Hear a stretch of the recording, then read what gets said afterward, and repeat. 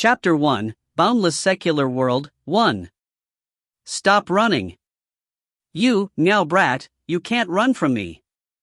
I, your father, demand that you stop this instant.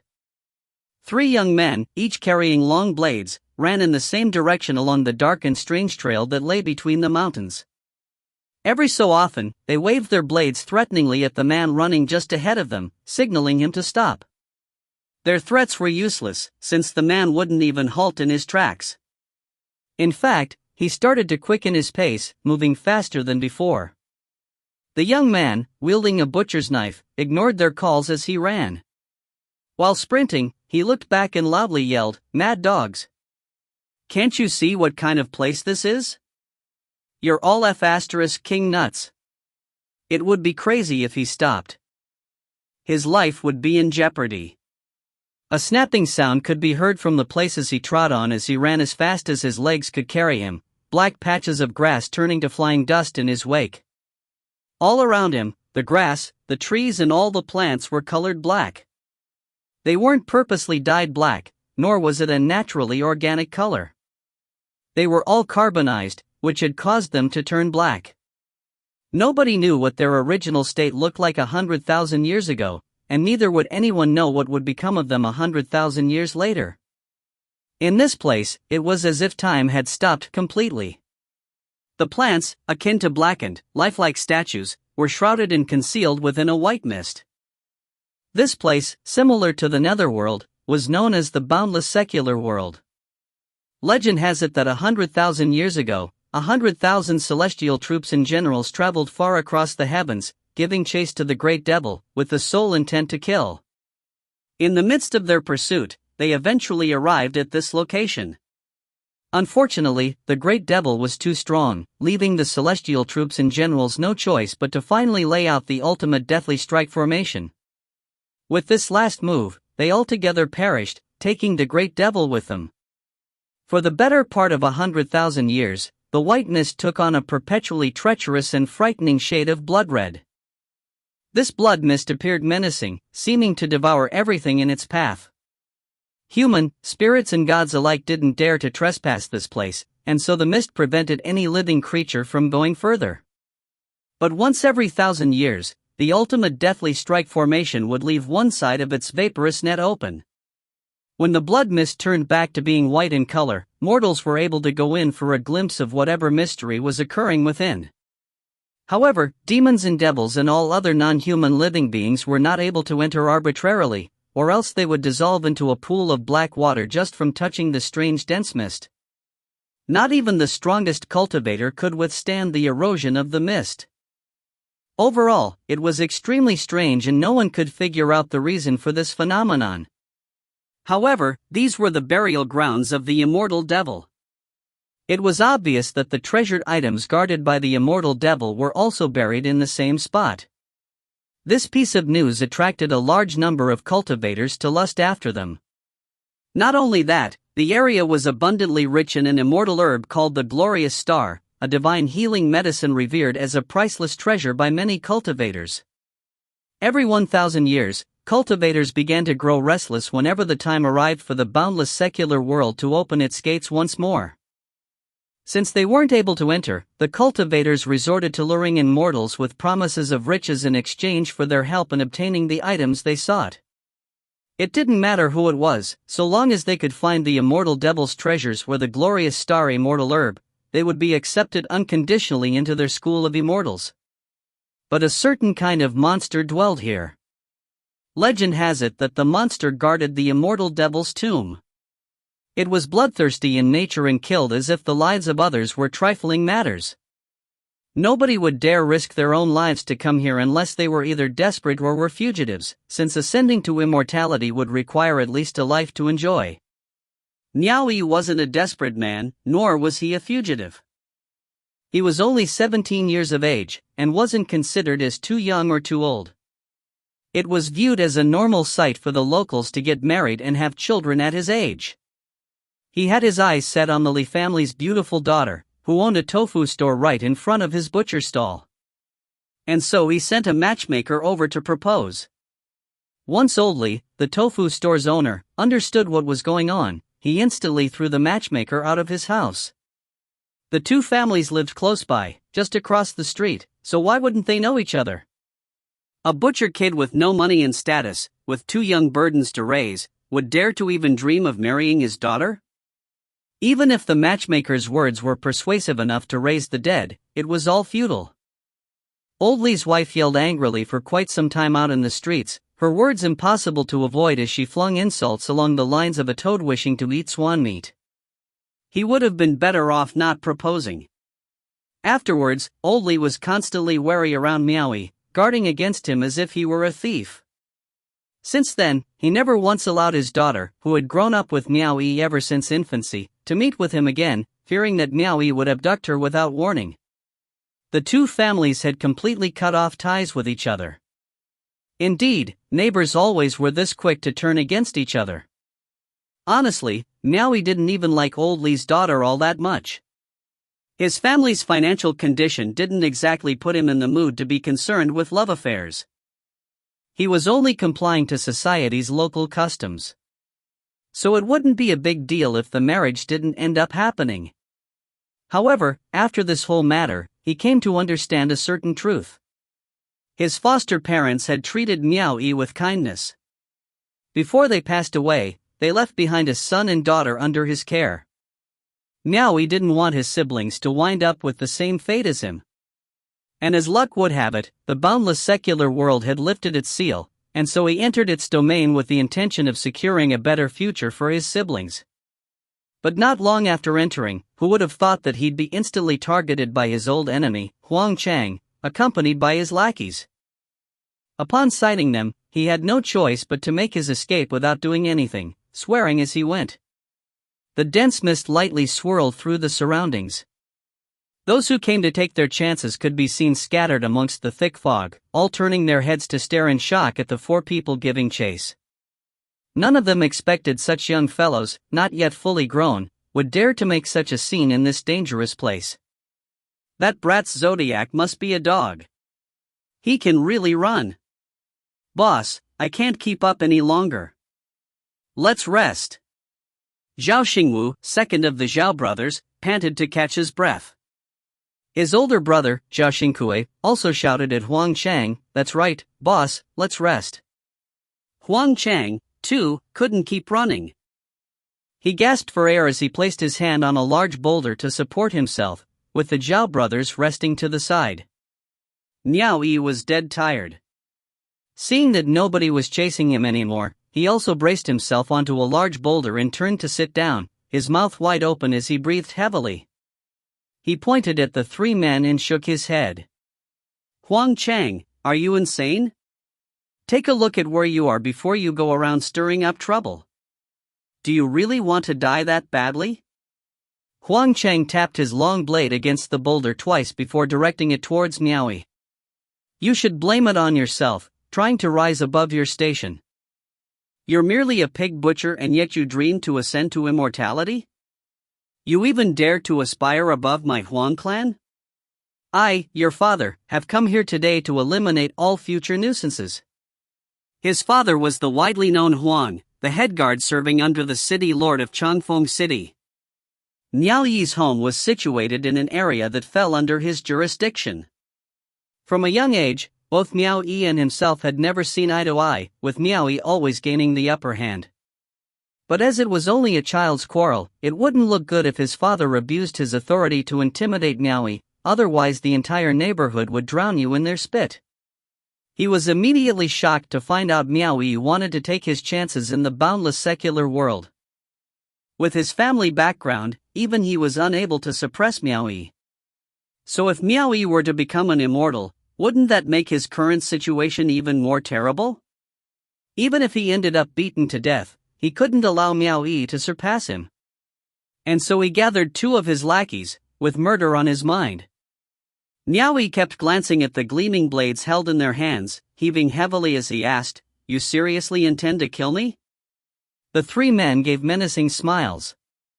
Huang Cheng looked around and spoke with a cynical air, "This isn't the city, so it's not unusual for people to die out here. Who would be able to figure out the culprit?" Miao Yi was shocked. As kids, they had gotten into harmless fights, but the most they had done was badly bruise each other. It had never escalated to the point of murder. After all, their city's laws weren't for decorational purposes. You're King mad. Since you braved all this way to kill me, why do you even need to be scared that I'll become immortal? Niaoyi exclaimed in disbelief as he pointed at their surroundings. The clear meaning of his words was simple to understand. Since they had dared to venture into this place, they had the opportunity to find its treasures. They could present the treasures to the immortal for themselves to have a chance to become one as well. Why did they need to be threatened by the thought of him doing so? Shay! Huang Chun grunted in disdain as he took in his surroundings, looking resolute. In spite of his arrogance and ignorance of the area, he had wanted to do this. The handmaiden his father had gifted to the immortal had gotten hold of some insider information, severely warning him not to meddle in Niaoyi's affairs. As to what she meant by affairs, she would not reveal a single word. It was because of this big sister's role, staying by the immortal's side as a handmaiden, which had helped his father secure the position as head guard. Be good. Stop fooling around, hurry up and go home. Niaoyi waved his hand at them, carrying his butcher knife as he stood up, turned and left. Huang Cheng was stunned, but in a flash became furious. That brat was treating him like a kid. He waved his blade and shouted, "Stop right there. Catch me if you can. You're well aware of how dangerous it is inside, so come if you don't fear death." Having said that, Niaoyi strode down his own path, too lazy to bother himself with them anymore. Huang Cheng looked around him and realized they had already journeyed too deep inside. It would be dangerous if they ventured further in. Their initial plan was to trail Miao Yi from behind and into this area, with the intention of ambushing him. But the grass in this awful place was all carbonized. A snapping sound was heard as they walked, so they were found out by Miao Yi before they could even get close to him. As a result, they had made it this far by accident. Great, run then, Miao Brat. If you have the guts, run as far as you can. A monk may run, but the temple always remains. Anyway, you still have 2 little kids back home. Dealing with them later on would be the same as dealing with you. Huang Cheng didn't dare to head in any further, so he acted like a ruffian, behaving shamelessly while throwing threats at Niaoyi. After saying that, Miao stopped dead in his tracks and slowly turned his body around. The man was right in his words. It reminded him that if by chance he couldn't return, these bastards would definitely bully the heck out of his younger siblings. Seeing that the threat was effective, Zhao Xingkue, with a perverted expression, made the situation even worse as he said, "That little sister of his is a beautiful girl with fair and smooth skin. If you rip all her clothes off." Shut up. Yet, Zhao Xingkue spoke even more perverted words, even adding some lewd actions. Niaoyi was enraged and pointed his knife towards the 3, as he gnashed his teeth and said, "You are all courting death." Huang Cheng waved at Niaoyi in a playful manner and said, "If you have the guts, don't run. Come to us. I'll wait for you right here. Indeed, I am here to court death. Come. Come kill me." Niaoyi stifled his anger and stared at the 3 with an expressionless face. He did not charge forward to fight desperately. Instead, he tightly closed his mouth. Normally, he would fight them. Since he had butchered pigs from a young age, he had the strength. Things like fighting against 3 people at the same time wouldn't be anything new. However, this time, all 3 of them had blades in their hands, while he himself was not exactly invincible against blades and spears. If he was stabbed, that wouldn't be a joke. Giving his life to 3 bastards was not worth it. Seeing no reaction from him, the 3 men whistled and cheered, all the while insulting Niaoyi as a good-for-nothing, a spineless coward for thinking he could scare them. However, Niaoyi turned his eyes to the other adventurers that were approaching. Among the adventurers, there was a big, sturdy man with a long saber in his hand, revealing a fierce pair of eyes, akin to those of a hawk or a wolf. One glance, and one would know that this man was not a virtuous crop. Niaoyi's lips curled, as he coldly laughed. When they neared him, he suddenly waved his blade and shouted, "Hand over the immortal herb!" Huang Chang and the other two froze for a second, thinking that Miaoyi had gone mad. Immediately, they noticed something was wrong. They realized that those people passing by them had also stopped, and were staring at them with indecipherable expressions. Those strange eyes sent a chill down the three men's hearts. Seeing that the three were just young, inexperienced fellows, someone moved a step forward in approach. He did not care whether it was real or fake, he intended to make sure of it for himself. "Don't listen to his gibberish. We don't have the immortal herb. We are just here to get even with him." "We are not even here to gather the immortal herb," Huang Chun hastily explained. However, these words had to be more credible. Coming to this place, one where you could lose your life, just to get even with somebody. What a joke! Did these kids think that they were all idiots? Chapter 2, Boundless Secular World, 2. Chapter 2, Boundless Secular World, 2. To make matters worse, his explanation sounded like he was trying to cover up the truth. This made them seem even more conspicuous, further raising suspicions about a possible secret motive behind the three men's intentions. "Hand it over!" Miaoyi angrily snapped once more. Without warning, he lifted his butcher knife and immediately rushed out towards the three men. He had only dealt with killing pigs before and had never killed a man, but now he was overcome with a strong urge to murder these three people. Because of Huang Cheng's reminder, he knew that the moment he allowed them to leave, his brother and sister would be in danger if he didn't manage to return home from the ordeal. These three sons of B***cheese dared to commit murder, what else wouldn't they do? Today, he must rid the world of these three future menaces. The three men panicked, turned on their heels and ran away. However, it was out of their expectations that the commotion would cause many spectators to step in, thus blocking their path of escape. Their situation was extremely unfortunate. Not only were they chased by a Miaoyi with murderous intentions, around 7 to 8 people had decided to join the chase as well. Eventually, they were surrounded by the crowd in its pursuit to intercept them. Unable to escape using the path they had originally entered from, the trio immediately rushed out without caution. Panicking, they fled in a state of disarray while repeatedly screaming, "We don't have the immortal herb." Raising his knife while in hot pursuit, Miaoyi's face remained stone cold, a crowd of people following directly behind him. It wasn't long before the entire group ran astray from the safe path, without even realizing what had happened. Before arriving here, everyone collected a free map of the area from the ancient city. Plotted on the map were markers indicating all the safe paths, a result from the amount of deaths that occurred during the last time the boundless secular world had opened. In the end, Huang Chang and his lackeys were eventually stopped by the group of strong men. "What do you all want?" Terrified, Huang Chang could only sputter. He raised his blade and started hacking away madly, not wanting to let the men move closer to him. The big, sturdy man was obviously well trained. He approached Huang Chang in a flash, moving sideways to avoid the hacking blade.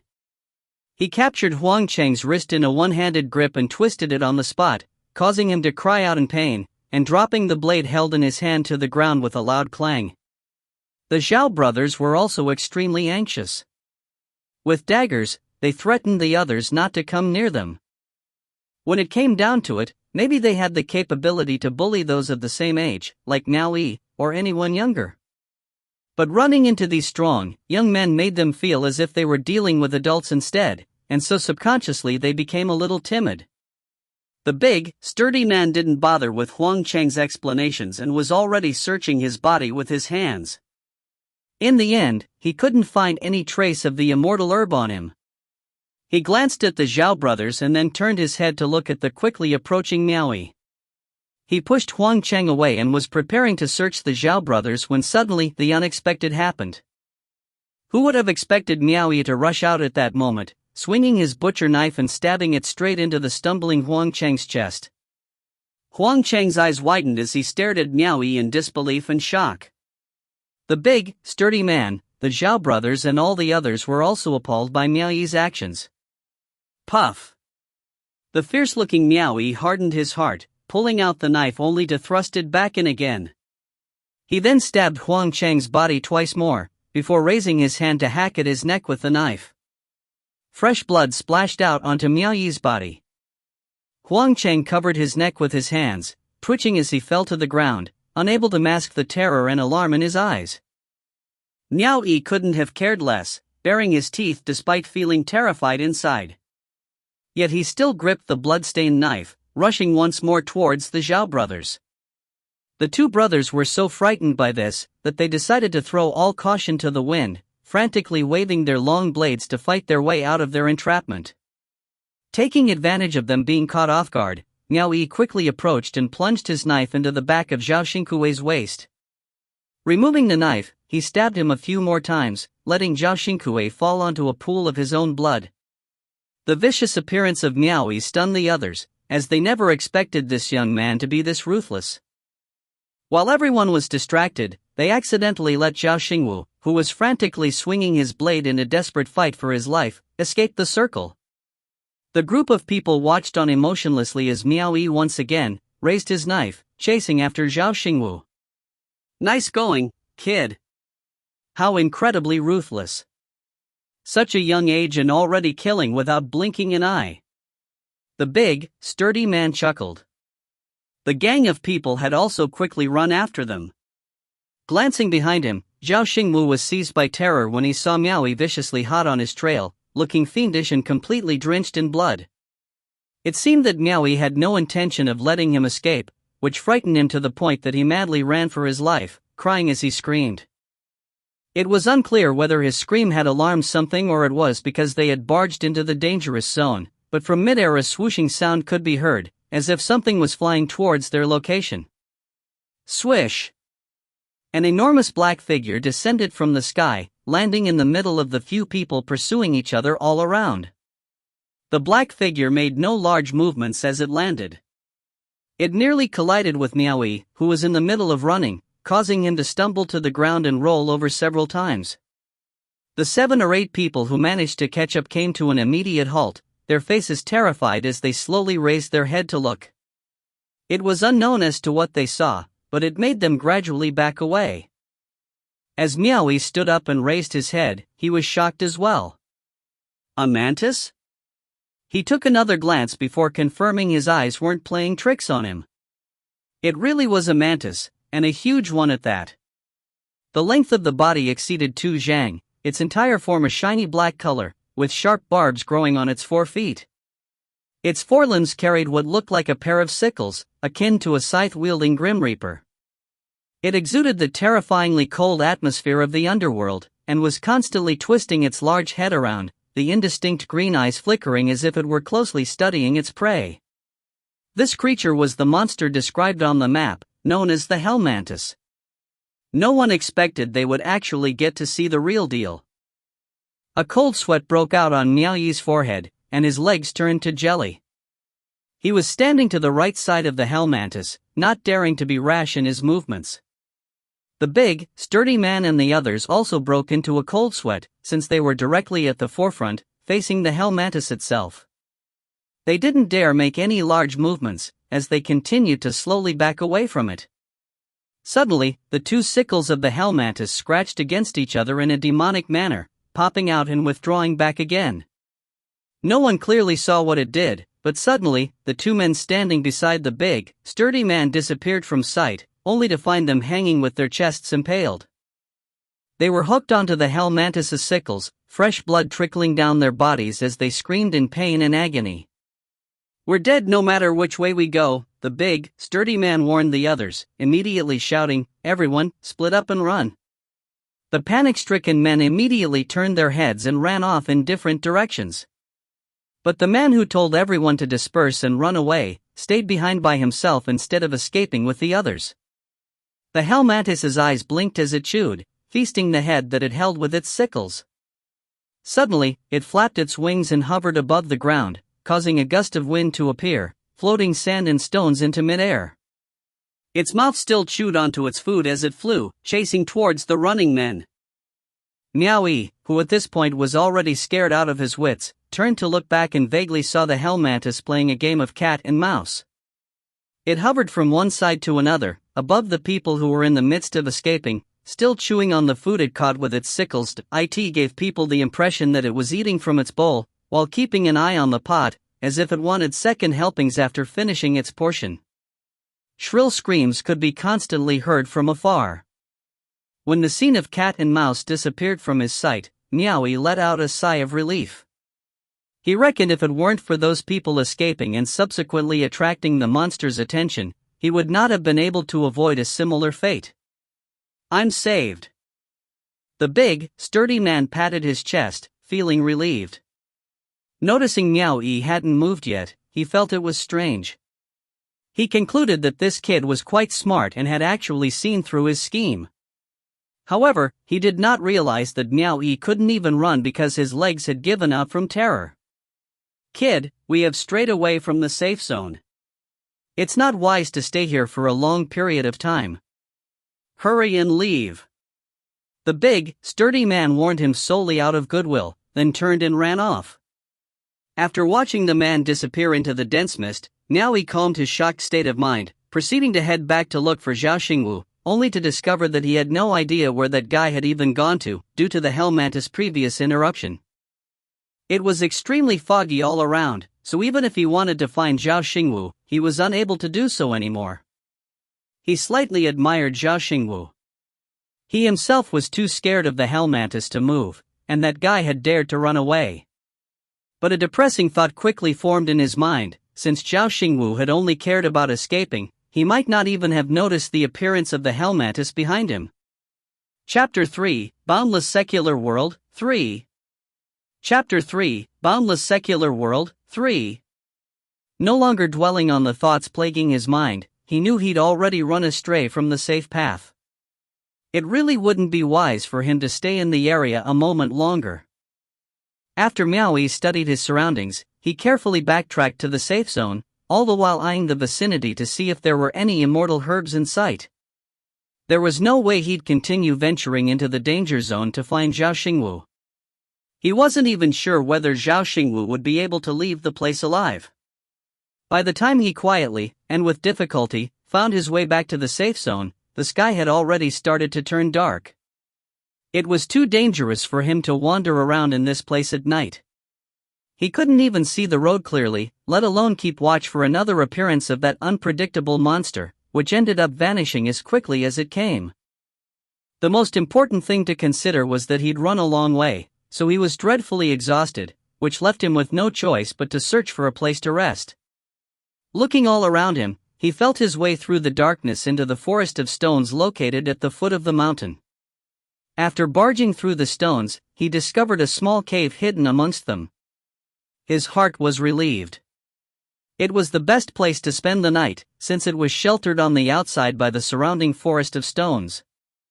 But what he didn't expect was that after twisting his body in a cat-like manner to enter the cave, abruptly, a large hand immediately came out of nowhere and started strangling his neck. To save himself, Meowie instinctively stabbed out with his butcher knife, but the other person's own reaction was extraordinary, quickly disrupting Meowie's attack by locking down his wrist. The two men finally stood facing each other in the cave. When Meowie saw the other man's face clearly, his eyes flickered to signal the other person to let him go. The other person was in fact the big, sturdy man from before. Never would he have expected the man to hide away in this place too. "It's you?" The man was stunned, creasing his eyebrows as he slowly let go of Meowie. At the same time, he seized the butcher knife from Meowie's hand with his own. Apparently, he still didn't feel at ease with Meowie. This was because the sight of Meowie's earlier show of cruelty still freshly lingered in his mind. He was worried Meowie would stab him in the back. Cough, cough. Flushing a shade of bright red, Meowie clutched his neck and coughed twice. The man swiftly covered Meowie's mouth, lowered his own voice and snapped, "Shut up! Is the monster still out there?" As it turned out, he was hiding here because he had run into the monster again. Meowie waved his hand and waited for the other man to loosen his grip. He gasped for air, shaking his head as he said, "I didn't see the monster when I was on my way here." The man poked his head out of the cave and surveyed the area. After a while, he pulled his head back to stare at Meowie, frowning as he said, "Kid, such a young age and already so ruthless. Looking back, I still feel something's not right no matter how I think about it. You didn't look like you were stealing anything at all. Instead, you looked more like you wanted so badly to dispose of them, just to have peace of mind. Kid, tell me honestly. Did those 3 people really have the immortal herb on them?" Meowie stared at the butcher knife that had fallen into the other man's hands. After thinking about it, he decided not to hide the truth. Thus, he roughly explained the situation, but with reservations. Those 3 were really goddamn fools.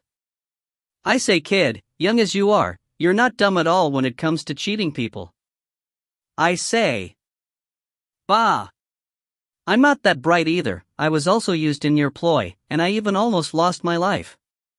The big, sturdy man laughed at himself in self-mockery. He looked back, glancing at the bag hung over Meowie's body and asked, "I was too absorbed in running for my life, so I lost all the food and drinks I brought along with me. Kid, you don't mind sharing a portion with me, right?" Without another word, Meowie unpacked his bag, taking out the rations and water to give to the man and said, "Uncle, how about we take turns resting and guarding tonight? In this awful place, it's not safe for a person to fall into a deep sleep." He could tell that the man was skilled in martial arts. Right from the beginning, Meowie wouldn't have been a worthy opponent for him in a fight. He was also slightly worried that the man harbored ill intentions towards him, so he decided to let the other man understand that he still had some use for him. The big, sturdy man threw him a meaningful look, curling his lips into a playful, knowing smile. Without another word, he accepted the food and ate while glancing outside the cave, as he mumbled, "I reckon the sky outside is not that dark yet. The fog is quite bad here, so it gets dark earlier." Just like that, as both of them ate, they fell into conversation, engaging in small talk. Apparently the big, sturdy man's name was Yen Beihong. He was originally a military commander of a city with a population of 1 million people. He got into trouble because he stole the city lord's concubine, implicating his entire family in the end. So in a fit of rage, he killed the city lord and ran away. He'd had it rough, living through the days of being hunted everywhere on a regular basis. In a state of desperation, he decided it was a safer bet to simply barge into the boundless secular world. Yen Beihong also felt it strange that a young kid like Meowie would come all the way here to court death. It was important to be forthright when cooperating with others, so Meowie did not conceal the truth from him. As promised earlier on, they both took turns between resting and keeping watch during the night. They cooperated with each other pleasantly throughout the night, with Meowie thinking back on how easily his words had caused a group of people to ransack each other. He understood very well that he would be in trouble too, should he manage to pick the immortal herb for himself. So on the very next day, he took the initiative, and requested to form an alliance with Yen Beihong. Yen Beihong neither agreed nor rejected his request. Once the sun had risen, he threw the butcher knife back to Meowie, and they went off on the road together. After the encounter with the Hell Mantis, they learned from their past mistakes and didn't dare act rashly by running off the safe path. They wouldn't be able to narrowly escape every time. Thus, they decided to move along the safe path on the map. But what they saw along the way revealed that the so-called safe path didn't appear to be safe at all. Human body remains, consisting of broken legs and limbs, could be seen all along the path. Judging from the bloody corpses that showed traces of being chewed on or were sliced open, it was obvious that many had encountered and suffered the wrath of the Hell Mantis's ambush. Before their own eyes, a herd of Hell Mantises casually crawled past, and they practically shrank back behind a boulder in absolute terror. They gradually discovered that although the Hell Mantis was a bloodthirsty killer, it would not totally annihilate its victims, and would still give them a path to survival. It was as though the more spineless and cowardly a person was, the more likely the Hell Mantis would not withhold its mercy. As they went further in, they were apprehensive to find the aftermath from landslides and the diversion in course of a river. The destruction seen on the ground was in a state of such disastrous proportions it could not have been caused by a human being. It was hard to imagine the events that had transpired. Unless, the Great War of Immortals and Devil had really happened here? The next dreadful encounter made Miao Yi felt lucky that he and Yan Beihong had teamed up together. Although the immortal herb, Glorious Star, was only grown natively in the boundless secular world, you couldn't exactly find it growing everywhere. For a few days, they traveled further around the boundless secular world, and still they could not see a shadow's trace of even one immortal herb. The most scariest part was that after narrowly escaping the Hell Mantis's ambush, they encountered another threat, this time from their own kind. While fleeing for his life, Yan Beihong had lost the food he had carried on him. Miao Yi, himself, only brought 10 days' worth of rations, since nobody in their right mind would come in carrying around 1 month's worth, so he could still survive for another 10 days if he kept the rations for himself. When shared between the two of them, the rest of the food wouldn't even last 5 days. The problem of a shortage of food was obviously apparent to others as well. The two of them found themselves surrounded by a group of 5 who ordered them to hand over the pathetic amount of rations that they had left. Yan Beihong showed no signs of fear as he laughed coldly. He immediately unsheathed his broadsword and charged up front. It was no wonder that he was once a military commander of a city populated by millions of people. He was skilled and valiant, and nearly every strike of his blade was accompanied with blood. He forcefully took on all 5 by himself, beheading the entire group. Wiping off the blood stains from his broadsword, Yan Beihong packed up whatever rations he could harvest from the 5 bodies, throwing them at Miao Yi for him to carry on his back. And so, they had 2 additional days of food. But the next day, Yan Beihong met someone even more skilled than him. Chapter 4, Boundless Secular World, 4. Chapter 4, Boundless Secular World, 4. At the foot of a mountain, the sounds of clashing blades and swords echoed sharply through the air. As Yan Beihong walked nearer, he quickly pulled Miao Yi along and crouched behind a large boulder. They could see more than 10 people fighting with great intensity at the mountain's base. Loud piercing screams continuously resounded as they fought. A plant, with red stone branches and gem leaves, blossomed at the slope of the steep mountain, emitting a gentle radiance. It was obvious to see why they were fighting each other to this extent. Immortal herb? Miao Yi's eyes brightened as he stared at the gentle light glowing at the side of the steep slope. He was about to stretch out his finger to remind Yan Beihong, but the man silenced him, swiftly covering his mouth with his hand, signaling Miao Yi to stay quiet. Yan Beihong took a quick glance at the immortal herb, before focusing his attention to the crowd slaughtering each other. His hand tightened on the shaft of his blade, as he silently waited for the time to strike. Amidst the massacre was a skilled expert, who single-handedly cut down a series of 10 people, all while jumping and dodging their attacks. At the end, he lifted his sword and surveyed his surroundings one more time. After ensuring there were no more opponents, he made his way towards the immortal herb growing on the steep slope. Right at the moment he let his guard down, Yan Beihong rushed out from his hiding spot. With his blade drawn, he leapt through the air, slashing furiously with his sword. The person's reaction was fast. He turned around and raised his sword to parry the blows with a clang, and immediately engaged Yan Beihong in a vicious melee. Instantly, the light and shadow of the sword and blade clashed until they were inseparable.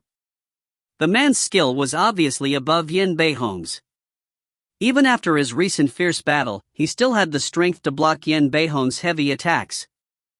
Furthermore, the speed of his attacks were much faster as well. It wasn't long until Yan Beihong was losing the battle, and in the end the man swiftly kicked the blade from his hands, sending it flying. When the man's sword came slashing down onto Yan Beihong's neck, he frantically gripped the man's wrist with both hands, as he moved his thigh to capture the man's incoming kick. Their bodies were pressed against each other as he held onto the sword which had already cut through the skin of his neck. Blood flowed out of the corner of his mouth, while his eyes were filled with fury. Both of them were locked in a stalemate, with Yan Beihong on the verge of losing ground, when suddenly the man flung his feet out and kicked behind him. Bang! Miao Yi, who rushed in for an attempted sneak attack, was thrown backwards. But a butcher knife protruded from the man's back, blood flowing out profusely from his waist. The man clutched at his abdomen, roughly turning his head to glare in the direction of Miao Yi, who was struggling to get up from the ground.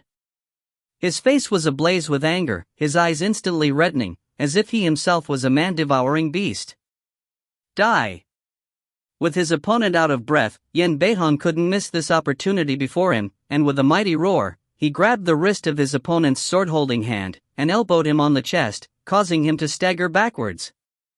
Using this chance, Yan Beihong snatched away his opponent's sword and leapt, and with both hands gripping the weapon, he slashed at the man with all his might. Puff! The expert was cut in half, from the shoulder down. Blood splashed into the wind, the victor was decided. Yan Beihong balanced himself with his sword while gasping for air, laughing heartily as he watched Miao Yi clutch his chest, pain clearly showing on his face, a faint trace of blood at the corner of his mouth. The feeling of walking out alive after a life-and-death situation made him laugh even more heartily. After ripping out part of his clothing to make a simple bandage for his wound, Yan Beihong picked up what was left of his opponent's food, walked up to Miao Yi, and helped him up by grabbing him by the wrist. After checking Miao Yi's pulse, in a sudden move, he struck Miao Yi's stomach with his palm. Wah! Miao Yi coughed out a mouthful of blood, but felt relieved from the earlier grave discomfort on his chest that felt like a brewing storm of seas and rivers. His shortness of breath was gone in an instant. Risking your life to save me even though we're strangers, was it worth it? Yan Beihong grinned, staring at the pale-faced Miao Yi. Miao Yi wiped away the trace of blood from his mouth and rolled his eyes at him. He had never met someone so heartless. You're strong, I need you as my bodyguard, he snapped at Yan Beihong. Yan Beihong pointed his sword at his fallen foe, and answered in a low voice, he was way better than me, wouldn't it be a safer bet for you to help him? Miao Yi replied with an unreadable expression, the fact that he was stronger was exactly why he didn't need my help. On the other hand, I've just saved your life.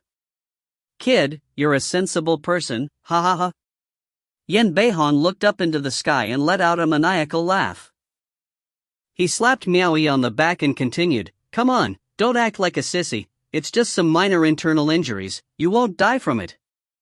With his feelings of caution towards Miao Yi completely gone, he turned back towards the steep slope and plucked the immortal herb, and the two of them marveled at its beauty. The immortal herb was not even half the length of a chopstick, with 9 branches and a leaf on each.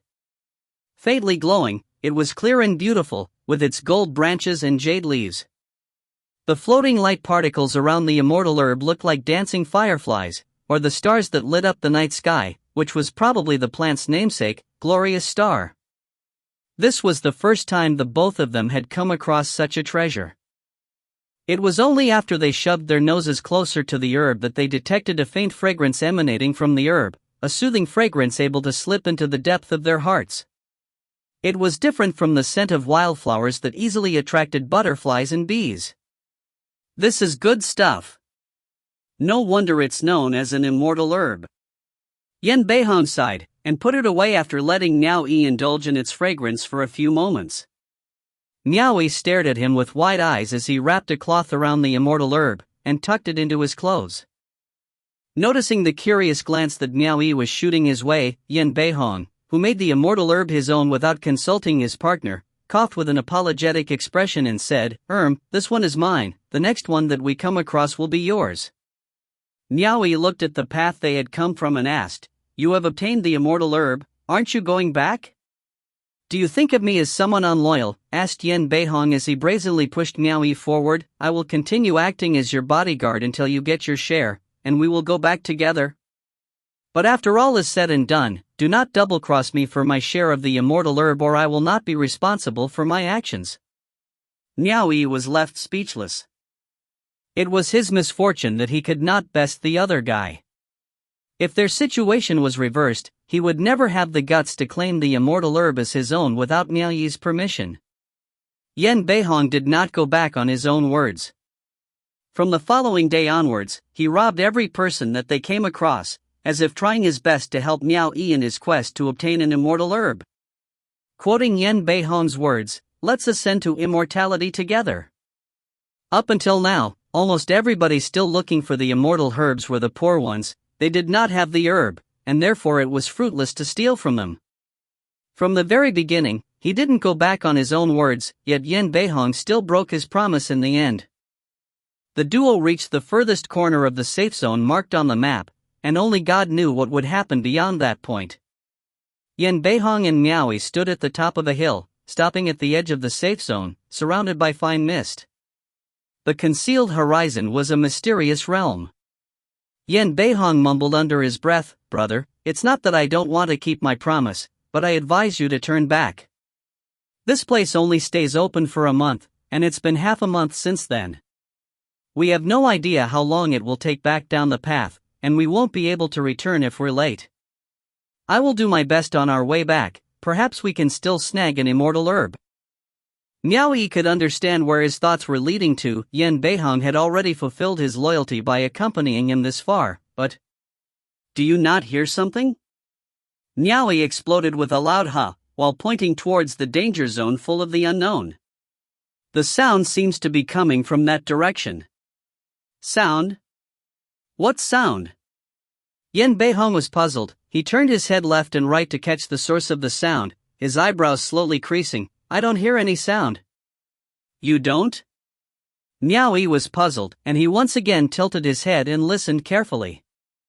A flurry of ding-ding-dong-dong tones flowed into his ears, like rushing water from the mountains. The different notes sounded passionate, tender and as soft as water, together forming a perfect rhythm. It appeared to be the sound of a person strumming a qin superscript 1. Footnotes. Superscript 1 qin, a Chinese musical instrument belonging to the zither family. A traditional term of calling it.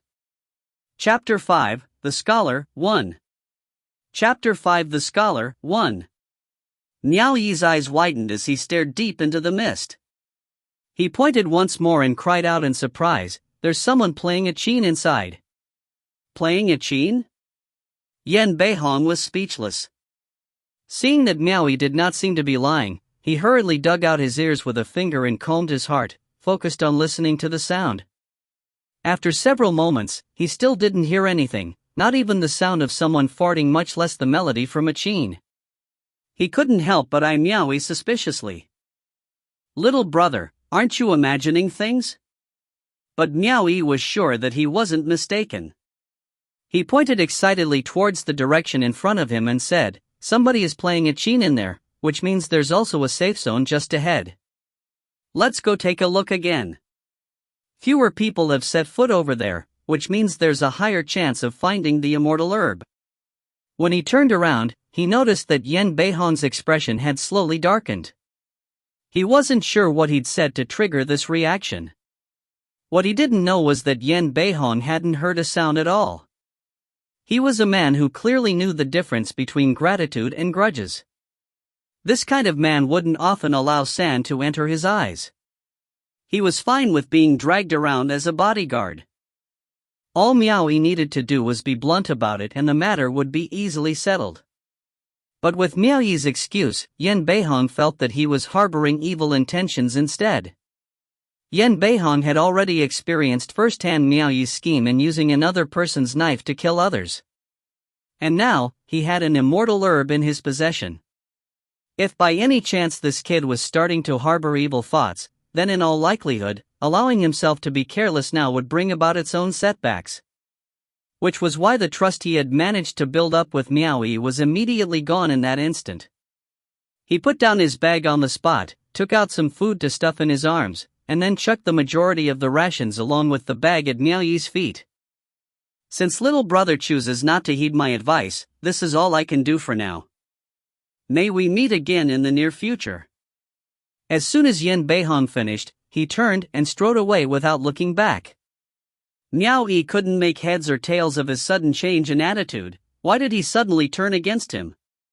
He still couldn't figure out what went wrong, even as he stared with his own eyes at Yen Beihong's retreating figure disappearing into the mist. He could only assume Yen Beihong did not wish to risk his life accompanying him anymore. Half a month already went by and yet, he still couldn't manage to find even one immortal herb. Should he give chase to Yen Beihong, or should he continue searching? With Yen Beihong's skills, he would probably be safer by his side on the trip back. Miaoyi stood alone, hesitating for a long while at the top of the mountain. As he thought about the future of his younger brother and sister, he turned his head and looked towards the place where the Chin's melody had traveled from, whispering softly to himself, "A place that others have dared to go, how can I be afraid to go alone?"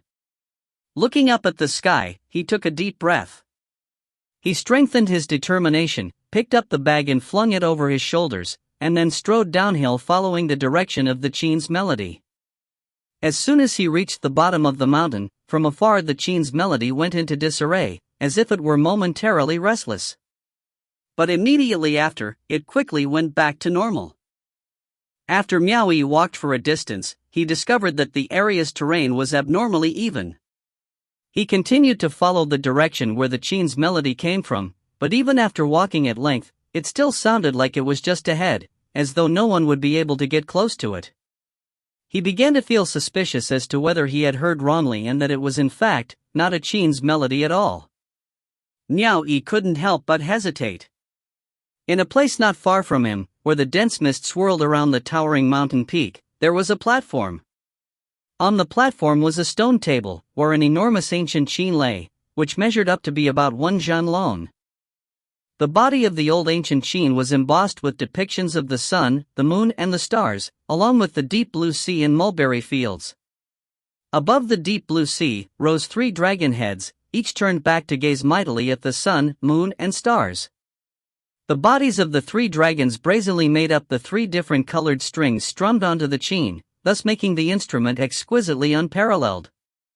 Upon moving closer, one would find that in addition to the lifelike and finely sculpted dragon heads, the strings resembled 4 scaly and curling dragon claws. In a moment of carelessness, one could even mistakenly think that the strings had actually been transformed from a dragon turned small. It was easy to see that 8 dragon strings were meant to be on the ancient Qin, but for unknown reasons this ancient Qin, which rivaled the works of God, was apparently missing 5 dragon strings. Only 3 remained. A tall man dressed in a plain white robe stood beside the ancient Qin lying on top of the stone table. He wore a plain, green cloak, all thin and worn out, over his robes. The way he was dressed was very ordinary, and if it weren't for his hairstyle, it would be easy for people to mistake him as a poor, but cleanly dressed, scholar. His long, clean hair was draped over his shoulders and fell down his waist, and his plump forehead gleamed brightly. It was a shame that the snow-colored hair touching his temples ruined the beauty of his long and glossy black locks. The silvery hair covered his temples, with each lock of hair hanging on both sides at the front of his chest. Another lock of white hair was tucked away at the back of his head and tied into a small knot, thus restricting the black hair so that it would be draped over his back to prevent the strands from getting messy. Although the face of the scholar looked to be that of a mature, middle-aged man, he was so handsome to the point his looks were indescribable. His nose was well formed, with a hint of firmness between his eyes that also radiated a hint of softness at the same time. His slanted eyes displayed a tinge of coldness in them. His firm cheeks appeared to be as tender as the rivers and mountains, with full lips that would make any beauty fall for him with just a kiss. It was difficult to describe the impression he gave to others, but one glance was enough to tell that he exuded both an air of righteousness and of sinister intent. Both coexisted within him, along with nobility and normalcy, with both arrogance and gentleness, and certainly without lacking a chivalrous spirit and a tender form. When he glanced back, he would unknowingly reveal a look of scrutiny at the whole world in an imposing manner. There was a phrase called gratifying beauty, but his form of gratifying beauty and the way it was used to describe a woman were different from each other. There existed another phrase, which was normally used to describe a woman but could also be used on him as well. Above all else, he was completely and utterly enchanting. This was a man of unparalleled looks within his generation, a feat difficult to find in this world. On the misty summit, the scholar stood straight by the side of the ancient Qin lying on top of the stone table, his eyes gazing far off into the distance. With one hand placed behind his back, the 5 fingers from his other hand lightly played with the 3 strings, as light as a cloud or the breeze. The Qin's melody that Miao Yi had heard earlier originated from him. With the mountain as a center, within a 20-li radius there was a basin. The Qin's melody he produced was akin to those sound waves released by a bat, so anyone who trespassed would not be able to escape his ears. He was unable to determine whether Miao Yi was led here by the melody, because there was a chance that he had come here by mistake. However, he was able to sense Miao Yi's excessive hesitation.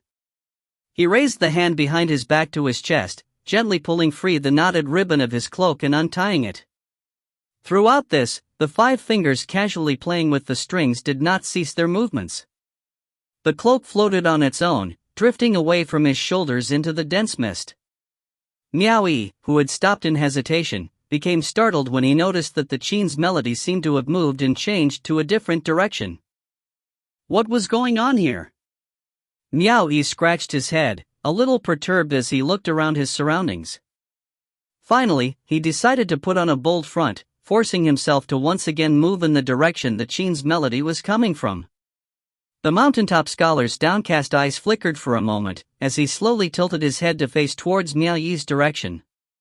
Confirming that Miao Yi's disturbed state was influenced by the Qin's melody, he appeared calm on the surface, yet his emotions were seemingly affected as his hand played faster for a few minutes, the melody starting to sound a bit hurried.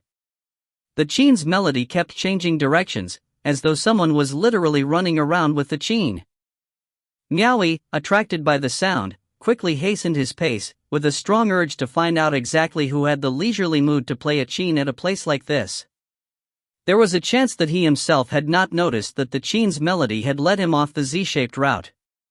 And right along the exterior of the Z-shaped route, a large number of black mantises, each of large and frightening physiques, as if they were wearing armor. All were armed with sickles and barbed limbs, their feelers and horns coming into contact with each other. Some of them were mating, while some chewed and preyed upon bloody corpses with their frighteningly razor-sharp teeth. Chapter 6, The Scholar, 2. Chapter 6, The Scholar, 2. This basin appeared to be the hell mantis's old nest. Pretty much a swarm of hell mantises of all sizes, both big and small, were all over the place. Yet somehow the sound of the Qin carried Miao Yi right past them, narrowly avoiding their group entirely. Obviously, if Miao Yi hadn't come here due to the sound of the Qin, and instead had come here by mistake, he would have been eaten by the hell mantises, until not even his bones were spared. When the Qin's melody stopped, he had arrived at the side of the lake shrouded by cold mist, a mountain situated by its banks. The waters of the lake were calm. The Qin's melody had stopped abruptly. The melody of the Qin had indeed come to an end, because the scholar had stopped playing. He stood at the edge of the cliff, the plain green cloak returned to his shoulders once more. Miao Yi didn't notice him, but the scholar had already caught sight of the puzzled Miao Yi, who carefully peered about at the foot of the mountain. The scholar clasped his hands behind his back, as he stared with downcast eyes at Miao Yi. He opened his mouth and calmly uttered, "The unblessed will not have luck. Those who enter the boundless secular world will either die a violent death or return home empty-handed.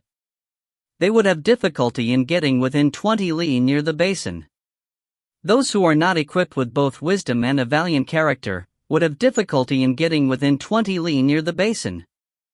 Those who have been here for a period of more than half a month would anxiously head back, so what right would they have to see me?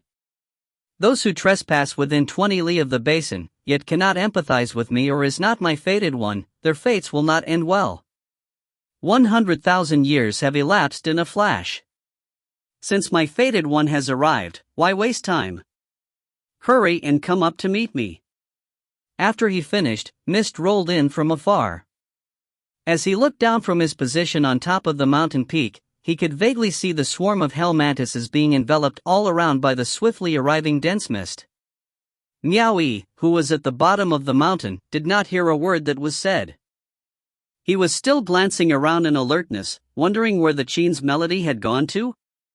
When he saw there was actually a man-made stone staircase at the foot of the mountain, which seemed to lead the way up, he carried the butcher knife and moved nearer, slowly climbing up one step at a time. Once he stepped onto the mountain peak, he was instantly drawn in by the sight of a large stone. A flying nymph was depicted on the large stone, lithe, relaxed and graceful. Although it was a statue, the sculpt was extremely lifelike, as well as so poignantly beautiful a person couldn't help but look twice. Fate ends not when the immortal hero has a path to walk, a boat made of white bones sails the boundless sea of blood. Two vertical lines of large, blood-red wordings were situated at the side of the woman's carved figure, akin to a background narration. The words looked bloody and awe-inspiring, exuding an extraordinary aura, but their meaning was unknown. The flying nymph's appearance was very attractive, but considering his current location, Miaoyi had no interest in leisurely admiring it. He gripped the butcher knife and continued walking forward. After advancing several meters, Miaoyi stopped again after noticing a figure standing beside the cliff, with hands clasped behind their back. Seeing this, Miaoyi held the butcher knife nervously as he asked, "Were you the one playing the qin?" The scholar turned slowly and looked at Miaoyi with scrutiny. Seeing the scholar's appearance, Miaoyi was instantly shocked, his eyes widened and with mouth agape. He had never seen a man that good-looking, with an aura that reached above the clouds. The eyes that studied him were like those of an immortal looking down from above the 9 heavens. "Immortal?" Miaoyi asked nervously. The scholar shook his head. Miaoyi asked again, "Demon?" The scholar shook his head once more. Miaoyi abruptly raised his hand and smacked his forehead as he laughed uncontrollably, realizing he was worrying too much for nothing. No matter if they were a god, demon, devil, ghost or a monster, they would not be able to enter the boundless secular world unless they were mortals. If not, the immortals outside would have already entered by now. Miaoyi smiled and said, "Uncle, you are so handsome." The scholar nodded with a smile, as if giving thanks for the compliment. Seeing that the scholar had no weapons, Miaoyi felt slightly relieved and asked again, "Were you the one playing the qin?" "I was only drawn here by the melody of the qin," the scholar finally spoke. His tone was weirdly calm, as he waved his hand and pointed at an ancient qin. "Only the qin is seen, but the qin player is nowhere to be found." "I wonder who was playing the qin." Miaoyi turned his gaze to the platform and felt slightly speechless. If it weren't for the scholar pointing it out, he really wouldn't have noticed that the gigantic thing was actually a qin. As he walked closer to see it, he immediately felt his heart stir. Upon approaching the instrument, he felt an unknown pressure from the qin, and even glancing at it caused his heart to palpitate. The feeling was not due to the qin's great size. "Is this really a qin?" Miaoyi asked, unable to stop himself. The scholar answered quietly, "Should be." What a gigantic qin, a thought suddenly flashed across Miaoyi's mind, unknown to others. Miaoyi looked left and right to check if there were other people. He suddenly spread out his arms and held the qin, grunting as he leaned on it for a while, with his face flushed red. The scholar looked astonished as he wondered what Miaoyi was doing. After watching for a while, the scholar understood and grinned. The scholar hadn't guessed wrong. Miaoyi had already assumed that this qin was a treasure, because it was impossible for ordinary people to play due to its huge size. Thus, Miaoyi had the idea of taking it. There was no one else around, the scholar didn't look the type that could fight and had no weapons, while he himself did. Therefore, he wanted to seize this chance to flee with this ancient qin. However, the thing that made Miaoyi frustrated was that even when he exerted his full strength, he couldn't move this ancient qin, not even an inch. It was as heavy as a mountain. As Miaoyi really couldn't move it, in the end he let go of the ancient qin and smiled awkwardly. "I was only checking how heavy it is." "And it really is heavy, uncle. What's your surname?" "Just call me Lao Bai." The scholar smiled and stared at the ancient qin as he asked, "You want to take it outside?" Miaoyi said with disdain, "You don't want to take it outside?" The scholar answered, "I too wouldn't be able to move it." Miaoyi tried asking again, "Are you going to go back and find people to move it outside?" The scholar shook his head slightly as he answered, "I would suggest that you keep this ancient qin a secret, otherwise, you will only bring trouble to yourself." Miaoyi felt dubious as he asked again, "Why?" The scholar smiled softly and said, "Didn't you notice how dangerous it was on your way here? If the immortals outside knew, even if they sent men to help you move the qin, they would definitely ask you to lead the way. Therefore, I won't mention this qin when I get out, because I don't wish to bring trouble upon myself." Miao Yi pondered for a while. He couldn't help but admit that what the scholar said made sense. Disregarding the date for when the ultimate formation would be sealed off, Miao Yi himself had already experienced the dangers in this place. It was already considered lucky for him to be able to make it this far. If he was forced by the immortals to lead the way, he might not be able to make it back alive. Miao Yi thought it through and realized that he could only leave this Qin aside temporarily. He then stared at the scholar, whose clothes looked clean and spotless, and asked, "You really didn't see who played the Qin just now?" "If you are talking about just now, I did simply pluck it a few times." The scholar walked to the Qin and stretched his fingers as he plucked the strings, making a bell-like melody which sounded like the flow of water.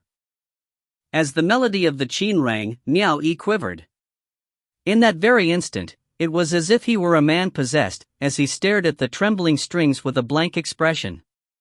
"You are so young, so why did you risk your life to come here?" The scholar didn't even turn his head. He only stared at his own 5 fingers that were playing the Qin, and nonchalantly asked his question. It was as if Miao Yi were dreaming. Whatever the scholar asked, he answered honestly. When the scholar asked everything he wanted to know, he plucked the string with his index finger, making a dong sound. Miao Yi immediately woke up from his absent-minded state. Before he realized what was going on, the scholar stretched out his hand towards Miao Yi, showing a piece of jewelry in his palm. It was a string of dark green beads. It seemed to be a necklace, appearing simple but very pleasant to look at. Miao Yi exclaimed in shock, "For me?" Chapter 7, The Scholar, 3. Chapter 7, The Scholar, 3. The scholar nodded and laughed. "Fate must have led us to meet, so treat it as a welcome gift. Keep it as a souvenir." They had yet to exchange a few words, let alone the origin of each other's background, and he was already giving him gifts? Miao Yi felt the guy was a bit peculiar, but the item he gifted didn't look too bad. It might even be of value, so he accepted it without hesitation. He proceeded to take the item into his hand, feigning generosity as he wore it around his neck, thanking the scholar on the spot. The scholar turned on his heels and set off, walking towards the edge of the cliff. Both his cloak and beautiful hair fluttered amidst the clouds and mist, giving the impression of an immortal with an extraordinary temperament. He lowered his gaze, scanning from the cliff's point to halfway down the mountain. There grew 5 plants, each emitting a faint golden glow around them, which the cultivators revered as a divine healing medicine called the glorious star immortal herb. It was also one of the items that Miao Yi came here to seek. His back turned against Miao Yi, the scholar faced the mountainside, and with a mere snap of his fingers, 3 of the 5 immortal herbs instantly turned to dust by a strange, unexplainable force. Only 2 immortal herbs remained. This item that was dreamed of by many, was destroyed with a mere snap of his fingers. He left 2 of the immortal herbs behind, not for any other reason than that Miao Yi had said he had 2 siblings. He wanted to see how Miao Yi would make his decision. The scholar pointed towards the mountainside and without turning his head, said in a seemingly passing remark, "Little brother, come here and take a look." Miao Yi still remained vigilant in the presence of this peculiar man, never letting go of the butcher knife in his hand. He walked over, keeping his distance between them, and looked towards the direction the man pointed his finger at. His gaze stilled at once as he cried out involuntarily, "Immortal herb! It's the immortal herb!" And there were even 2 of them. But he soon quickly caught on that something was amiss, so he turned to stare at the scholar, asking, "Why didn't you gather them? Did you not come here because of these treasures? Clothes can easily get dirty if you climb up and down." The scholar gave a reason which Miao Yi didn't know whether to laugh or cry at, turned on his heels and walked off. Mouth agape, Miao Yi was speechless. He watched the receding figure of the scholar smugly strolling away, and finally understood why the man was clean. Coming to this place where the plants were carbonized and where every slow step taken can easily get a person smeared in black, the man could still manage to be untainted by even a speck of dust. He must have a strong obsession with cleanliness. Yet Miao Yi still felt heavily dubious about it. If the man was scared of getting dirty, then why did he still venture here? Was there some kind of ruse at play? Where are you going? Miao Yi gave chase till he reached the side of the stairs and watched the scholar retreat swiftly down the mountain. He yelled, "Why don't we go together? Fate ends not when the immortal hero has a path to walk. A boat made of white bones sails the boundless sea of blood. Little brother, till we meet again." The scholar's voice resounded from afar. Miao Yi subconsciously glanced back at the words on the large stone behind him, and turned to gaze at the bottom of the mountain again, realizing that the scholar had already disappeared into the mist. Currently, he wasn't in the mood to think about anything else. Who cared if the man was scheming or not? He would think about it later, because right now, he needed to gather the 2 immortal herbs first. Turning to run towards the side of the cliff, he strapped the butcher knife to his waist and used all 4 limbs to slowly and carefully climb down. The mountain was not extremely steep, leading Miao Yi to successfully feel his way towards the immortal herbs. His eyes gleamed as his heart pounded in excitement. During his travels, he had witnessed with his own eyes many men fighting life and death struggles for this item. It was unclear as to how many men had lost their lives to fight for just 1 immortal herb alone, and now he had found 2 of them in short order. It was hard for him to contain his excitement. He had seen the immortal herb Yin Beihong had snagged before, but it wasn't as big as the 2 immortal herbs he was seeing in front of him now. With his body pressed against the cliff, Miao Yi was not in the mood to admire the 2 immortal herbs he had just gathered. The scholar had left him anxious and slightly worried about the generosity he had shown him earlier. He then quickly tore off a cloth and wrapped the immortal herbs inside it, hiding it in his clothes. After ensuring that the immortal herbs were safely tucked away, he proceeded to climb up for a short distance before he suddenly felt the wind rise and clouds beginning to gather at his side. Windy? As he turned his head to look, what he saw almost scared the living daylights out of him. A hell mantis as long as 2 zhan was suspended in the air behind him, flapping its wings. Green eyes on a 3-horned head locked onto him, and its razor-sharp mouth was chewing incessantly. "I'm finished." Miao Yi lowered his head and cast a look at the lake at the bottom of the mountain. He was going to die no matter which way he went, so he might as well give one last shot. Hardening his heart, he loosened his grip on the cliff, immediately jumping down into the lake below. Just as he was about to fall and crash onto the surface of the lake, he felt his body suddenly come to a halt mid-air before ascending once more. Miao Yi went mad. His finger was already able to touch the lake's surface. He struggled in his efforts to reach his hand out towards the water, desperately hoping to dive into the lake. But in the end it was all futile, as his body was swiftly dragged away from the surface just within his arm's reach. Who would have thought that the hell mantis would save Miao Yi from drowning himself in the lake? Sharp barbs covered its 4 limbs, and they wrapped around Miao Yi as it swiftly swept past the surface of the lake into the far-off distance. He had finally managed to gather the immortal herbs after great difficulty, but who knew he would fall once again into a hell mantis's grasp? Miao Yi felt close to tears. Pulling out the butcher knife strapped to his waist, he aggressively slashed twice at the limbs holding onto him, hoping that the hell mantis would loosen its grip, and eventually drop him into the lake below. 2 clangs sounded out, and to his surprise, the places where his butcher knife had slashed unexpectedly produced sparks, as though he was hacking at metal. However, he still didn't manage to leave any trace of a mark on it. Instead, it caused the hell mantis, who was flying at a fast speed, to lower its head and gaze at its abdomen. Getting stared at by those horrific green eyes, Miao Yi's expression went rigid, his raised butcher knife frozen still. He didn't dare to simply slash around furiously anymore, in fear of being strangled to death. The hell mantis suddenly hastened its speed, flying past clouds and through the mist. Strong gusts of wind hit Miao Yi's face up front till he couldn't even open his eyes, his body quaking from coldness. He wasn't sure how long they flew. After sensing that their speed had slowed down, he opened his eyes only to discover that the hell mantis was swooping down to a lower altitude in a sudden movement. Seeing that he was about to crash into the ground, Miao Yi felt his heart drag to his throat. All of a sudden, the hell mantis turned over in the air, negating the force of the fall, and at the same time, its 4 limbs loosened its grip on Miao Yi. Ah, cough. After falling flat on his face onto the ground, Miaoy struggled to get back up on his feet, spitting out a couple mouthfuls of mud. His movements were swift as he instinctively flipped over to see what the hell Mantis wanted to do with him. In the end, he didn't get to see anything because the hell Mantis had disappeared completely, leaving no trace behind. He had no clue as to where the hell Mantis had gone to. And the most unbelievable thing was, Miaoy widened his eyes as he looked straight ahead. He moved his cold, numbed limbs, and then staggered out of the boundless mist. Before his eyes, a jostling crowd of onlookers stared straight at him from outside. Behind the crowd was the familiar ancient city. When the boundless secular world lifted its seal, he had set off from here.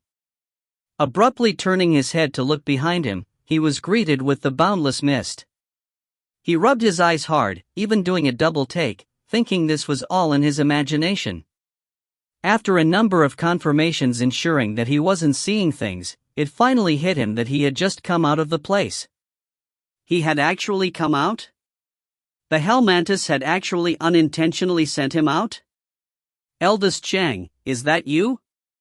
A woman with a scarf wrapped around her head kept her gaze on the horrible-looking Miaoy, seemingly afraid to confirm whether it was really him.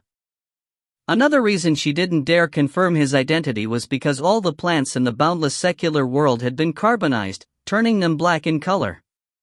Those who entered all reappeared as if they had just come out from a coal mine. If it weren't for the fact that the butcher knife strapped to Miaoy's waist looked familiar in her eyes, the woman would not have bothered to open her mouth to ask. As to why she had called Miaoy eldest Zhang, it was because Miaoy had a younger brother and sister. His brother's name was called Zhang Fengbao, who was 14 years old, while his sister was only 12 years of age, called Lu Shuoxin. Chapter 8, Younger Siblings. Chapter 8, Younger Siblings. When Miaoy was 8 years old, his house caught on fire. He became an orphan, and was almost sent to the Manor of Merciful Hope. The Manor of Merciful Hope was a charitable place that aimed to provide support for widows and the needy who did not have the ability to survive by themselves. This was a world that was completely led by cultivators. The strong had their statues placed in every home, so that the common folk could worship them like gods. Every day they had to face these shrines and pray for 6 hours, devoting their power of will to them. Those who were sent to the Manor of Merciful Hope would also spend most of their time in the same way, except when they needed to eat, drink, urinate, defecate, and sleep. They were no different than the pigs in the farm, living an inhumane life. Luckily his neighbor, Lu Shuoxin, and her parents, happened to live on the same street, and they adopted Miaoy just in time.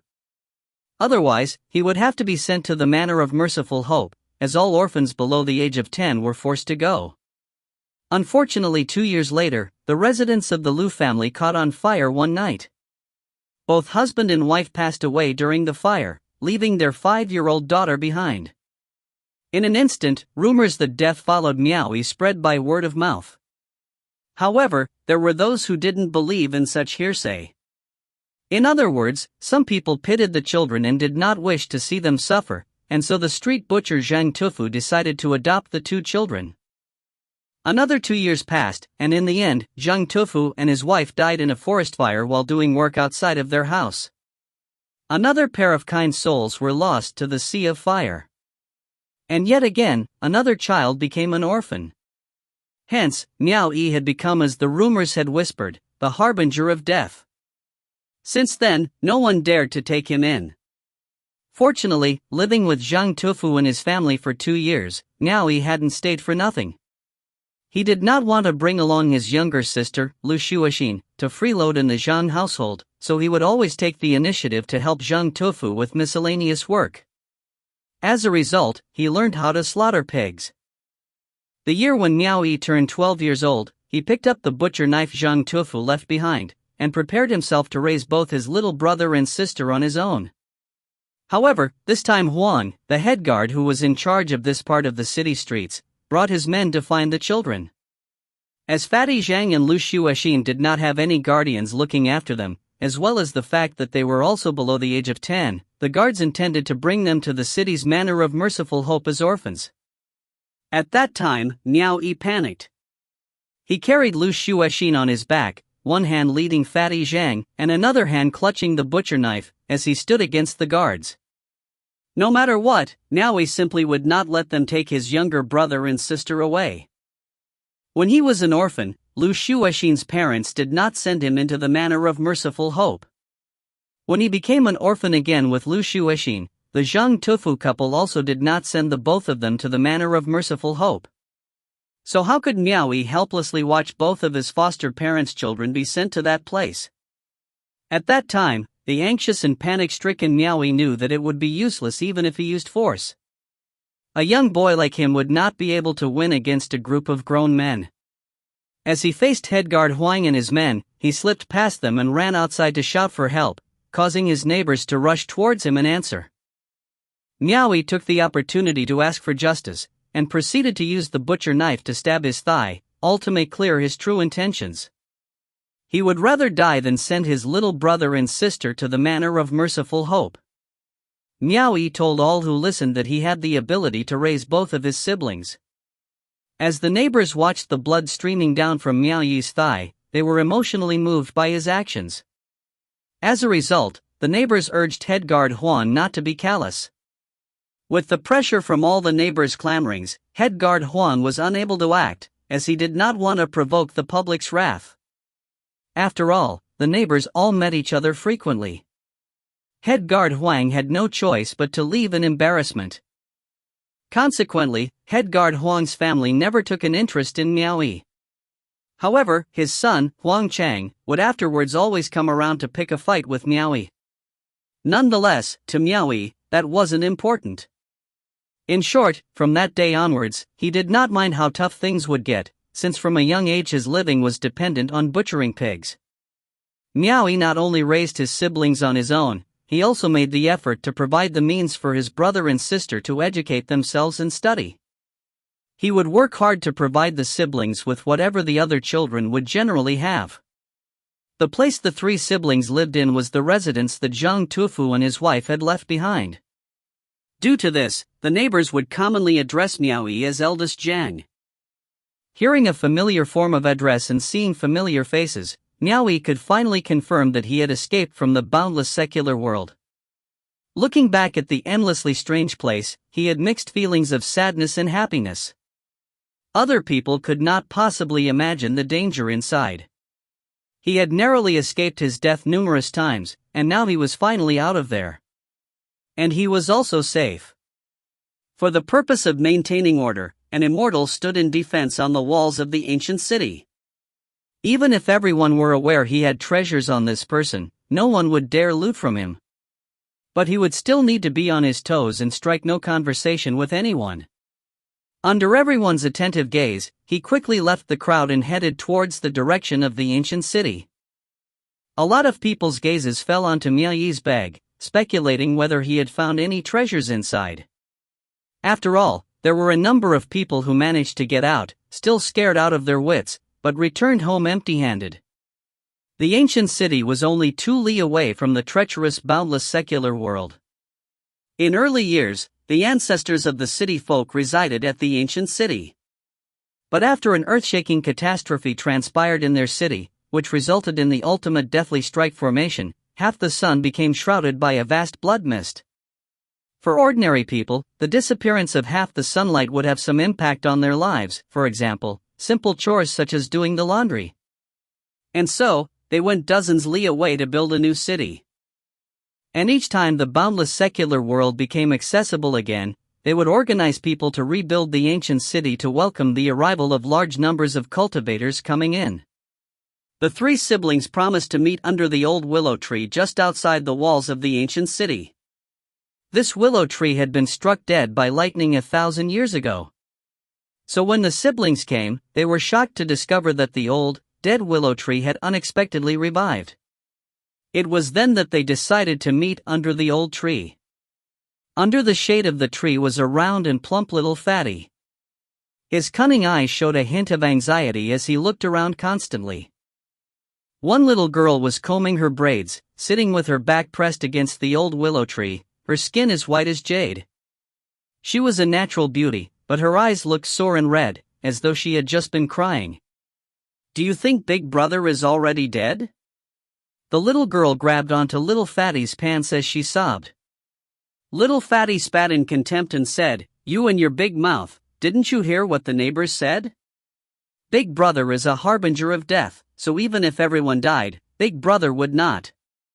Although he said those words, his anxious eyes betrayed what his heart was really thinking.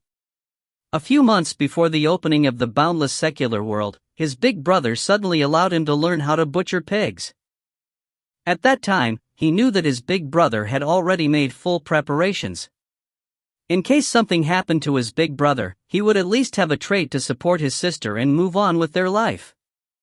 Both siblings did not want their big brother to take this kind of risk, but they could not do anything to stop it.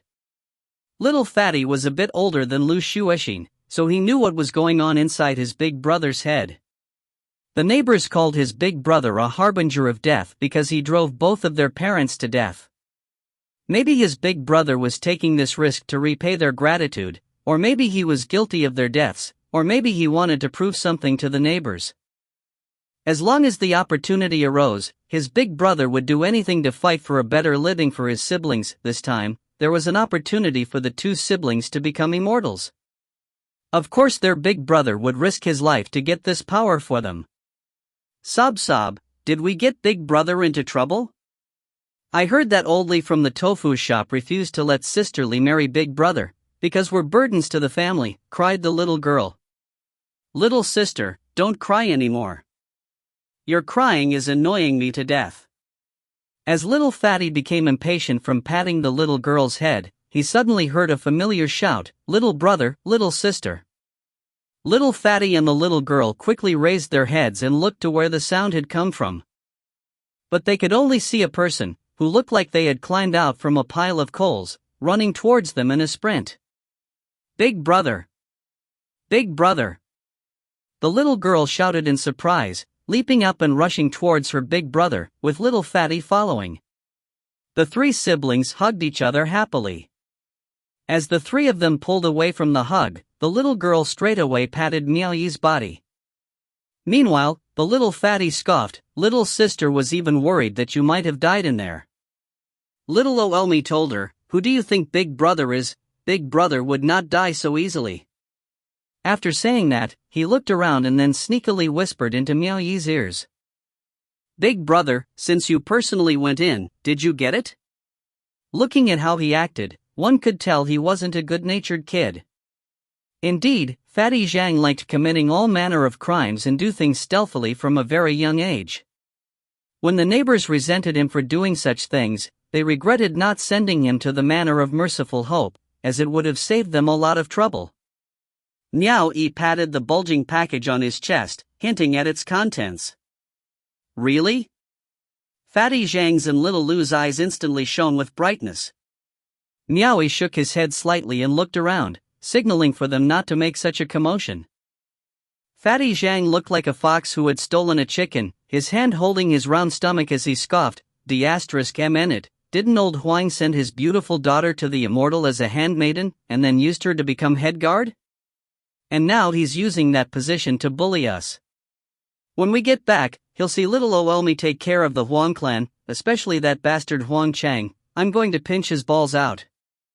If I don't exact revenge, then I'm not a man, just you wait and see."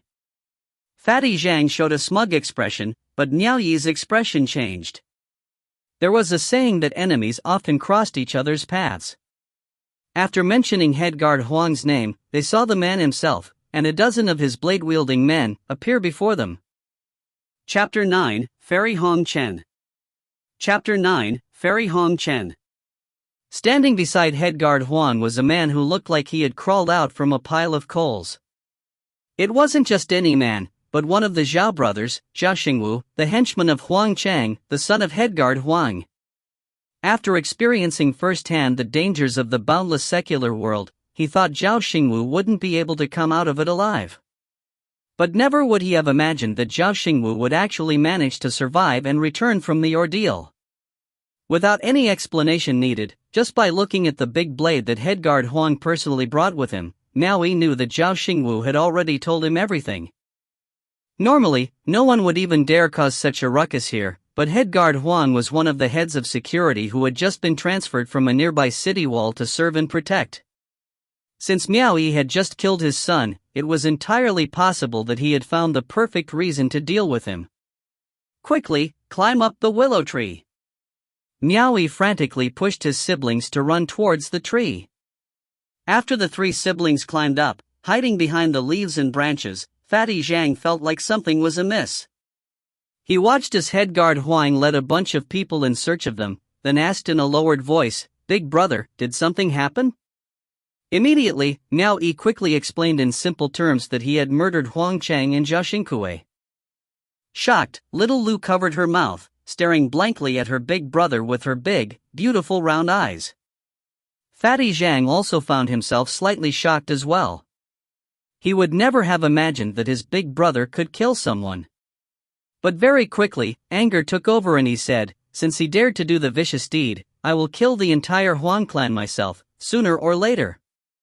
Just then, cries of alarm could be heard coming from people inside and outside of the city. Everyone lifted their head and looked towards the sky. A magnificent phantom of a golden phoenix soared right above the ancient city. After circling around a few times, the golden phoenix suddenly disintegrated into multiple rays of golden light. Emerging from the light was a woman wearing red clothing that fluttered in the wind. The golden rays of light transformed into dangling golden hairpins on the woman's head, and the 3 golden bracelets on her wrists. 2 pieces of red silk, each about 100 meters long, flowed into the sky, coiling around the woman's arms. The silk supported the red-clothed woman as she slowly descended onto the city wall. Her red skirt fluttered up, revealing a length of bare, jade-white ankles. A pair of curved red shoes with pointed toes landed softly on the dent of the city wall. Her posture was elegant, like a real fairy walking over ripples of water.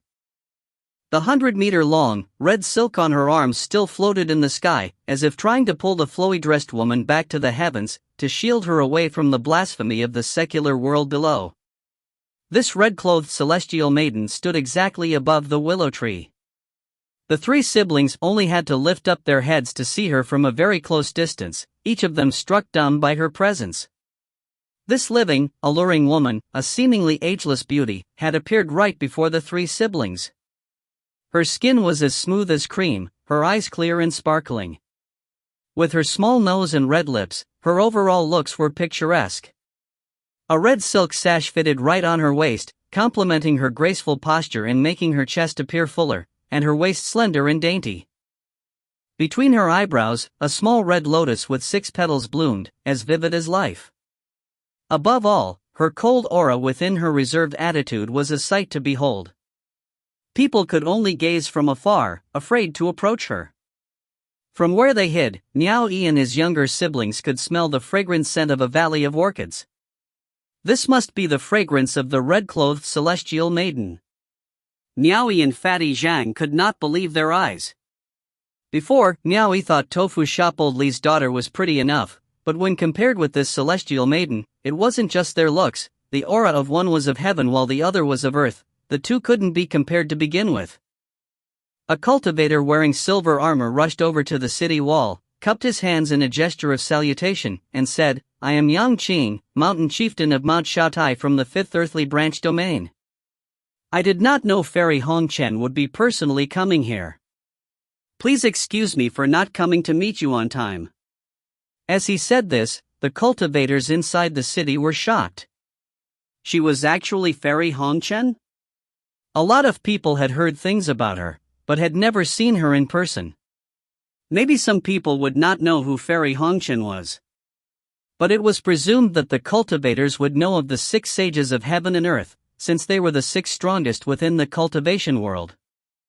The cultivators could only look up to the 6 sages, feeling overpowered by their strength. And Fairy Hongchen was the youngest disciple of the immortal sage, Mu Fanjun, so one could imagine her actual status. Little Lu noticed how her 2 brothers almost drooled when they saw the beautiful celestial maiden. She pursed her lips, looking unhappy. Even from a young age, she knew the taste of jealousy. She stretched her arms towards her brothers and pinched the sides of their waists. The brothers snapped back to reality from the agony of their pain. Fatty Zhang rubbed on the spot where he was pinched and gave a warning glare at little Lu. He turned his head back and continued admiring the beautiful woman. Now he looked around him and noticed that everyone had been enticed by the red-clothed celestial maiden. This was the right moment to escape back into the ancient city.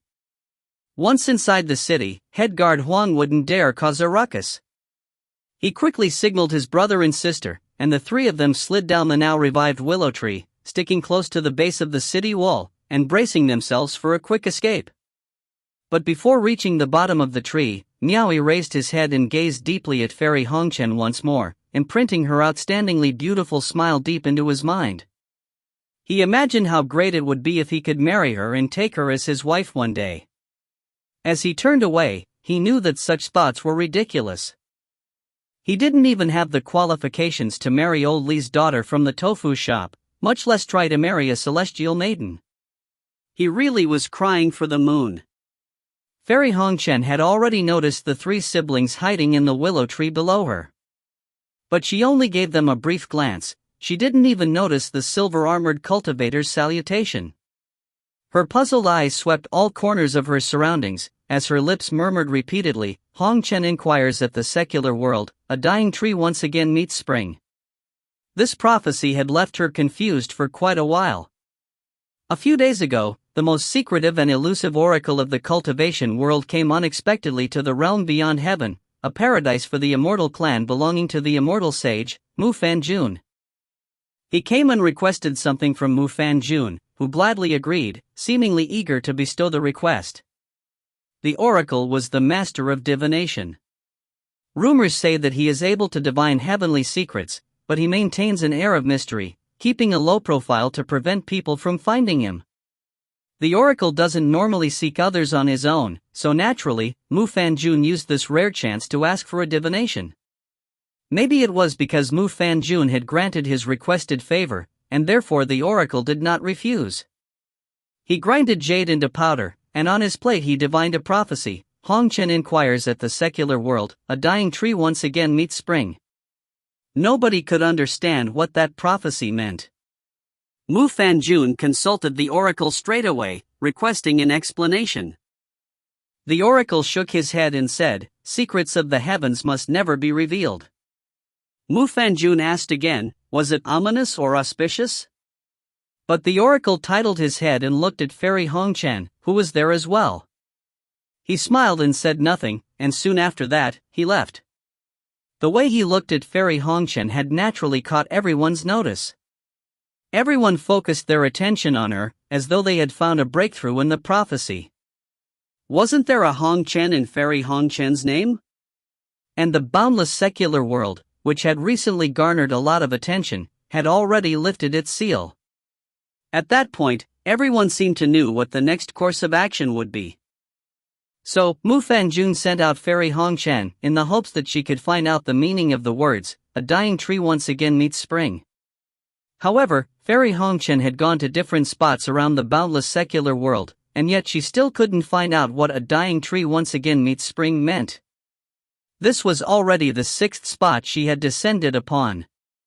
Just as she thought that searching this place would come to no fruition and was preparing to fly away, her eyes suddenly gleamed, and she directed her stare at a particular area inside the ancient city.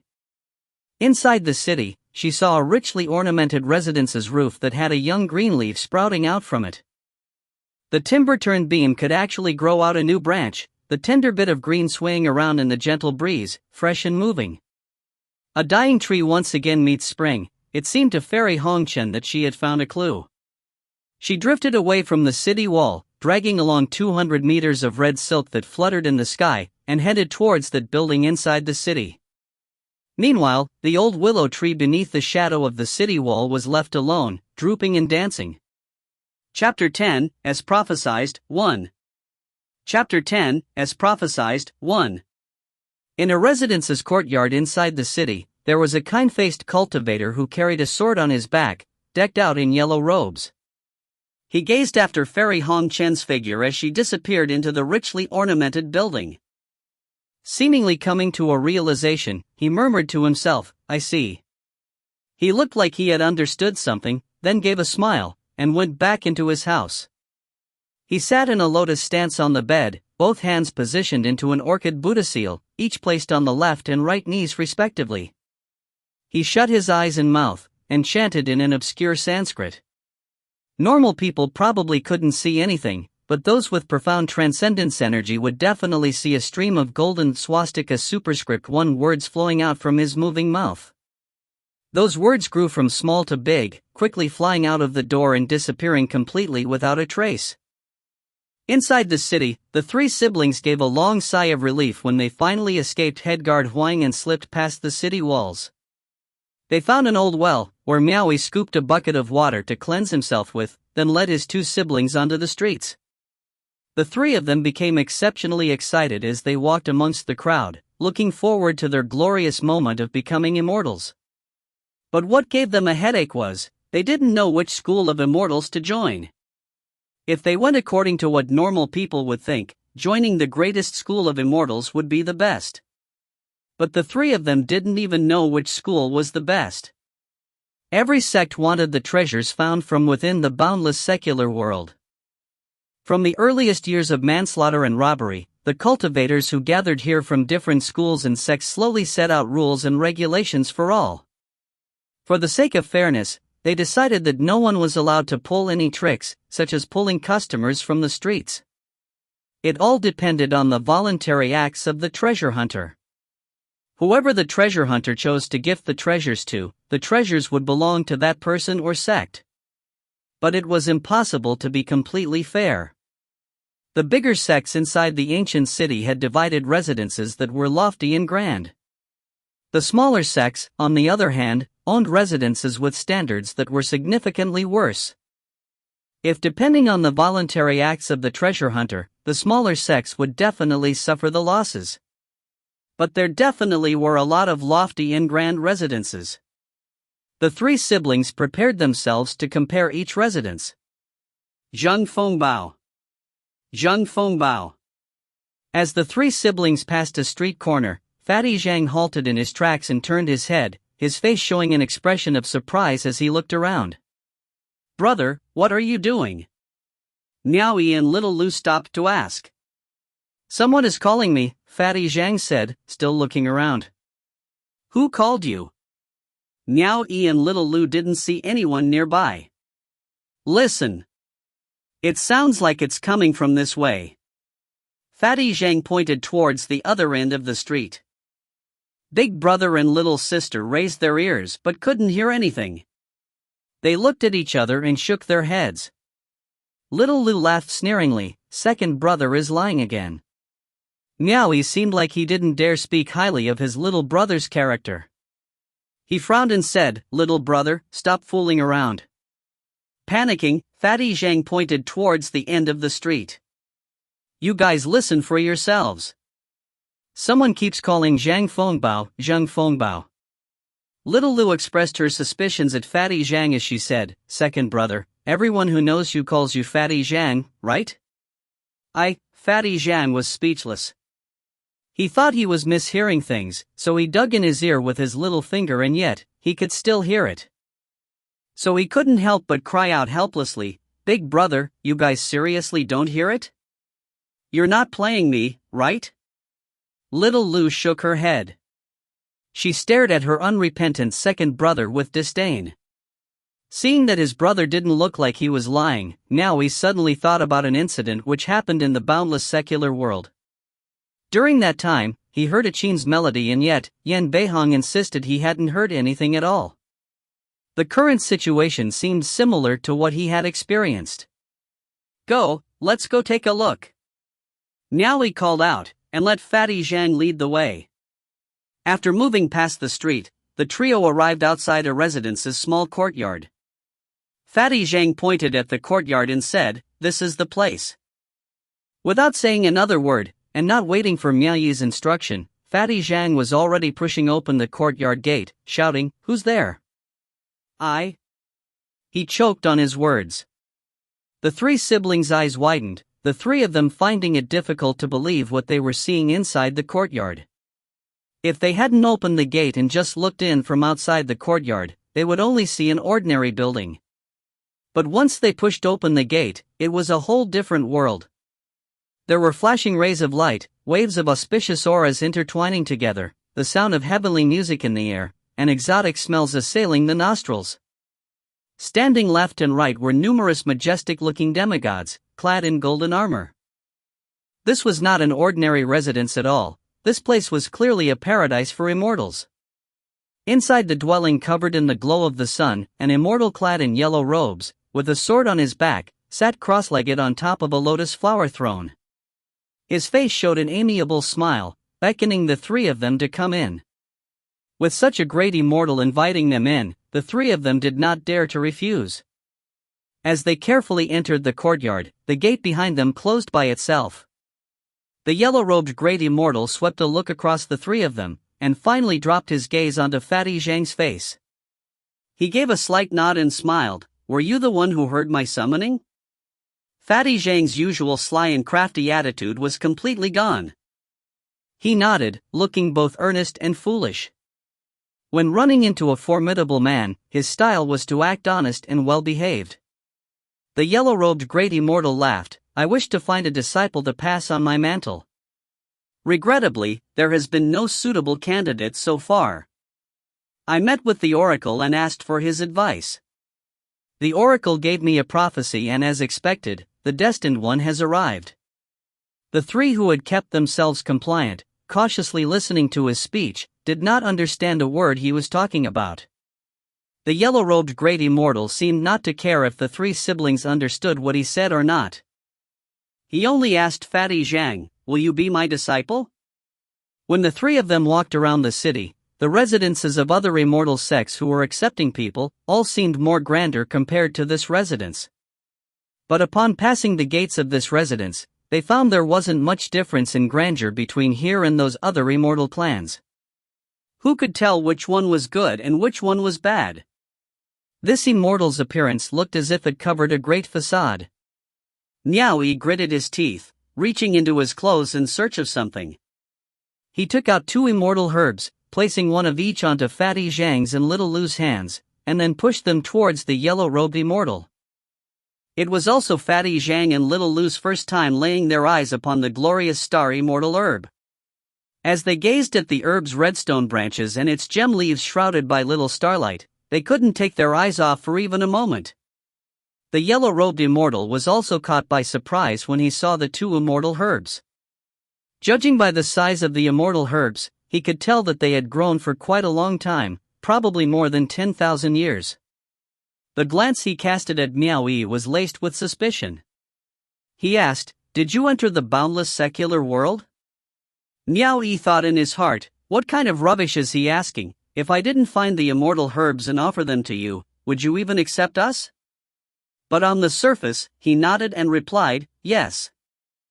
The yellow-robed immortal immediately cast a sharp glance at Miao Yi with his keen eyes, scrutinizing Miao Yi's entire body. He could tell that Miao Yi only had 2 immortal herbs on him. He felt sorry, and said, "Your temperament is hard to come by, but it's too bad that leaving 1 immortal herb for you would cause you harm instead." "No matter."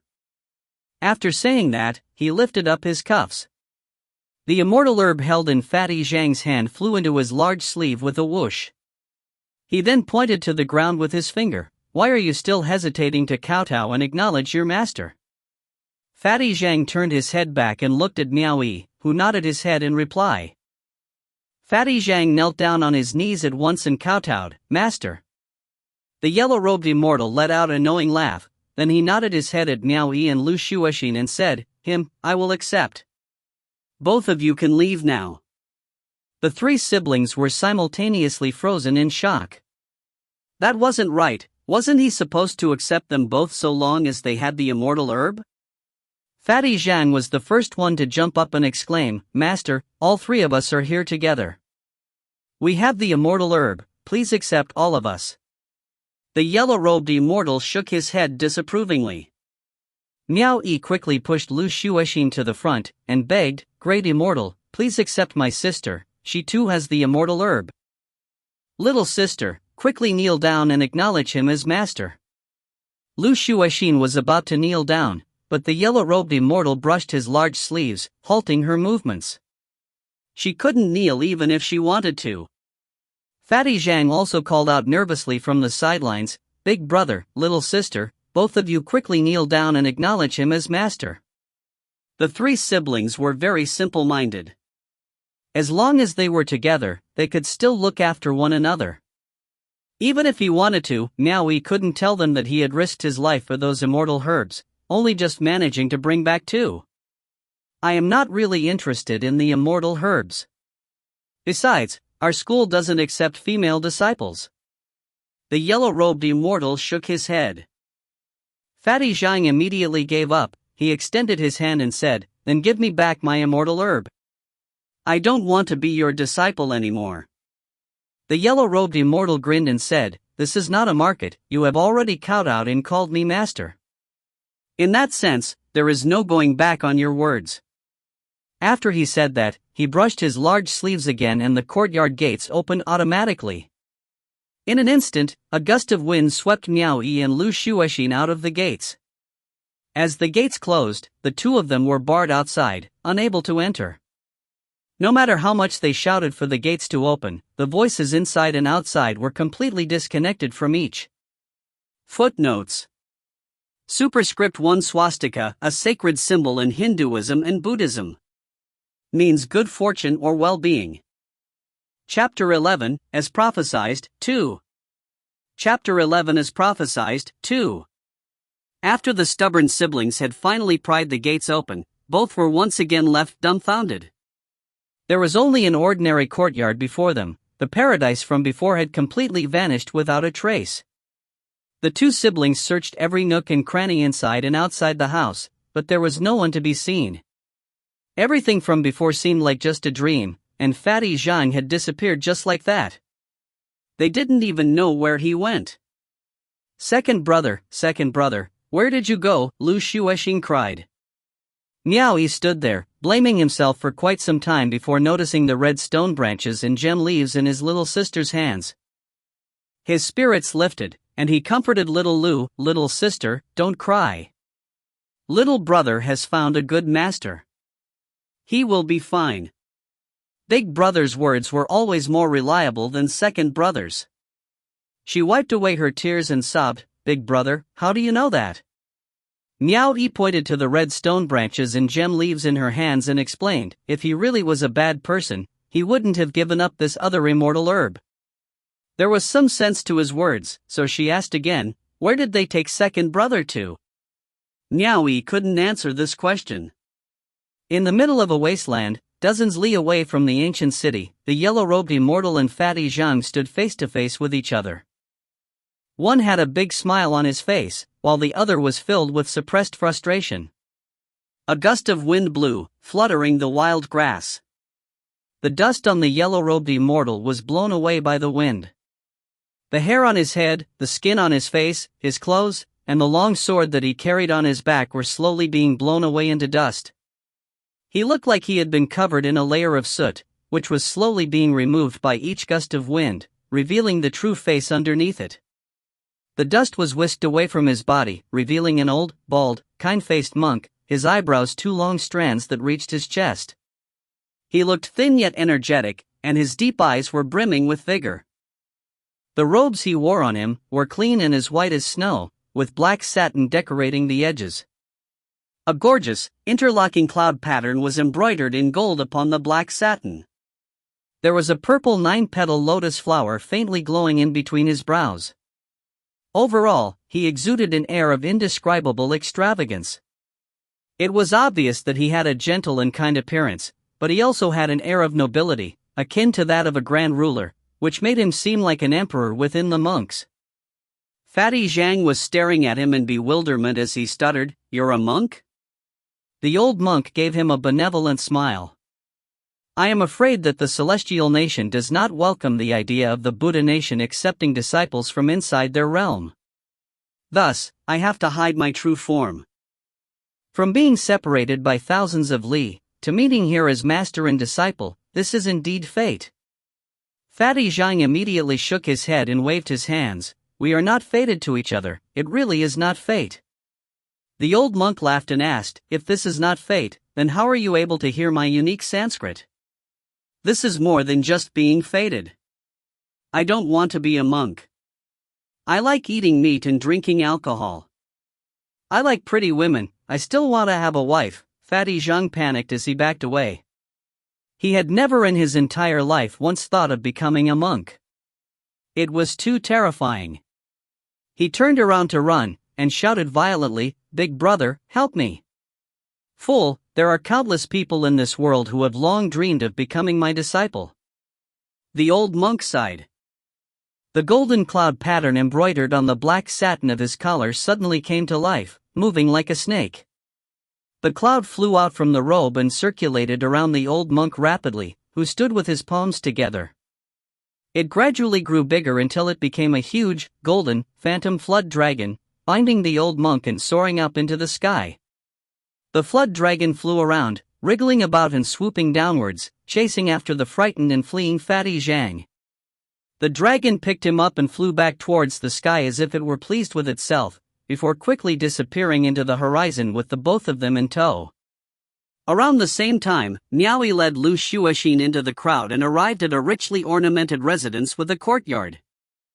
He actually couldn't tell which clan was the best, or which clan was inferior. When he arrived, he could see that quite a number of people had gathered around the residence. Miaoyi overheard from the people around him that the red-clothed celestial maiden, who had earlier stood on top of the city wall, was well respected amongst immortals. She had later flown into the building, causing everyone to come flocking there immediately. An immortal who could garner respect from all other immortals was naturally not an ordinary one.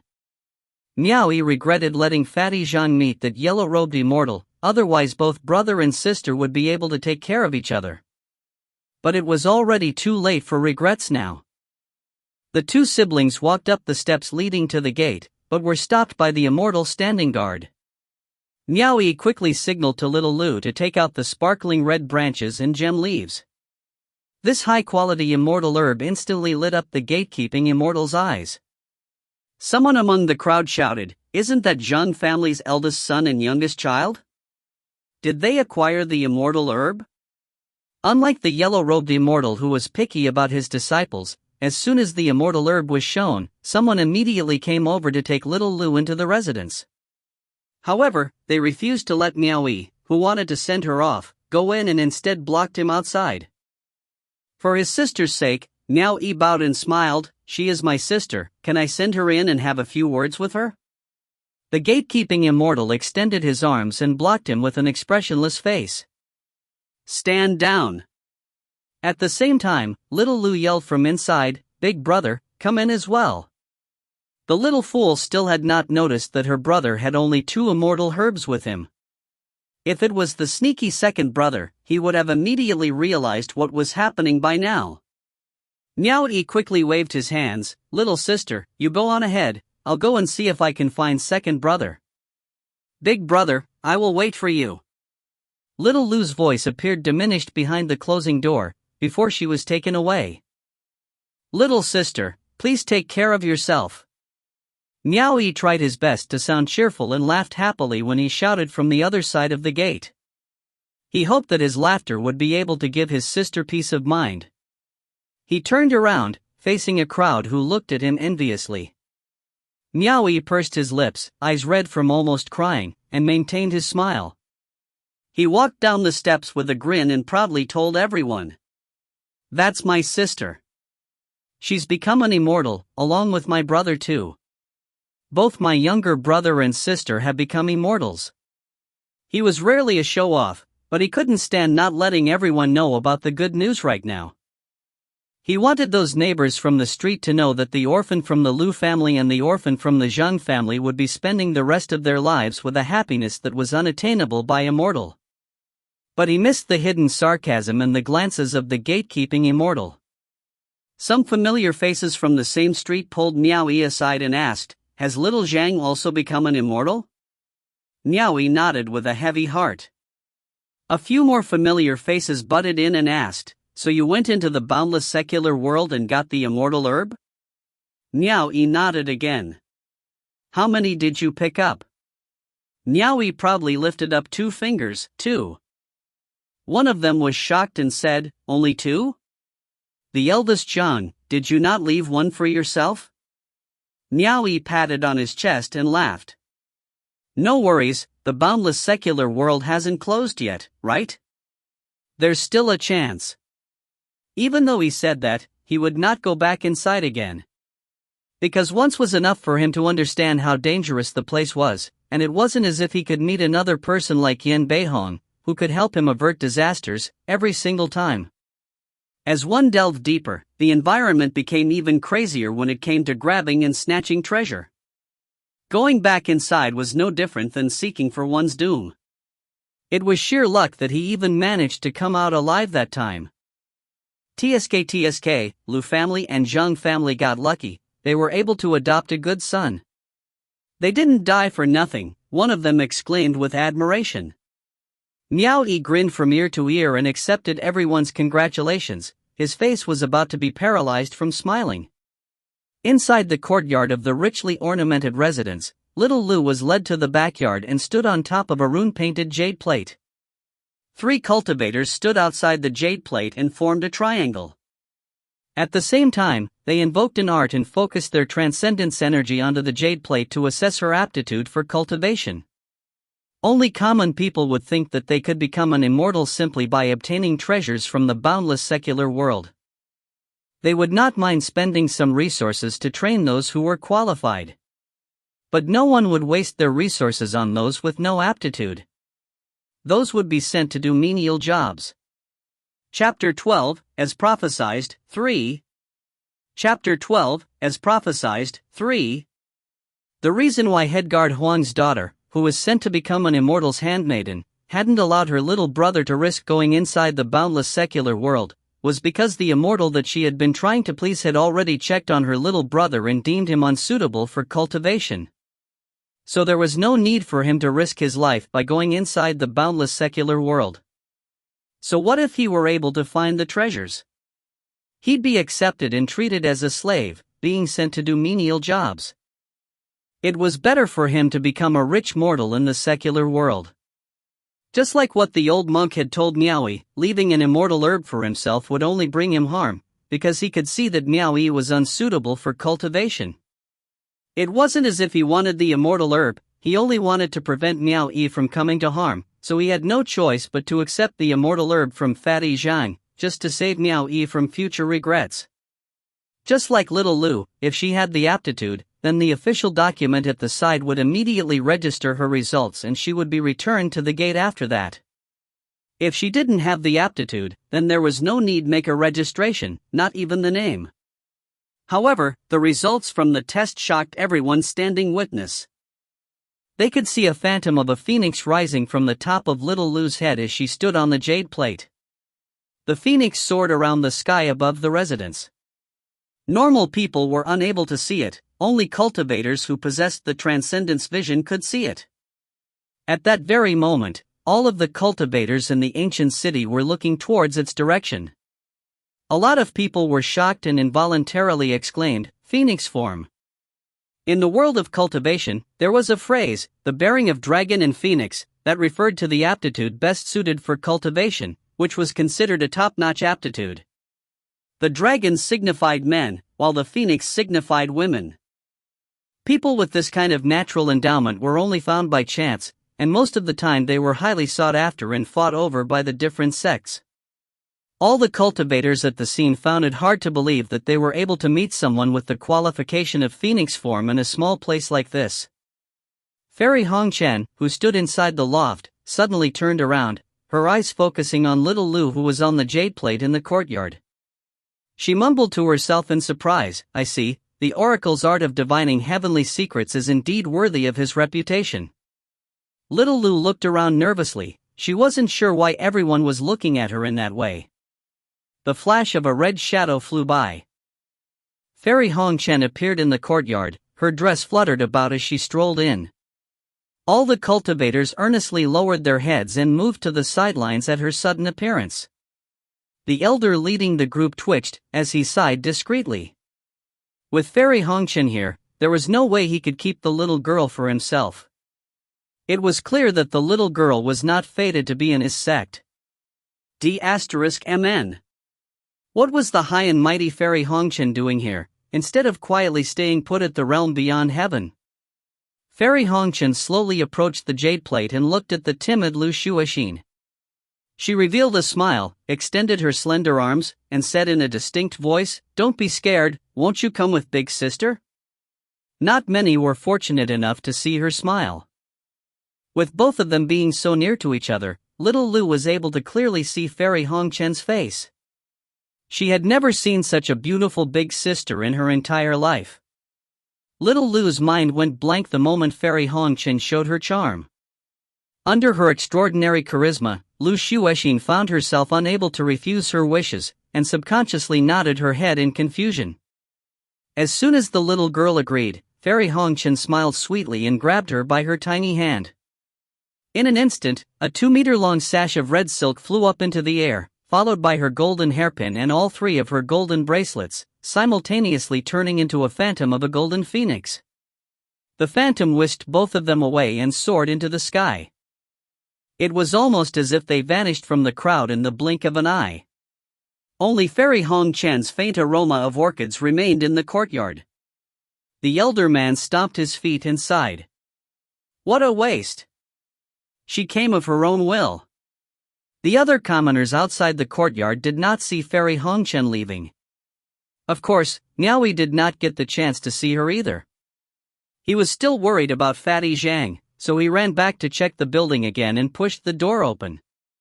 As before, there was still no sight of anyone inside. Looks like little brother really has been taken away by the immortal. After he left the building, Miaoyi once again returned to the place where he had sent little Lu away. He went around searching for information about the immortals inside, but how would most ordinary mortals even know? Fatty Zhang had already been taken away, but Miaoyi still wished to personally send his little sister off to become an immortal. He spent the remaining days waiting inside the ancient city, waiting for the day when little Lu would leave the sect. But his public announcements from before once again resurfaced. The news about him sending his little brother and little sister to become immortals had been spread around. Finally, head guard Huang, who had been waiting eagerly to skin Miaoyi alive, had blocked his way out in the ancient city. He looked very unhappy. Meanwhile, Zhao Xingwu, who had escaped death, was still in a state of shock. After all, he had witnessed Miaoyi's violence with his very own eyes. He saw him stab Huang Chang and his big brother to death with a butcher knife. Immortals from all over the world were still gathering in the ancient city, so head guard Huang did not have the guts to do anything to Miaoyi yet. Although in the beginning, when he lost his temper and wanted to slaughter Miaoyi, his henchmen quickly held him back so he could cool down. Miaoyi decided he could not stay there for long. He wanted to escape the city as soon as possible, but he discovered that the 4 city gates were already being guarded by head guard Huang's henchmen. He reckoned that as soon as he dared to step outside, someone would immediately follow him out to kill him. And even if he wanted to, he couldn't escape by climbing over the city wall because their exits were also being closely guarded. At all times 2 men followed him around, day and night without fail. Head guard Huang had meticulously made preparations to prevent Miaoyi from escaping. It was obvious that he was planning to keep Miaoyi within the city and wait until the immortals left before he could kill him. In the end, Miaoyi could only hide around places near the gate where he had sent little Lu. He hoped that when his little sister, who was about to step onto the path of immortals, came out, she would be allowed to greet her big brother. It may be pointless, but right now, he could only hope and try his luck.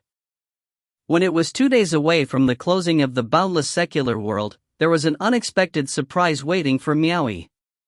Yan Beihong, who now had 2 additional bandages on him, appeared before Miaoyi. He had also come back alive in one piece. Apparently, he had also heard about Fairy Hongchen. His appearance was unkempt, and he strode past carrying a broadsword at his waist. Big brother Yan, big brother Yan. The overjoyed Miaoyi hid in a small alley corner and called out for him twice. Yan Beihong was stunned when he heard the voice. It sounded familiar, so he turned around.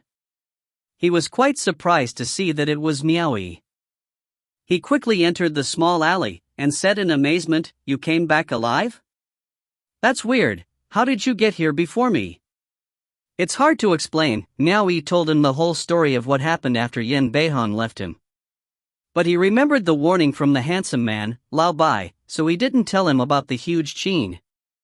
"You were thrown out by the hell mantis? Such a lucky thing really happened?" Yen Beihong was shocked, but if he thought about it further, it was entirely possible. Otherwise, this kid would not be able to return earlier than him. He stroked his chin and clicked his tongue. "****, I struggled my way through and almost lost my life crawling out from that place. Lucky you just unknowingly flew out like you were in a dream. No wonder you came out faster than I did. If I had known earlier, I would have gone with you. Big brother Yen, I've come across some trouble." Now he told him again about how he was intercepted by Headguard Huang after his younger siblings were sent off to become immortals.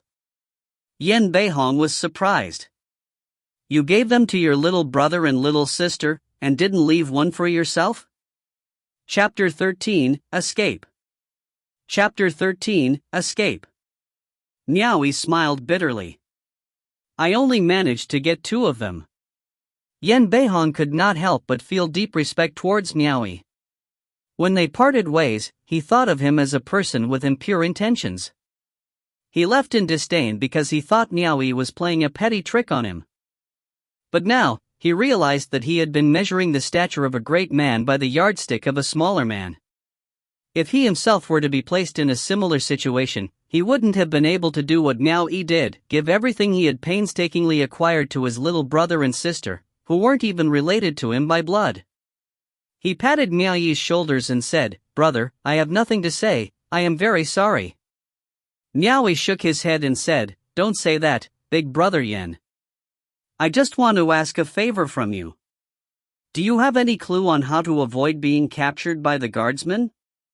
Any idea to help me get away from this mess?" Yen Beihong chuckled and tugged his arm. "Just leave it to me. Let's go find a place to eat and drink first."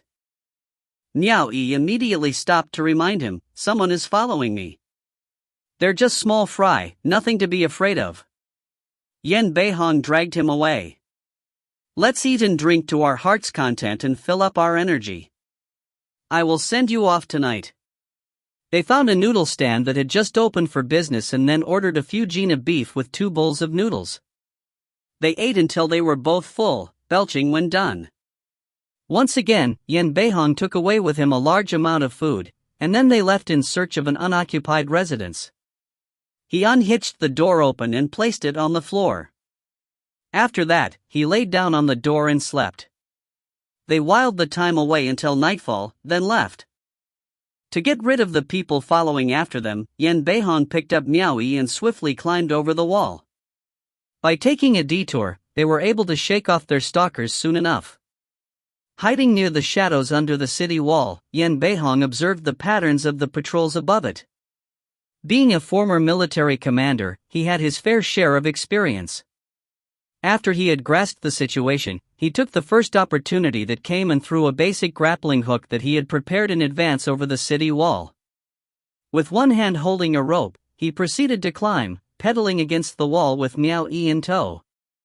They quickly reached the top of the high city wall and then immediately slid downwards to the other side.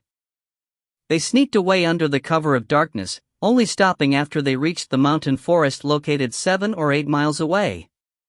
Using the moon as a source of light, Yen Beihong pushed a bag of rations he had earlier prepared into Miao Yi's arms. "Big brother Yen, this is..." Miao Yi held the bag in confusion. "Brother, it's easy to escape, but difficult to return should you choose to come back home in future. Since you're now free from any attachments, it's alright if you don't return to your house. If you go back, you will surely fall into the hands of Headguard Huang anyway. I know it's a difficult decision to leave your home, which is why I chose not to say anything before this so you wouldn't suffer from heartache. These rations will last you for a while on your journey. Now go. Go as far as you can." Yen Beihong turned around and pointed to the other side. "The grappling hook on the city wall will serve as a clue in the end. So just in case, you should go the opposite direction. This is all I can do. Whether this will all be a curse or a blessing, it is beyond my control. The rest will be up to your luck. Thank you, Big Brother Yin, but I have one more favor to ask of you. Just say it, I will help if I can. My little sister is inside the School of Immortals that you wanted to join today. Her name is Lu Shuexin. Big Brother Yin, she is still young, so if she ends up in your care in future, I hope you can keep an eye on her for me. Lu Shuexin, Yen Beihan muttered a few times, then nodded heavily. I will remember that. After today's farewell, I hope we will meet each other again. I won't hem and haw like a girl, as I can't delay my own duties any longer. I will take my leave first, please look after yourself. He was indeed not an indecisive person. Yen Beihong had said what he needed to say and did what was needed to be done. He gave Miao Yi's shoulder a pat before he turned around and strode away without any hesitation. Miao Yi watched as Yen Beihong slowly disappeared into the darkness. He lifted his head and looked at the ancient city, a complicated look on his face. When he put himself at risk by entering the boundless secular world, at that time he thought he was making the worst decision of his life. But after being lucky enough to return, it was now beyond his expectations to be put on this solitary path. From now on, he had to leave his home and seek refuge alone. He turned around and after finding the bearings of his house, Miao Yi immediately knelt down and cried, Father Lu and Mother Lu, Father Zhang and Mother Zhang, little brother and little sister has ascended to immortality. They shall not suffer with me from now on. Please bless and protect them from the heavens. After he finished, he bent his head downwards and kowtowed. The dark green bead around his neck glowed weakly. The Qin-playing scholar from the boundless secular world appeared behind him in perfect silence.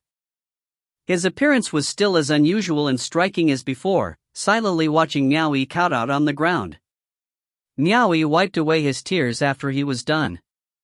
He stood up and unsheathed the butcher knife resting at his waist, as he considered his next course of action.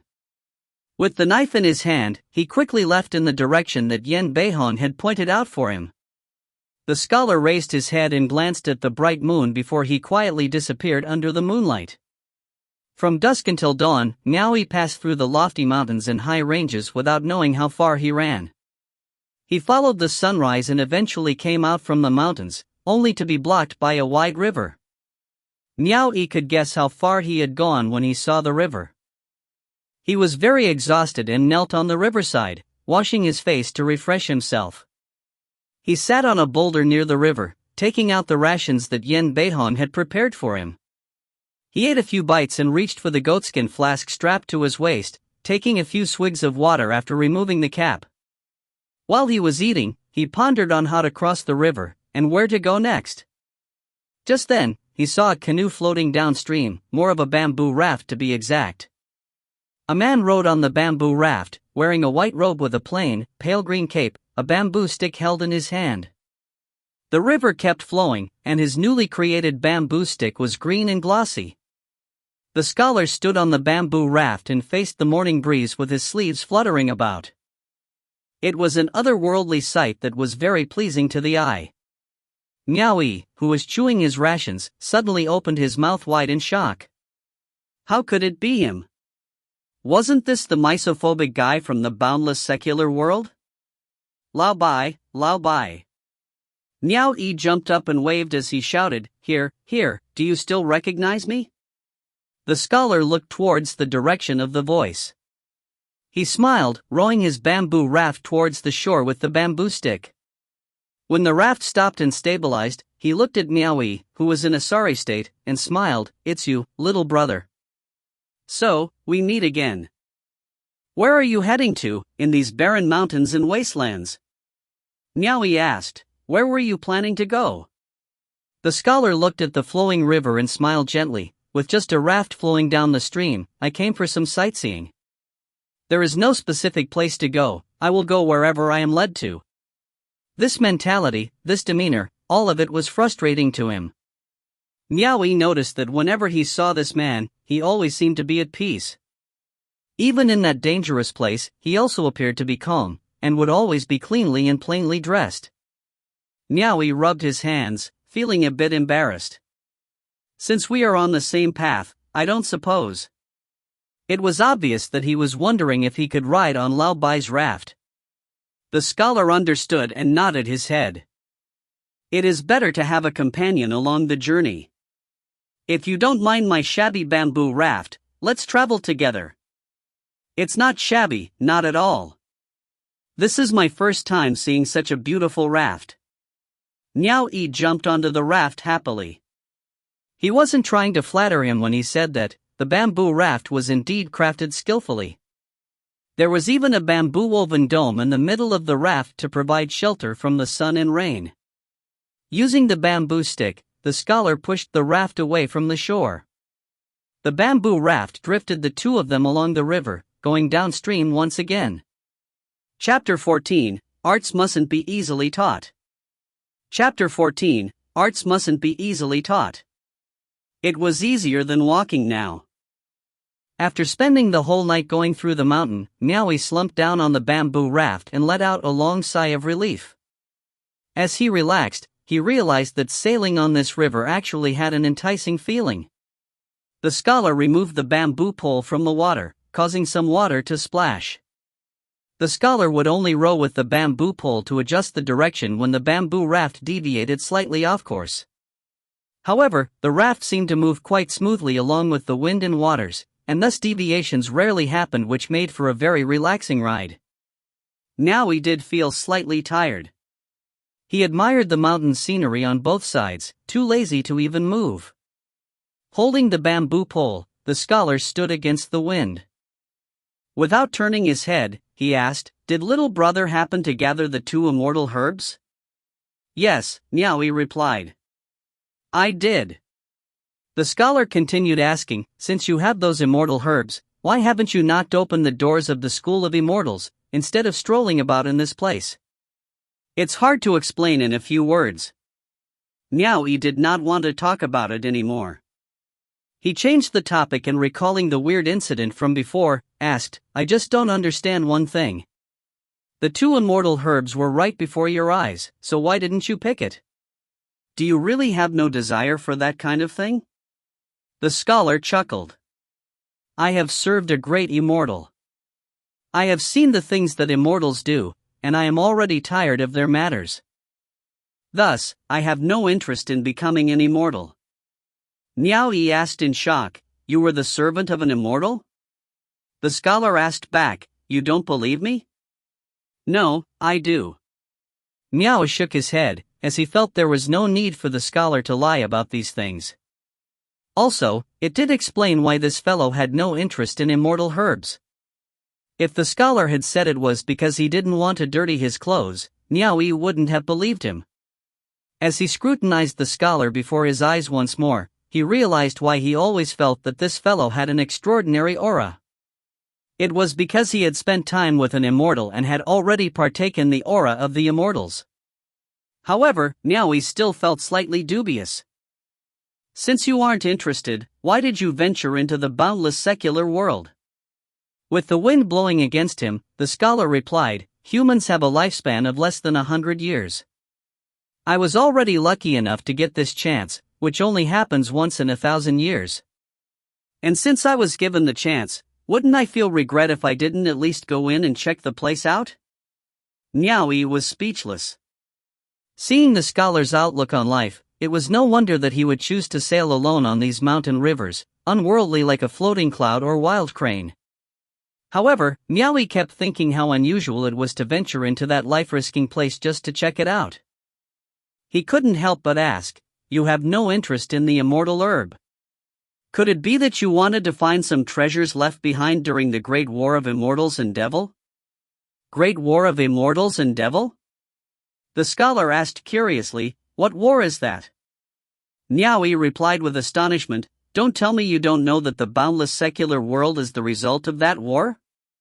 100,000 years ago, 100,000 celestial troops and generals traveled far across the heavens, giving chase to the great devil, with the sole intent to kill.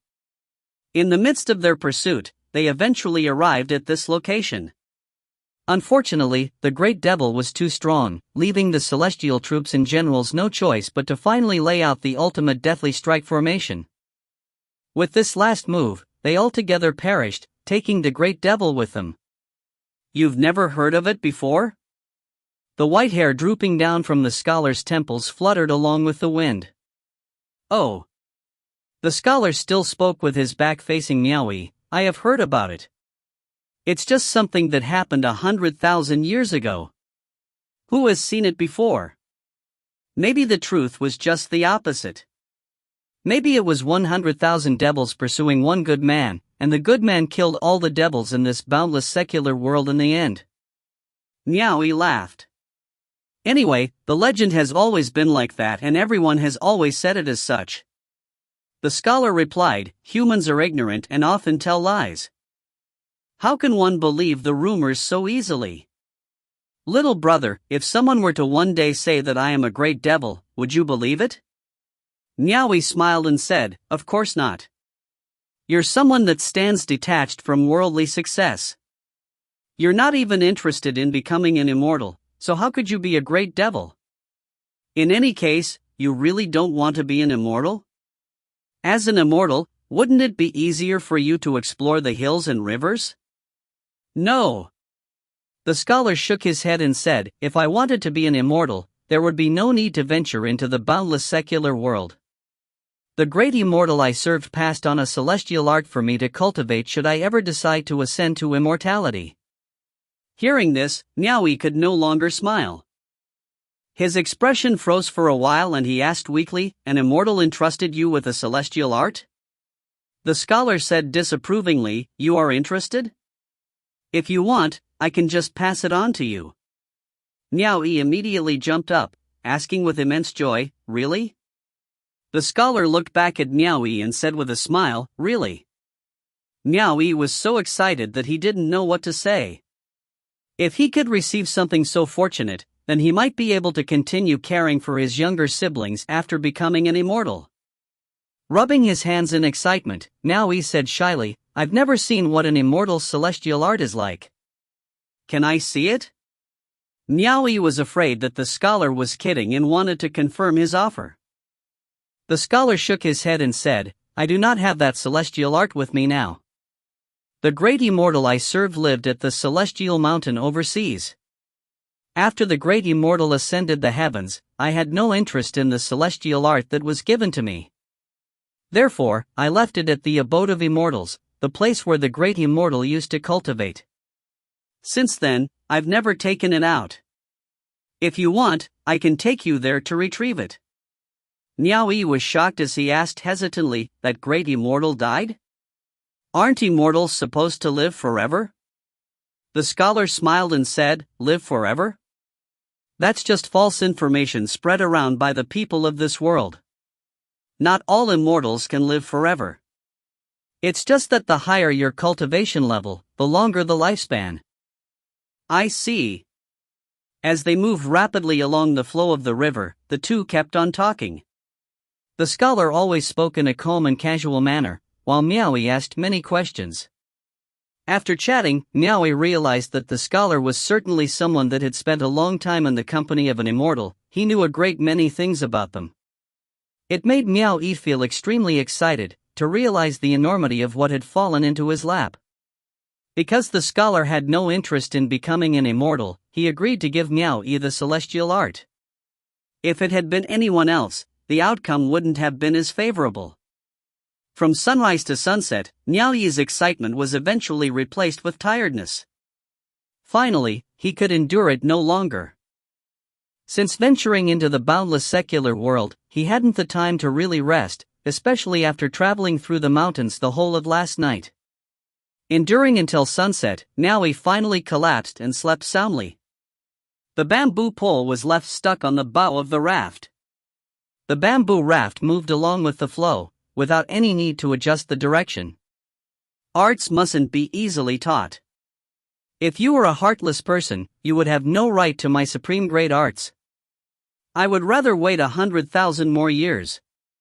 If you were heartless, how then could I trust that you'd kill the 9 heavens, rebuke the stars, and grant me justice one day? With his hands clasped behind his back, the scholar gazed at the stars. He slowly turned around to look at Miaoyi, who was sleeping soundly. He then said calmly, "Good. You are not a heartless person that can forsake kindness for riches. I hope you won't fail me." In actuality, the scholar had been watching him since destroying the 3 immortal herbs, leaving 2 for Miaoyi. Without hesitation, Miaoyi gave his 2 chances away to his brother and sister. The scholar had seen everything. If Miaoyi had not passed this test, the scholar wouldn't have crossed paths with him at the riverside on his bamboo raft. Miaoyi would never have seen the scholar again for the rest of his life. Unfortunately, your innate endowment is too weak. It's just not suitable for cultivation. There's still a need to shed your mortal body, refine your bones, and remold you thoroughly. The scholar muttered and stretched out his hand. He opened his palm and the dark green beads on Miaoyi's neck flashed a faint light. A glorious star immortal herb, 1 chi in length, shot out of the beads and descended atop the scholar's palm. The floating starlights affixed themselves around the 9 red stone branches and 9 gem leaves. This immortal herb looked different from the 2 that Miaoyi had picked.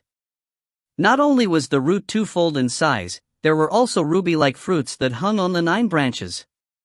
The 9 red crystal fruits gave off a hidden fragrance. Chapter 15, Heart Facing the Blue Sea, 1. Chapter 15, Heart Facing the Blue Sea, 1. All of a sudden, 2 red dots of light rose out from within the mountain from both banks, seemingly locked onto the glorious star immortal herb the scholar held in his hand. The 2 red lights moved along the shoreside, chasing and trailing the bamboo raft floating ahead along the waves. Swish! A large serpent, as thick as a water pail, sprung out brazenly from the banks, its eyes emitting twin points of red light. It seemed very close to achieving the state of becoming a demon spirit.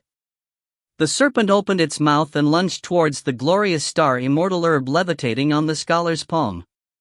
The scholar didn't even bother sparing a glance. With a mere wave of his hand, the serpent immediately froze in midair, unable to move another inch.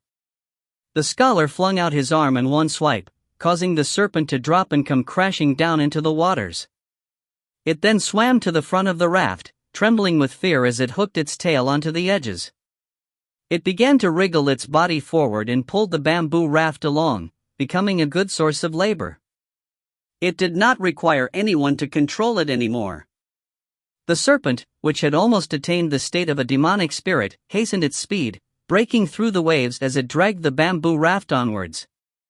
This 99,000 years old glorious star is enough to help you shed your mortal body and refine your bones. As soon as he finished, he opened his mouth and lightly blew air upon the levitating immortal herb. Starlights adhering to the red stone branches and gem leaves immediately gathered together to form a delicate cloud of stars, seeping into Miaoyi's nostrils. Not long after, an expression of pain surfaced on Miaoyi's face, as though he was caught up in a nightmare and unable to wake up from it. Curling black smoke began to flow from every pore of his body, giving out a horrible odor. It was fortunate that the bamboo raft was moving ahead at full speed, so the wind blowing against them was able to carry the smell away.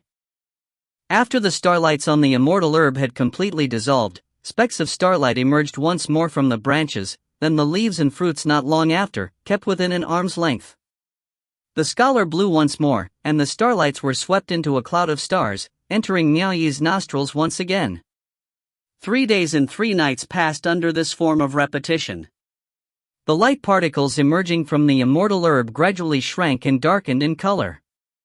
The entire immortal herb slowly withered and faded away. Even the 9 red, ruby-like fruits had also dried up and turned unsightly after being drained of its essence. And Miaoyi's body was constantly oozing out a mass of impurities from his pores, its appearance akin to black mud. His entire self looked as though he had crawled out from a pool of mud, emitting a stench so foul the scholar threw him into the river to clean him up. The weeping sound of monkeys constantly echoed from both shores, as the boat lightly floated past innumerable mountains. Up ahead, the river widened, and the sight of the magnificent sea could be seen. Miaoyi was still sleeping soundly, the flesh on his entire body had turned white and delicate, giving him the appearance of a sleeping infant. The serpent pulling the raft at full speed let go of its tail, and the scholar then flung the withering glorious star immortal herb into the air. The serpent opened its mouth, catching and swallowing it in one gulp. Relaxed, it directed a sound that resembled a jeer at the scholar, before turning and swiftly disappearing into the depths of the waters. The white hair drooping from the scholar's temples fluttered along with his cloak, as he walked towards the front of the boat to directly face the sea. Beneath him, the bamboo raft suddenly traveled 100 jang further, soon flying across the vast sea at an unbelievable speed. After half a day had passed, the bamboo raft finally grounded itself on the shore of an unknown island. The waves rolled and foamed, and Miaoyi remained in a deep sleep. The scholar let out a look of fatigue, seemingly overwhelmed. For a moment, his entire body became blurred like a mirage, before transforming into a ray of white light. The light entered the dark green beads worn around Miao Yi's neck to recuperate. The tides rose and fell. When Miao Yi woke up, the scholar brought him to a sealed abode of the immortals located at the mountain and presented to him a jade archive piece which had the celestial art recorded on it. With a face full of excitement, Miao Yi stretched out his hands to receive it, but the scholar waved his hand and retracted it back, asking solemnly, "Do you really want to cultivate the celestial art?" "I want to." Miao Yi nodded his head repeatedly. "Do you know why I don't want to cultivate?" "You're not interested?" Miao Yi remembered that the scholar had said this before. Not being interested is just one part of it. The scholar's gaze appeared placid as he said, "There is something I need to mention to you. When the great immortal was teaching me the celestial art, he told me that once you have ventured onto this path, there is no turning back. It is a path filled with blood and massacres, of suffering and betrayal. The further you walk down this path, the more resentment you'll have to bear. There is only one way for you to be free, and that is to always walk forward, never turning back. You can only leave everything behind you once you have truly stood at the summit. And by that time, you will probably be left with nothing but loneliness. It is for this exact reason that I do not wish to cultivate the celestial art." Miao Yi felt doubtful. What the scholar had said was somewhat different from the cultivation he had in mind. The scholar asked, "Now, do you still want to cultivate this celestial art?" Thinking about his younger siblings who were already walking down this path, Miao Yi nodded his head without any hesitation. "You really will not regret this?" Miao Yi shook his head. Thus, the scholar handed over the jade archive to him. Miao Yi was eager to look through it, but soon after he raised his head meekly. He'd had little schooling, so already he didn't recognize a few of the characters in the opening segment. He couldn't be blamed for this, since from a young age, he'd had to bear the responsibility of supporting his family. As a result, he didn't have the time to study, and his younger siblings ended up more educated than him. The scholar went speechless after hearing his explanation. The years they spent within the mountain, they remained unaware of the flourishing world. Time flew upon the blue sea, the days swiftly passing by. The first step of cultivation involved the scholar teaching Miao Yi how to read. He had no choice but to teach him. The cultivation method the great immortal left behind was known as the fiery star technique. Miao Yi wasn't able to understand it, and even if he were to exchange places with another, they wouldn't be able to understand it too. Again, the scholar was the one to teach him the way, one step at a time. Miao Yi discovered that Lao Bai was very knowledgeable. It was little wonder he had stayed by the great immortal's side. He could just consult with him to dispel any doubts regarding a lot of topics. There were times when Miao Yi felt regret that a man like Lao Bai did not wish to cultivate. Learning cultivation from the beginning was exceptionally dry and dull. Miao Yi had to follow the cultivation technique to circulate the qi, sensing the spiritual qi of heaven and earth so he could absorb it after that. After a few months where nothing happened, anyone would begin to feel slightly frustrated.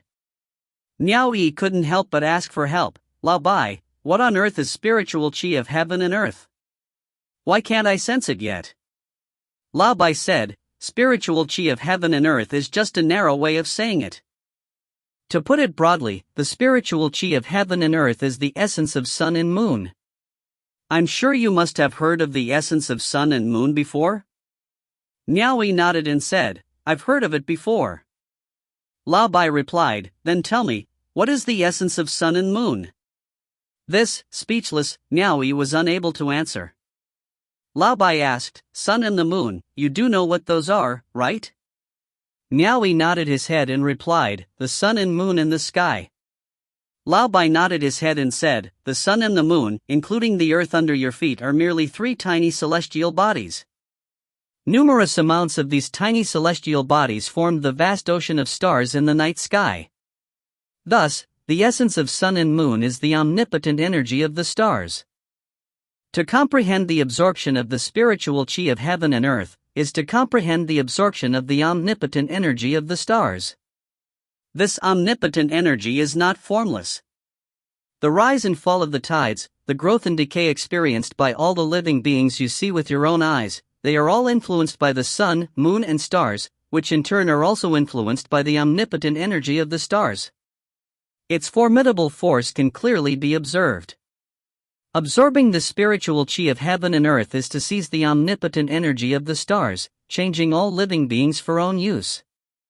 By the time it becomes your strength and when you're capable of fully controlling it, not only can you utilize it to strengthen yourself, you can even utilize it to influence others. That is transcendence energy. Use your heart to comprehend it. Chapter 16, Heart Facing the Blue Sea, 2. Chapter 16, Heart Facing the Blue Sea, 2. After listening to his lucid explanation, Niaoyi finally understood. He began to comprehend with his heart, immersing his body and mind into this world. During a tidal change, Niaoyi finally felt the spiritual chi of heaven and earth. Besides the daily meditation and cultivation, Lao Bai also made Niaoyi exercise continuously. For example, he was ordered to create a trench, intercepting a river's flow and thereby creating a waterfall on the mountain. Lao Bai said that the scenery would look better with a waterfall on the mountain. This was a huge amount of work. After suffering terribly for his efforts, Niaoyi could only think that this was a useless task. Niaoyi seized the chance to ask, Lao Bai, don't you think that doing such strenuous work is just a waste of time?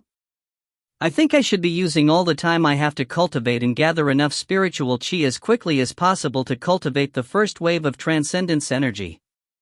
Lao Bai shook his head and said, your cultivation has not yet reached the level where you're able to ignore the fundamental body.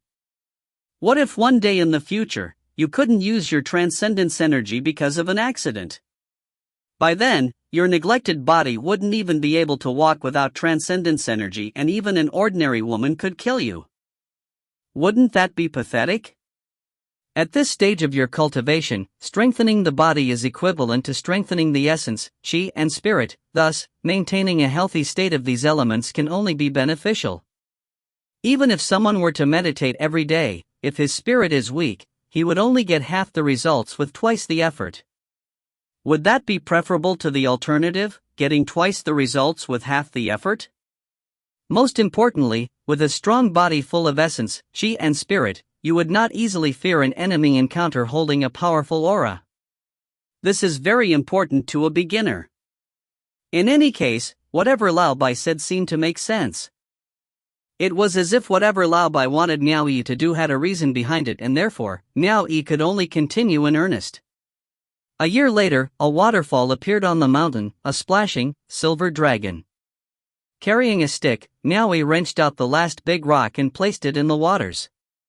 He then climbed onto the shore from within the torrents, the fierceness of the water currents almost pushing him down. Some way or another, he had finally constructed the waterfall that Lao Bai wanted. Lao Bai had gone sightseeing again. Thus, he did not see the result of Niaoyi's work at the time it was fully completed. During the 3rd day after the waterfall was constructed, a barefooted and half-naked Niaoyi sat cross-legged on a reef beside the sea. The sea breeze blew by as he meditated with his eyes closed. His chest, palms and soles faced the heavens as he gathered the true fire of Supreme Yang. This was a necessary process for his cultivation of the fiery star technique. The past year spent in labor was not in vain. Miao Yi appeared a lot more mature, and his body was covered with hard muscles. His skin color had turned slightly tan from his time under the sun. According to Lao Bai, Miao Yi was tanned because he wasn't able to absorb, use, and control the true fire of Supreme Yang in its entirety. However, after many months and days, Miao Yi still managed to absorb an abundant amount of true fire of Supreme Yang within his body. At this moment, with the spiritual qi he had absorbed, there was already an adequate amount of true fire of Supreme Yang in the meridians of his body that he could utilize. As long as he was able to fuse the spiritual qi, which is the omnipotent energy of the stars, with his cultivation method and thus control this energy, he would be able to create his first wave of transcendence energy, the sole source of his arts. After that, he would no longer need to exert time and effort fusing this spiritual qi in his cultivation method in future. The energy of the stars he absorbed could fuse directly with his cultivation methods. Therefore, this step was important. What is transcendence energy? What is art? And what is energy? Art comes from the cultivation method you have cultivated and is also the means for control. The energy is the power you control, also known as the omnipotent energy of the stars. To have arts and no energy, you will have the will but no power. To have energy and no arts, you're no different than a dead man. It doesn't matter how strong the energy, it will be useless to you. Only when arts and energy are merged into one, then it will become transcendence energy. Those with profound transcendence energy can change the positions of the stars, they're able to do anything. That was how Lao Bai explained to Miao Yi about the true meaning of transcendence energy, and this was also what Miao Yi was working hard for. As the blazing sun hung high up the sky, a thunder-like boom sounded within Miao Yi's body. The energy of the stars had finally fused with the true fire of Supreme Yang, forming a shapeless force which puffed out of Miao Yi's pores. Miao Yi suddenly opened his eyes, and a glowing budding white lotus appeared between his brows. To a cultivator, the area between the brows is called a spiritual point and shows their level of cultivation. It is a reflection of the heart, which is similar to the saying, the outward appearance stems from the heart. For cultivators, the appearance relates to the transcendence energy and the heart represents the cultivation. Even the people of the world would get their fortune told by looking at the area between the brows. For example, if the area has blackened, it means that the person has bad luck, or if the area glows with brightness, it means that the person has good luck. Through the excitement, Miao Yi stood up and clenched his fists. The transcendence energy surrounding him gave him a feeling of omnipotence. He poked the surface of the sea and in the next moment, a crystal-clear water dragon burst out from its depths. It was 1 zheng in length and as thick as an arm. Miao Yi held up 2 fingers in front of him and as his transcendence energy moved alongside his mind's will, the water dragon immediately flew closer and danced around him. Keeping his transcendence energy together, Miao Yi clenched his fist and thrust it downwards at the sand. The water dragon immediately transformed into a ball of water, rapidly rushing towards the sand. Boom! The mixture of water and sand splattered, and the ball of water left a large hole on the shore. Lao Bai, I succeeded. I can exert the transcendence energy. Miao Yi jumped down the reef and dashed away, repeatedly shouting in excitement. He returned to that simple-looking abode of immortals where he saw Lao Bai lying on a rocking chair. Miao Yi immediately pulled Lao Bai up. What are you doing? Lao Bai asked as he scrutinized Miao Yi. Look! Miao Yi, who was already able to use the inner sight, knew that when he exerted his transcendence energy, something would appear on the center of his brows. After the glowing image of a budding, white lotus flower appeared, Miao Yi stretched out his hand to point at a nearby torch and shouted, "Fire!" With a boom sound, the torch was instantly ablaze. This was the best trick he knew relating to his fire techniques. Miao Yi looked at Lao Bai with anticipation, hoping for praise. However, who would have thought that Lao Bai would reply with a calm face, "Just lighting a fire excites you to this point. The great immortal that once lived here could move mountains and seas by just the wave of his hand. And it's just a budding, white lotus between your brows. It means that your foundation is not yet stable and you have only just crossed the threshold. You haven't even reached the first grade of White Lotus. Niaoyi smiled and said, I know. His face still showed that he was feeling very happy.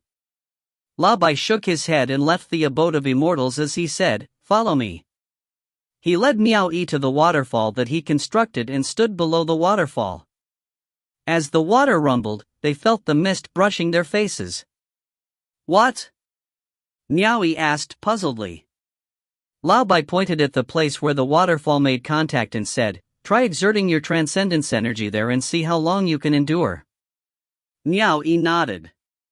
He wanted to try out the transcendence energy that he had just cultivated. Without saying a word, he ran barefoot and dived into the rapid waters below the waterfall.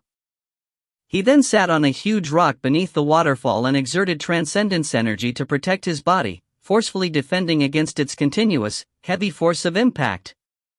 However, within less than 4 hours, the transcendence energy that Niaoyi condensed could no longer withstand the crushing force. As soon as his transcendence energy was used up, Niaoyi was immediately hit and pushed away by the rumbling and strong torrent. One should not belittle his time of less than 4 hours. If it were an ordinary person, they wouldn't even be able to endure it for that long. Walking into the waterfall would have already been a problem for them, let alone enduring for about 4 hours. This fellow is quite useful. It's just that the current of the waterfall he dug out was a little too strong, Lao Bai mumbled, glancing at the waterfall. Chapter 17, Heart Facing the Blue Sea, 3. Chapter 17, Heart Facing the Blue Sea, 3. Soaking wet, Niaoyi climbed out of the water and returned to Lao Bai's side, saying with a defeated tone, the current I can stand, but with the continuous flow of water, it's suffocating. 1 month, said Lao Bai as he turned his back to pivot around the rocks, speaking as he moved. If your transcendence energy is enough to last you a month under this waterfall, you'll have a firm foundation. I'll be waiting for good news from you. Ugh. Drenched from head to toe, Niaoyi looked at the roaring waterfall, and he finally understood something. He understood that the waterfall that he poured effort to create was to be used for his own torment. Of course, he knew that Lao Bai would not let him waste his effort on something for nothing and that there was always a reason behind everything that he was made to do. Each task was all for his own good, and he carried them out with maximum effort. Tides rose and fell, seasons changed, day after day he faced the sun for the true fire of supreme yang, day after day he became one with the heaven and earth, taking in its spiritual chi, and engrossed in his cultivation. 2 years had passed. After 2 years, the Miaoyi sitting drenched under the waterfall lasted half a month under its onslaught using his arts. In all this time, he still hadn't been able to master his transcendence energy. But just as he was about to reach his limit, the transcendence energy matured from the pressure, finally taking form. An unseen force exploded from Niaoyi with a bang, splashing water everywhere. The unseeable force started to spread outwards, with him as the epicenter, forming a transparent ball around him. At his spiritual point, a lotus bud quietly sprouted a petal between his brows. Finally stabilizing his foundation, he had trodden into the White Lotus first grade stage and into the cultivation grade boundary. Niaoyi's mouth twisted into a slight grin, but it disappeared almost immediately, and he turned his focus back to withstanding the strong current of the waterfall. Lao Bai had said, he must last an entire month to be considered successful. With his transcendence energy shielding him, the torrent could no longer wash over his skin, and with that, Niaoyi lasted for 5 more days. But he lasted no longer than that, due to the depletion of his transcendence energy earlier on. The round transcendence energy shield shook under the continuous torrent of water and collapsed. The rushing current once again washed Miaoyi, who had already immensely exhausted both his body strength and transcendence energy, into the depths of the water. A month passed again, and Miaoyi returned to the waterfall after his body strength and transcendence energy had returned to its optimum state. Once again, he used his transcendence energy to shield his body, went under the waterfall in a flash and quietly sat in a lotus position. A transparent ball shrouded him, not even a drop of water could touch him. When a month's time was up, in the transparent ball under the raging waterfall, Miao Yi's eyes opened and caught sight of Lao Bai standing outside. He moved quickly from his spot, restraining the transcendence energy as he descended onto the shore. He was still dry. "You said 1 month, and I did it." Miao Yi reported the good news to Lao Bai, but his face was full of bitterness. "We've been here for almost 4 years already, right? I have been painstakingly cultivating for 4 years and my cultivation has only entered the first grade of White Lotus. Isn't this too slow? Continue." Lao Bai threw him a vague glance, then without another word, turned and left. Until the time came for it, Lao Bai usually never spoke more than a word. Shaking his head, Miao Yi turned and walked up to the mountain peak. He could only continue to cultivate. Since there was no one to compare himself with, he couldn't have known that having his cultivation at White Lotus first grade after a span of 4 years wasn't considered as slow. Not everyone was fortunate enough to be able to meet and have a tutor like Lao Bai. No matter what doubts Miao Yi would have when in the middle of cultivating, Lao Bai would always stretch out a helping hand. He would easily give an explanation in simple terms, clearing Miao Yi's doubts and helping him to quickly comprehend the profound meaning behind it so he could improve at a faster pace. Lao Bai had arranged Miao Yi's cultivation method according to his cultivation progress, and it was well planned out. Regardless of whether it was training to toughen his body or to cut into a mountain and dig out stones to form a waterfall, in actuality, it was all to ensure that Miao Yi would be able to cultivate internally and externally, maintaining perfect conditions of body and spirit. This undoubtedly provided a good cultivation state for Miao Yi. Even making Miao Yi undergo the waterfall's onslaught was a way to temper his body and willpower. Simultaneously, it was also to energize his training, overall improving his endurance and the ability to bear the pressure of the transcendence energy he was cultivating. This was a type of repetitive tempering which would be immensely advantageous for him should he be faced with strong foes in future. Without depending on external forces such as elixirs, it was already considered to be a godly speed for a mere mortal to have ascended into the first grade of White Lotus in 4 years' time. After painstakingly cultivating for another year, Miao Yi once again found Lao Bai to clear his doubts. "Lao Bai, ever since I've crossed over to White Lotus first grade, why does it feel like my speed in absorbing the spiritual chi of heaven and earth has slowed down?" Lao Bai replied, "It's not that your absorbing speed has gotten slower. The actual fact is that your capability has become larger. Following the upgrade in your cultivation base, the speed of advancement in grades will appear slower than ever, and so it will take a longer time. It will require a good amount of patience." Miao Yi asked, "So how much time will I need to cross over from first grade of White Lotus to second grade?" Lao Bai threw him a glance and replied thoughtlessly, "Give or take 20 years. "Ah! 20 years? Miao Yi froze in shock, recovered and asked, "Is there a faster way?" "Yes." "What method?" "A man's will is an amazing thing. One man's will may be insignificant, but when the will of many are gathered together, it will materialize into an amazing power. Cultivators gathered this power for their own use to heighten the effects of absorbing the spiritual chi of heaven and earth. They have used the will of many men to do so, gathering them together and absorbing it with great effectiveness. It has helped to enhance their cultivation at amazing speeds." Lao Bai asked in reply, "I am sure you're not unfamiliar with this condition?" Miao Yi asked, "You're talking about the power of will?" Lao Bai nodded his head. Miao Yi's mind flashed over the shrine in his own home as well as those in other people's homes. How could he be unfamiliar with the required 6 hours spent in daily prayer, offering his power of will to the shrine? How could he have forgotten the situation when he and his younger siblings were almost sent to the Manor of Merciful Hope, where they would have been forced to offer their power of will continuously for days and nights? All this time, he didn't understand why those immortals required this service, why they had to make everyone devote their power of will, but now he finally understood why. Miao Yi was curious as to how mystical the power of will really was, so he couldn't resist the temptation to ask, "Once I have attained the power of will, how much higher can my cultivating speed be raised?" "That depends on whether you will be able to get a sufficient amount of power of will supporting you, as well as the efficiency and utilization towards it." "Is there a difference in utilization?" You need to know that there are thousands of types of people. The gathered power of will contains a variety of people's distracting thoughts of the 7 emotions and 6 desires, so when using the power of will, it is a must to clear those distracting thoughts to purely utilize the power of will to reach one's goal. Or else one will be turned by the 7 emotions and 6 desires, causing an inner demon to form inside of them. If those with a natural talent in cultivating are not careful, they may one day be devoured and possessed by the devil due to their inner demons.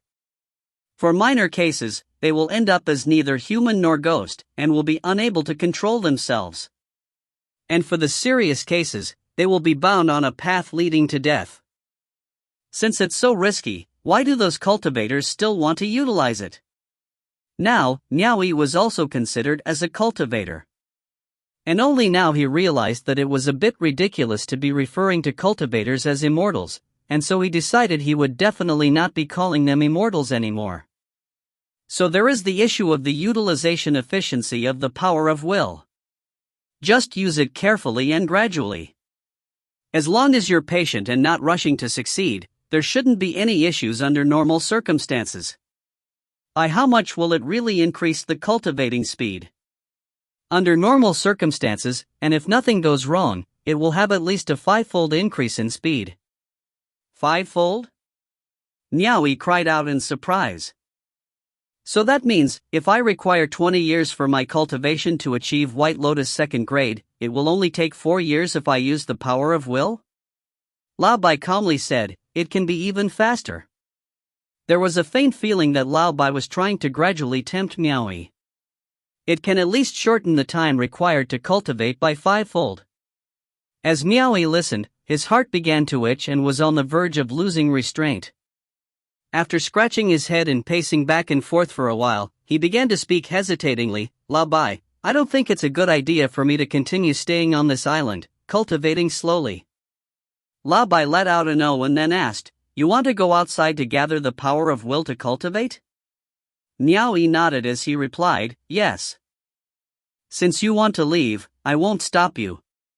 Lao Bai walked to the entrance of the cave and suddenly turned around, his gaze becoming sharp and intense as he said, have you already made preparations to pillage the world's power of will? Chapter 18, Heart Facing the Blue Sea, 4. Chapter 18, Heart Facing the Blue Sea, 4. Prepare? Prepare for what? The preparation to pillage. The preparation to give you the ability to fight back when others take what's yours. The preparation was a wooden spear.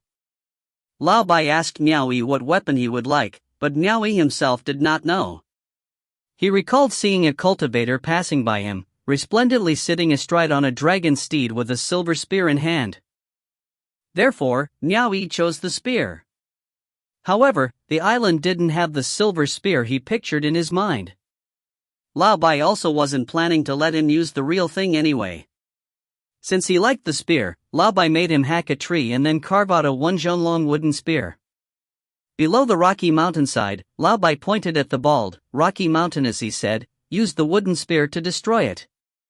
If the rocky mountain collapses but the wooden spear remain intact, then that is considered a success. Niaoyi stared at the wooden spear in his own hand, feeling slightly speechless. Lao Bai's long hair fluttered with the wind as he waved his hand to point at the hill. You must believe that with this spear in hand, there is nothing in this world that can stop you.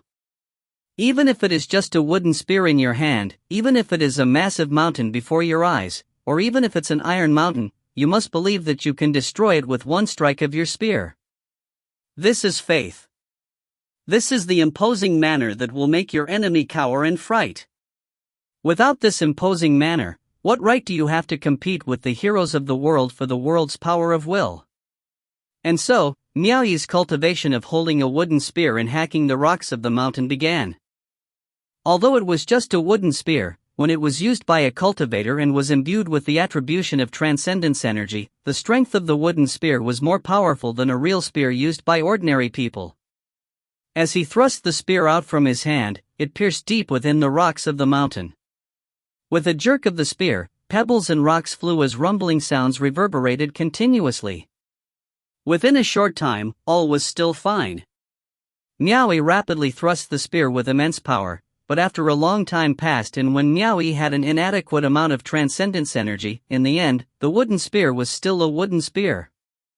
Even a real spear wouldn't be able to withstand the force of mountain breaking, let alone a wooden spear. Wooden spears broke, one after the other. As the saying goes, practice makes perfect.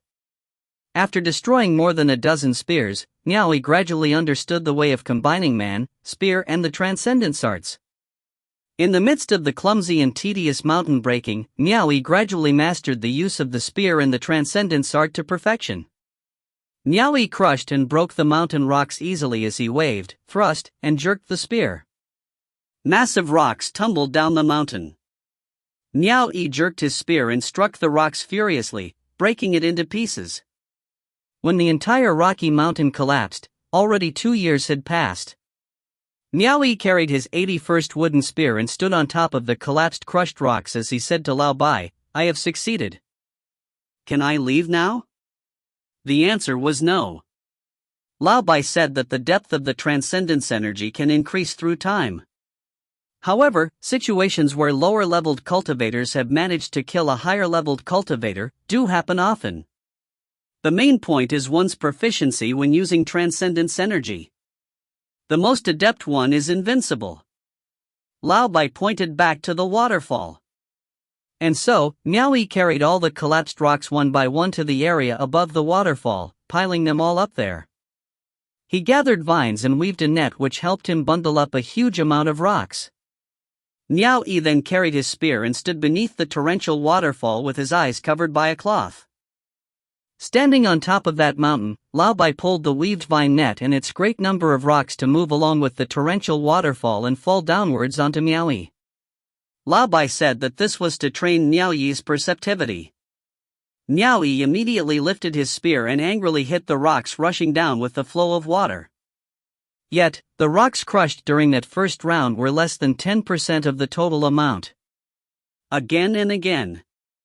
Not only did Miaoyi have to endure the impact of the torrential waterfall, he had to distinguish the rocks flowing within it. It was unknown how many times he was left exhausted to the point of getting hit into the river by the massive rocks. As more and more rocks piled up within the valley, Miaoyi became increasingly closer to the area above the waterfall. Miaoyi's reaction time grew faster, and his skill with the spear became increasingly swift and accurate. The sea weather tended to change unexpectedly. When a terrifying typhoon was seen approaching on the gloomy, great sea and when the furious waves inundated the horizon, Lao Bai made Miaoyi sail on a wooden raft built out of a pile of coconut shells, and then float out into the tempestuous sea. In the midst of the fierce wind and furious waves, the heaven and earth seemed to shake. Standing on the wooden raft, Miaoyi gave up on attributing it with his transcendence energy, upon which the wooden raft immediately capsized and was hit by the massive waves. The 100 coconut shells were immediately blasted away by the wind and the waves. Instantly, Miaoyi held his spear and stepped onto the waves, pursuing the coconut shells and then crushing them with one spear thrust. He was seen either holding the spear, flying and leaping across the crest of the furious waves, or rushing into the huge earth-shattering waves. As the waves calmed down, Lao Bai and Miaoyi sailed towards the deeper regions of the sea. In the sea of this valley, a kind of tyrant fish lived 1,000 meters below sea level. It was 1 meter long with bony scales all over its body. It wasn't very active, so once it had eaten enough, it loved to hide in its cave and hibernate. However, once it leaves its cave, its reaction speed is extremely fast in the sea and has a shocking force behind the bite of its iron-like teeth. The tyrant fish preferred to attack in groups and could even chomp an entire whale into white bones within a short while. Naturally, Lao Bai hadn't led Miaoyi here to admire the scenery under the sea and feed the fish. Instead, he wanted Miaoyi to dive into the bottom of the sea and kill the group of tyrant fish. The pressure exerted 1,000 meters under the sea was astonishingly great. If the wooden spear were not attributed with transcendence energy, it would be crushed into pieces. It was extremely difficult for Miaoyi, who had only just begun diving, to adapt to the pressure, let alone hunting and killing in such a deep region. Plus, it was extremely dark under the sea. Lao Bai wanted Miao Yi to see the pressure of the deep sea as the pressure of the transcendence energy exerted by a powerful opponent. Through this method, he could get used to attacking under the pressure of another person's powerful transcendence energy. When Miao Yi finally adapted to such powerful pressure, Lao Bai then did something that made the tyrant fish leave their hiding spot from within their sea caves, and then abruptly surround Miao Yi before attacking him. During that first time, after Miao Yi killed over 100 tyrant fish under the great sea pressure, he could no longer endure anymore. He fled in confusion back to the surface of the sea and climbed up onto the boat with bloody wounds. After he had recuperated, Lao Bai made him do it again, but this time with the objective of diving 1,000 meters under the sea and killing 10,000 tyrant fish. Only then would this training be considered a success. Time elapsed quickly. The waterfall that Miao Yi arduously dug had disappeared, because the valley beneath had already been filled up with the rocks that Miao Yi crushed with his wooden spear. In the midst of the typhoon and furious waves, the 100 coconut shells would never go missing. Neither the wind nor the waves could stop Miao Yi's spear from crushing them all. The rippled surface of the sea was completely dyed with blood, as numerous tyrant fish floated on the surface. Lao Bai had calculated their corpses and it was exactly 10,000, neither more nor less. Splash!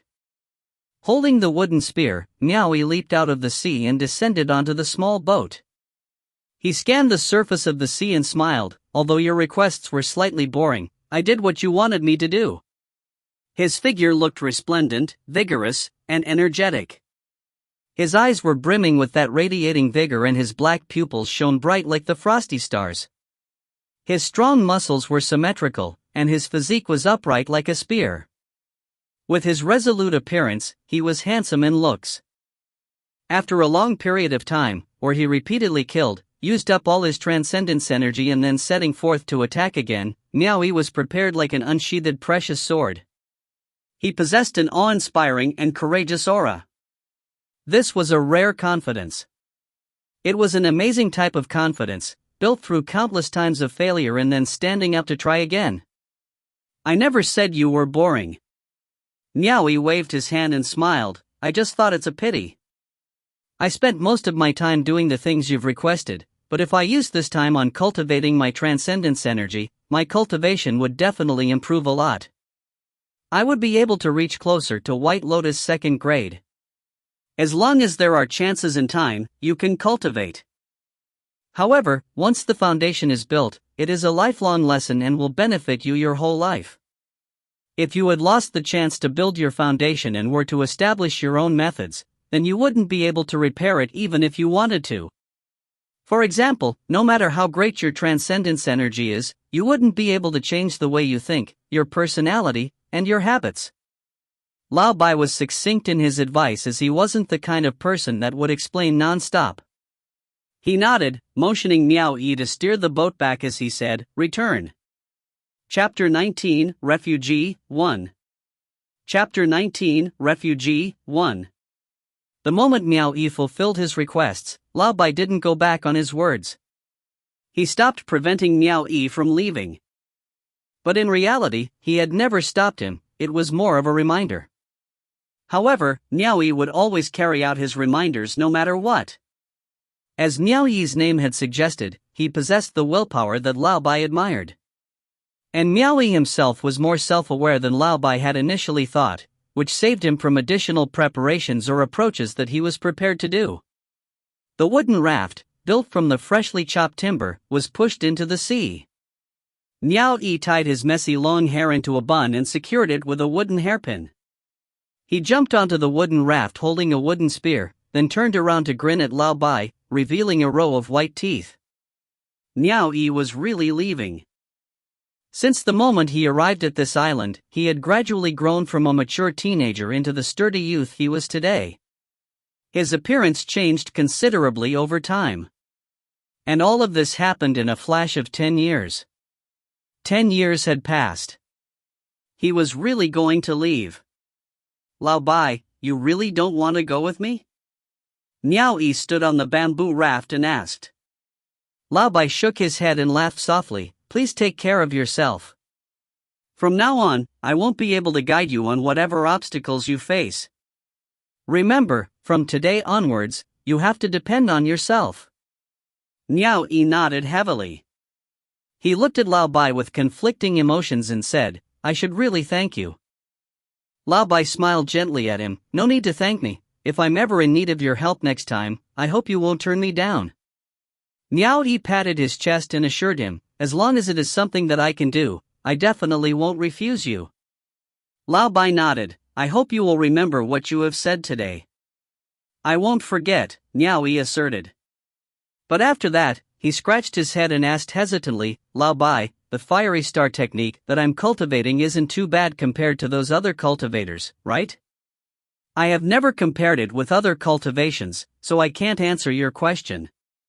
Good or bad, you will know for certain when the time comes. But you must remember one thing. What is it? Arts shouldn't be spread around. The techniques you have cultivated on your own will be the foundation that will save your life. Do not give them away so easily, otherwise, you will bring calamity upon yourself. You must remember. You must. You've told me this numerous times already. I still remember, it's considered taboo in the world of cultivation. After Miao Yi had finished, a gust of sea breeze blew in from the east. He raised his hand to feel the wind, then shouted, the wind has come, Lao Bai, I really have to go now. Are you really sure that you don't want to come with me? Lao Bai waved his hands lightly, then turned his back and left with no words of farewell. Miao Yi raised his painted sailcloth, which was immediately blown by the sea breeze, and then pushed the raft into the vast waters. He looked at Lao Bai's silhouette and shouted once more, Lao Bai, you have so much knowledge, it's really a pity that you don't cultivate. Please carefully reconsider it again when I'm gone. Lao Bai walked towards the mountain forest with his back facing Miao Yi. The edge of his lips curved, dismissing Miao Yi with a smile. Navigating with the wind and the current, the wooden raft imbued with transcendence energy sailed at full speed ahead. He watched as the island slowly disappeared from the sea's horizon. His excitement at leaving the island suddenly turned into slight reluctance, with a trace of regret. It was the kind of hesitation that springs forth from one's ignorance towards the unknown. The sun set and rose, and soon a day had passed. Miao Yi still couldn't see signs of dry land. He suddenly felt doubt as he remembered that it was Lao Bai who steered his bamboo raft to that island. Lao Bai wasn't a cultivator. With just his bamboo raft, how was he able to sail through the vast sea and land on that faraway island? He simply couldn't wrap his head around it. However, Lao Bai was full of wisdom and had known many strange things. It was possible he had some sort of approach up his sleeves that Miao Yi didn't know about. The day had turned into dusk with the setting sun. Just then, a ship appeared on the surface of the sea, coming from the direction that Miao Yi was heading to. Truth be told, Miao Yi had never seen such a huge ship before. He stopped directing his flow of transcendence energy on the wooden raft and allowed it to float along the currents. Miao Yi was prepared to take a good look at the massive ship. The ship had many levels of deluxe suites. The bamboo curtains were dangling against the windows, letting in the sea breeze to blow through the ship. A small child just learning to walk was tottering and crawling around on a thick rug. Two women laughed joyously at the child's attempts. One was a young, married woman adorned with jewelry, the other, a red-clothed servant girl. The beaded curtain at the door suddenly flipped open. Another servant girl, clothed in green, ran inside and shouted hysterically, Madam, oh no, a person is floating in the sea. As she said that, the married woman and the servant girl were instantly frightened and covered their mouths. The hysterical girl instantly realized that she had conveyed the wrong message and quickly revised her words, it's not a dead person. He's alive. He's drifting alone in his raft. I don't know what he must have gone through to end up sailing alone at sea. So it wasn't a corpse. The married woman stood up and walked towards the servant girl to give her a poke on the temple of her head. A few people came up to the balcony and leaned on the rails to look around. Miao Yi stood on the wooden raft looking in their direction, and he was the poor guy they were talking about. Steward! The married woman leaned against the railings and shouted at the lower deck. A middle-aged man wearing a large bamboo hat immediately ran upstairs. He bowed and asked, "Madam, what is your order?" The married woman pointed in Miao Yi's direction. "I don't know what happened to that poor man, but since we found him, let us get closer to lend him a hand." Understood. The steward immediately went downstairs and made arrangements.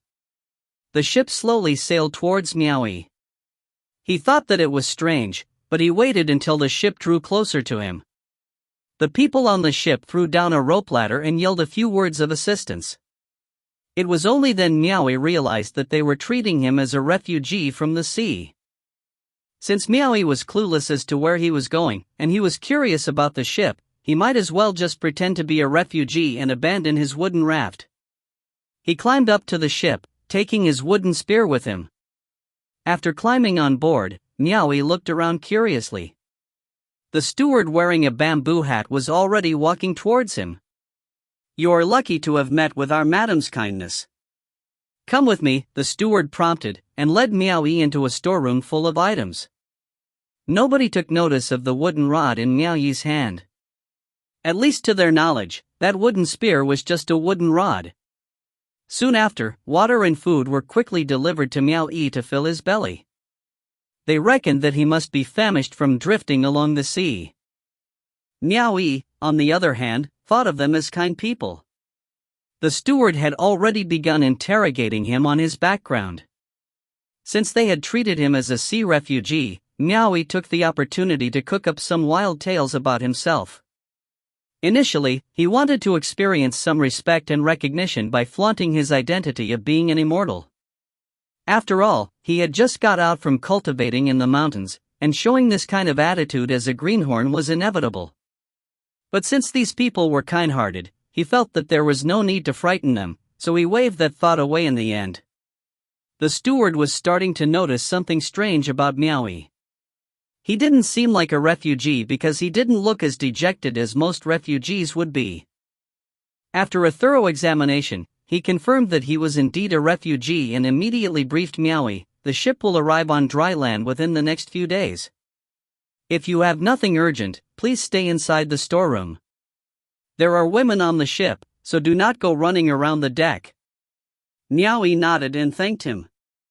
After he had finished the meal they had delivered to him, a green-clothed servant maid came in carrying a blanket. She looked at Miao Yi curiously and put down the blanket. "Madam ordered this for your stay tonight." Miao Yi nodded and watched as she took away the dining utensils. His sole intention of coming aboard the ship was to look at the ship's structure. Miao Yi eventually became bored staying in the storeroom of the ship, and he finally gave in and walked up to the deck to look around. After the steward had discovered him wandering around, his expression turned sour. It might be because Miao Yi had refused to listen to his orders. Chapter 20, Refugee, 2. Chapter 20, Refugee, 2. Not only did they drive Miao Yi back into the cabin, they even locked the cabin door. Miao Yi was speechless. He could only open the small window and breathe in some fresh air. Because Miao Yi was bored, he spread out the blanket given by the order of the unacquainted madam and sat in a lotus stance as he cultivated. Time passed imperceptibly, and already it was late at night. With his keen senses, Miao Yi noticed another ship approaching. At first, he did not take it seriously, but soon the sounds of clanging, fighting, and screams of fear rang out. The sounds caused Miao Yi to recall the fights that took place in the boundless secular world. Pirates! Pirates! Protect Madam! It was the voice of that steward. Miao Yi opened his eyes and rapidly stood up, grabbing the wooden spear. He walked to the door and with just a push, the door immediately flew out. In a flash, he dashed up to the deck and saw a ship sailing right beside theirs. In the opposite ship, many pirates with sabers in their hands were jumping and climbing onto this ship, waving their long sabers and shouting wildly to induce fear. There were many people fighting with the pirates on the ship Miao Yi was in, but it was obvious that the ones defending were no match for those pirates that made their profits by licking blood off their sabers. Quite a number of people had already been slashed by sabers and were left collapsed on the ground. Especially when the pirates' archers fired their arrows, killing many of the men defending the ship Miaoyi was on. The defending men could only retreat as many of their own forces were killed. A few falcula ropes were hurled over. The pirates leaped out from the sails of their ship wielding their sabers and slid directly along the ropes towards the master's cabin. It was obvious that they were trying to capture the leader first in order to capture all the followers. If they could seize the master, the others would stop fighting back to save their master's life. This way, the losses during the attack would decrease. These pirates seemed very experienced. It was obvious that this wasn't the first time they had done something like this. The fight outside was extremely terrible. Screams of maids could be heard from the master's room, accompanied by cries of children. The steward was also shouting in the master's room, ordering the men to stop the pirates from coming in. So, the sound of a sudden, sharp burst of wind sounded as Miaoyi moved the long spear. With a duo sound, a white feather arrow trembled as it hit the spear shaft. It almost shot Miaoyi's head. With a shake of his spear, the white feather arrow rebounded from the spear shaft. He waved the spear, which measured up to 1 zhang long, at the archer who was holding onto the mast. Bang! The shapeless force blasted the archer who was about to fire again. The archer spat blood and fell, crashing onto the deck. He stopped moving after struggling for a while. Miao Yi was dumbstruck by what had happened. He didn't expect that the opponent would be this weak. Immediately, Miao Yi realized that he was no longer an ordinary being, as ordinary beings wouldn't be able to withstand his own transcendence energy. Clang! The pirates had already broken the door of the master's cabin room. Without any time to ponder, Miao Yi darted up in a flash. As he dashed into the room, the transcendence energy bursted out from his body and immediately blasted the group of pirates, causing them to spit blood as they flew out. Simultaneously, Miao Yi dashed into the room and thrust his spear through the heart of the pirate who had his saber up in the air and was about to slash the steward. As the pirate collapsed, the saber in his hand fell to the ground with a clang, landing near the steward.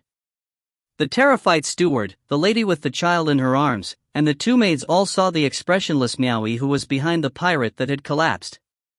They all saw the faintly glowing, one-petal white lotus that was in between Miao Yi's brows, seeming so abnormally conspicuous. Feeling delighted and surprised, the steward pleaded, "Immortal, help! Immortal, please save our lives." Without paying him any attention, Miao Yi picked up the load with his spear and carried the corpse with the spear's tip to the balcony outside to display his prowess.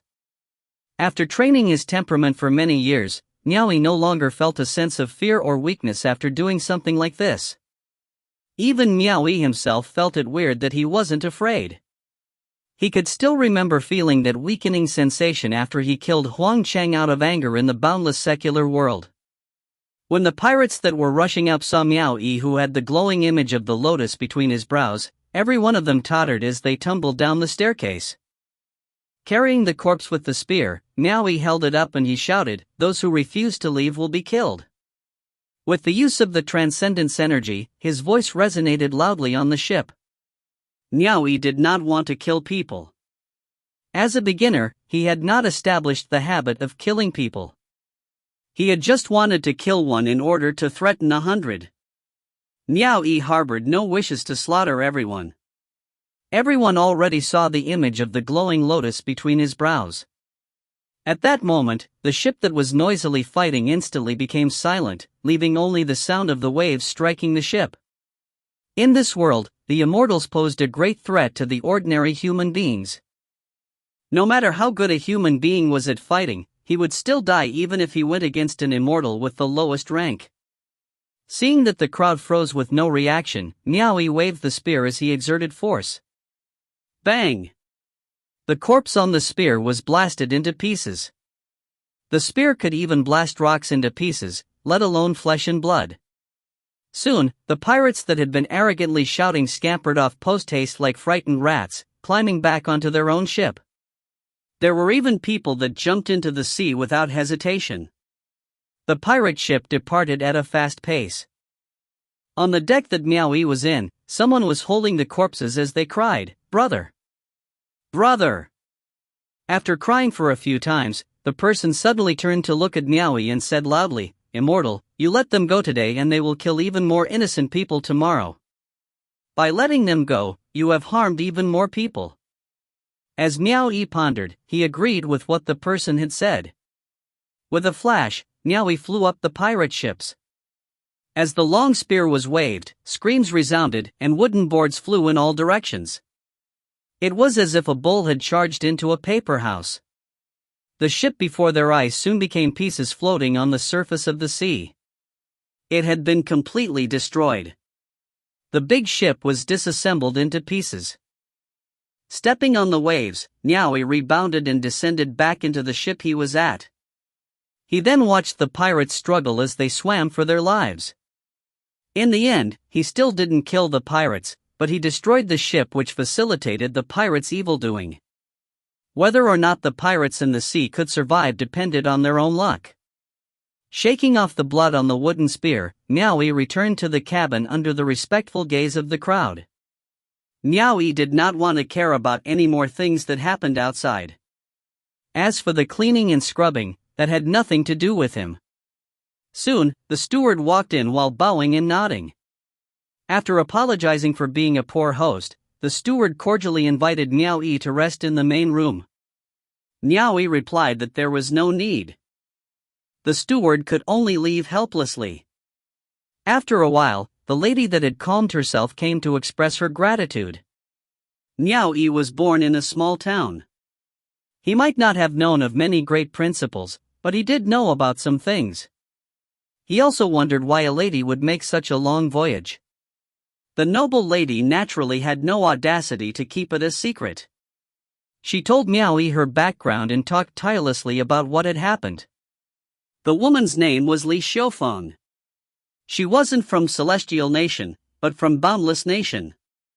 Her family had suffered an unexpected disaster. When she had been driven to despair, a person sent by her uncle, whom she had never met before, fortunately found her. She had never seen that uncle before because that uncle had left the house when her mother was still young, seeking to be an immortal. Outside of everyone's expectations, that uncle actually became an immortal. The uncle traveled from the Boundless Nation to the Celestial Nation and became an immortal. This time, she came with her young child to seek refuge with her uncle.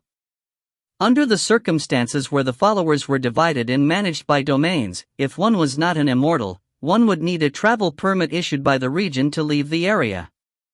This was to prevent disorganization and to keep the domain from losing followers. If people were caught without travel permits, they would be sent to the Manor of Sincere Hope. It was nearly similar to the Manor of Merciful Hope, the place that Niaoyi and his siblings almost got sent into. It was just that the Manor of Sincere Hope was for criminals, and the treatment was far worse. It was the same in both Celestial Nation and the Boundless Nation. However, because the noble lady had an immortal uncle to grease the wheels, traveling to another nation was not a very big thing for the noble lady. Niaoyi understood, realizing that this noble lady had an immortal uncle as her patron. After the chat, the noble lady thanked Niaoyi again and again, inviting Niaoyi to rest in the main room. However, Niaoyi still rejected. When he had a low profile, he wanted to be high profile instead. But after indulging in public prominence, he instead wanted to switch back to being inconspicuous. Soon after the noble lady left, a lavish amount of food was sent by someone, and the bed was also reorganized. As expected, the treatment was different from when Niaoyi had just boarded the ship. Chapter 21, Greenhorn 1. Chapter 21, Greenhorn 1. That afternoon, the ship arrived at the pier of the East Arrival City inside the borders of the Celestial Nation. The booming pier was bustling with people and activity, with shipments filled with the smell of salt and fish being loaded and unloaded from the various ships. Madame G's uncle had already sent a carriage to the pier to pick her up. After they became more acquainted with each other, she had specially left an empty carriage for Niaoyi to ride on.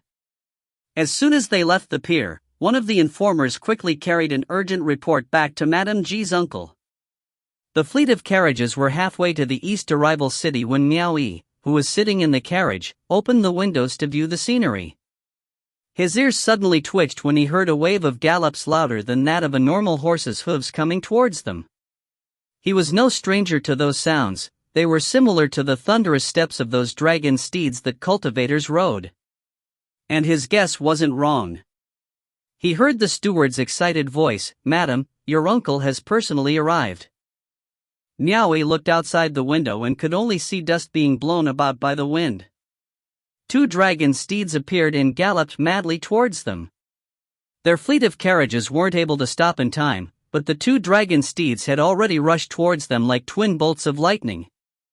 Abruptly, they reared their front hooves in the air to forcibly stop their momentum. A middle-aged cultivator with twin swords strapped on his back sat steadily on top of the dragon steed. He swept his gaze across the carriages, frightening the carriage footmen. Behind the middle-aged cultivator was another cultivator with a head full of white hair, carrying a long, big blade. He didn't look very young, but judging from the situation, he seemed to be part of the middle-aged cultivator's troop instead. Niaoui predicted that this middle-aged cultivator was none other than Madame G's uncle, since it was unlikely that it was the person at the back bringing a higher authority officer to fetch his niece. Niaoui's gaze fell onto the two men riding the mighty dragon steeds, feeling slightly envious. Dragon steeds were the most basic spiritual beasts mounted by cultivators.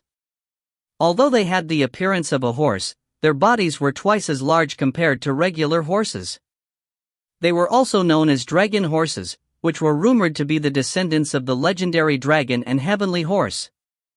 Allegedly, only pure-blooded dragon steeds had the chance to evolve into a real dragon. Other than their massive size, their skin was also thick.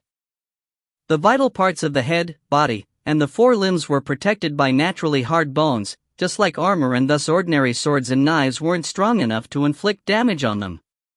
Their sustainability, ramming power, and leaping ability were mind-boggling as well. Their tails resembled a snake, shiny and furless. And since the dragon steeds were omnivores, their teeth were long and sharp. Two curled and fleshy feelers sprang from the mane, which fluttered like waves at the nape of its neck. Once the elastic feelers were linked with the cultivator's body, both would be able to flawlessly communicate with each other without the need to speak, thus enabling the cultivator to control the dragon steed without any reins. This made the dragon steed one of the most common spiritual beasts mounted by cultivators. The dragon steeds also possessed extraordinary strength and were able to travel through any form of terrain with ease, be it land or water. These beasts could run at their fastest speed for days without rest, and were able to cover thousands of li per day. However, non-cultivators wouldn't be able to ride them. It was a feat that would be nearly impossible for an ordinary person to do, even if they resorted to using reins and brute force. Hooves the size of clay pots noisily stomped on the ground. The dragon steeds had a fierce air around them, exuding a valiant aura which caused the other horses in the fleet to be as quiet as cold cicadas, obediently following behind at a safe distance. There was a great height difference between the people who were riding on the horses and the cultivators who were riding on the dragon steeds, naturally due to the latter's larger and taller size. The men on the carriages quickly came down to make their salutations. Meanwhile, the steward who was sent by her uncle to escort Madame G quickly parted the curtains and helped her climb down the carriage as she held her child. "Master Uncle, this is your niece. And this is your uncle." The steward who was supporting Madame G introduced both parties to each other. "Ji Feng, greet uncle." Madame G could only manage a half curtsy with a child in her arms. The uncle got off his dragon steed and extended his hand towards Madame G to help her up. His eyes were watery and red as he nodded. Similar, you look so similar to my elder sister." "It's all uncle's fault. I should have sent someone to find you all, otherwise you wouldn't be." "Uncle," Madame G choked, her delicate shoulders trembled as she wiped away her tears, most likely recalling the unfortunate events that had happened to her family. Her uncle touched the sleeping baby in Madame G's arms, and comforted her. "Don't cry, let's head back first, then we'll talk." He signaled the steward to escort her back into the carriage. He turned around and climbed up the dragon steed again. Just then, he turned his gaze to Niaoui, who had poked his head out to look at them. The dragon steed immediately strolled to the side of the back carriage where Miaoyi was, as if it knew what its owner wanted to do. From atop his dragon steed, the uncle looked at Miaoyi and asked, "So you're the friend who rescued my niece from the ship?" Miaoyi got out of the carriage and, standing near the wheels, replied, "It's no effort at all. I am Chen Fei. What shall I address you as, my friend?" Madame Ji's uncle, Chen Fei, spoke, as a three-petaled white lotus on his forehead began to glow faintly, clearly revealing his cultivation at the third grade of white lotus. This was an indication that Chen Fei had no ill intentions towards Miaoyi. "Miaoyi," he said, tossing out his name. The symbol of the one-petaled white lotus on his forehead glowed as they exchanged their names. Chen Fei nodded. "It is inconvenient to talk here, so I will thank you properly when we get back to the city." The dragon steed turned around and sped off with Chen Fei on its back. He had heard about his niece's encounter with the pirates in the middle of the sea, so he personally came looking for her. Now that he'd made sure that she was fine, he could return without worry. Otherwise, it would have been too conspicuous for a cultivator riding on a dragon steed to escort carriages back to the city. The white-haired cultivator quickly trailed behind Chen Fei and left. The carriages arrived and entered East Arrival City. Several servants were waiting for them at the mansion that had been prepared earlier. After the carriage stopped, Miaoyi was not neglected at all. The servant girls listened to their orders and guided him to a first-class courtyard. A scented bath had been prepared. There was a servant girl who assisted him into his bath and helped put on clean clothes that had been prepared for him. Having never experienced it before, Miaoyi wasn't used to this type of treatment. When night fell, various tasty delicacies were served and arranged on the dining table. Madame Ji's uncle, Chen Fei, appeared once more. He cupped his hand on his chest and said, "Brother Miao, please forgive me for my poor hospitality." "You are being modest." Miaoyi showed his respect, as well. Chen Fei appeared to be very enthusiastic. He sat down together with Miaoyi without anyone else accompanying them. Most people wouldn't dare to sit and have a meal together with two cultivators. Chen Fei expressed his gratitude once again to Miaoyi for saving his niece. After that, he sighed as he told the story about how he unfilially left home when he was younger. After a few small topics to break the ice, Chen Fei poured some wine for Miaoyi and then asked, "I am wondering under which domain's overlord banner does Brother Miao serve?" Miaoyi was stunned. He genuinely didn't understand what he had just been asked. When Chen Fei saw his expression, he was also stunned before realizing what had just happened. He laughed it off and explained. In the world of cultivation, there were 6 powerful cultivators collectively known as the 6 sages of heaven and earth. The celestial nation was a territory owned by immortal sage Mu Fanjun. For the convenience of gathering the power of will and for the sake of managing billions of its followers within the realm, 12 cultivators with profound transcendence energies were assigned.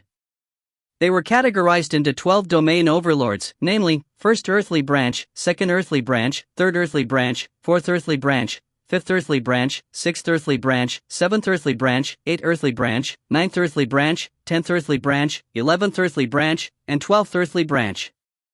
It was a requirement that all 12 domain overlords were to be appointed by immortal sage Mu Fanjun himself. Each domain's overlord controlled 10 palaces, with each palace controlling 10 halls, and each hall controlling 10 manors, and each manor controlling 10 mountains, and each mountain controlling 10 caves. Cave was the lowest level. Normally, one cave master could control 100,000 followers at the least. The more followers one could accumulate, the better. For example, there was a population of at least 100,000 in Miaoyi's hometown within the city wall. This was guarded by the abode of immortals situated in the mountains far away from the city. Translator notes. The domains are named after the 12 earthly branches, which you can read more on here. Chapter 22, Greenhorn, 2. Chapter 22, Greenhorn, 2. Apart from cultivating, there were other things for cultivators to do. Obviously, they couldn't waste their main energy on managing their followers' life in their own territory. Therefore, they would normally be administered by the appointed local officials. Usually, cultivators themselves would not intervene in local affairs. In actuality, the upper echelons would also restrict the lower-ranked cultivators to try their best not to intervene in the administration of the worldly people's livelihood. A bunch of cultivators who frequently enter closed-door seclusion training just to cultivate, how would they understand governing? Once they intervened, it would only make matters worse. If they made life impossible for the people and lost their followers in the process, where would they go to gather the power of will? Of course, to completely put an end to cultivators involving themselves was an impossible task. Cultivators overseeing an area would definitely appoint and nominate a local official they trusted to manage their own territory. For instance, Chen Fei intended to place his own niece in East Arrival City, so how would the local official dare to not to handle it properly with all his heart? However, these were all within the upper echelon's permissible range. As long as one did not act unruly, the upper echelons would not bat an eye. And Chen Fei was scribed under the banner of the Fifth Earthly Branch Domain Overlord, serving directly under Han Lifei. He was the cave master of East Arrival Cave, the garrison for East Arrival City. So, that's why. Miao Yi perspired tremendously, realizing that he really was a greenhorn rookie. But thinking back on it, the blame should be placed on Lao Bai. The things that Lao Bai knew weren't at all meager in quantity. He could tell you things about cultivating and fighting in his own set way, but when it came to the cultivation world, he knew nothing of the details and particulars. And the reason Lao Bai gave him was that he had never wandered through the cultivation world before, so how would he know all those things? In the end, he told Miao Yi that he would find out soon enough once he gradually went out to explore. After Chen Fei and Miao Yi clinked their cups, he asked, "Is brother Miao a loose cultivator?" Without shame, Miao Yi asked in reply, "What is a loose cultivator?" Cough, cough. Chen Fei choked when the alcohol flowed into his mouth, coughing into his drink. After steadying himself, he stared at Miao Yi in disbelief, as though he were saying, "You don't know what a loose cultivator is?" After being asked that shameless question, Chen Fei was finally defeated by Miao Yi's expression. He coughed, "Those cultivators who are not under any domain's respective overlord's rule or do not belong to any sects are known as loose cultivators." Miao Yi then understood, nodding in reply. "Then, I am definitely a loose cultivator." Chen Fei stretched his hand out, requesting to drink a toast with Miao Yi and asked once more, "Brother Miao is planning to always be a loose cultivator?" Miao Yi replied disapprovingly, "There's nothing wrong with being a loose cultivator. At least you do not need to be under the control of others." Chen Fei waved his hands. "Your words are far from correct, Brother Miao. Not being taken charge of by others may not be true freedom. Among the cultivators, who does not strive to cultivate until they advance to the highest level of enlightenment? Without the assistance of the power of will from every living being, that in itself is very difficult. The followers in this world are all designated to serve under the overlord of their respective domain. Those who take pleasure in the incense and power of will are also serving under the overlord of their respective domain. The cultivators who are not initiated into this would of course not be able to share in these pleasures. Miao Yi frowned, "I have to serve under others to receive the power of will?" Chen Fei nodded. "Correct." After hesitating for a while, Miao Yi spoke bluntly, "I didn't mean to hide this from Big Brother Chen, but I'm a greenhorn. I don't have any social connections." Now, Chen Fei wasn't an idiot who couldn't tell that Miao Yi was a greenhorn by now. He must have had his reasons since the conversation had reached up until this point. "I have a good friend whose name is Chao Dingfeng, serving under Yuan Jinkuan, the cave master of Transient Light Cave. He's gained the considerable trust of the cave master. Recently, Transient Light Cave went through some turmoil, and requires more people to help out. If Brother Miao wished to head there, I could write a letter of recommendation." Filled with excitement, Miao Yi cupped his fist and said, "Thank you for your trouble, Big Brother Chen." Chen Fei was forthright. He grabbed a jade archive on the spot and used his transcendence energy to write a letter, giving it to Maui so he could take it along with him to find his good friend, Chudingfom. It was only days after that when Maui finally came to the realization that it was all sheer luck. If not for Chen Fei's referral, it would have been difficult for a greenhorn loose cultivator with a low cultivation base like him to join the vassals of the respective domain's overlords. There were countless loose cultivators in the world, but those that can be a vassal to the domain's overlord were not many. This was for no other reason than the fact that all available posts were quickly monopolized by every sect's power. It was natural that every sect would want to nurture their own men.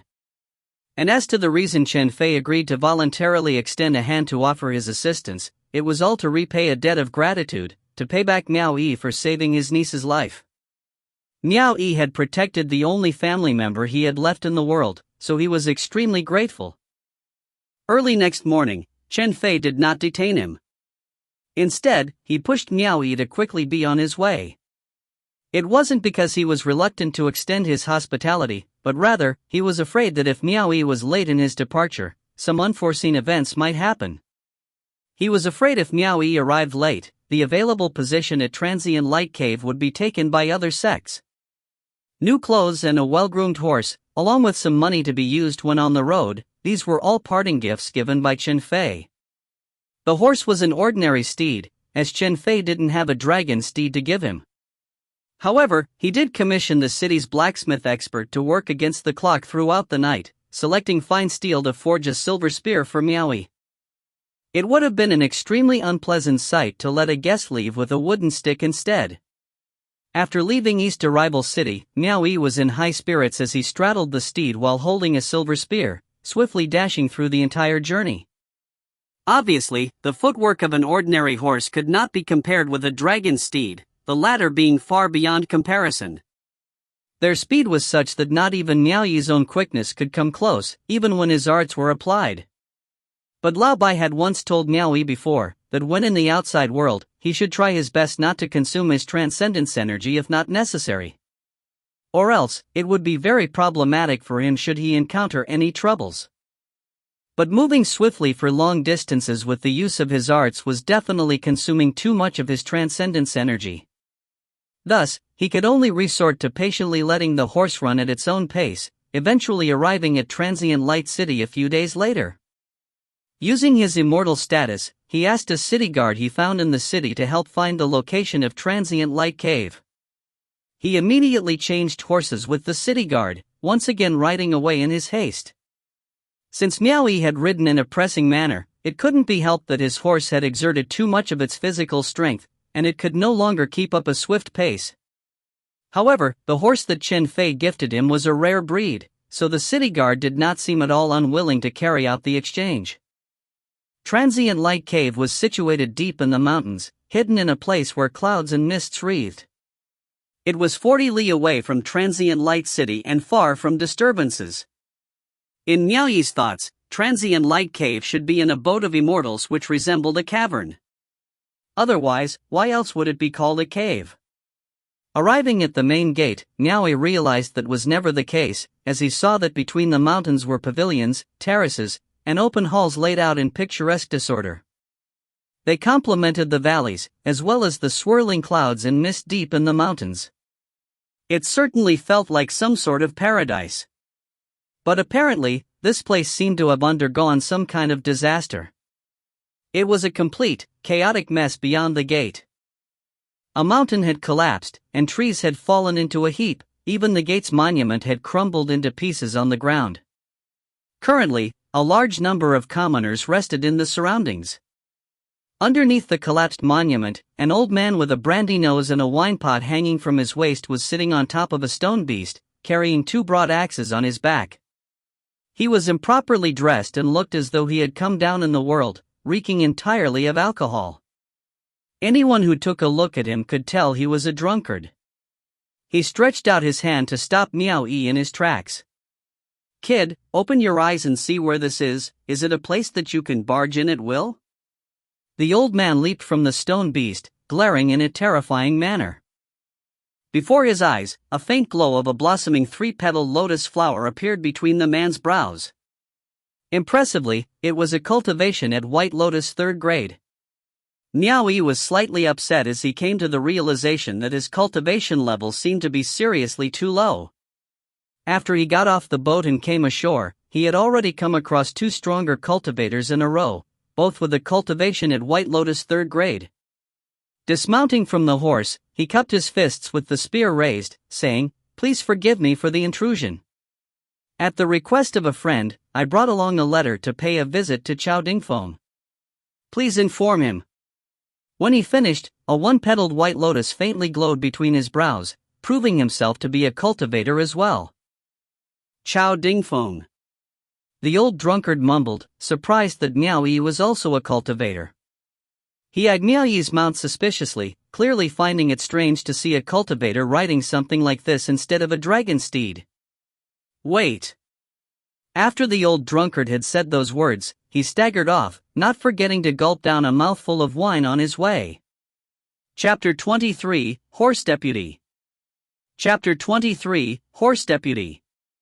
It didn't take long before the old drunkard returned with an apologetic smile on his face, submissively following behind a tall, upright man. The man was carrying a sword on his back, and gave the impression of a delicate beauty. He sized Miao Yi up and down, and hesitatingly said, "I'm Chao Dingfeng, you are looking for me?" Miao Yi immediately took out and handed the jade archive over to him. After Chao Dingfeng received it, he studied the archive by pouring his transcendence energy into it. After he was done, his face showed a look of comprehension and he instantly smiled at Miao Yi, saying, "So, it's Brother Miao. Since Brother Chen entrusted you to me, I'll do my very best. Please follow me to meet the cave master." Miao Yi thanked him and was about to rein his horse along when Chao Dingfeng, who was somewhat taken back, asked, "Is this your horse?" But after seeing the embarrassed look on Miao Yi's face, he immediately turned to face the brandy-nosed old man and said in a rude tone, "Shi Xiang, look after the horse." In the cultivation abode of immortals, it wasn't suitable for a profane horse to go about on its own. The brandy-nosed old man immediately nodded his head and bowed before leading Miao Yi's horse away, his face full of flattery as he said, "I'll help you look after it." Miao Yi thanked him, holding onto the silver spear in his hand as he trailed behind Chao Dingfeng to enter the main gate. Both of them conversed as they walked. It was obvious to see that Chao Dingfeng had a great relationship with Chen Fei, or else he wouldn't be this welcoming towards Miao Yi, who only had his cultivation at White Lotus 1st grade. After ascending the limestone flight of stairs, they reached the outside of the grand hall where they saw a plaque that had the words "Transient Light" engraved on it. Chao Dingfeng requested Miao Yi to wait outside the hall for a while as he turned to go up the dozens of flights of stairs, entering the hall at a hastened pace. Miao Yi, who patiently waited outside, gave his surroundings a good look. Although this place was located deep in the mountains, it was far better than any of the places he had lived in and seen before. There were pavilions, terraces, open halls and a jade blue lotus lake. It was utterly and breathtakingly beautiful. But his wait this time was quite long, he had been standing there for about an hour. Eventually, he saw Chao Dingfeng walk out of the hall. Although Chao Dingfeng still had his usual grin on his face, Miao Yi could tell his smile was slightly forced. He wasn't sure whether the man had managed to convince the transient light cave master to let him join. But by the looks of it, he figured it hadn't gone smoothly. "Brother Miao." Chao Dingfeng stood on the tall steps, beckoning Miao Yi to follow him. Miao Yi quickly moved towards him. As they stood side by side, Chao Dingfeng invoked his arts to transmit his voice to Miao Yi. "Brother Miao, no matter what the cave master asks you to do later, just agree to it first. When your cultivation has improved in the future, you can fight for more then. The most important thing right now is finding a way to stay. Don't waste Brother Chen's painstakingly made efforts." Miao Yi mumbled in his heart. Sure enough, it didn't go smoothly at all. But he still nodded his head in reply. After both of them entered the grand hall, he saw a lean man occupying the high seat in the middle in the main hall, with a man and woman standing under him. The three of them were deep in the middle of a discussion.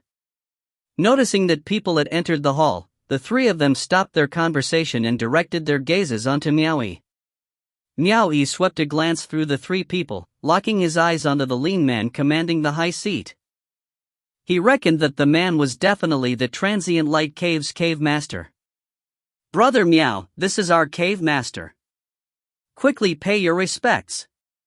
Chow Dingfeng grinned as he gave his referral. Meowie cupped his spirit once as he bowed. "I, Meowie, have to come to pay my respects to cave master." Yuan Jinkuan, the cave master of transient light cave, frowned slightly as he said, "I heard from Dingfeng that your cultivation is only at White Lotus first grade?" "Yes." Meowie didn't attempt to hide the truth. This kind of thing couldn't be hidden for too long anyway. He revealed the transcendence imagery on his spiritual point, causing the pathetic-looking one-petaled white lotus to emerge from it. The man and woman standing below slightly shook their heads with helplessness as they looked towards Chow Dingfeng. Chow Dingfeng cast them a smile in return, as though he were saying, "Please bear with it and let it go for now." Cave Master Yuan Jinkuan said half-heartedly, "Dingfeng has followed me for many years, and since he strongly recommends you, I won't say anything further. Here, we're currently lacking one more horse deputy, so I'm not sure if you would like to take up the post. If you feel that it would be a waste of your talents, then you can go and seek other alternatives." Meowie couldn't figure out what a horse deputy was, but since he had already promised Chow Dingfeng earlier, he naturally cupped his fists and accepted it. "Subordinate is willing to comply with your commands." Yuan Jinkuan nodded his head. "Then from now on, we are his family. Dingfeng, bring him with you and make the arrangements." Meowie and Chow Dingfeng gave their thanks and withdrew. After exiting the grand hall, Meowie followed Chow Dingfeng to the back of the mountain. Chow Dingfeng called forth the drunk old man called Shi Xiang and a woman to the front of him. As before, old man Shi Xiang nodded his head and bowed, but the woman kept a straight face. "Shi Xiang, Madam Shi Xiang. This is the new horse deputy. Please assist to make arrangements for him. As it's his first time here, please help him with anything he doesn't understand." Chow Dingfeng still had some matters to attend to, so after briefing them he made a move to depart. But as he was about to leave, he suddenly remembered something, then turned to face Shi Xiang and his wife, his face darkening as he said, "Brother Meow is now my brother. Don't assume that both of you can be insolent just because he's new. You husband and wife better not play any tricks, because if that's the case, I can't be held responsible for what I'll do." He was afraid that Meowie would be mistreated, and so he made his position clear to shield him. Of course, Meowie knew that the reason why he was behaving this way was due to Chen Fei. Both him and Chow Dingfeng did not know each other that well. The man was only trying his best to do what was being entrusted to him, all to show his respect to Chen Fei. We won't, old man Shi Xiang guaranteed, his face beaming. Madame Shi Xiang still kept a straight look on her face, as if someone owed her money. After sending Chow Dingfeng on his way, both husband and wife led Meowie to look for a residence, one that was situated at the foot of a hill and beside a stream. Even though it was a single, small house with a small courtyard, it was still complete with pavilions, terraces, open halls, flowers and trees. Although small, it didn't lack the necessary components and was overall exquisite in every detail. "From now on, this will be your cultivation residence. Look and see if it satisfies your needs. If it displeases you, there is an empty residence at the foot of the mountain over there. How about we go there to take a look?" Drunkard Shi Xiang explained politely, smiling in front of Meowie. Meowie toured around the courtyard and discovered there was nobody inside.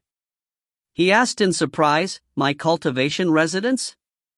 This is for me to live in alone?" "Of course. Every cultivator in Transient Light Cave will have their own residence and courtyard," Shi Xiang replied with a grin. Meowie didn't see anything to feel unsatisfied with. He had never before stayed in such an amazing residence like this, so he nodded at once, saying, "There's no need for the trouble. This is good enough, so I'll stay here." As he was done saying that, he recalled his assigned business. He turned his head and asked, "Senior Shi Xiang, what does a horse deputy do?" Madame Shi Xiang's words carried a sting as she ambiguously replied, "Horsekeeping." The madam didn't seem fond of the two words Shi Xiang, giving the impression that she would go mad if she heard the same address again. Horsekeeping? Miao Yi was astounded. He soon found out the answer. Both husband and wife took him to Hidden Dragon Valley. The Hidden Dragon Valley rose steeply from 3 sides and was a gourd-shaped valley with a narrow exit. All the transient light cave cultivators kept their dragon steeds in this location. Miao Yi's responsibility was to raise the 11 fine steeds in the valley, and thereafter he was known as the horse deputy. As to the reason why the dragon steeds were gathered together to rear, it was because their owners were all cultivators. For the majority of their day, the cultivators would place all their energy into cultivating, so who would have the leisure time and mood to take care of their own mounts on a daily basis? This type of menial task shouldn't even be done by a cultivator. But alas, a dragon steed has extraordinary physical strength, so a mere ordinary mortal wouldn't be able to control it. The dragon steed's rapid speed was like a sudden clap of thunder, and even a brief backward kick of its hind legs would be too quick for an ordinary person to dodge, the impact enough to batter them to a pulp. Since that one brief kick could result in their death, then rearing a dragon steed would be impossible. So this task could only be done by a cultivator. Under normal circumstances, this kind of work was better kept under the table, and would usually be done by the lowest ranked cultivator.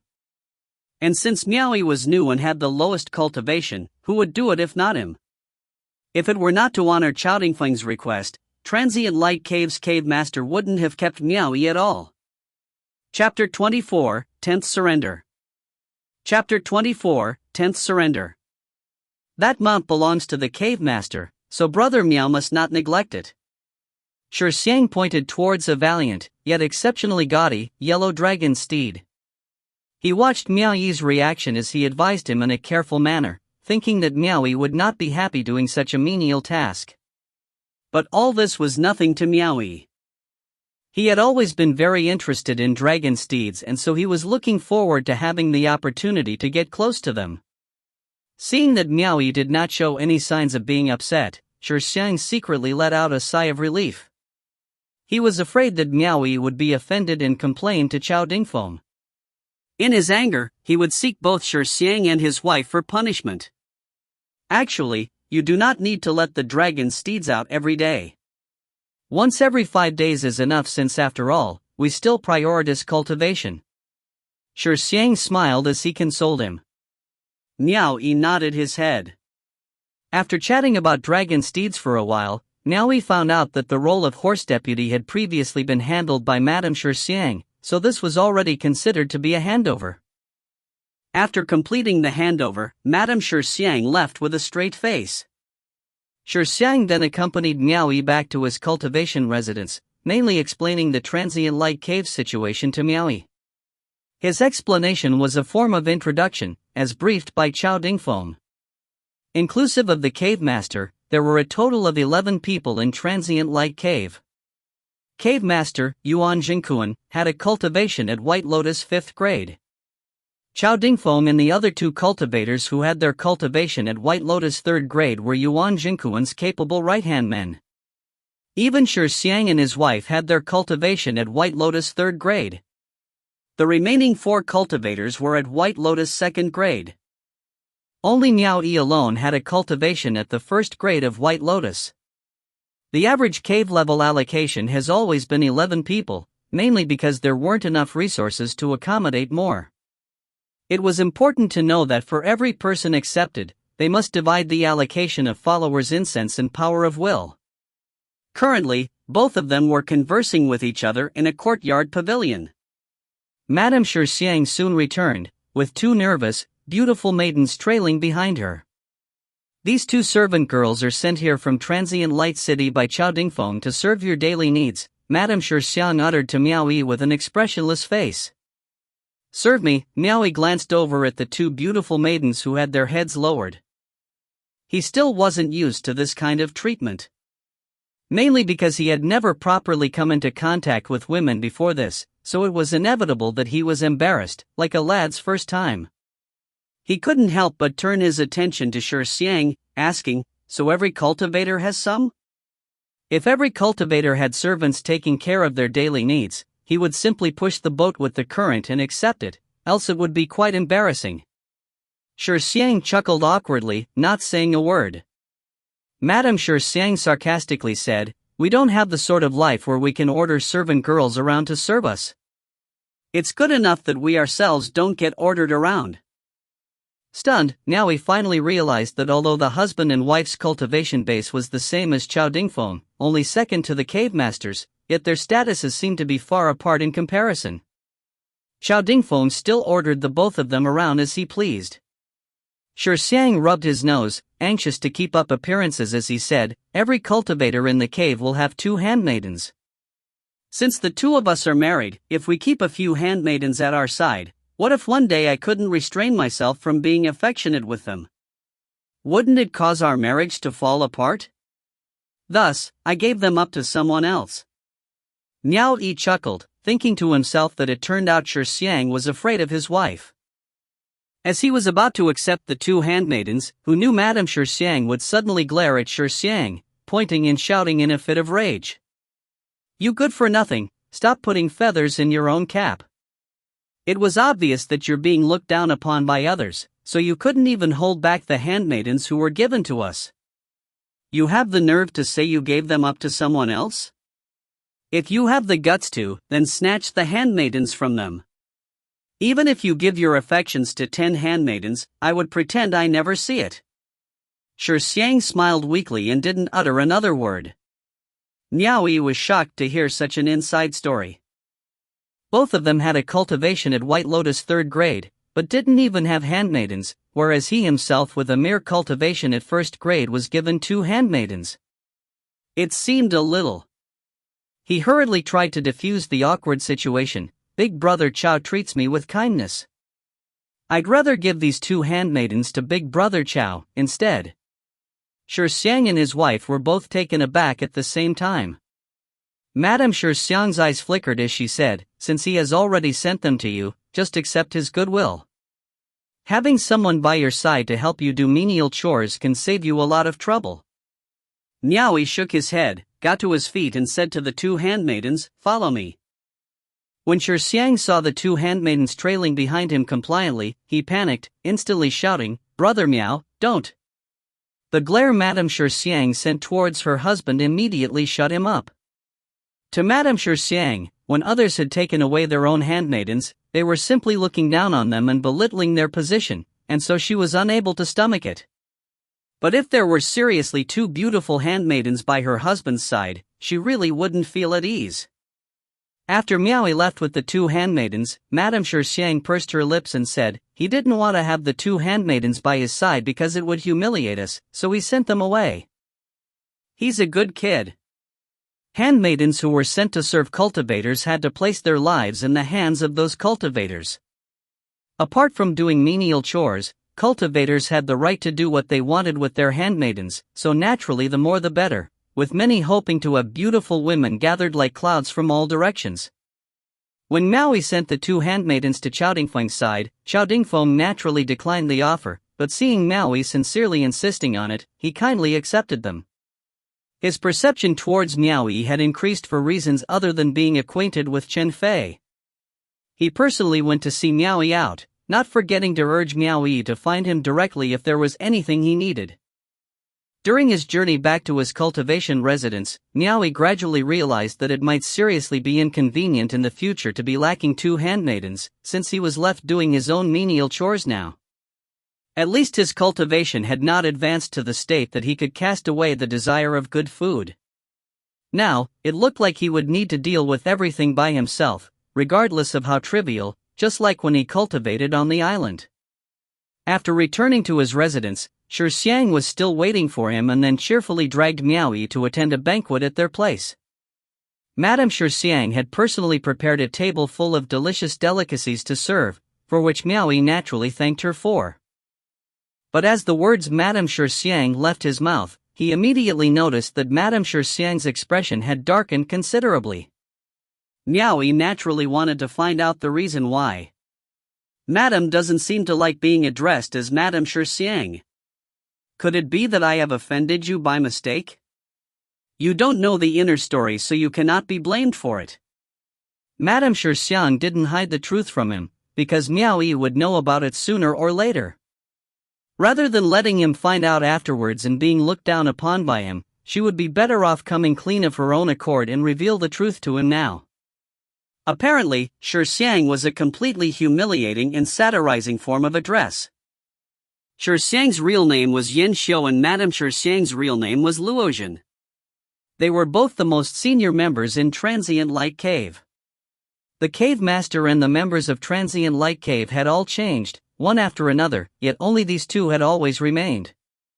When the enemy attacked Transient Light Cave, husband and wife turned up but did not exert themselves. Afterwards, when the cave's forces suffered a defeat at the hands of the enemy, both husband and wife surrendered. And the current cave master, Yuan Jingquan, had only just conquered the Transient Light Cave about a month ago, taking up all of its territory. For the sake of saving their own skin, both husband and wife once again surrendered to Yuan Jingquan, and already it counted as their 10th surrender. They had made a name for themselves for surrendering countless times. No one in Transient Light Cave thought highly of them anymore. Hence, they were ridiculed and humiliatingly were called Shirxiang and Madame Shirxiang. Translator note: Shirxiang, a derogatory nickname which means 10th surrender. When heard in passing, it sounds like an actual name, so Miao Yi thought nothing of it. Chapter 25, Four Realms of Arts. Chapter 25, Four Realms of Arts. After listening, Miao Yi's sweat dropped tremendously. He discovered that both husband and wife were really something else, but then he also realized that he himself had been extremely disrespectful. He wasn't even aware of the situation and yet he still blindly called them by those names. It was no wonder Madame Shirxiang didn't look pleased. If you're humiliating others, it would be strange for them to be pleased with you. Miao Yi quickly stood up to apologize. You didn't know, so you're not at fault. Luozhen waved her hands. After venting out the frustrations in her heart, she felt more relieved. But after seeing the pathetic sight of the brooding Yin Xiu who was plied with drink, a raging fire emerged once more in her heart. Thus, she pointed and shouted angrily in a fit of rage. What interminably rotten luck to be married to you! I am a great cultivator at White Lotus 3rd grade and yet, I am ordered around by a couple of White Lotus 2nd grade cultivators. What kind of man are you? When can you be a man for once, so I can hold my head up high and be a person with dignity? After berating him, she wiped her reddened eyes, flung her hand and left. Speechless, Miao Yi could understand Luozhen's resentful feelings. If he were in her shoes and being purposefully called Shirxiang with such frequency, he wouldn't be able to take it too. However, Yin Xiu apparently had his own way of thinking. Brother Miao, don't take offense at women. The already tipsy Yin Xiu grabbed onto Miao Yi's wrist, cheerfully saying, What does reputation count as? Reputation means nothing. Is reputation more important than our own lives? Just surrendering 10 times and she couldn't even take it? She couldn't even see the number of people who've been replaced or have died in Transient Light Cave throughout these years? Only the two of us survived. And being able to survive is stronger than anything else. This is our ability. The 6 sages of heaven and earth want to make the cultivators kill each other, but I won't ever fall for it.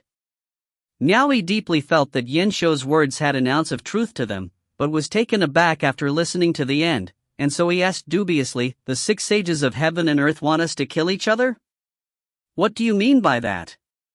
Yin Xiu looked at him as if he were an idiot, waved a hand and said, Every living being's power of will is only this much, but the number of cultivators keep increasing. Everyone wants to obtain the power of will to help with their cultivation. Have you ever imagined what will happen if things keep going on like this? There's bound to be more cultivators acting recklessly in their desperation. Once things become chaotic, the first to suffer from disaster would be the myriad number of living beings who have been devoting their power of will.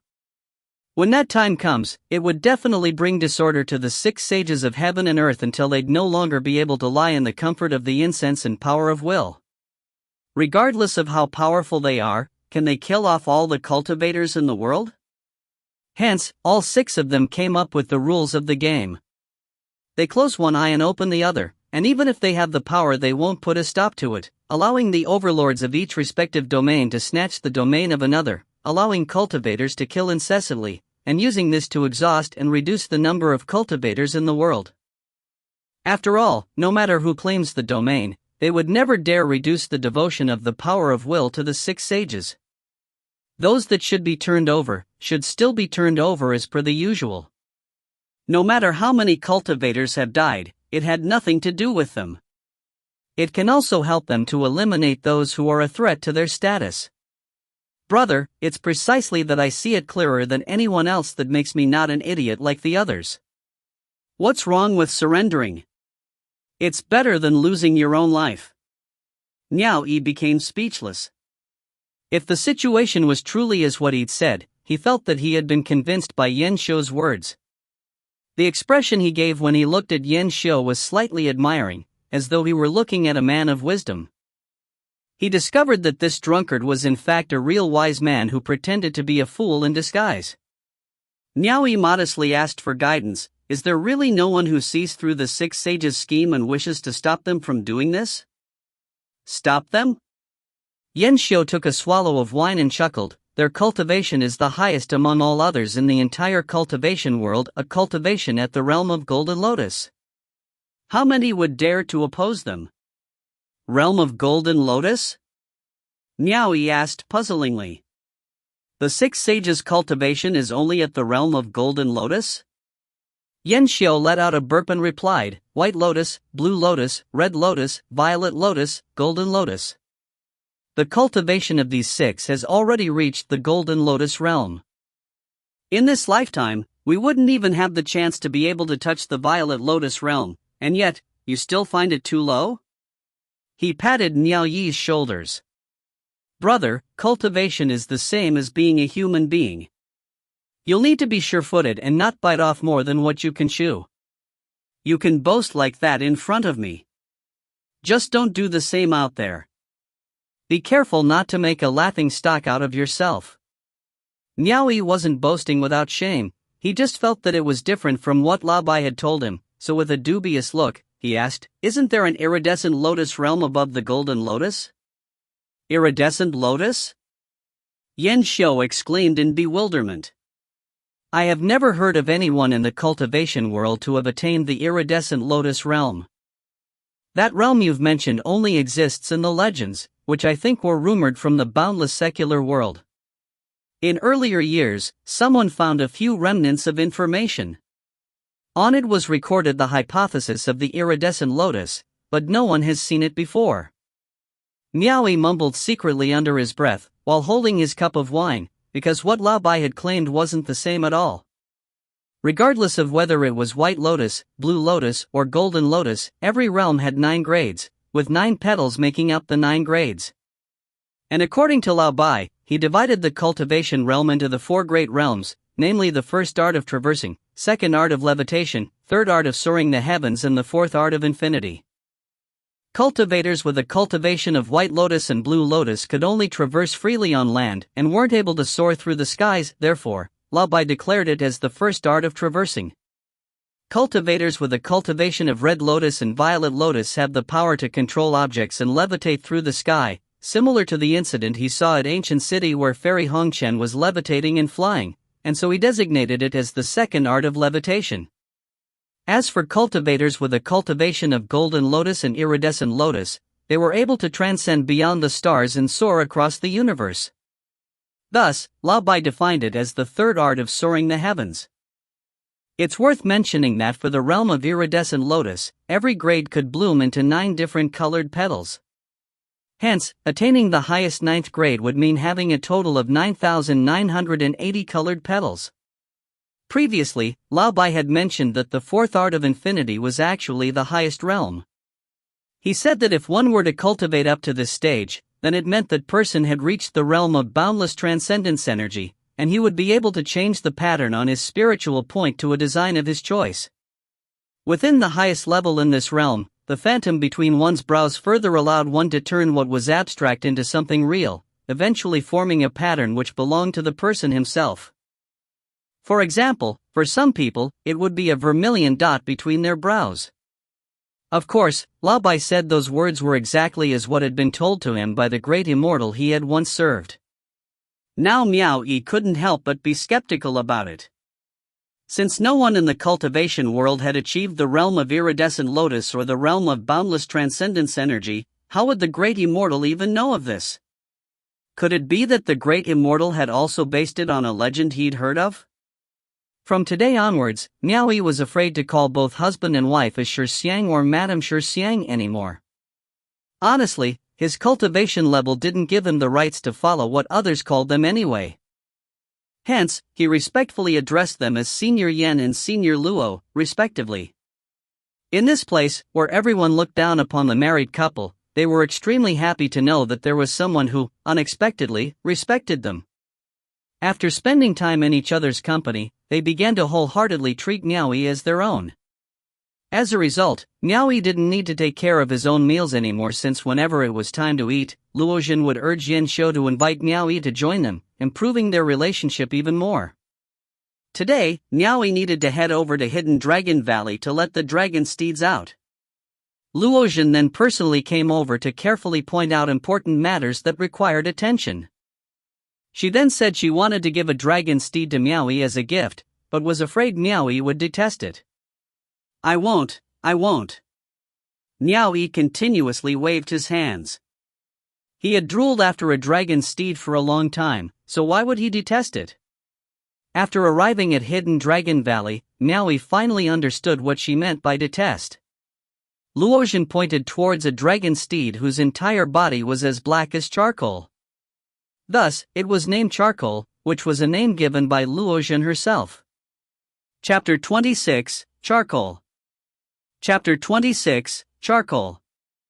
There was nothing wrong with being darker in color, but the crucial point was that this dragon steed was also as fat as a pig. When the dragon steed slept, they would sleep while in a standing position, which was no different than ordinary horses. However, only Charcoal had its own original idea and was the only one to sleep while lying down. And what made people even more speechless was the fact that Charcoal was incredibly lazy. When the other dragon steeds ran, they were as fast as lightning. But only Charcoal would slowly and lazily gallop forever without a sense of urgency. Its speed was not much different compared to that of an ordinary horse, and it was also useless trying to hit it to move faster. Charcoal was one of the dragon steeds that were gathered by the Transient Light Cave's cave master 10 years ago. All its kin were chosen and taken away by cultivators, with the exception of this one, since it was simply too outrageous, as one would be better off riding an ordinary horse than riding this dragon steed. Could this even be considered a dragon steed at all? None of the cultivators were fond of it. They all avoided it like the plague, afraid that it would be forced onto them without room for refusal. The lazy has its own luck, and a lazy dragon steed was also blessed with its own lazy luck. With its surrounding kin coming and going, and with countless others dying alongside their owners in battle, it managed to survive one disaster after another and was able to live till this day because nobody deemed it worthy. As they said, birds of a feather flock together. In spite of everything, Luozhen had taken care of Charcoal, perhaps because its personality was similar to Yin Shou's. Otherwise, she would have abandoned it to save on rations, or to save herself from the trouble. Which was why Charcoal and Luozhen had a very close relationship with each other. After noticing Luozhen entering the Hidden Dragon Valley, it immediately let out a long neigh before getting up from the ground, its plump body staggering towards Luozhen, before nuzzling its head against hers. This, Miao Yi glanced at the other high-spirited, lofty and valiant dragon steeds before facing Charcoal's majestic physique. If he hadn't known better, he would have mistaken it for an enormously huge wild boar, so he couldn't help but remark with a rigid smile on his face, "It really is something special." He really didn't know what else to say, as this dragon steed had thoroughly toppled his impression of dragon steeds. It really was a bit fat, but then again, he reckoned it wouldn't have fallen into his own hands if it weren't comparatively unusual in some way. Luozhen felt a little unsure, so she tested the waters, asking, "Nobody wants it?" "Either way, it's an extra, so if you want it, you can have it without the cave master's permission." I don't have a mount of my own, anyway. This is better than nothing. Niaoyi laughed. He has a flaw. Luojian seemed to feel embarrassed for Charcoal. I'm sure you know that dragon steeds are omnivorous. Niaoyi nodded his head and said, This, I know. Luojian said a little diffidently, Charcoal only eats meat and not vegetables. That's easy. Niaoyi laughed. If I recall correctly, the feed for the dragon steeds are all sent here by someone from Transient Light City? Yes. Luojian herself couldn't resist the urge to shake her head. She decided not to beat around the bush anymore and said directly, Charcoal only eats seafood, such as fish and prawns. It won't eat chicken or ducks, so basically no livestock. And the fresher the seafood, the happier it is. Niaoyi stared speechlessly at Charcoal. The dragon steed already looked like this, so what right did it have to be so picky with its food? There's no need to force yourself if you're not fond of it. You have a good relationship with Chao Dingfeng, so if there's a chance, he would definitely help you find a better dragon steed. It's just that I've had to take care of this one for many years, so I'm quite attached to it. Now that you're the new horse deputy, I hope you can assist in taking care of it in passing. No problem, just leave it to me. Can I try it out? Niaoyi pointed at Charcoal, wanting to ride it to get a feel of it. This was naturally approved because if Niaoyi weren't allowed to ride it, then gifting Charcoal to him would just make a fool out of him. Charcoal. Luojian patted its body. Generally, a dragon steed would never acknowledge another person as their master, unless their current master had passed on. This was due to the fact that this kind of spiritual beast had the ability to perceive the life and death of their master through telepathy. Hence, they wouldn't normally allow anyone else, other than their own master, to control them. However, Charcoal was very gentle and compliant. It seemed to only have a slight reluctance towards Niaoyi, but since Luojian had commanded it to do so, it could only turn its body around to allow Niaoyi to get on without any difficulty. Without saying another word, Niaoyi mounted the horse. A pair of fleshy feelers emerged from within Charcoal's glossy, jet-black mane. They slid along Charcoal's body and towards Niaoyi's thigh, eventually latching onto him. Niaoyi immediately felt Charcoal's lazy mood, which was transmitted through the fleshy feelers. It appeared to be asking where to go next. Niaoyi instantly sensed that it would be very interesting to communicate with his dragon steed in this manner. He didn't even need to use reins, which saved him a lot of trouble. He lifted his head, looking towards the hidden Dragon Valley's exit. Charcoal understood, and at that moment moved its four limbs, stomping the ground with hooves as large as an earthenware pot, displaying a somewhat decent amount of vigor. The only setback was that its speed wasn't something to speak highly of, as it moved at a slightly lazy pace. It wasn't even as fast as an ordinary horse. Thus, Niaoyi quickly used his mind to urge it to gallop faster. But apparently, it was futile to try pushing it to go faster because its speed stayed as it was whether it was being ridden or not. After half a day of torture, Niaoyi's face had turned gloomy, especially after realizing that Luojian had put in a few good words for Charcoal. With this speed, she dared to say it was no different than an ordinary horse? It even slipped when going up the mountain slope. Niaoyi finally understood why nobody wanted this beast. It truly was a bastard. Other than the fact that it didn't have a tiny ounce of awareness as a dragon steed at all, it was practically a freeloader too. And not only was it a freeloader, but it was also a god*Ned picky eater as well.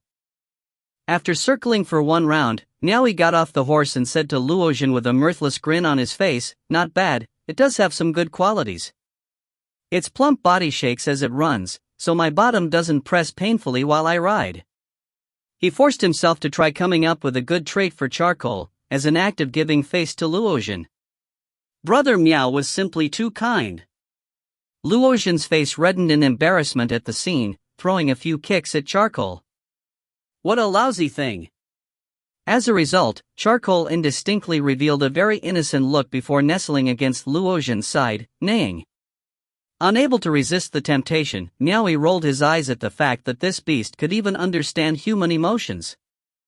He could tell that both Luotian and Charcoal had a very deep relationship and felt very familiar with each other. After going back, Luotian prepared a sumptuous meal of good wine and dishes, once again requesting Miao Yi to bear with Charcoal. Pfff. Yan Xiu spurted out a mouthful of wine on the spot, glaring at his wife as he asked, "You gave Charcoal, the one you didn't want to ride, to brother Miao?" Luotian then replied with a sour look on her face, "Drinking wine can't even shut you up?" Ha! Unable to restrain himself anymore, Yan Xiu hugged his tummy and doubled up into fits of laughter. He could practically imagine Miao Yi's reaction when he rode Charcoal. Luotian immediately marched up to seize her own husband and began to pinch him violently. "You good for nothing, you're still more useless compared to it." The days gradually went by. Miao Yi led a quiet life in Transient Light Cave. All he needed to do was to cultivate and watch over the dragon steeds. With Chao Dingfeng covering him, no one dared to do anything to him. However, Yan Xiu and his wife were still being bossed around to do menial chores. After being subjected to anger, Luotian would return and immediately blast Yan Xiu directly, throwing insults along the lines of being a spineless coward to his face. Occasionally Chao Dingfeng would drop by to visit him. Including Yan Xiu and his wife, apart from the three of them, practically everyone in Transient Light Cave had forgotten there was still such a person among them. Miao Yi had yet to see the cave master, Yuan Jinkuan, not since the day they met when he first arrived at the Transient Light Cave. He did, however, hear that he'd entered closed-door seclusion training. In addition to the others, who were also training in seclusion, Miao Yi didn't even know all of the associates in the cave. Sometimes, he would come into contact with some of them when he brought the dragon steeds out, but usually, he would not get called if there were any serious affairs to attend to. They probably minded that his cultivation was too low, so he wouldn't be of much help. They even wanted to order him to do menial jobs, but since Chao Dingfeng was around to protect him, none of them dared to be disrespectful towards his status. Miao Yi had the impression that he'd been forgotten and left behind, so he went on cultivating, continuing to look after the dragon steeds, as well as riding Charcoal, who was as plump as a pig. Chapter 27, Orb of Will. Chapter 27, Orb of Will. Snowflakes fluttered about, turning everything to white. During his first winter since arriving at the Transient Light Cave, Miao Yi finally entered the Transient Light Grand Hall again. This time around, everyone was in attendance and he could finally get to know all the members of the Transient Light Cave in one sitting. The reason for their attendance was because the power of will gathered from Transient Light City had been handed over to them. They came here to collect their own share of provisions. Those who were in closed-door seclusion training also came out and rushed here because of this. The reason why everyone agreed to be ruled over was all for this day, which only happened once a year. Cave Master Yuan Jinkuan reported to everyone regarding this year's harvest. It consisted of about 100 orbs of wool which were gathered from an estimated 100,000 people. Among 80% of the collected orbs were required to be turned over to the higher levels, and the cave could only retain the remaining 20%, which left about 20 orbs of will. Miao Yi had heard about it from Yan Xiu earlier on that among the orbs of will harvested every year, with the exception of the 20% which would be kept for the cave, the other 80% would be broken down further. 10% were to be turned over to the mountain chieftain, 10% to the manor head, 10% to the hall liege, 10% to the palace lord, and another 10% to the overlord. The remaining 30% would be entirely handed over to the immortal sage, Mu Fanjun. The other domains of the 5 sages operated in a similar manner. Anyone who dared to break the rules or get caught attempting to pocket it for themselves would be immediately sentenced to an unsightly death as an example to others, basically killing one to warn 100. All in all, no matter who tried to claim whoever's domain, the orbs of will to be handed over must not have a reduction in amount. The 20% share kept by the cave were about 20 in total. Chao Dingfeng and the 3 cultivators who were at White Lotus 3rd grade were Cave Master Yuan Jinkuan's capable right-hand men, so each of them received 2 orbs. The remaining 7, inclusive of Miao Yi, were only given 1 each. The others with a cultivation base at White Lotus 2nd grade couldn't say anything about it. Miao Yi didn't have anything to say, too. However, both Yen Xiu and Luozhen still felt slightly wrong since both of them also had a cultivation base at White Lotus 3rd grade. But alas, nobody cared about the injustice they received, so they could only hold it in. The remaining 10 orbs belonged to Cave Master Yuan Jinkuan, but according to Toyan Xiu, the Cave Master would normally not keep everything to himself, and would leave a few orbs to be given as rewards to others, such as those who made great achievements. It's important for those who perform a meritorious service to be rewarded. Otherwise, nobody would be willing to work hard in handling their assigned affairs. The majority were happy to receive the provisions, except for Luozhen, who couldn't bring herself to smile. One could tell by looking at her that she was trying to stifle her anger, apparently finding the amount received to be too little. After returning to his cultivation residence, Miaoyi sat properly in a lotus position while staring intently at the orb of wool between his fingers, which was roughly about the same size as a granule. It was sparkling and translucent, emitting an indistinct white glow. This was his first time seeing what an orb of wool looked like. According to Yen Xiu, this granule-sized orb of wool was a crystallized form of the power of wool gathered from 1,000 followers in 1 year. An orb of wool gathered from 10,000 people in a year would be around the size of a pearl, while an orb of wool gathered from 100,000 people in a year would be around the size of a quail egg. Under normal circumstances, the harvested orb of wool's maximum size would only be around the size of a quail egg, and it wouldn't get any bigger than that. Miaoyi was anxious to try out the effects of the orb of wool he'd spent ages longing for. He opened his mouth and placed it inside, performing his arts to catalyze it. Once refined, Miaoyi immediately experienced the power of the 7 emotions and 6 desires contained within the orb of will. These were the distracting thoughts belonging to more than thousands of people: joy, anger, grief, fear, love, hate, desire, along with other negative feelings. Their impact on him almost shocked him till he lost his guard on his mind. Earlier, he had already asked Yen Xiu regarding the refining method, so he immediately applied his arts to disperse the onslaught of distracting thoughts, stripping out the most cordial power of will before refining it for his own use. This was so he could utilize the gathered power of will united from the forces to call upon the spiritual qi among the heavens and earth. At that instant, he immediately sensed the required spiritual qi being gradually filtered from the air into his body. The spiritual qi began to collectively gather towards him, eventually absorbed like a trickle of water, making the entire process considerably faster than usual. Being able to feel the prowess of the orb of will filled Miaoyi with utter excitement. It was no wonder why cultivators in the world would want to get their hands on these. It really was too miraculous. Ha! To Miaoyi's surprise, during the process of refining the orb of will, he discovered a strange phenomenon.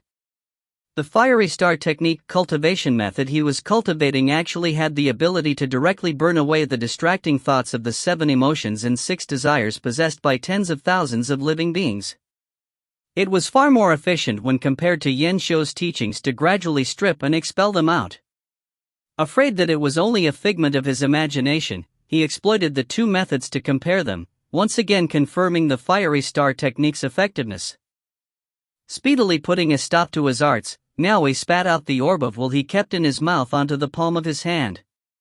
He wanted to ask Yen Xiu about it so he could get to the bottom of things, exactly what was going on here. At that exact moment, the dark green bead he wore around his neck flashed a faint glow. Miaoyi halted in his steps, suddenly remembering his time back at the island, when Lao Bai had specially explained to him over and over again. First, that his cultivation method must not be leaked. Second, if he were to discover that the fiery star technique had some strange effect on the power of will, then he must not ever let the cat out of the bag. Lao Bai mentioned that the great immortal he once served had mistakenly leaked out the information, and was forced to live the remainder of his days on an island. It was as though someone wanted to force the great immortal to hand over the cultivation method he was cultivating. As for their reasons to do so, Lao Bai wasn't sure of the answer. Miaoyi's heart beat wildly for a moment, fatally coming to the realization as to why there were people who wanted to force the great immortal to hand over his cultivation method. According to Yen Xiu's theory, on the basis of Miaoyi's cultivation base, if he wanted to refine this granule-sized orb, a year was required. But if it were calculated based on the speed he used to directly burn away the 7 emotions and 6 desires, he wouldn't need that long of a time. Which also meant that as long as Miao Yi had enough orbs of will to refine, then with his own cultivation method and technique, he could increase his cultivation base much faster and further than anyone else. Overwhelming feelings of excitement were mixed with the taint of uncertainty. He would need to move one step closer to test and confirm it. 3 months later, the snow in the mountain forest had already melted away, while the orb of will in Miao Yi's mouth had also been completely consumed until nothing remained. It didn't require a year like what Yin Xiu had informed him, as it only took him 3 months. Not only that, he had done it while caring for the dragon steeds every few days. His own cultivation base had swiftly enhanced to a considerable degree. A granule-sized orb of will had unexpectedly saved him 5 years of normal cultivation. Back then Lao Bai told Miao Yi that he would require 20 years to advance to White Lotus 2nd grade. Up until now, he'd been cultivating for about 5 or 6 years. His time had now been cut short by 5 years, which meant that he would need at most 10 years to break through to the 2nd grade of White Lotus. In terms of orbs of will, he only required 2 more. Miao Yi's blood boiled with indignation. If he possessed 2 more orbs, then he would only need 6 more months to advance to a cultivation base at White Lotus 2nd grade. After the initial excitement, he calmed himself down as he realized that he'd been thinking too much. 1 year would only grant him 1 orb of will, and a mere 2 years were needed for him to obtain the desired 2. The time spent waiting for the orbs would have offset the wonders of his cultivation method, causing it to be no different than the 2 years needed to cultivate according to Yin Xiu. At that instant, when Miao Yi was at a loss on how to get more orbs of will, Li Xian and Sun Jiaojiao, the other 2 cultivators from Transient Light Cave with a cultivation at White Lotus 3rd grade, barged into the gates on their dragon steeds.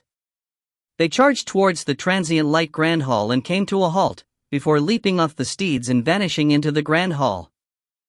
Move! Sun Jiaojiao dispersed the 2 handmaidens who came up to welcome her. Both of them looked as though there was some kind of emergency, as they barely gave face to the cave master Yuan Jingquan's handmaidens. This type of situation wouldn't normally happen. Yuan Jingquan, who was meditating and cultivating at the back of the hall, was alarmed by their arrival, stopped his cultivation and rose from his seat. Seeing the 2 people who barged in, he had a faint feeling that something unfortunate must have happened. Chapter 28, Li Xian's Scheme. Chapter 28, Li Xian's Scheme. Transient Light Cave currently belonged to one of the 10 caves under the rule of Du Zhangxing, Mount Kamingxi's mountain chieftain. A few days ago, Mount Kamingxi sent out news to each domain's cave master saying that the mountain chieftain of Mount Shaotai, Yang Qing, had broken through to Blue Lotus 5th grade. There was a possibility that Du Zhangxing had asked about Manor Head Ding's ambition, thus requiring each respective cave masters to strictly keep a close watch on Yang Qing's movements. Hence, Yuan Jingquan dispatched 2 of his best subordinates, Li Xian and Sun Jiajia, to go. Now, seeing the both of them urgently barging in without ceremony, he deduced that they had news of a radical nature to report. His heart sank as he asked, "How is the current situation? Did Yang Qing listen to the summons?"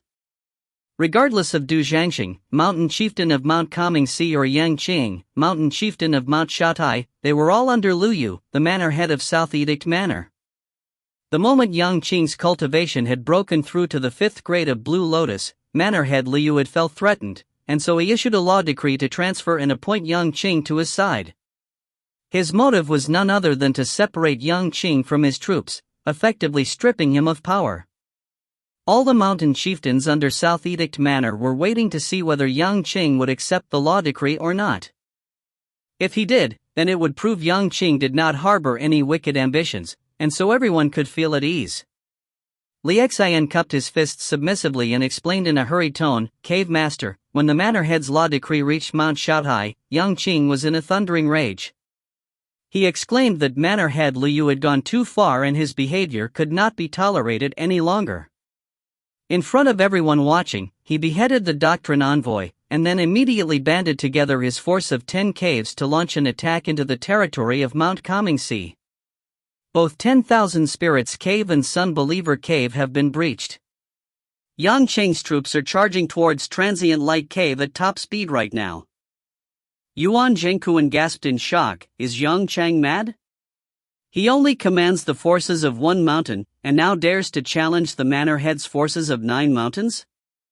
Sun Jiaojiao cupped her fists with both hands and exclaimed, Yang Qing has already obtained School of Blue Jade's support.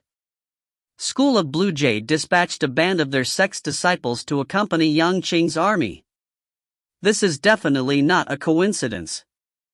Yang Qing has obviously been colluding with School of Blue Jade and made plans to attack long before this.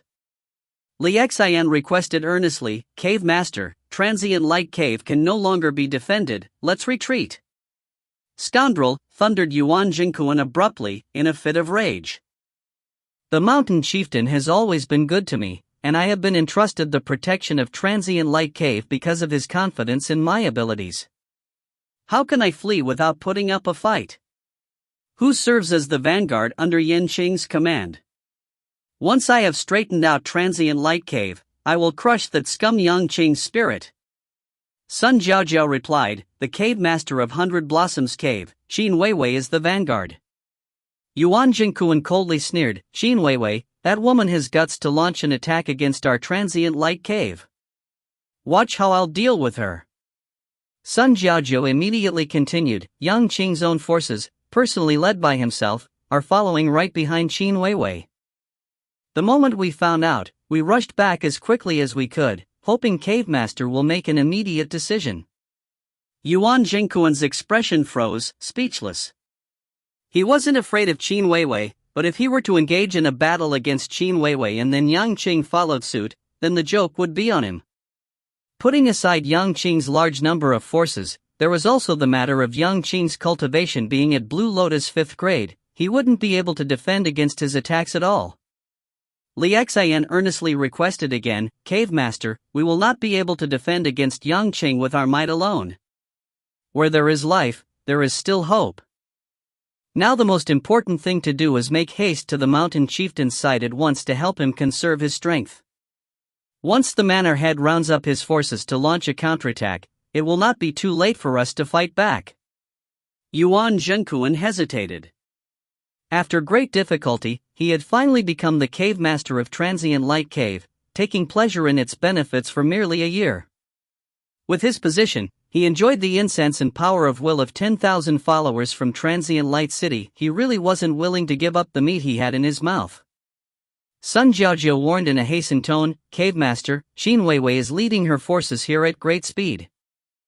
At most, she'll arrive in 2 hours, so if we don't retreat soon, then it will be impossible to leave once she has us in her sights. It's not as if I don't know that. Yuan Jingquan lifted his head towards the sky and gave a long sigh. The mountain chieftain has always been good to me.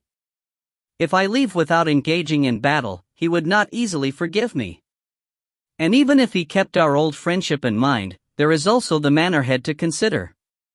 He should be bristling with indignation over this whole affair, and I fear he will make an example out of me to serve as a warning to others. Li Xian and Sun Jiaojiao stared at each other speechlessly. There was no doubt that the manor head was furious over Yang Qing's revolt. If he found out his subordinates had fled without going into battle, the manor head would definitely not let them get away with it. All of a sudden, Sun Jiaojiao began to speak, hesitated for a long while, before gently parting her lips to say in a low voice, surrender. Yuan Jingquan and Li Xian turned to look at her with great trepidation and fear. Only trusted aides would dare to speak of such words between each other. But Yuan Jingquan rapidly denied the idea of surrendering by shaking his head. Yang Qing must have promised some benefits to School of Blue Jade for him to agree to support him. Once South Edict Manor has been captured, not only will Yang Qing have to settle positions on his men for their great service, he also has to appease the disciples of School of Blue Jade as well. There really will be too little to go around. There won't be any advantages for us even if we surrender to them. We would be left standing by the sidelines, our reputations ruined all because we surrendered. So why torture ourselves? Li Xian and Sun Jiaojiao went silent. They knew Yuan Jingquan was speaking the truth. The couple, Yan Xiao and Luo Jin, were the perfect example. Have they ever had any status in Transient Light Cave? Although their cultivation was at White Lotus 3rd grade, they were still inferior to a horse deputy. I have a strategy that can help Cave Master escape this situation. But, Cave Master is a man of deep compassion and of unwavering loyalty, so I fear Cave Master will not accept this proposal. Li Xin sighed insincerely. We're already in this mess, so there's no need to mince your words anymore. Yuan Jingquan stretched out his hand and said, "Speak out what's on your mind." Li Xin immediately moved closer and muttered in his ear. Clang clang clang. The alarm in Transient Light Cave rang, causing all the cultivators to scuttle out of their cultivation residences when they heard it. They rushed to Hidden Dragon Valley, mounted their dragon steeds before rushing swiftly to gather outside of Transient Light Grand Hall. Until now, Miaoyi did not have his own mount since his cultivation base was too low. The cave master wouldn't concern himself with helping Miaoyi resolve his life difficulties, so he could only make do with riding the plump charcoal. He still had no clue of the events that transpired. He saw that everyone had taken their weapons with them. Yan Xiu, riding a dragon steed, held a pair of broad axes in his hands, and even Luozhen wielded a long and large saber single-handedly, displaying her prowess. What happened? Riding charcoal, Miaoyi slowly caught up behind Yan Xiu. He used his art to transmit his voice in a quiet inquiry. It's nothing good. The alarm rang for a long time, which meant we're going into battle soon. Yan Xiu made a quiet reminder. Brother, do you remember what I said to you before? The rumored struggle between cultivators had finally arrived? Heart tightening, Miaoyi nodded his head, understanding the meaning behind Yan Xiu's words. If he could not win, then he should just surrender. There was no need to throw your life away. Everyone in Transient Light Cave gathered beneath the Grand Hall. A number of people simmered with laughter upon noticing the conspicuous fat pig underneath Miaoyi. When Xiao Dingfeng realized the cause, he muttered to himself that it was due to his carelessness, noting that he would seek a better dragon steed for Miaoyi once he had the chance. Abruptly, Cave Master Yuan Jingquan rode his dragon steed out in a violent rush, directly charging towards the top of the flight of stairs leading to the Grand Hall. He raised a long halberd in the air and angrily shouted in a commanding voice, "Mountain chieftain of Mount Shaotai, Yang Qing, is a wolf with wild ambitions. He hold aspirations for the manor head seat of South Edict Manor. Already, he has started his rebellion." The crowd was in an uproar. Miaoyi instantly transmitted his voice to ask Yan Xiu about the situation. The affairs this time are a bit major than normal. Yang Qing has the highest cultivation base in South Edict Manor, apart from Manor Head Lu Yu. Since he dared to declare war against Lu Yu, he must be confident in his victory. Yan Xiu surreptitiously explained the stakes between them to Miaoyi. Chapter 29, Luozhen rides a horse. Chapter 29, Luozhen rides a horse. Yuan Jingquan gazed about the crowd, boosting their morale in a loud voice. Manor Head is furious and has already assembled the entire South Edict's forces of 9 mountains. Yang Qing's doom is sealed. Within the next few days we will tear him apart. Earlier, I found out that Qin Weiwei, the cave master of 100 Blossoms Cave, is now serving Yang Qing, and has split her forces into 2 flanks to surround and raid our Transient Light Cave. I desire the head of that B*TCH, Qin Weiwei. Who is courageous enough to follow me in facing the enemies of Transient Light Cave? Everyone looked at each other in dismay. Before they could grasp the situation, Li Xian and Sun Jiajiu had already stepped forward on their dragon steeds, one after the other, both of them shouting loudly in unison, "We're willing to follow Cave Master to face the enemy up front and take Qin Weiwei's head." Startled, Xiao Dingfeng rapidly went forward with his dragon steed and cupped his fists. "I am willing to go, too." Since Li Xian and Sun Jiajiu had already responded, then as one of Yuan Jingquan's zealous subordinates, how could he not firmly state his position? Whether or not the others were equally as willing, everyone stepped forward and assented. Even Yan Xiu and Miaoyi went along with the crowd and loudly voiced their support. Good. In an instant, Yuan Jingquan waved his long halberd at the crowd, and began to appoint tasks to all. Li Xian, Sun Jiajiu, both of you will accompany me to drive back Qin Weiwei. Chao Dingfeng, you lead the others behind the western mountain range to stop the attacks. You must stall Qin Weiwei's followers. Once I claim Qin Weiwei's head, I will immediately return to meet up with everyone. Li Xian, Sun Jiaojia and Chao Dingfeng accepted the order together.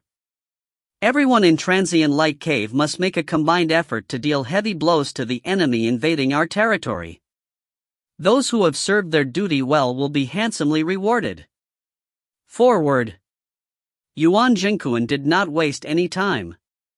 Riding his dragon steed, he leapt down the stairs as he brandished his long halberd and shouted. Li Xian and Sun Jiaojia immediately followed suit on their dragon steeds, charging out of the gates and riding away swiftly. Follow my lead. We will head to the back of the western mountain range to obstruct the enemy. With his treasured sword on his back and a spear in his hand, Chao Dingfeng turned around and shouted instructions at the crowd following him. Under his lead, 8 cultivators with their dragon steeds rode as fast as lightning, crossing mountains after mountains as though treading on plains. Miao Yi, who trailed behind in last place, hated that he couldn't just stab Charcoal to death with his spear. At least if he were to run on his own 2 legs, then he might be better off. Charcoal really gave him too much honor, making it seem like he was of a more craven and cowardly mold than Yan Xiu. How would everyone in Transient Light Cave see him now? Yan Xiu had said that if you can't win a fight then just surrender, but right now, what does it imply if the war hasn't even begun and you're already running away? Taking a look at Yan Xiu, although in his heart he has already made full preparations to surrender, at least to anyone watching, he was now riding quickly to battle, so no one could make a comment. He was downright embarrassed to be in this place, but little did he know he had already become Yuan Jingquan's scapegoat. Li Xian's stratagem was very simple. Basically it was to make Yuan Jingquan instigate the others to meet the enemy head-on, while the 3 of them made their escape. Afterwards, when the higher echelons investigated the matter, Yuan Jingquan would have an excuse ready at hand that would extricate himself from the responsibility of escaping without fighting. He could then say that only 3 of them were lucky enough to survive the attack, and even Chao Dingfeng, his trusted aide, had fallen in battle. It wasn't due to a lack of effort on his part to fight as if his life depended on it. On the contrary, Yang Qing personally led his forces into the fray, and tried his best to fight. In the end he couldn't hold back the opposing forces at all. This was something everyone could understand. Not only would he escape the responsibility of fleeing without going into battle, he would use Chao Dingfeng to lead his men to cover his own retreat, and also help stall for enough time for him to make his own escape. The most important thing was, after knowing Yang Qing would personally lead his forces forward, Yuan Jingquan still dared to command his forces to meet the enemy in battle. There was a strong possibility that his display of loyalty and bravery might be able to gain the higher echelons' praise and possibly turn a loss into a gain. Since there were so many benefits to it, Yuan Jingquan did not hesitate and went along with Li Xian's scheme. 7 dragon steeds crossed over to the top of the western mountain range. Chao Dingfeng saw that the base of the mountain revealed a wide open area alternating with the mountains opposite of them. It was an appropriate location to face and deal heavy blows to the enemy. He instantly waved the spear in his hand, pressing the troops to move forward. Eventually he ordered everyone to hide amidst the dense forest halfway up the mountain. Everyone had been lying in wait for quite a period of time before Miao Yi finally arrived on Charcoal, last to the scene and with a long look on his face. Chao Dingfeng turned his head behind to cast a look at Charcoal underneath Miao Yi, however he made no remarks. Exactly at that moment, from within the mountain forest a dragon steed appeared, swooping down from the mountain at great speed. A 2-petaled white lotus appeared and glowed faintly between the brows of the cultivator on top of the dragon steed. He glanced left and right with his spear raised, keeping a close watch as he moved ahead throughout the whole ride down. The moment Chao Dingfeng saw him, he knew instantly that the man had come to open up a path. It looked like the other party was being incredibly careful, therefore it didn't matter if they planned an ambush, it was already futile. Upon reaching this conclusion, he looked around and asked left and right, "Kill one and there will be one less. Who will go first to render a first-class merit?" "I'll go." Luo Zhen answered without any form of hesitation. Wielding a long blade in her hand, she rode the dragon steed and charged towards the bottom of the mountain. You? Yan Xiu's entire body froze, as he extended his hand to stop her, but to no avail. Everyone was astounded, because they never expected that Madame Shi Xiang would be the first one to set out. Niao Yi was also surprised. He had listened to the things that Yan Xiu had incessantly taught him, but apparently his wife had chosen to shut her ears instead. Little did he know that Luo Zhen was sick and tired of people humiliating her by addressing her as Madame Shi Xiang. All this time she had been suppressing her pent-up anger. Ever since the beginning, when Yuan Zhengquan had instigated everyone, Luo Zhen had already hardened her heart. She really did feel weary of people humiliating her. The dragon steed who was swooping down at a great speed gave an invigorating leap with Luo Zhen in tow, both emerging from the mountain forest. It leapt up to a height of 100 meters in the air, with Luo Zhen screaming as she slanted towards the rushing dragon steed still in the middle of opening a path. The man was taken completely by surprise. Unable to turn back in time, he rapidly soared upwards, 20 meters high from the dragon steed. Usually cultivators would use two types of long and short weapons. The short weapon was normally used for self-protection while the longer weapon would be used to face the enemy when riding on a dragon steed. He was also using a long blade. He soared into the air, delivering a strike with his blade to the dragon steed descending from the sky. But after leaping into the air and witnessing clearly the three-petaled white lotus between Luo Zhen's brows, he instantly became frantic. The screaming and approaching Luo Zhen had already lunged over with her blade to deliver a strike in one rapid movement, parrying the blade which was coming straight at her. Simultaneously, she locked the man in his spot with her transcendence energy. His reaction speed slowed down significantly after being entangled by a higher level of transcendence energy, his face already displaying a look of panic and horror. Bang! The hard bones of Luo Zhen's dragon steed collided head-on onto the man's chest. Puke! Fresh blood violently spurted from the man's mouth, his chest already collapsed inwards from the impact of the collision. Why do cultivators love to mount dragon steeds? It was because this spiritual beast was of extraordinary strength, could carry immense loads and had a terrifying impact force, so huge that even cultivators at the stage of Blue Lotus were afraid of getting rammed hard by a matured dragon steed. Particularly the dragon steed's speed, when it galloped about wildly without any restraint, even a cultivator at the stage of Blue Lotus would have difficulty in catching up to one. Even if they did, they would only be able to do it within short distances. If the chase were to last a longer time, they would definitely not be able to catch up to the dragon steed's speed and endurance. Imagine under this degree of speed and strength, in addition to the cultivator's transcendence energy, the cultivator's attack force would achieve almost double the effect. With all these factors, the dragon steed naturally became the majority of cultivators' favorite mount. Die! While the man spurted blood and collapsed, Luo Zhen violently shouted once more, brandishing her blade high up to the sky, and slashed down through the rain of blood. Luo Zhen leaped from her dragon steed and descended onto the ground. With the blade in hand, she looked back at the mountainside where Chao Dingfeng and the others were at. In one encounter, she had beheaded a White Lotus second-grade cultivator. Gusts of wind rose up suddenly through the mountain, the dark green grass undulating in waves, all the more demonstrating Luo Zhen's grandeur. The dead cultivator's dragon steed let out a mournful whine, galloping to its own master's corpses, unwilling to leave his side. Chapter 30, 11th Surrender. Chapter 30, 11th Surrender. Niao Yi was rendered speechless as he glanced at Luo Zhen's imposing presence, trembling slightly at her overwhelming power. He couldn't help but be suspicious that a mere cultivator with a cultivation at White Lotus second grade couldn't even withstand an attack from a cultivator at White Lotus third grade. On that basis, since his cultivation was only White Lotus first grade, wouldn't he just be throwing his life away if he ran out now? Yan Xiu's Adam's apple quivered a few times. It seemed he too didn't know what else to say. At the mountainside, Chao Dingfeng revealed a smile, nodded his head and praised, "Good. Next time anyone who dares to address her as Madame Xiang will be the same as picking on me, Chao Dingfeng. He glanced around and threw a warning at those behind him. At that exact moment, a strange sound was suddenly heard from the opposite mountain. The crowd quickly looked in the direction of the sound, only to see 5 dragon steeds and their riders. Similar to Luozhen, they leaped 100 meters high with a whoosh, and then galloped towards the open field where Luozhen fought with only a blade and her steed.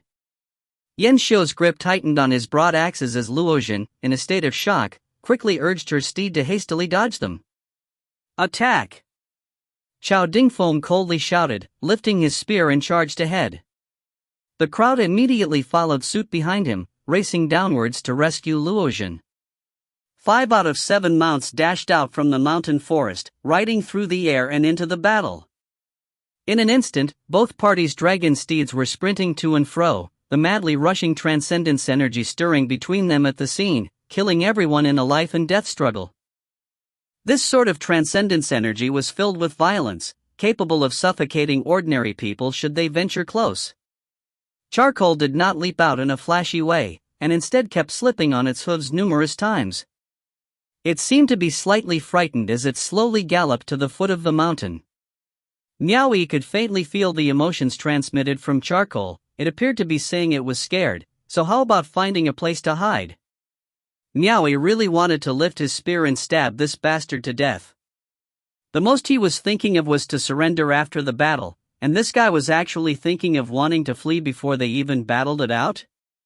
Similarly, Yan Xiu also held back from leaping out to join in the fight. Instead, he rode next to Miaoyi. This was his usual style, safety always came first. At the same time, he also pulled back Miaoyi, who seemed to him as slightly impulsive, shaking his head at Charcoal beneath him. Amidst this lifestyle of ceaseless slaughter, without the advantageous power of a dragon steed, it would be impossible for one to defeat his opponents. The enemy would just ride off with their dragon steed, coming and going like the wind. With Charcoal's leg power and speed? He would be sending himself to an early grave if he tried to pursue them. An unusual movement was faintly seen coming from the distance, causing Yan Xiu to quickly raise his head and look in the direction of the mountain peak opposite him. He caught sight of a cold and elegant woman clad in a snowy white robe with a bow on her back. She sat on top of a majestic dragon steed, its coat the color of a deep red date fruit. Her hand held a serpent lance, a symbol of a 5-petaled white lotus bloomed between her brows. Behind her, standing side by side, were 4 cultivators mounted on dragon steeds. All of them had a cultivation at White Lotus 3rd grade. Xin Weiwei. Yan Xiu's pupils abruptly shrunk, all of a sudden crying out involuntarily, **T. We've been used by Yuan Zhenkuan. Being a man who was adept at surrendering, he was naturally skilled in this field and instantly came to the realization that everyone had fallen into Yuan Zhenkuan's trap. Wasn't that Qin Weiwei? Wasn't she going to split her forces into 2 flanks, and then prepare to attack from the other side? Why is she here? Miaoyi also lifted his head and gazed at the mountain peak across him. He hadn't yet arrived at the same conclusion, not realizing that they had been tricked by Yuan Zhenkuan. Yan Xiu did not have the time to explain further. He quickly transmitted his voice through the usage of arts to Luozhen. But since she was at a scene of carnage, surrounded by people being endlessly strangled to death by transcendence energy, using arts to transmit his voice had no effect at all. Meanwhile, at the opposite mountain peak, the snowy white-robed Qin Weiwei gently lifted her finger, pointing towards the bottom of the mountain. The 4 mounted men swiftly charged and leaped forwards in a flash, descending onto the midst of the battlefield. Chao Dingfeng and 6 others were surrounded on all sides, standing their ground against 9 foes. 4 of them were at White Lotus 3rd grade, the other 5 at White Lotus 2nd grade. Unfortunately for them, only Chao Dingfeng and Luozhen had a cultivation at White Lotus 3rd grade. The other 4 men, who were at the 2nd grade, were instantly beat down, leaving them all in a disadvantageous position. They were all entangled in the battle, each of them wanting to break free but to no avail. The enemy adopted an ingenious battle strategy. A cultivator at White Lotus 3rd grade withstood Chao Dingfeng. 3 cultivators also at the 3rd grade surrounded Luoxin, suppressing her with violent attacks until her complexion turned deadly pale. She had practically run out of strength, barely able to hold her ground anymore. Yanxiu's chest heaved up and down with urgency, finally lifting the pair of broad axes in his hands. Although he usually kept himself discreetly out of harm, now he had no other choice but to throw himself forward and risk his life to rescue her. The dragon steed underneath him barely went forward a step before abruptly coming to a halt. Yanxiu's eyes widened at the scene happening before him. Miao Yi's eyes also widened. Charcoal's 4 hooves stamped about in confusion, turning extremely restless. A spear was thrust into Luoxin's back. She was in the middle of brandishing her blade with both hands, fending off the spears stabbing towards her by a row of people. Before she could even lower her gaze at the bloody spear tip piercing through her chest, a cultivator at White Lotus 3rd grade chased after and in one quick movement, slashed off her head with one strike of his blade. Blood sprayed everywhere from the headless corpse still sitting atop the speedily galloping dragon steed. The spear piercing through her chest was removed from her corpse. After the 3 White Lotus 3rd grade cultivators combined their forces to slaughter Luoxin, they quickly turned their horses back and besieged Xiao Dingfeng together. Miao Yi's eyes were cold as his gaze locked onto the cultivator who beheaded Luoxin, gradually lifting the silver spear he gripped in his hand. Nay! Charcoal let out a long neigh as it faced the sky, both eyes staring at the fallen corpse of Luoxin. It constantly snorted in agitation, its 4 hooves unceasingly plowing the ground. It looked like it wanted to storm forward and breach the enemy ranks, its behavior becoming incredibly violent and restless. Miao Yi could feel the wild emotions transmitted from Charcoal. However, Yanxiu extended his hand, grabbing onto the fleshy feelers which connected Charcoal and Miao Yi together. The fleshy feelers were a dragon steed's most vulnerable weakness. He stopped Miao Yi from risking his life. Why? Miao Yi turned back to stare at Yanxiu and said with coldness, "They killed your wife, don't you wish to seek revenge?" Yanxiu shouted with a look of grief and indignation on his face, "They are too strong, we won't be able to avenge her. We will only be running headlong into our deaths if we charge out like this. Only by saving ourselves will we have hope for revenge." What he said was right, but, all of a sudden, Xiao Dingfeng let out a furious roar, Yuan Zhenkuan. He had apparently also come to the realization that he had been set up by his leader, but it was already too late. Besieged by 4 cultivators at White Lotus 3rd grade, he realized that he was unable to endure it any longer, but before he could shout surrender, with one slash through the waist, he was cut in half, the upper half of his body flying into the air still bellowing with rage. Seeing that it was a losing battle, the 2 cultivators at White Lotus 2nd grade, who were lucky to survive this long, shouted surrender at once. They gave up resisting and leaped off their dragon steeds, and were eventually captured, blades pressing against their necks. The victor had been decided. Xin Weiwei's few subordinates glanced back at Yanxiu and Miao Yi shrunken at the sidelines, both not daring to move. Right at that instant, on the opposite mountain peak, a wave of rustling sounds reverberated through the air. With an astonishing air of grandeur, hundreds of cultivators mounting dragon steeds appeared behind Xin Weiwei, swiftly lining up in a row. Xin Weiwei turned around in a swift movement, facing towards a cultivator clad in silver armor standing in the middle, who cupped his hands in greeting and bowed. The silver-armored cultivator was none other than Yang Qing, the mountain chieftain of Mount Shaotai. With thick brows and large eyes, as well as an extraordinary might, he faintly exuded an air of domination. He gazed attentively at the battlefield beneath him. In actuality, Yang Chang and Miao Yi had once seen each other before, during the time when Fairy Hongchen had arrived at Ancient City. As a host, Yang Qing welcomed her arrival, except at that time, Miao Yi was hiding in the old willow tree, and Yang Qing was standing on top of the city walls. Both of them were only a short distance away from each other, but sadly, they never met in person. As soon as he saw the spectacle unfold, Yanxiu hurriedly gave Miao Yi a push. He immediately threw away his pair of broad axes, jumped from his horse with his hands raised up high as he exclaimed, "I surrender." This was his 11th time surrendering. Chapter 31, A Valiant Warrior Indeed, 1. Chapter 31, A Valiant Warrior Indeed, 1. Miaoyi did not bother about the number of men in the mountain peak across them. He only stared at the torn upper body of Chao Dingfeng with a blank expression on his face, still wriggling even after death, which had fallen onto the ground. Ever since he left the mountain he'd cultivated in, he had made 4 friends, namely, Chen Fei, Chao Dingfeng, Luo Zhen and Yan Xiu. And now 2 of them had actually died in front of his eyes, and all he did was stand from afar looking on passively. As he watched the deaths of the others, his emotions had barely stirred, but after seeing the terrible deaths of his friends, who had always been looking after him, he was suddenly struck with the extreme cruelty of the cultivation world. Inside his heart, he furiously blamed himself for what he'd done. His younger siblings had a great life going on for them, yet, he had sent them into such a dangerous place. How could he now face both his foster parents' spirits in heaven? He had caused harm to his brother and sister. He had watched on helplessly as his friends, who had taken such good care of him, suffer a horrible death, and still, he did nothing. He deserved to die. Miaoyi sentenced himself to death in his heart, lifting the silver spear he gripped in his hand. He pointed it at the murderers in front of him. "What the hell are you doing?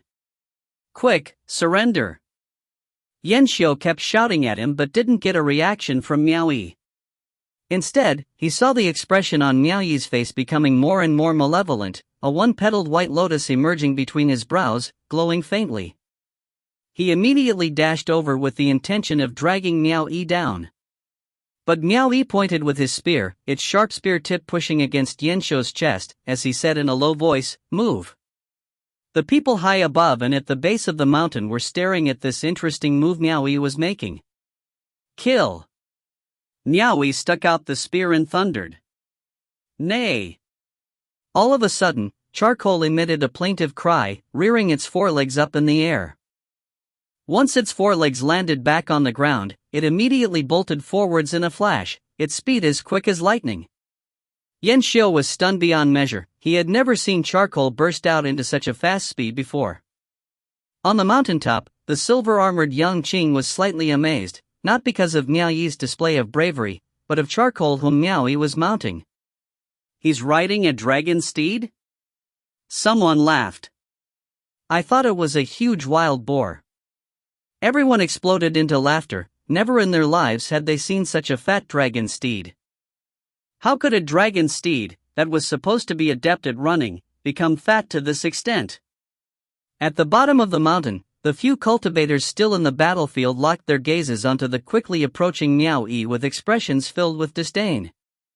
A cultivator at White Lotus first grade dared to charge up here, where anyone pulled at random from their group would be, at the very least, at White Lotus second grade.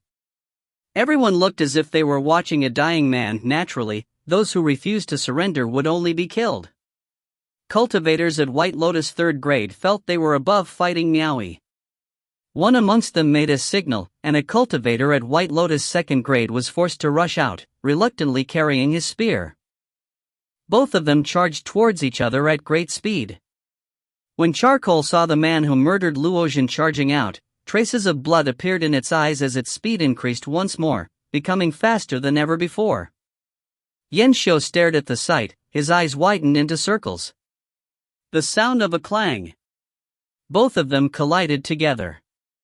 The eyes of the cultivator at White Lotus second grade grew wide and large. The transcendence energy he exerted had apparently not stopped Miaoyi's movements. At that instant they collided. Miaoyi did not waste any unnecessary movements when extending his spear out. With a slight flick, he deflected the tip of the enemy's incoming weapon, then seized the chance to thrust his spear forwards. This was a spear trained in the rough waves heaving to the skies. This was a spear trained for years under a waterfall. This was a spear which was often brandished. It had been thoroughly mastered and understood as a result of destroying countless mountain stones, people, arts, and even more spears. Lao Bai said his training was only so-so, thus exchanging his wooden spear with the real deal should have some overpowering force. With a swift attack, the spear tip drilled into the chest of the second-grade cultivator, his eyes flashing with disbelief. As the 2 dragon steeds passed each other, he sent the other cultivator flying with his spear. He brandished the spear, dragging the corpse along the ground with a single strike. Blood burst from the body as it tumbled backward beneath them. Miao Yi held the spear again, as he rushed towards the enemy's camp. Everyone in the mountain went silent. A cultivator with only a cultivation at White Lotus first grade had quickly killed a cultivator at White Lotus second grade? Xin Weiwei's brows creased slightly. It was blatantly obvious that her subordinate was incredibly useless. The silver-armored Yang Qing had a gleam in his eyes. He was beginning to focus his attention on Miao Yi in a serious manner. Two cultivators at White Lotus second grade rushed out of the camp, directly charging towards Miao Yi to intercept and kill him. The two cultivators' faces twisted in anger at the thought of their comrade being killed in a humiliating manner. They rushed over to trap and attack Miao Yi from both sides, unable to gauge how powerful he was. He lifted the spear. In one sudden movement, Miao Yi thrust the spear tip towards the ground, using it to lift up a boulder, before charging towards the two men with the boulder resting on the spear tip. When the two sides collided with each other, Miao Yi retracted the spear and sent it piercing out again. With a bang, the boulder was smashed into a lump of dust, the crushed stones shooting out towards the two men who were approaching. This kind of attack would have easily killed a mortal, but it was useless when used against the two men as the stones couldn't even break through their shields manifested from transcendence energy. The two men waved their spears and an unseen force immediately cleared away the annoying incoming crushed stones. But once the crushed stones disappeared from their sight, they discovered that Miao Yi was nowhere to be found on the quickly approaching dragon steed. However, they could hear the sounds of something in the air, flying over them with a whoosh. "He's above us." Both of them lifted their heads and looked towards the sky at almost the same time, only to be greeted by the sight of a slightly larger crushed stone flying across their heads. As they were looking upwards, charcoal charged in between the two mounts, and suddenly two spears thrust out from its sides, angled upwards from below. The spears pierced into the two cultivators' chest, right through their armpits, sending both of them flying off their mounts. The two spears dragged the two figures against the ground, instantly causing two patches of blood to spurt out. The figure holding the two spears flipped over quickly from under charcoal's abdomen. It was Miao Yi. The extra spear was picked up from the ground. It didn't matter who it belonged to. During such a brief assault, a cultivator at White Lotus first grade had already slaughtered 3 White Lotus second grade cultivators, leaving everyone stupefied. If he had killed one, that could be passed off as sheer luck. But, killing 3 of them consecutively, that wouldn't be considered as pure luck anymore. It could be said he was well endowed with both bravery and wisdom. Swish! Miao Yi suddenly waved his arm, hurling out a spear directly into the enemy's camp towards the man who killed Luozhen, challenging the man by name. A White Lotus third grade cultivator captured the incoming spear tip with his hand and casually threw it away. The dragon steed he was riding violently bolted out, as he raised his long saber and pointed it at Miao Yi. Bang! A trembling sound rang out. The spear and saber crossed swords in a flash. Blood spurted out from Miao Yi's mouth, the webbing between his thumb and forefinger broke, and his body shook violently. He was almost sent flying out by the impact of the tremor. The difference between his cultivation base and the White Lotus third grade cultivator was too far apart. It wasn't something that he could withstand. An entire body of transcendence energy had easily dealt a blow on him, and he was nearly defeated by the tremors alone. But a strange thing happened. When the two mounts passed by each other, charcoal suddenly tilted its head, revealing a mouth filled with rows of sharp, jagged white teeth. It bit onto the cultivator's leg, and before the cultivator could react, it pulled the cultivator, who was busy fighting with Miao Yi, down from the saddle. Not for anything else, but because this guy had used his saber to cut down Luozhen's head. Charcoal remembered this very well.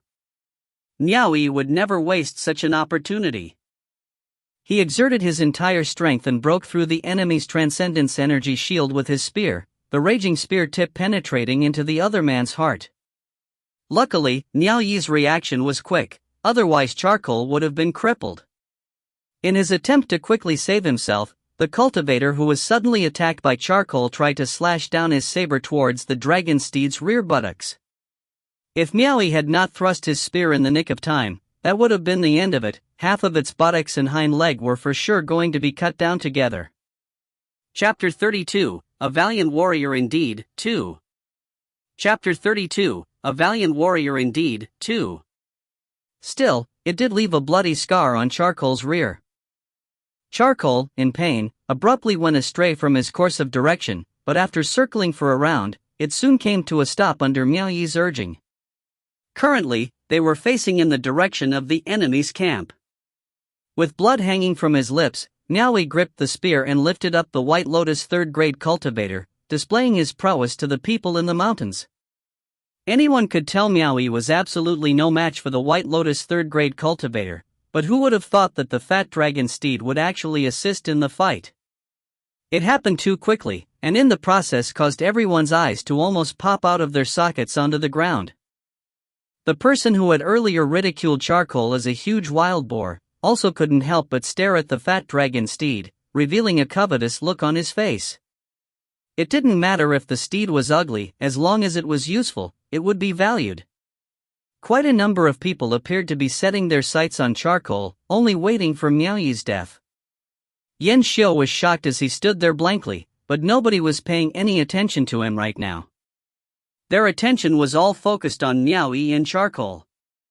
Qin Weiwei scowled, her expression unsightly. Her subordinates consisted of 4 White Lotus third-grade cultivators and 6 White Lotus second-grade cultivators, and already 4 of them had been completely wiped out by a kid only at White Lotus first grade. One could imagine what her current mood was like now. "Get me his dragon steed." Qin Weiwei let out a cold humph. She was plainly asking her subordinates what were they still waiting for? 3 White Lotus third-grade cultivators and 2 White Lotus second-grade cultivators immediately charged out, urging their dragon steeds forwards. It could even be said that each and every single one of them felt furious from the embarrassment they suffered. And not only had they been greatly humiliated, they suffered it in front of Yang Chang.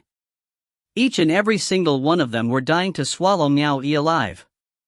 With a shake of his spear, the pierced corpse split in half and sprayed out a rain of blood, revitalizing Miaoyi as he was bathed in the corpse's blood.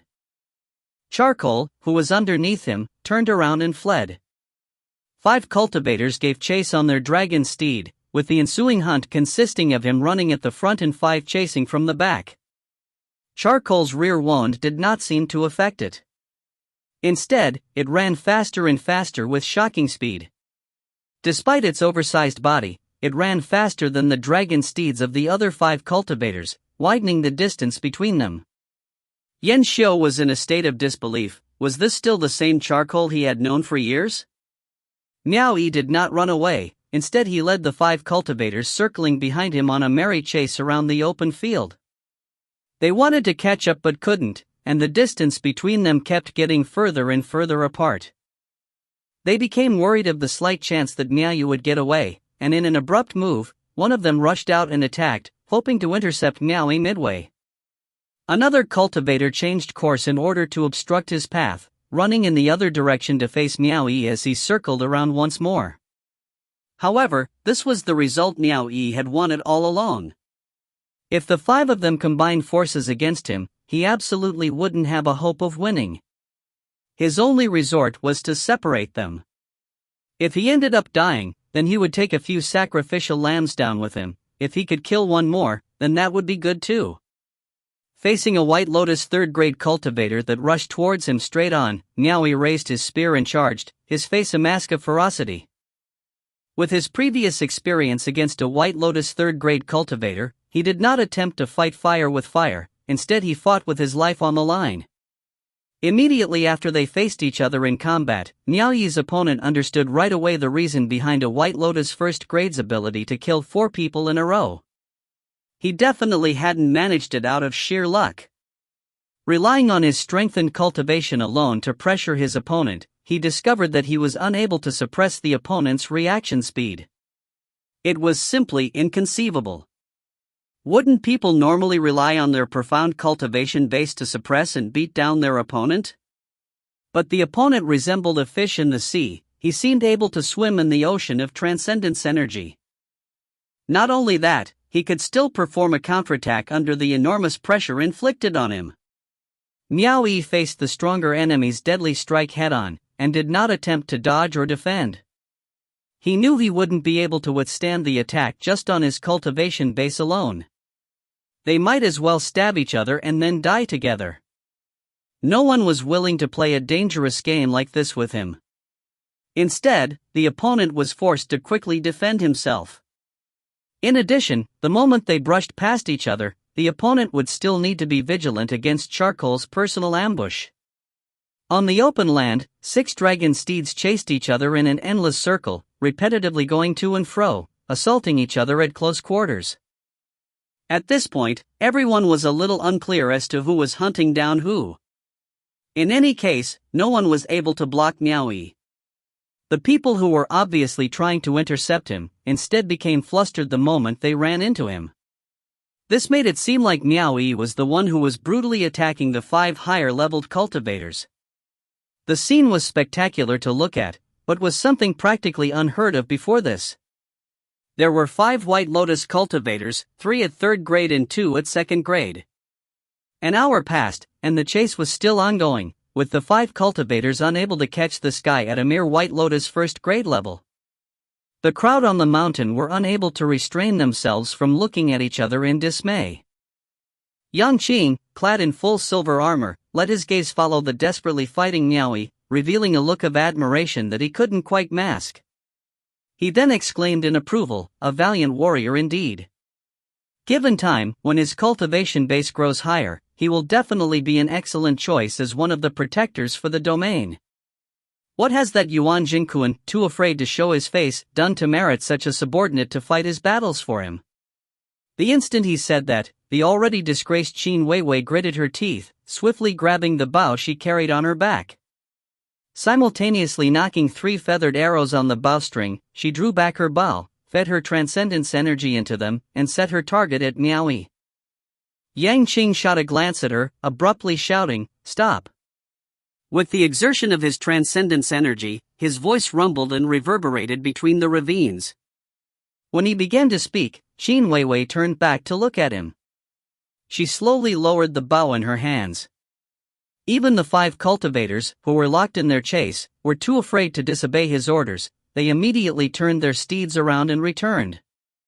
Miao Yi pulled Charcoal to a stop, raising his eyes to look in the direction of the mountaintop. Yang Qing kept his eyes locked onto Miao Yi, producing a rumbling and reverberating voice. "Who goes there? What is your name?" Miao Yi hoisted his spear at the mountaintop towards Yang Qing, similarly invoking his arts and bellowing furiously, "Miao Yi is here, who dares to fight me?" The voice shook the entire range of mountains, filling the sky with his wrath, an ordinary man without fear. His fearless, resolute words only served to fill Yang Qing's eyes with barely concealed respect. Lifting his hand, he pointed 2 joined fingers at Miao Yi at the foot of the mountain and replied, "Miao Yi, if you surrender to me, I will give you the Cave Master's seat of Transient Light Cave." A storm of protest broke out amongst the crowd when he finished, letting a White Lotus 1st grade cultivator become a Cave Master? The guy who had called Charcoal a wild boar immediately reminded him in a low voice, "Mountain Chieftain, he only has a cultivation at White Lotus 1st grade. It will be all right as long as he can convince the masses." Yang Qing lightly dismissed his protest and everyone else immediately went silent. Who knew Miao Yi would show ingratitude towards the offer, continuing to point his spear at Yang Qing as he shouted in anger, "Who dares to fight me?" Everyone realized that this kid was either a lunatic or was seriously trying to court death, even refusing the marbled meat position of cave master that was presented to him. Yang Qing glanced at Qin Weiwei below and said calmly, "Capture him alive." Qin Weiwei, dressed in robes as white as snow, immediately charged downwards, gripping the serpent lance as she soared high up into the sky on her dragon steed, before descending down into the open field. She pointed the lance at Miao Yi with a blank expression on her face, evidently she was too lazy to say a word to him. "Die!" Miao Yi straightened his spear, hurriedly rushing out towards her. But Qin Weiwei's cultivation was on an entirely different level of power compared to her underlings. She proceeded to point with her straightened lance and an unseen force, equivalent to that of a sledgehammer, hammered against Miao Yi's chest. It was an attack that had been materialized purely out of transcendence energy. Amidst the White Lotus cultivation realm, the cultivation at White Lotus 5th grade was the line of distinction. Only cultivators with a cultivation base that had broken through to White Lotus 5th grade or higher would be able to congeal their arts into a tangible form. It couldn't be compared to the few fireball tricks Miao Yi invoked at the seaside. In the end, they were just mere tricks, which had little to no effect when used against cultivators who were guarded by their transcendence energy. Indeed, the attack that Qin Weiwei delivered was a genuine transcendence energy attack. Chapter 33, Surrender. Chapter 33, Surrender. Splurt. Miao Yi violently spat out a mouthful of blood. He flew backwards, tumbling a few times as he landed. Charcoal, who bolted to his side, was stabbed deeply on its rear, with Qin Weiwei rotating the head of the spear around. In pain, Charcoal let out a weird, loud yelp and fled. With blood trickling out of the corner of his mouth, Miao Yi leaned on his spear for support, staggering as he slowly stood up from the ground. Qin Weiwei leisurely trotted her dragon steed to the front of Miao Yi, the tip of the serpent lance in her hand pressing onto his chest. In an indifferent tone, she then said, "Surrender or no?"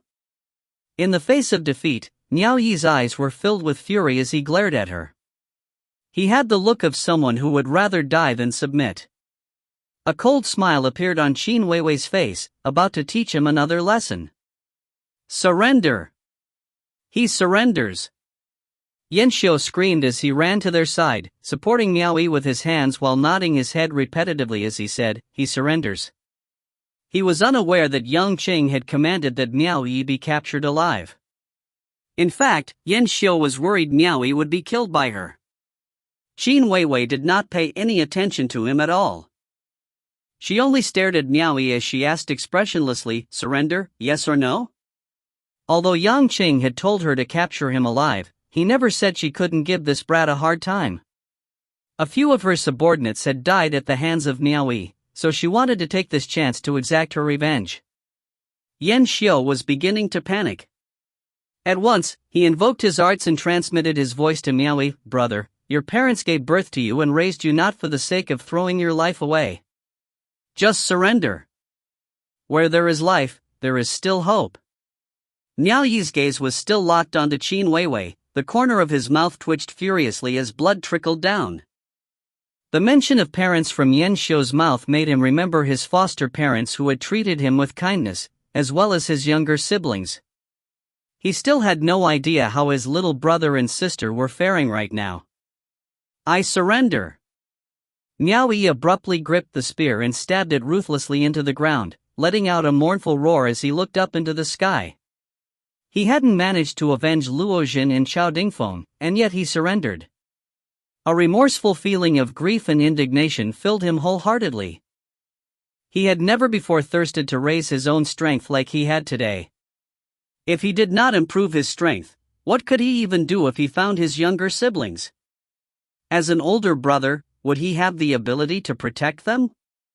The heartfelt cry contained in the word surrender made Qin Weiwei's heartstrings quiver indescribably, her icy cold gaze hesitant. After she cautiously eyed Miao Yi up and down, she slowly moved the head of the serpent lance away from Miao Yi's chest. Yang Qing, on the mountaintop, led a crowd of people charging down the mountain, rushing swiftly towards the direction of the transient light cave. Miao Yi had forcefully held up a lot of people for a considerable period of time. But Yan Xiu, on the other hand, still trembled slightly with fear. He was called by someone to accompany Yang Qing's side. Not for any other reason, but because anyone with a pair of eyes could tell that Miao Yi had initially preferred to die rather than surrender, but he was then persuaded by Yan Xiu to submit in the end. Yang Qing felt it was a little strange, since he and Miao Yi were total strangers and did not have a past blood feud between them. Yet, he showed no hesitation in putting up a fight to such a degree. Unless Miao Yi had a special relationship with Yuan Jingquan, and therefore was this loyal and devoted to him? He figured they had no such special relationship, since there wasn't a high possibility that Yuan Jingquan would accept a White Lotus first-grade cultivator to join Transient Light Cave. After some questioning, he found out that Miao Yi and Yuan Jingquan weren't especially close and had only seen Yuan Jingquan twice after arriving to Transient Light Cave for more than a year. Not only that, Yuan Jingquan had been hard on him, giving him the mere role of a horse deputy to do menial jobs. And Yuan Jingquan also had nothing to do with Miao Yi joining Transient Light Cave. It was merely because of a referral from another and the fact that he had gotten in through Chao Dingfeng. The man had taken care of Miao Yi and therefore he had fought without restraint when Chao Dingfeng was slaughtered. Truth be told, Yan Shou believed that the murder of his wife, Luo Jin, was one of the most important factors. Although Miao Yi had been at Transient Light Cave for more than a year, he wasn't as close to Chao Dingfeng when compared to both him and his wife. The reason why he rushed over to help Miao Yi surrender was because he felt deeply moved by him. However, from the beginning to the end, Yan Xiu neglected to inform Yang Cheng about the husband and wife relationship between him and Luo Jin, as 10th surrender and 11th surrender wasn't something that was nice to listen to. Yang Cheng slightly nodded his head, this time asking about Charcoal, who was as fat as a pig. After becoming aware of Charcoal's nature from before, it was hard for Yang Cheng to keep a straight face and he indeed erupted into laughter. Back then, Charcoal was purely as lazy as a pig, which was why it turned out to be as fat as one. This time around, the reason why the steed had charged out was because its previous horse deputy, who had treated it well, had fallen in battle. Indeed, it was truly a special dragon steed. But with this, Yang Cheng then understood a certain truth, that Miao Yi hadn't exactly been welcome at Transient Light Cave before this. Obviously, that Chao Dingfeng didn't think much of Miao Yi either, otherwise why didn't he help Miao Yi choose a more proper dragon steed? Miao Yi had risked his life to this extent only because of a mere debt he owed to Chao Dingfeng for being treated well. Yang Cheng gave a slight wave of his hand, dismissing Yan Xiu. At the same time, he cast a calculating glance at the devastated Miao Yi, who trailed behind Qin Weiwei's squadron. Since Miao Yi was now grouped as a prisoner who suffered a defeat under Qin Weiwei's formation, naturally he would be placed under Qin Weiwei's watch for the time being. Since a mere debt was enough to make him act like this, could it be that he, Yang Qing, would not be able to surpass what Chao Dingfeng gave? The corner of Yang Qing's lips curled into a knowing grin, as he mumbled under his breath, "Things money can't buy." He very much admired and liked Miao Yi. The more ambitious and ruthless a character was, the more he loved to subdue loyal and brave warriors, as this kind of subordinate would make him feel at ease when put to use. Since he was able to subdue that person, then that person would give his life up for him in the future, the same as he did today. Even though Yuan Jingquan's cultivation was quite high, he only knew how to flee when matters arose. He, Yang Cheng, would rather exchange 2 Yuan Zenkans to obtain a subordinate like Miao Yi. It was alright that his cultivation base was slightly lacking, as he would be able to improve it after ample time was given. Not only that, Miao Yi had already displayed an impressive side of him which was worthy to be nurtured.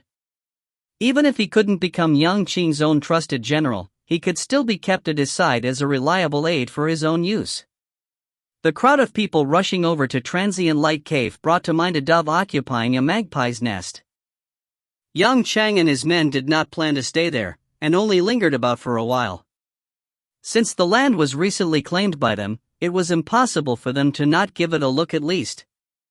But a squadron of vanguard forces had already been dispatched earlier on to attack the bordering East Arrival Cave, the place where Miao Yi had disembarked previously after traveling by sea.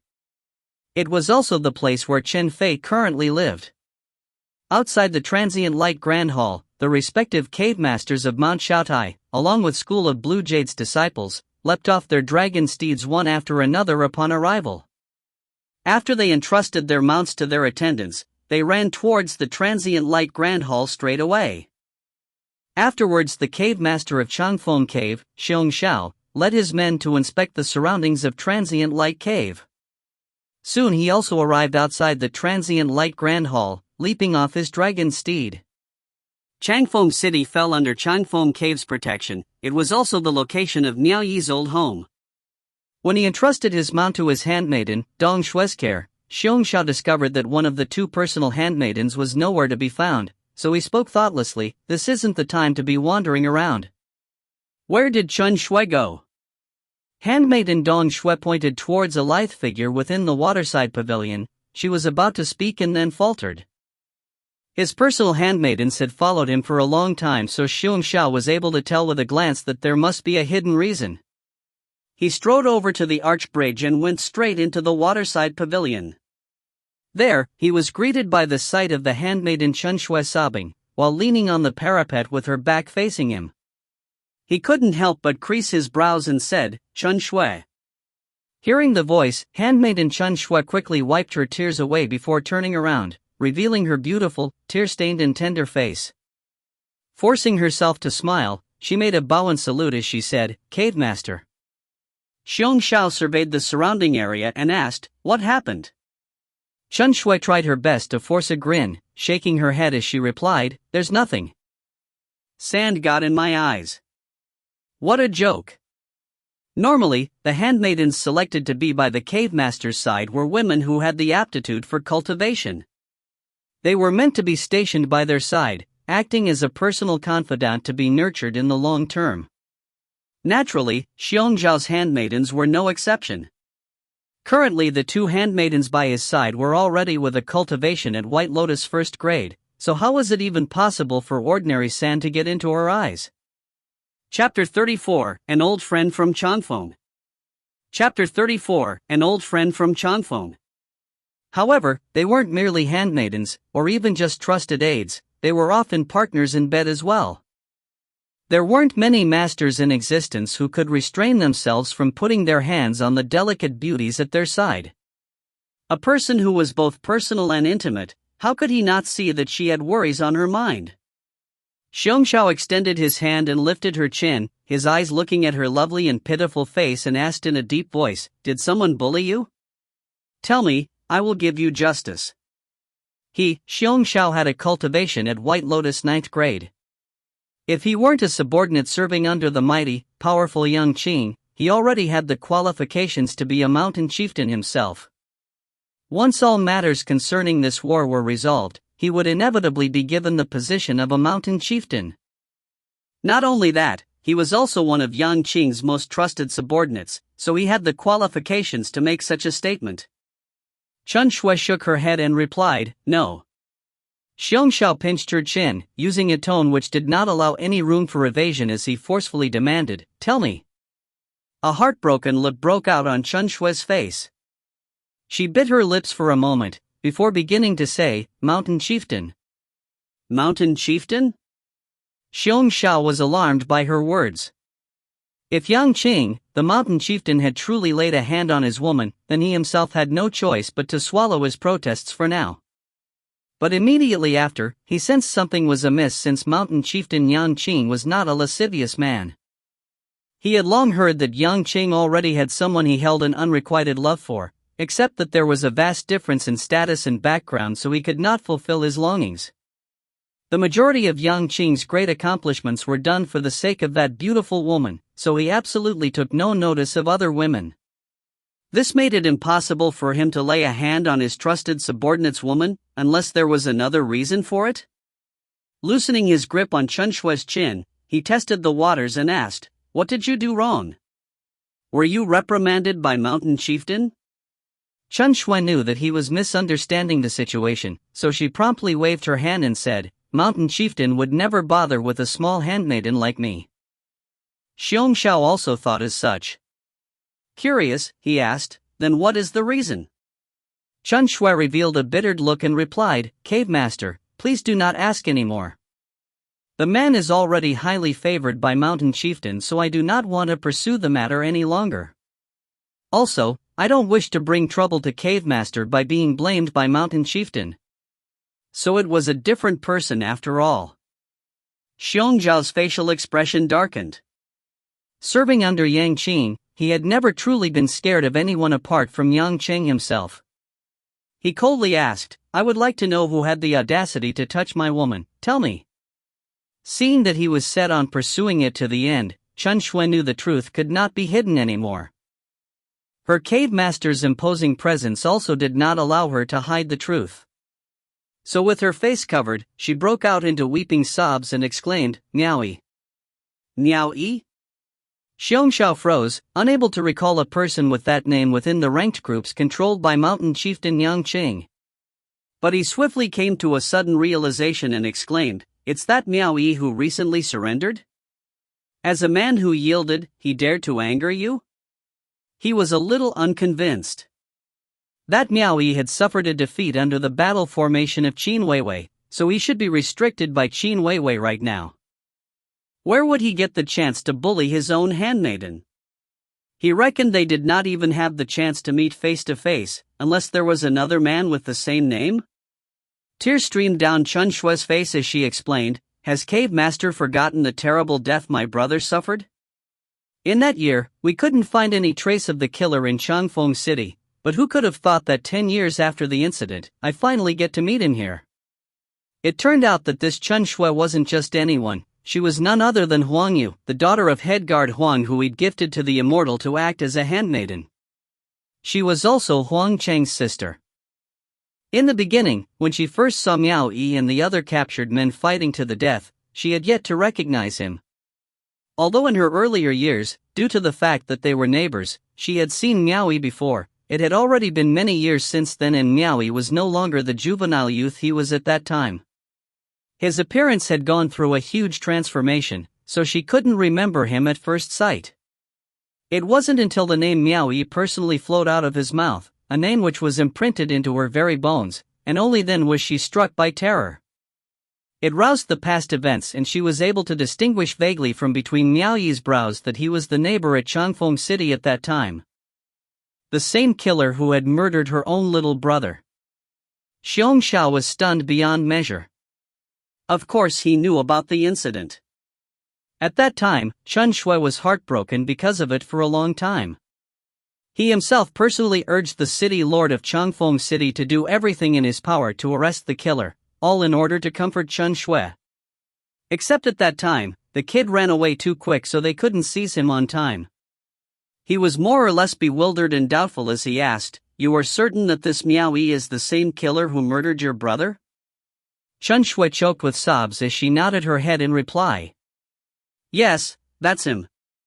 Even if he turned to ashes, I would still recognize him." It's been so long since the incident has passed, Chun Shui does not wish to bother about it anymore. "Simply when I remember my poor brother, Chun Shui still finds it difficult to bear the great sorrow in my heart." As she continued to grieve, she quietly eyed the cave master's reaction. Xiongxiao went silent. If this was a normal situation, he could just attack directly and murder a White Lotus first-grade cultivator, since it wasn't too much of a big deal. The issue now was that Miao Yi had already entered the mountain chieftain Yang Qing's transcendence vision, and was obviously highly favored by him. So it would not be easy for him to act recklessly. If due to this, he made Yang Qing lose face, it would not bring any good to him either. For this matter, I have my own plans. I will definitely give you justice. Xiongxiao patted her back comfortingly, both of them soon leaving the waterside pavilion together. But as luck would have it, just as they arrived outside the grand hall, the expressionless Qin Weiwei happened to approach them with Miao Yi in tow. Xiongxiao took the initiative and folded his hands at Qin Weiwei. Although his cultivation was much higher than Qin Weiwei's, she was the adopted daughter of Yang Qing. She was an orphan, picked up by Yang Qing in his earlier years by the roadside. Since infancy, she was kept and raised by Yang Qing's side, so Qin Weiwei was considered to be Yang Qing's most trusted amongst all his trusted aides. He, Xiongxiao, was better off not disrespecting her.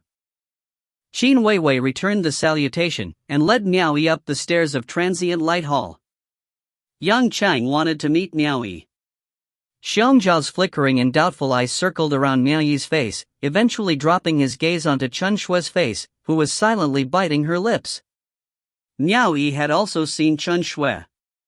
Although the two used to be neighbors and he had known the Chun Shui from earlier years, Chun Shui had only been 15 years of age when she was sent away to become an immortal's handmaiden. The Chun Shui now was close to 30 years of age. As the saying goes, a woman changes 18 times before reaching adulthood. The changes were greater when compared to men. Miao Yi didn't recognize her, and the thought of her being headguard Huang's daughter would have never crossed his mind. Xiong Xiao did not say anything, and left Chen Shui behind as he ran straight towards the transient light grand hall. Chen Shui was not qualified enough to enter when the mountain chieftain was discussing official business, so she could only go to the place where attendants stayed in. Inside the grand hall, Yang Qing was seated above all. Every respective cave master of Mount Shaotai, along with School of Blue Jade's disciples, stood divided on two sides.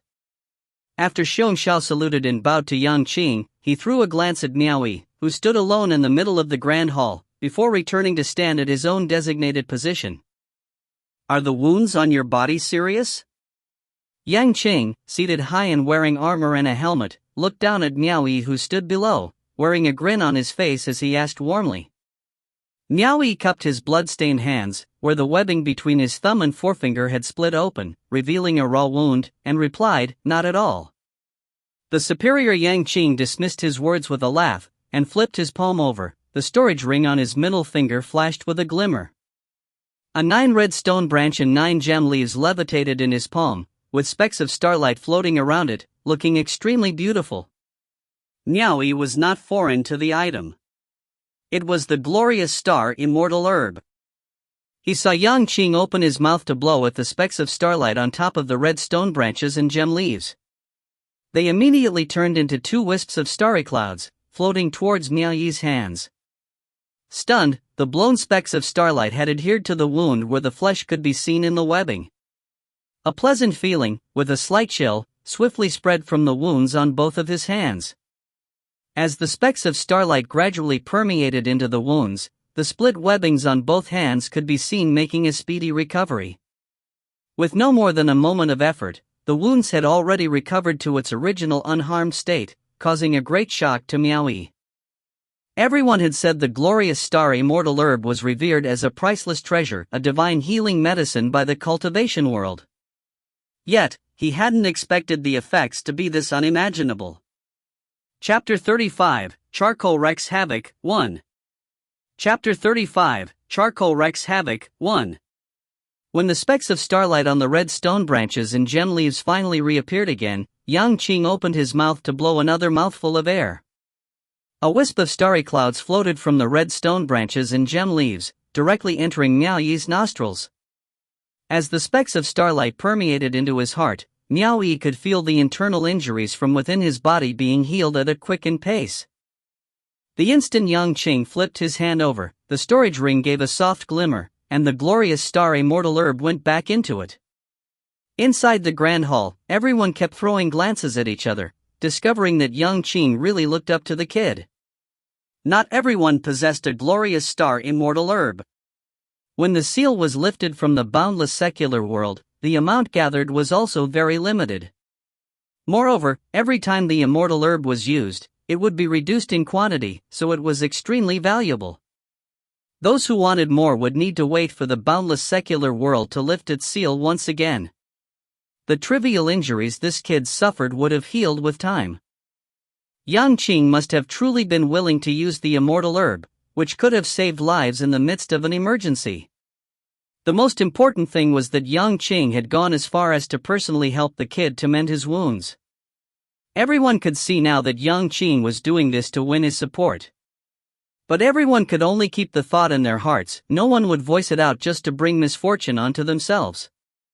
Xiong Xiao lightly creased his brows. The degree of admiration Yang Qing harbored towards Miao Yi had slightly exceeded his expectations. He feared that it would not be an easy feat to give justice to Chen Shui. "Miao Yi, previously I promised you." Once Yang Qing began to speak, everyone immediately strained their ears, guessing that he was going to announce that Miao Yi would become the next cave master of Transient Light Cave.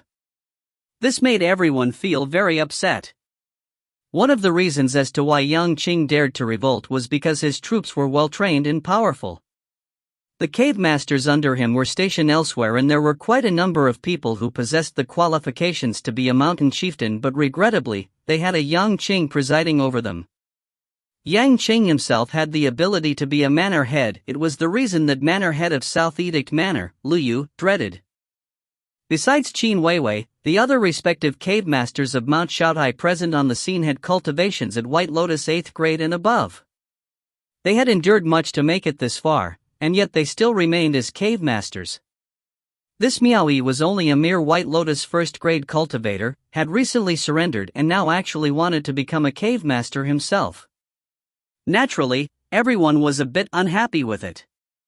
Yang Qing had not yet finished speaking when all of a sudden, a loud bang sounded from outside, in addition to a neighing, blood-curdling screech, mixed in with a flurry of chaotic-sounding noises. Everyone was bewildered. Could it be that South Edict Manor's manor head, Lu Yu, had gathered his forces together and were attacking this place? With Yang Qing in the lead, everyone instantly whipped out the weapons from their storage ring, the whole lot of them bolting out in an instant. Within seconds, the entire grand hall was empty, with only Miaoyi remaining behind. Miaoyi was a bit speechless. The battle this time had ignited an impatient desire to raise his cultivation, so he really wanted to obtain the position of cave master of Transient Light Cave. The reason was simple: to obtain more orbs of will. With such a sudden turn of events just as Yang Qing was about to say something, Miaoyi didn't even know who was it that had gotten in his way. Miaoyi! Get the F***ck out of there! Qin Weiwei's shrill shout suddenly came from outside, startling Miaoyi, who was about to get to the bottom of what was going on. That woman was too strong, and from the start he himself had never been a match for her at all. So, he was clueless as to what he did to piss her off again. For the sake of the cave master seat, he would stomach this for now. He would wait until he had built up enough strength, then he would take care of her. Miaoyi quickly ran out obediently. He discovered that there was a large group of people crowded together in the open plaza outside the grand hall. Quite a number of them turned their heads in the direction of the quickly arriving Miaoyi. Some had a look of astonishment on their faces, while some of them had their lips curled in ridicule. Everyone started to make way for him to pass. He was greeted by the sight of Qin Weiwei standing with her hand grasping the serpent lance, glaring at him with a frosty expression. And at the base of her feet, a dragon steed had collapsed and was twitching in a pool of blood. In one glance, Miaoyi recognized that it was Qin Weiwei's mount, and figured that it would not survive. Yan Xiu was nodding his head and bowing, offering apologies and ways to make amends to Qin Weiwei with all his might. Miaoyi scratched his head, feeling rather baffled. He'd been inside the grand hall just now, so it was a stretch to say he had killed her mount. Yan Xiu wouldn't have the guts to do so, as well. Why is Cave Master Qin losing her temper at me? Miaoyi's expression also sank. Even though his cultivation base was low, his personality was not weak. Otherwise, he wouldn't be able to survive in the streets, dragging his younger brother and sister around to avoid being bullied by others. Qin Weiwei brandished her spear and pointed it at Yan Xiu, shouting furiously, "Ask your bastard." The tip of the spear almost stabbed into his chest. Yan Xiu meekly moved his body out of harm, revealing a pleased and proud charcoal behind him. Miaoyi still did not understand what she meant by this, so he asked Yan Xiu, "What's going on?" I also didn't expect that. Yan Xiu stood sideways, pointing at charcoal as he explained. After Miaoyi listened to everything, he broke out in a cold sweat. He was no longer able to steel himself to face Qin Weiwei, who was boiling in anger. Ever since he and Qin Weiwei had arrived, both of their mounts were placed together. Yan Xiu was helping to keep an eye on charcoal. However, Yan Xiu also hadn't a clue as to what happened. Charcoal just abruptly ambushed Qin Weiwei's mount from the side, colliding into its weak spot with all its might. Charcoal was usually terribly lazy, but its explosive power was evident to all. The usual dragon steeds were truly incomparable to it, so when it directly crashed into Qin Weiwei's mount, it managed to send it flying. That wasn't the end of it. With the ambush succeeding, it immediately rushed out and bit into Qin Weiwei's mount's crucial spot, its neck, then gave in to a burst of wild hysterical stomping. Charcoal kept stepping onto the steed, tormenting Qin Weiwei's mount into this tragic state. Miaoyi was considered to have officially fought side by side with Charcoal before, and vaguely understood Charcoal's d*med temperament. Its sense of vengefulness was very strong. Luozhen had been killed, and Charcoal thoroughly erupted. Miaoyi understood it wanted to avenge Luozhen. He didn't know whether the reason for its act of revenge was partly due to the fact that he'd been beaten and injured by Qin Weiwei. He figured his relationship with Charcoal had not reached that stage yet. But Miaoyi was very certain that it definitely had something to do with Qin Weiwei stabbing Charcoal's rear with her lance. The steed knew it wouldn't be able to defeat Qin Weiwei in a fight, so instead seized its chance the moment Qin Weiwei was not around, to inflict a deadly blow towards her mount. He dared not speak highly of this dragon steed's character. As it happened, Charcoal was still unaware that it had gotten into trouble and was still in joy to see Miaoyi appearing before it. It huddled up to Miaoyi, arching its head, and even snorted at the dragon steed lying in the pool of blood, as though it was proudly showing off. It seemed to be saying, "Look. What do you think?" Miaoyi so badly wanted to strangle it to death. If the cave master position he had risked his life to obtain was thrown away because of this, just wait and see how he would deal with this dragon steed later. "What do you plan to do now?" Qin Weiwei furiously shouted with the lance hoisted. "I'll apologize and make amends on my steed's behalf." Miaoyi sighed. Who asked him to be in the wrong? Unable to contain her anger, Qin Weiwei shouted, "A simple apology and that's it?" Miaoyi cupped his fists and said, "I will definitely punish it later." Qin Weiwei let out an "oh," casting a glance at her mount who was about to breathe its last at her feet. She then half-heartedly said, "How are you planning to punish it?" Miaoyi turned back and slapped Charcoal on its head, pointing at it as he scolded, "Your punishment is to go 1 month without eating any fish and prawns." After he finished, he turned back to gaze at Qin Weiwei. Qin Weiwei waited for quite a while. Seeing that he had nothing else to say after that, her facial expression instantly darkened as she deadpanned word by word, "This is your punishment?" Chapter 36, Charcoal Wreaks Havoc, 2. Chapter 36, Charcoal Wreaks Havoc, 2. Miaoyi nodded and said, "For this dragon steed, this form of punishment is more painful than killing it." At the edge, someone on the scene was trying to stifle his laughter, having the impression that Miaoyi was making a fool out of Qin Weiwei. However, Qin Weiwei was the adopted daughter of Yang Cheng.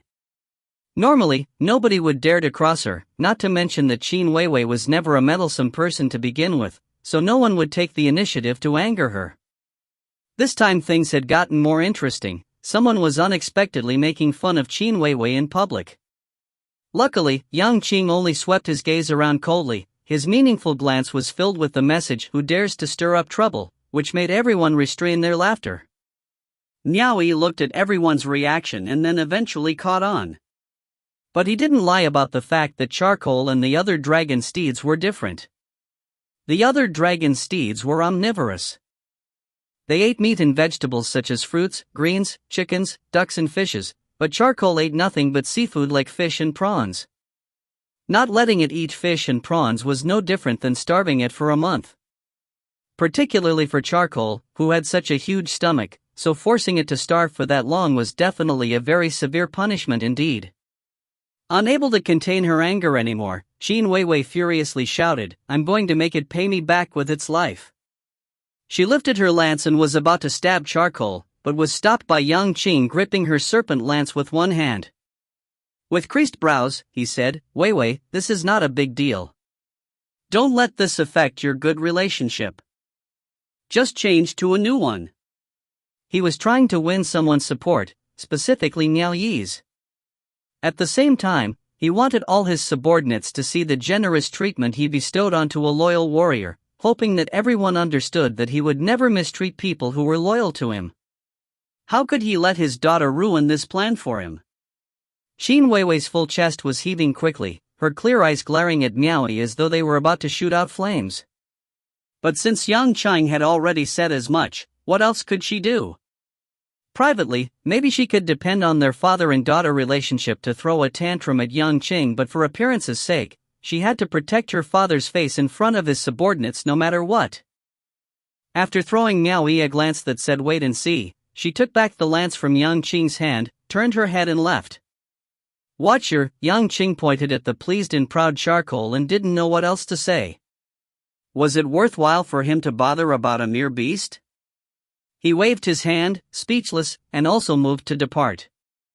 Miao Yi pointed at charcoal as well, as though warning in advance how he would deal with it later. Turning himself around, he followed everyone back into Transient Light Hall.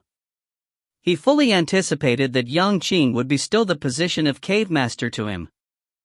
Little did they know that as soon as everyone began to walk up the steps of the Grand Hall, they would be instantly alarmed by a commotion coming from behind, making them turn their heads back one more time.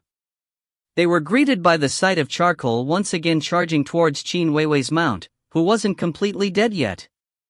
It bit the steed's neck, gripping it tightly while it shook its head like a lunatic, smashing it violently left and right. Very quickly, a hole was formed on the bluestone pavement, and was filled with flesh and blood by all the repetitive smashing. After it completely ended Qin Weiwei's mount, the steed opened its bloodied mouth and lifted its head to the sky, revealing rows of sharp, eerie teeth as it let out a long neigh. Everyone standing on the steps looked at each other. Good heavens, this bastard was full of character, not even permitting one last breath to the steed. It only stopped when the steed was completely dead. Yan Xiu, who had run to the sidelines intending to stop charcoal, looked at Qin Weiwei's dead mount. He weakly turned his head to look in their direction, showing signs of wanting to cry yet remained tearless. He had never imagined charcoal would pull an eradication trick like this. Qin Weiwei, dressed in snowy white robes akin to a pear flower, her full chest once again began to heave up and down in a hurried state. That bastard had gone too far, to the extent of practically not giving her any face at all. Yang Qing's face faintly twitched for a while. Miao Yi's face thoroughly crumpled from shame. That steed kept stirring up trouble during his most important moments. He bolted towards charcoal in a flash, taking his spear from Yan Xiu's hand, then smashed it with the spear as he charged. Charcoal broke into a mad run and Miao Yi couldn't catch up. Even a Blue Lotus stage cultivator was unable to keep up with a dragon steed's speed, let alone him. Don't run! Stop this instant! Miao Yi's voice, bursting with anger and shame, sounded in the distance. After a while, when the whole crowd had returned to the Grand Hall, they saw Miao Yi dragging his spear back inside.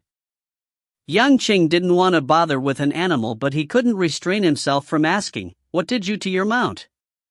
Miao Yi held back for a while, feeling rather ashamed, but eventually he still replied honestly, "Couldn't catch up to it." He. Again, somebody couldn't control a snort of amusement. Somebody sighed, "That's right, you can't catch up. If you could, then there'd be no need to use it as a mount." Someone bantered, "You can't be blamed for this. Just about anyone with a disobedient mount like this would get a migraine too." The entire hall roared with laughter on the spot. Now, nobody was envious that Miao Yi's mount knew how to ambush. What was the use of a mount who won't even listen to its master's orders? Even Yang Qing couldn't resist smiling. He realized that this man and dragon steed practically deserved each other. Even Qin Weiwei didn't know whether to rage or laugh. In short, she rolled her eyes, raising her head to gaze towards the domed roof of the Grand Hall. Yang Qing lightly lifted his hand, halting everyone continuing to make fun of Miao Yi. Before getting back to the subject at hand, he said, "Miao Yi, I previously promised you Transient Light Cave." Before he could finish, he was interrupted again. A flurry of the hurried sounds of galloping dragon steeds resounded from outside. Everyone's gaze instinctively went back to Miao Yi again, guessing that his rascal mount was at it again. Miao Yi thought so too, his expression thoroughly darkened. "That bastard always comes and causes trouble at important times. Watch how I'm going to deal with you." Without informing anyone, Miao Yi gripped his spear and proceeded to run out. In the end, somebody shouted, "Report!" Somebody swiftly dismounted from the dragon steed that had stopped outside of the hall and nearly ran into Miao Yi. The person sidestepped and threw a glance at Miao Yi, then immediately delivered a report to Yang Qing with his fists cupped. "Mountain Chieftain, the men that have managed to attack East Arrival Cave were annihilated." Everyone in the Grand Hall was alarmed. Yang Qing stood up from his seat and shouted in a deep tone, "The cave master of Colossal Ram Cave has a cultivation of White Lotus 8th grade. They can take down East Arrival Cave without any problems, so how could they have been annihilated?" The man explained urgently. Liu banded together with South Edict's forces of 9 mountains and coincidentally ran into Colossal Ram Cave's forces. Liu Yu personally beheaded the cave master of Colossal Ram Cave. Now Liu Yu is leading his forces towards Transient Light Cave with great speed and urgency. Yang Qing scoffed. Liu scum, how quick his response is. Alright, might as well. We can avoid the trouble of hitting them hard one by one, and eliminate the effort required to settle him. He looked around and asked, does everyone dare to face him with me? With a swish, everyone folded their hands in support of the order. Good. Once we have taken Liu Yu's scum life, I will grant rewards based on your merits. We're willing to give our lives. Everyone called out loudly together. They already seemed to be very excited. The people, a number of them already had the strength to become a mountain chieftain, so they had been restless beforehand, looking forward to quickly expanding their own domain, and to take pleasure in more power of will. Yang Qing was bound to lead a revolt with the support from these people. To be exact, they had already been instigated by Yang Qing earlier on. Yang Qing waved a hand, taking the lead at a quick step, swiftly guiding everyone in leaving the grand hall. Miao Wei stepped to the side inside the hall to let the others pass through. He was stunned. Yang Qing laughed. Just like that? What about my affairs? Qin Weiwei, the last to leisurely walk past his side, halted in her steps. She tilted her head to glance at him and coldly said, You prisoner, what are you up to, staying here unmoving instead of following Mountain Chieftain into battle? Are you waiting for your master to kill his way back here? Chapter 37, The Slumbering Dragon Awakens. Chapter 37, The Slumbering Dragon Awakens. No, Miao Yi frantically shook his hands in denial. He was a bit embarrassed to begin in this way, but this was a matter of great importance to him, so he had no other choice but to clarify. Then what about Transient Light Cave? Do I need to stay and defend it? Why, do you seriously think you're the cave master of Transient Light Cave? Qin Weiwei ridiculed. The tone of Miao Yi's voice was grave as he asked, could it be that Mountain Chieftain will go back on his words? His directness made Qin Weiwei choke back her reply. Turning to stride towards the outside of the grand hall, she deadpanned, naturally, Mountain Chieftain won't break his promise. But for matters concerning the granting of domains, these are rewarded based on the merits after the battle. It's not the time for you to indulge in your fantasies just yet. If you still aren't going to make a move, then that means you're deserting us.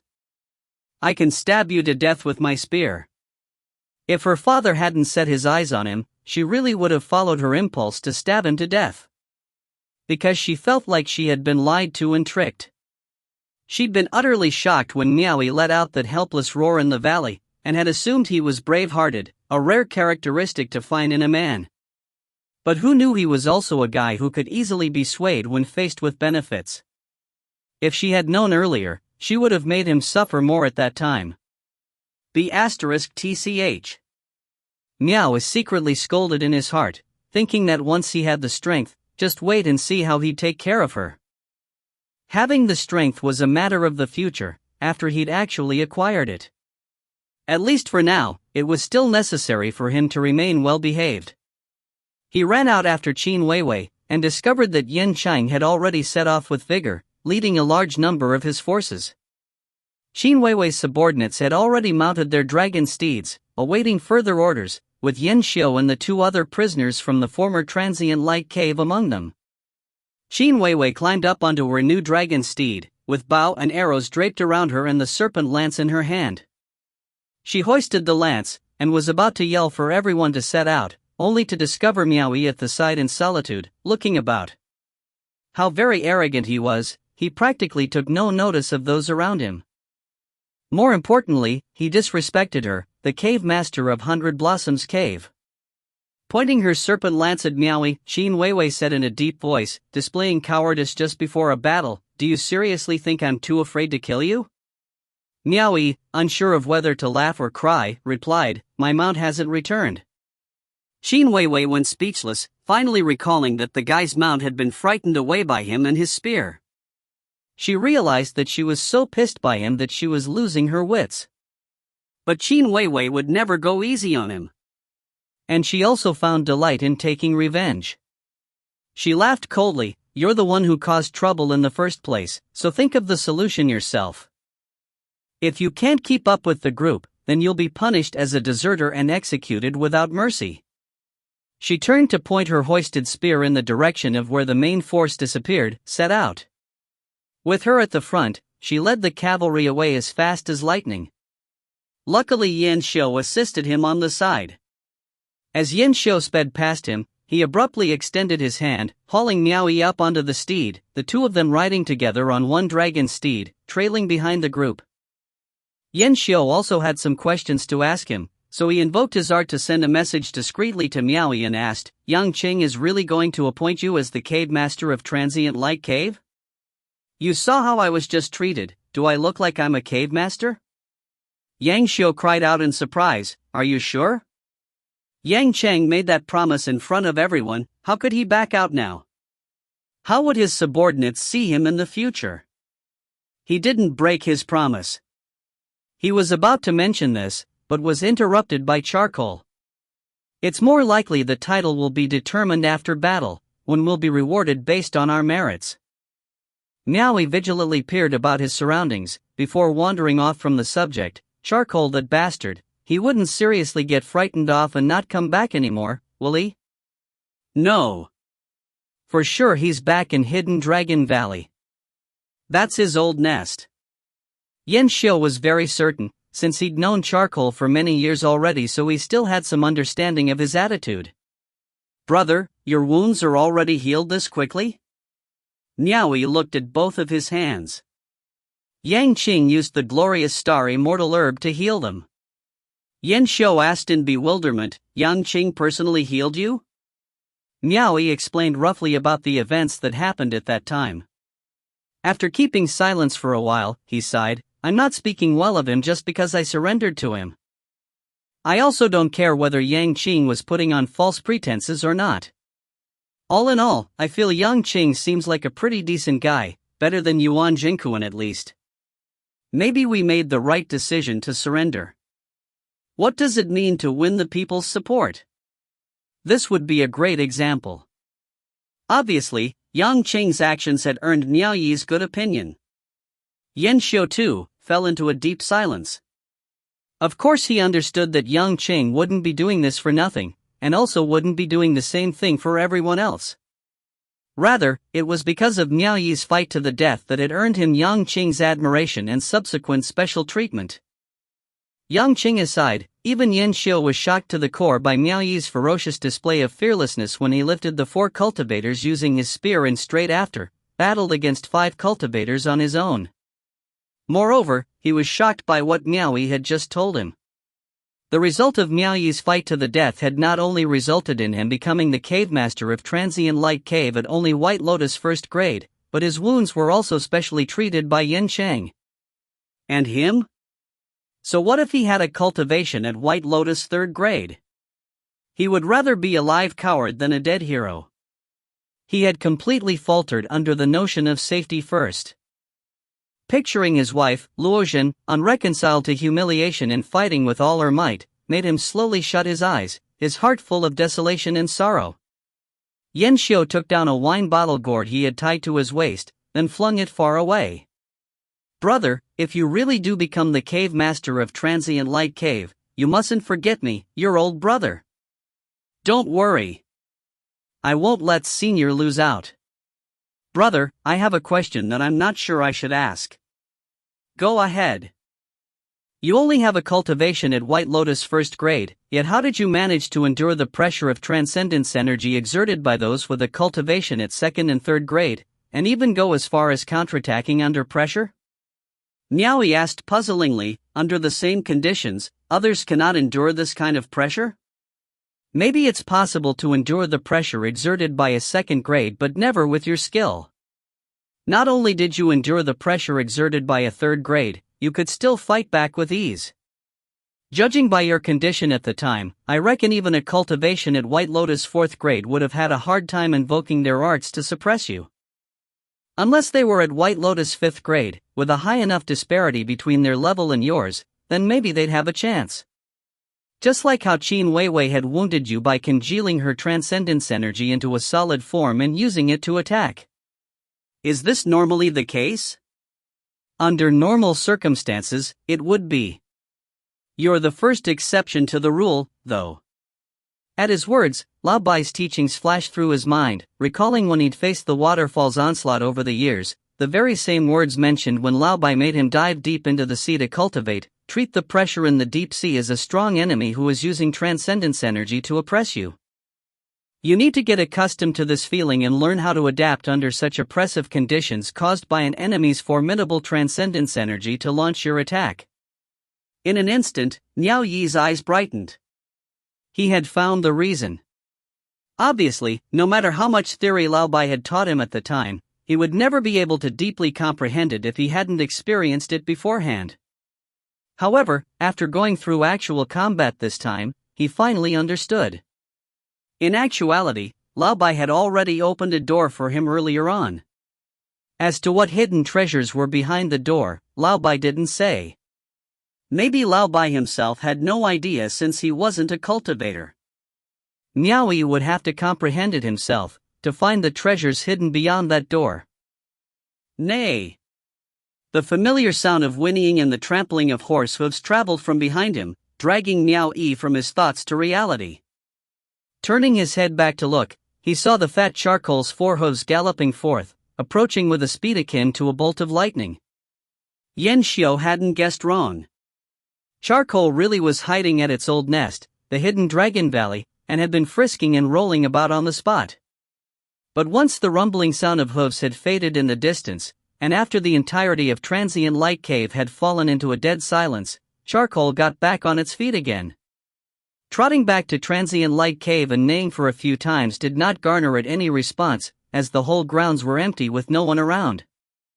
Luozhen died, and now Miao Yi and Yen Xiao no longer want me as well?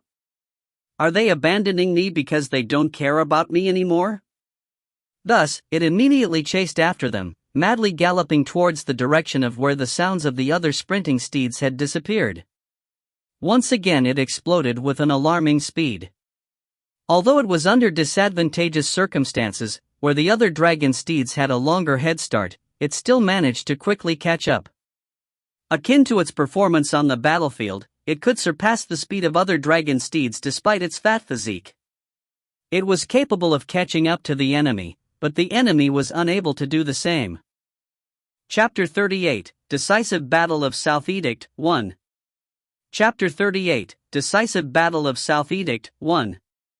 The sound of a galloping steed made everyone turn their heads to look behind them. Its mane swished as it rushed forward, flying through the dust as though it were a wanderer in the wind. Even though it was a fat wanderer, it was still swift enough to catch up to Yen Xiao's mount. Letting out a neigh, it even ran neck to neck with Yen Xiao's mount. Miao Yi had assumed that his steed would have been too pissed to join them, so he couldn't help feeling pleasantly surprised by its appearance. Carrying the silver spear in his hand, he leaped from behind Yen Xiao and landed onto Charcoal's back. Two fleshy feelers quickly emerged from Charcoal's fluttering mane and latched onto Miao Yi's thigh. Miao Yi's gaze met with the backward glance Qin Weiwei cast him as she looked behind her. The former let out a mischievous laugh, as though saying, "My mount has already returned on its own, you want to embarrass me, well that's not going to happen." Qin Weiwei scoffed coldly and turned to face the front, continuing to lead the troops to gallop through the mountains and high ranges at top speed. Charge to the front. Make that be *tch eat our dust.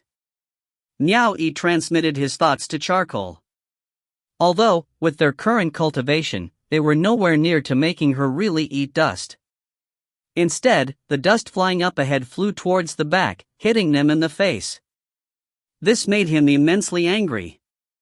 Nay. Charcoal's eyes gleamed as it produced a long neigh. The steed appeared to be very interested in doing things like this, especially when it was directed towards Qin Weiwei, who had stabbed its rear with a strike of her lance. In an instant, its four legs flew like a phantom. The speed was akin to a black-colored spirit amidst the wind. Even though it was a fat spirit, its swiftness was not for show. It sped through the high mountain ranges as if it were on flatlands, and even when crossing the mountain streams, it still raced through in a flash, swiftly leaving behind Yan Xiu, who had been riding alongside them. Ordinary people were unable to withstand the quick pace of a dragon steed. Besides the fact that they wouldn't be able to keep their eyes open, it was an entirely plausible thing for them to get blown away by the wind. Very quickly, Miao Yi soon reached the front, drawing level with the leading Qin Weiwei, who rode at breakneck speed. Both of them turned their heads to lock eyes with each other, their gazes emitting sparks. Miao Yi turned to look up ahead, his lips curling into a smirk.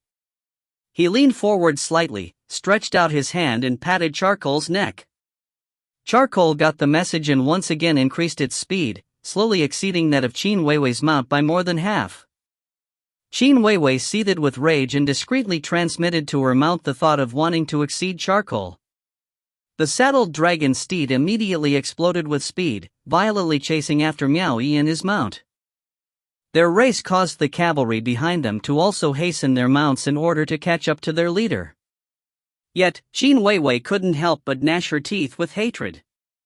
That dragon steed, it was as fat as a pig, yet still managed to gallop at a speed that could only be seen as extraordinary. Her own dragon steed had thrown caution to the wind and ran with all its might, yet the distance between the fatty and her own mount continued growing further and further apart. She wasn't able to catch up no matter how much she tried to. Not long after, the fat wriggling Charcoal had far surpassed Qin Weiwei, taking the lead by more than 100 meters. This was done under conditions where it had 2 deep slashes on its rear. Most excessively, Charcoal seemed to feel that competing with speed alone wasn't enough for it to vent its anger. It actually began to slow down in order to shorten the distance between them. Then, using both of its hind legs, deliberately tossed back a pile of dust, sand, stones and weeds. It was extremely mean-spirited. A pile of debris came pelting from up ahead onto Qin Weiwei's face, although they were all eventually cleared away and then avoided by Qin Weiwei's arts. Miao Yi, riding in front, stifled his laughter, feeling extremely satisfied that he finally had his revenge. Yan Xiu at the back sweat dropped tremendously as he watched on. Clearly this was to deliberately mess with Qin Weiwei. He hurriedly transmitted his voiceover, exclaiming, "Brother, stop fooling around. I heard that the cave master for 100 Blossoms Cave is supposedly Yang Qing's adopted daughter. Before your cave master position is definite, I feel it's better if you don't offend her." The smile on Miao Yi's face froze, instantly unable to laugh anymore. He madly scolded in his heart, "Why didn't you say so earlier?" Unable to control her fury anymore, Qin Weiwei held out her lance and pointed it at Miao Yi. In a cold voice, she yelled threateningly, "Listen to my orders. Your position is behind me. Those who defy orders on the battlefield will be executed without mercy." Miao Yi meekly made Charcoal slow down, letting Qin Weiwei ride in front of him. What did it mean to give someone a dose of his own medicine? It was exactly this circumstance. The things Charcoal had done before, Qin Weiwei's mount doled out in exactly the same manner. Her mount probably wasn't as smart as Charcoal. It would be weird if she weren't the one instructing it. A pile of rubble came pelting down towards Miao Yi and Charcoal, forcing Miao Yi to incessantly invoke his art to avoid them. When the usage time is prolonged, then the amount of transcendence energy exhausted wasn't a small amount. However, he didn't dare voice out any complaints. If others could do it, there was no reason why he couldn't. At times, Charcoal would cry out, feeling wronged, but Miao Yi wouldn't let it take revenge. Qin Weiwei kept her gaze towards the front, her face was expressionless, and only she knew in her heart whether she felt satisfied or not. To avoid being implicated, the others dispersed into 2 lines on the left and right as they followed behind, each of them wearing pitiful looks to gaze at the meekly following Miao Yi as he ate Qin Weiwei's dust. Not long after, the group saw that Yang Qing's main forces were lined up in a battle formation on the vast wasteland. The moment Qin Weiwei saw the stance, she knew they were preparing to engage the enemy forces in a decisive battle right there. Thus, she quickly commanded her troops to take their positions in the formation. Miao Yi. With her gaze up front, Qin Weiwei suddenly called out in a gentle voice. Miao Yi immediately led Charcoal to the front to listen to her orders. Qin Weiwei held her lance and pointed in front of them. Once we cross swords, you'll spearhead the attack. This was obviously a case of using one's position to get even with another person for a personal grudge. Niaoyi put on a bold front and forced himself to cup his fists and said, "Understood." Hearing him, a wave of pitiful gazes were again cast at Niaoyi. Yan Xiu shook his head and sighed. What was a prisoner like him getting so arrogant for? Up ahead, a cultivator on a dragon steed urgently gave chase to another cultivator. Obviously, it was the enemy's outpost pursuing the scout with murderous intent. But upon seeing the battle formation ahead, the enemy's outpost became afraid to continue further, swiftly retreating. The scout then rapidly rushed to the front of Yang Qing before coming to a stop. He pointed behind him as he reported, "Mountain Chieftain Lu Yu's forces have arrived." Yang Qing gave a slight nod, then waved his hand to dismiss him. Soon, a burst of rumbling sounds rapidly closed in from somewhere straight ahead, and even the ground could feel its vibration. A herd of dragon steeds came speeding towards them. A black dense mass which consisted of thousands of cultivators were closing in, eventually halting at 400 or 500 meters away. Niaoyi looked at the forces on his side, and turned to look at the forces on the opposite side. He guessed that the opposing forces had roughly around thousands of cultivators, while those at Yang Qing's side barely reached 500. He could not help but feel dubious about their chances on whether they could win this battle or not. As a matter of fact, the majority of the forces from Yang Qing's side came from School of Blue Jade, since a lone cultivator from the mountain wouldn't have the capability to gather this many people. The battle formation on the opposite side made a number of cultivators with low-level cultivation bases secretly timid, but when they were swept by the cold gazes of the respective cave masters holding the lines at the front, they immediately lifted up their spirits with determination. "Yang Qing, you scum!" A loud roar akin to a sudden clap of thunder resounded in mid-air, reverberating over the wasteland. On the opposite side, among the 10 cultivators clad in silver armor, one of the men wielded a square sky-decorated halberd. He moved up front, stepping on horses from the group, wielding his halberd as he pointed and furiously shouted at Yang Qing. Not to be outdone, Yang Qing similarly went up front by stepping on horses, a silver spear wielded in his hand. He pointed at the other and shouted, "Lu Yu, you old scum, you dare deceive me. In all these years, I have staked my life to fight for you, fought in wars all over and pushed you up to the manor head seat with our fellow brothers. I have worked hard, not just for merits, and this is how you treat me? You promote me in name but demote me in reality. You really are pushing it too far." Yang Qing appeared to bristle with anger and compelled to act. He waved his spear at the people up front. This Lu Yu scum does not have the capacity to tolerate others. Let my current end serve as a warning to every brother. Brothers, why not join me to kill this scum together?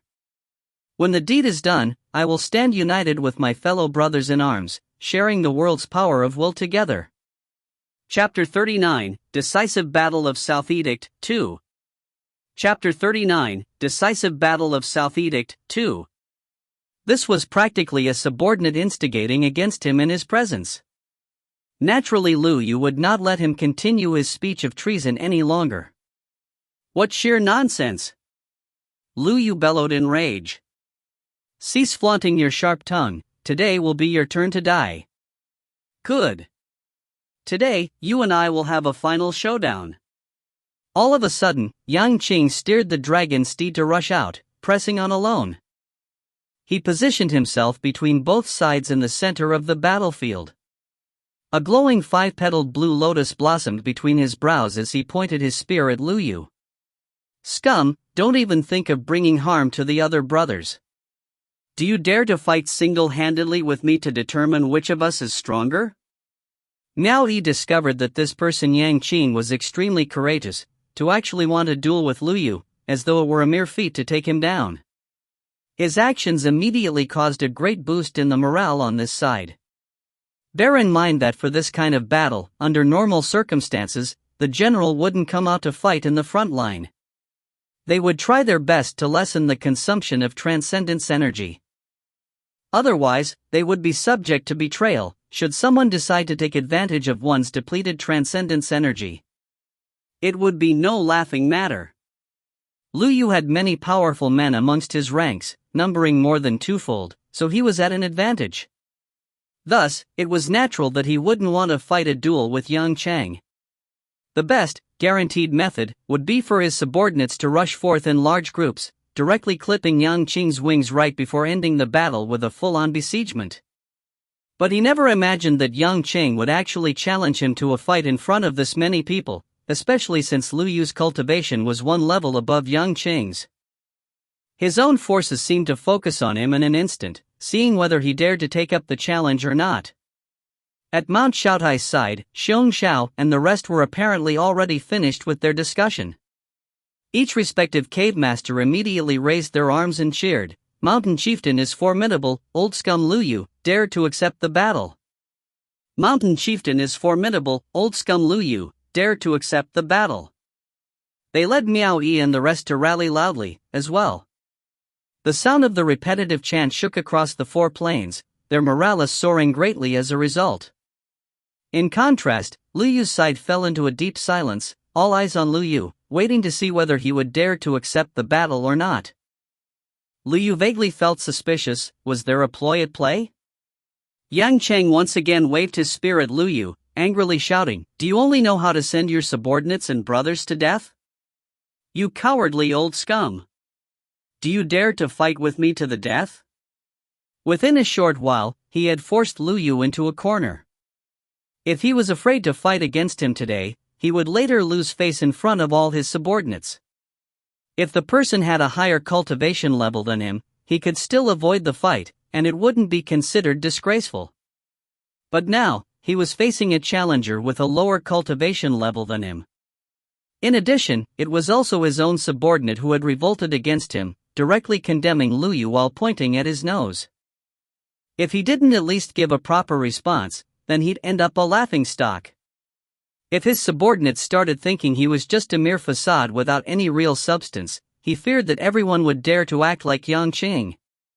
It could be said that his troubles would keep brewing unceasingly. Pay with your life. Lu Yu roared furiously, a glowing six-petaled blue lotus blossomed between his brows. His dragon steed shot forward like a gust of wind, with him in tow.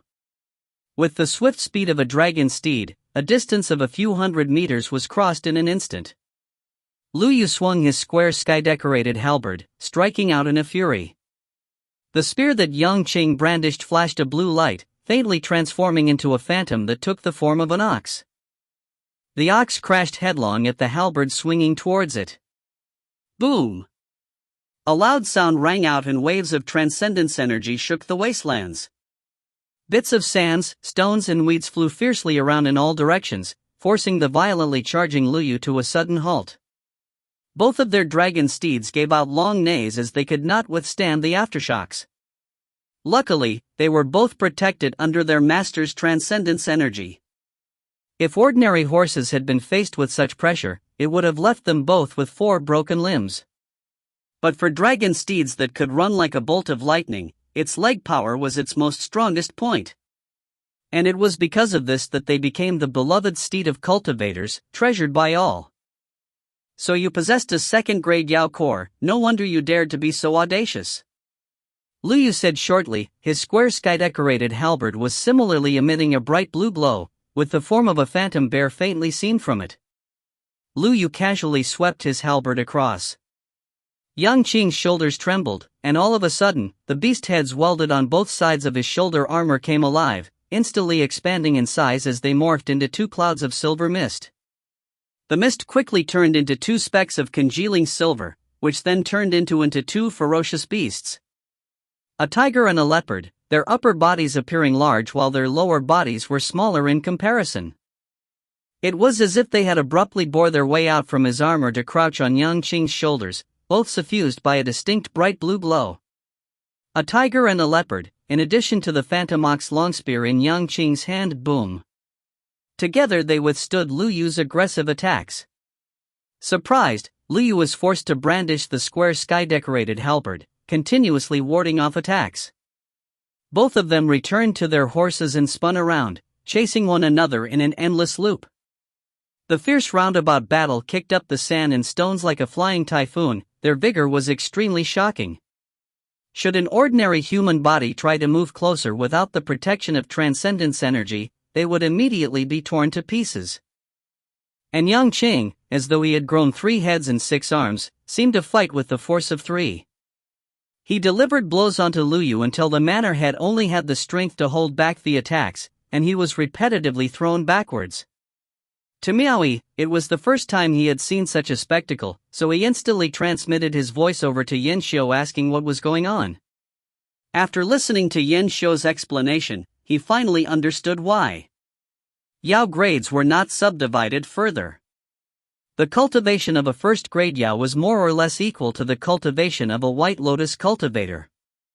The second grade is equivalent to a Blue Lotus cultivator, while the third grade is equivalent to a Red Lotus cultivator, and the like. But the Yao core contained a large amount of the Yao cultivator's cultivation, an item that was coveted by many since it could be refined into transcendent artifacts. Cultivators with a high cultivation base could use these transcendent artifacts from afar to slaughter enemies from remote distances. Without a doubt, the premise was to behead the Yao cultivator in order to obtain its inner core. But after beheading a Yao cultivator, the inner core containing the cultivation base could certainly not be compared to when they were alive. The core's potency would be reduced by 1 grade. For example, if one killed a third-grade Yao cultivator, the inner core obtained would only be equivalent to a cultivation at 2nd grade, which is similar to the Blue Lotus realm of cultivators.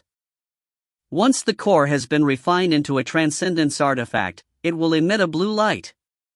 But if the one beheaded was a first-grade Yao cultivator, then the inner core's grade would be non-existent. It would be of little use even against a White Lotus first-grade cultivator. In a flash, Miao Yi came to a sudden realization. No wonder Lu Yu said Yang Qing came to possess a second-grade Yao core. It was obvious that the spear in Yang Qing's hand was fused together with an ox demon's second-grade Yao core, while the beast heads on the left and right sides of his shoulder armor were fused with a tiger demon's second-grade Yao core and a leopard demon's second-grade Yao core respectively. Even Lu Yu's square sky-decorated halberd was infused with a bear demon's second-grade Yao core.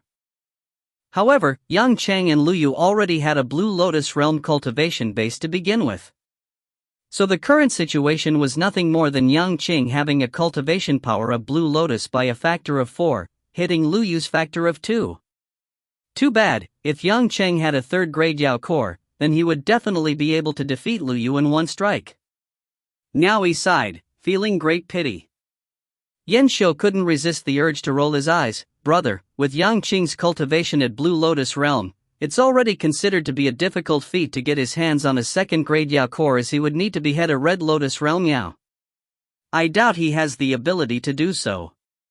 Let's not even mention that he already has 3 cores on him. I seriously have no idea how he even came to possess that many. No wonder he dared to challenge Lu Yu. As for the third-grade Yao core, the implication is that one needs to behead a Yao of the Violet Lotus realm. The difference between those cultivations were worlds apart. 100 Yang Qings added together wouldn't be nearly enough to kill a Yao of a Violet Lotus grade. Where would you expect him to find one? While both of them were engaged in conversation, the other side was still locked in a vicious battle. It became apparent that Lu Yu was about to lose ground, and it was heard that suddenly Lu Yu emitted a raging roar. Come on and join the fight, let's kill this rebel together. With the exception of the rebel Yang Qing, all 9 mountain chieftains under South Edict Manor immediately charged over at great speeds to save the situation. Thousands of cultivators moved upon hearing his orders. Their screams of attack quaked the heavens as they violently charged forwards. On the other side, Xiong Xiao and all the rest, including Qin Weiwei, raised their arms and shouted loudly together, "Attack!" Over the wasteland, the feeling of death hung instantly in the air. The dragon steeds of both factions frantically charged against the opposing side like a tidal wave, and even the ground shook in their presence. Miao Yi went speechless when Qin Weiwei forcefully pointed her spear at him. Seeing that this woman's eyes were brimming with pent-up anger, he knew that she intended to carry out her earlier plan, making him spearhead the attack. Regardless of how ignorant Miao Yi was about the current situation, he still came to understand one thing. If he dared to disobey orders on the battlefield, Qin Weiwei would immediately have an excuse to execute him. In such a case, young Qing wouldn't be able to say anything in his defense. So in the end, he can only put on a bold front and force himself to take the lead, charging out from Hundred Blossoms Cave's camp. Yet he was utterly shocked when the usually hidden at the back Yen Shou unexpectedly shouted attack, charging out with both broad axes in his hands. Miao Yi couldn't help but do a double take. Translator note. Yao is a race that is made up of demons, demonic spirits, spiritual beasts, and the like. Chapter 40, Decisive Battle of South Edict, 3. Chapter 40, Decisive Battle of South Edict, 3. With a bow in her hand, Qin Weiwei led the troops of Hundred Blossoms Cave, who were following closely behind. She drew back the bow with 5 arrows knocked on the string before instilling transcendence energy into them. Quickly charging forward, her slender jade fingers relaxed and with a whoosh, 5 sharp arrows shot out rapidly. They whizzed right past Miao Yi and Yen Shou, causing them to jump in fright. In an instant, the 5 deadly sharp arrows, carrying a gentle blow, hit 3 cultivators in total, causing them to fall from their dragon steeds.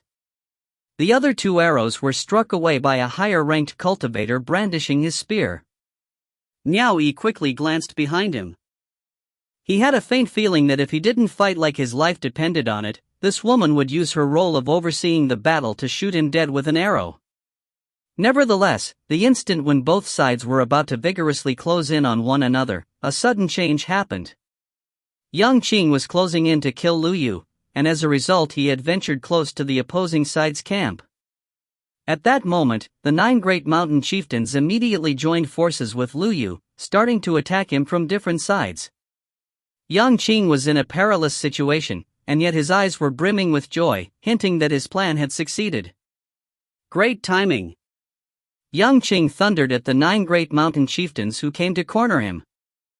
Suddenly, the beast head on his helmet exploded into a vast cloud of silver mist, swiftly congealing into a gigantic ape suffused with a glowing red light. 3rd Grade Yao Core. Lu Yu cried out in surprise, giving off a faint feeling that he'd been frightened out of his wits. Even the 9 mountain chieftains surrounding him also jumped in shock. Before they could even turn to run, the gigantic ape, suffused with red light amidst silver, struck out with a punch, eliciting a terrible scream from Lu Yu, as a deep hole was hollowed out directly into the ground. Lu Yu and the other cavalries were instantly smashed into meat patty. Surrender! One of the mountain chieftains yelled loudly, but it appeared to be too late. Earlier they refused to surrender when they wanted Yang Qing's life, and now they themselves wanted to surrender? Where were they when the first offer of surrender was given? Why didn't they take it then? How could Yang Qing let them get away with it? Above him, the gigantic ape spread its arms and started to swing them around, violently sweeping everything in sight. A series of bangs loudly resounded and the 9 mountain chieftains who couldn't manage to dodge in time were flung backwards, spitting out blood as they went. Even their mounts suffered a similar fate.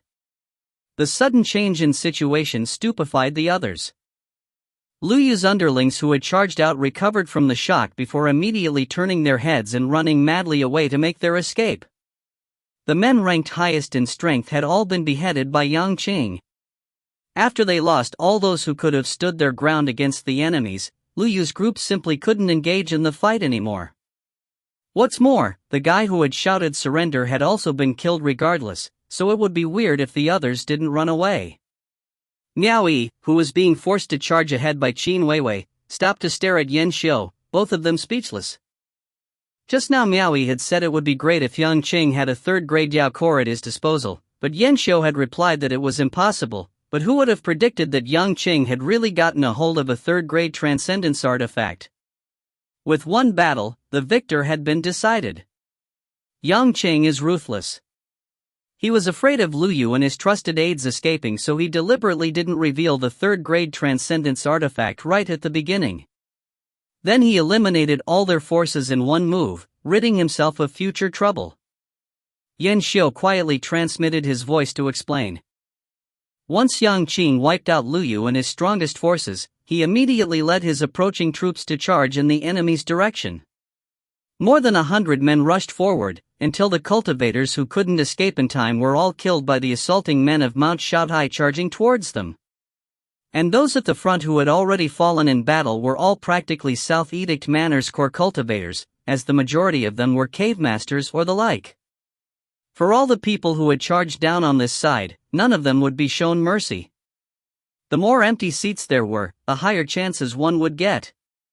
It was a bloody clash all along the way. Niao Yi and Yin Xiu worked together to give chase and kill a White Lotus 4th grade cultivator. Abruptly, 3 sharp arrows came whooshing down on them. In the midst of being terrified, the man revolved his spear to knock the arrows away with great speed. But Yin Xiu let out a snarl. He swung the broad axe in his hand, hitting the man right in the middle of his back.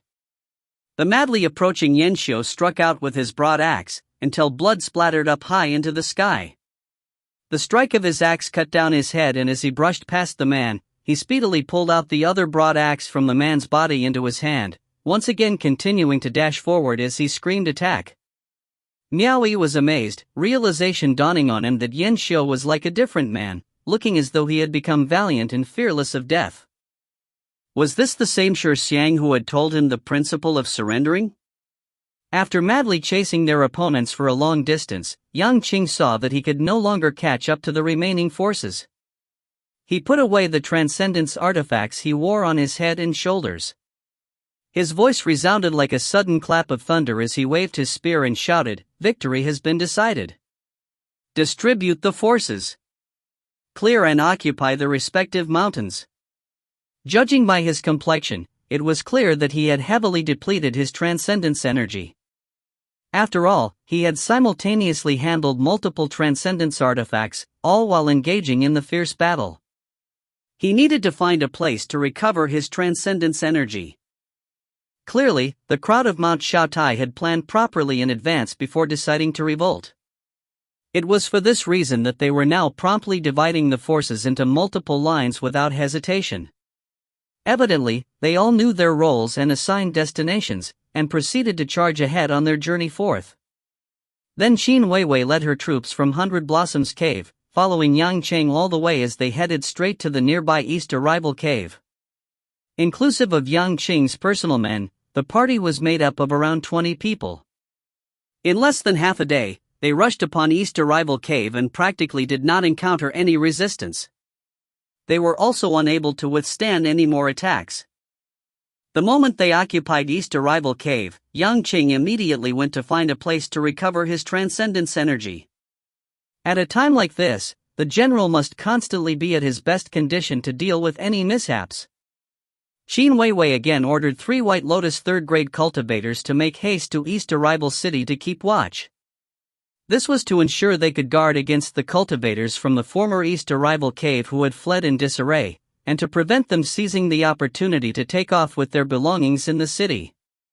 During nightfall, one of Qin Weiwei's underlings came hurrying to Qin Weiwei, reporting, "The surviving members of East Arrival Cave have supposedly already made their escape. They have not disturbed the peace in the city. All the survivors' family members were sent into the Manor of Sincere Hope. We've placed our men inside to lie in wait, to see whether we can capture the survivors who might come forward to rescue them." Very good. Qin Weiwei nodded her head in praise. On the side, Yin Xiu discreetly transmitted his voice to Miao Yi, "A change of sovereign brings a change of ministers. In the blink of an eye, South Edict Manor has switched skies. The cultivators who ran away will be safe, but their family members are doomed. I'm afraid in this lifetime, they will spend their last years inside the Manor of Sincere Hope. The Manor of Sincere Hope isn't exactly a proper place for people to live in." Niao Yi abruptly froze in place. It wasn't clear what he just recalled. He cupped his fists at Qin Weiwei to apologize before quickly darting out of East Arrival Grand Hall. He found charcoal and leapt onto it, directly rushing out of the main gate and wildly galloping away. Qin Weiwei strolled slowly to the doorway of the Grand Hall and stood with her hands clasped behind her back as she frowned. What is he planning to do? At present, she didn't believe that Niao Yi planned to escape.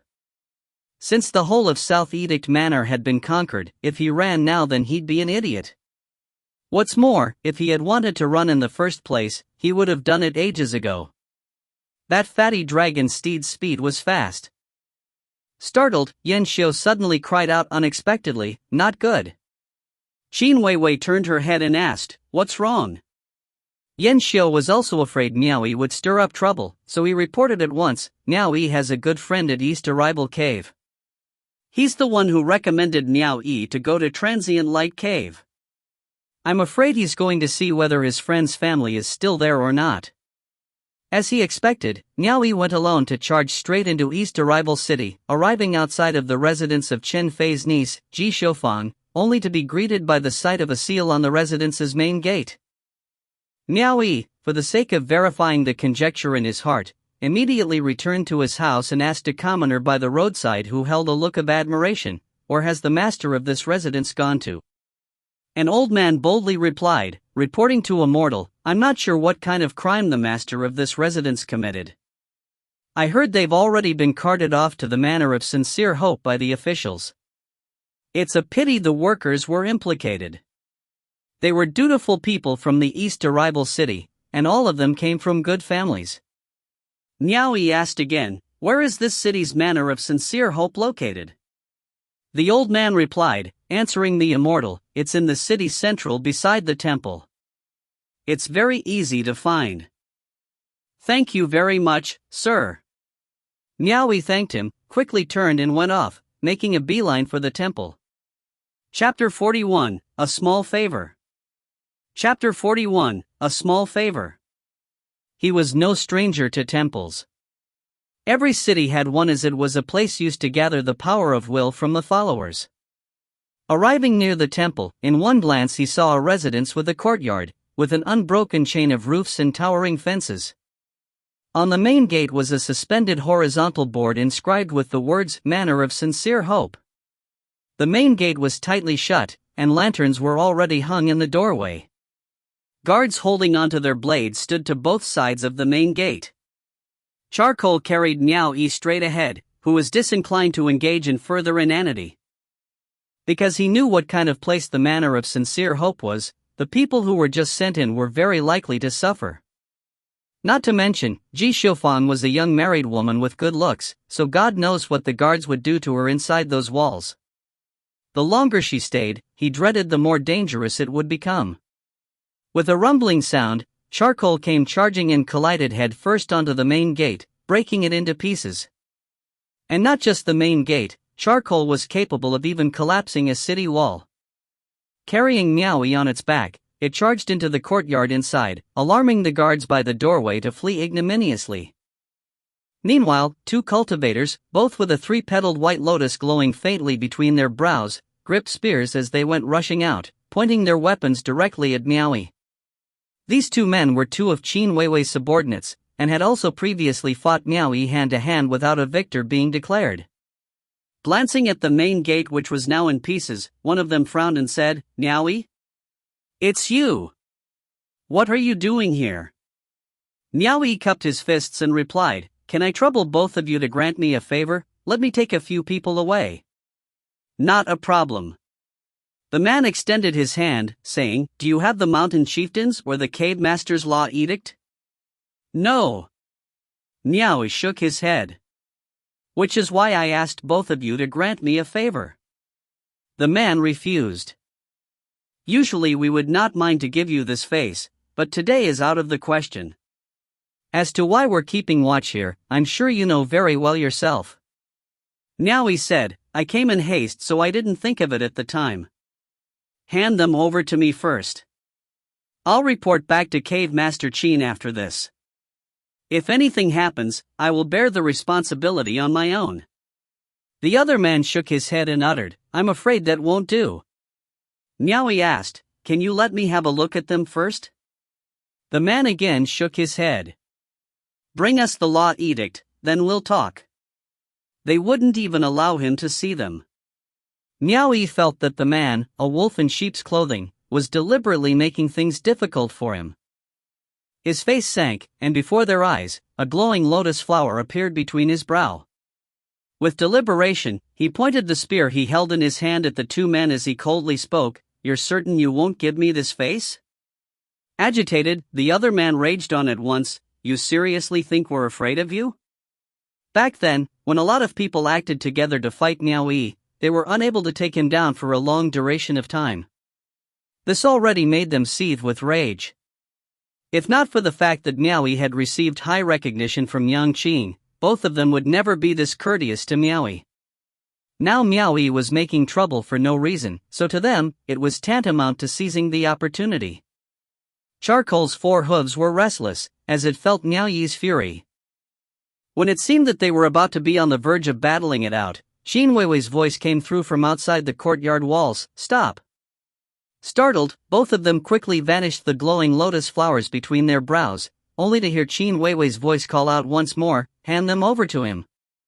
The two cultivators quickly shared a glance, and together they faced the direction of the voice coming from outside the courtyard walls, cupped their hands and replied, "Understood." One of them turned to ask Miao Yi, "Who do you want?" Miao Yi enunciated, "Ji Xiufang. The person who was just sent here." The man looked towards the official, who was hiding under the roof trembling with fear, "Bring the person here." The official promptly nodded his head and bowed before leaving. Not long after, he brought Ji Xiufang over, who had been weeping till her eyes were red and swollen. Judging by the look of Ji Xiufang, she didn't appear to have endured any suffering. Originally it wasn't supposed to be this fortunate. It was only because two immortals suddenly came to stand guard at the Manor of Sincere Hope. The guards inside didn't understand what was going on, so they didn't dare to act recklessly. Otherwise, it wouldn't be this fortunate indeed. At first, Ji Xiufang was stunned the moment she laid eyes on Miao Yi. She soon broke into a run and plopped down kneeling in front of Charcoal, looking a complete mess as she cried, "Sir Miao, please save my son. Please, on my uncle's account, save my son. I'm begging you." Miao Yi jumped down from the dragon steed and helped her up with both hands, asking, "Did they make things hard for you?" As he said that, the guards inside the courtyard were scared to the point they were shivering. They feared that Ji Xiufang would say things that would be unpleasant to hear. Ji Xiufang wept endlessly, shaking her head as she cried, "Sir Miao, please save my son. He's still young." Miao Yi immediately turned around and ordered, "Bring all the people you took from her home out right now." Needless to say, people young and old were brought out with haste, including the steward that Miao Yi was acquainted with. Ji Xiufang threw her arms around her son on the spot, sobbing with abandon, then knelt down in front of Miao Yi and immediately kowtowed. Miao Yi helped her up. "Go. Everything is okay now. Go home." Under the public eyes of many, he personally escorted the large crowd back to the Grand Manor's gate formerly belonging to Ji Xiufang. When he saw the seal on the main gate, he spun around and shouted, "Call the city lord over." Meanwhile, Yan Xiu was currently hiding at a certain dark corner in the street, watching the scene unfolding in front of his eyes with Qin Weiwei by his side. He didn't need to wait long. Soon, a fat and bulky official, accompanied by a number of his subordinates, hurried over urgently on their horses. Miao Yi refused to listen to a word of their nonsense, each sentence filled with fear and trepidation. He pointed at the main gate. "Dear City Lord, if any mishaps were to happen to this family in the future, you'll be the first person I'll take care of. Tear off the seal and open the gates." It was impossible for him to always be at Ji Xiufang's side looking over her. The fate of Chen Fei was also uncertain as to whether he was dead or alive. But if it weren't for Chen Fei's referral back then, he wasn't sure where he'd be wandering now. This was all done to repay back his debt of gratitude. The reason why he had gone rampant was to make his attitude known that he would protect their entire family, so as to prevent others from targeting them for being without support and protection. Humph!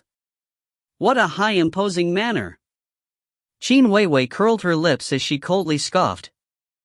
At the side, Yan Xiu forcefully laughed for a while, his eyes trailing Miao Yi as he sent Ji Xiufang and her family back into the manor. By the time Miao Yi came out, he again saw Miao Yi speak to the city lord, who was nodding his head and bowing. Immediately return anything that's missing from the residence. I want your life if they're missing even one chopstick. Yes, yes, yes. The city lord complied at once, while wiping away the sweat breaking out from his face. He ordered his subordinates to do as he commanded without delay. In another corner, Chen Fei, who was dressed up in disguise, witnessed the scene with his own eyes. He let out a soft sigh of relief and murmured, "Brother Miao, I, Chen Fei, will remember this great kindness you bestowed on my family. I'll repay it once there's a chance in the future." Since Miao Yi had stepped forth to take responsibility, he could now leave feeling at ease.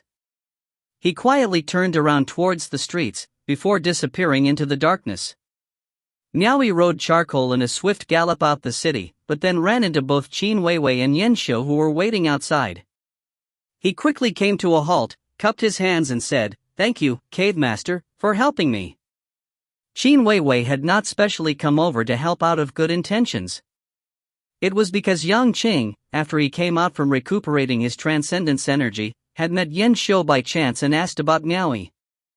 After he found out the reason, Yang Qing greatly praised Miao Yi, remarking that Miao Yi was a loyal and righteous man who, having received a small favor by others in times of need, he repaid it back with great deeds. Therefore, he had sent Qin Weiwei to personally come here, to avoid any potential mishaps from happening. All he saw was Qin Weiwei revealing a look of ridicule on her face. "That little wife is quite a looker. I thought you'd spend the night over at her place.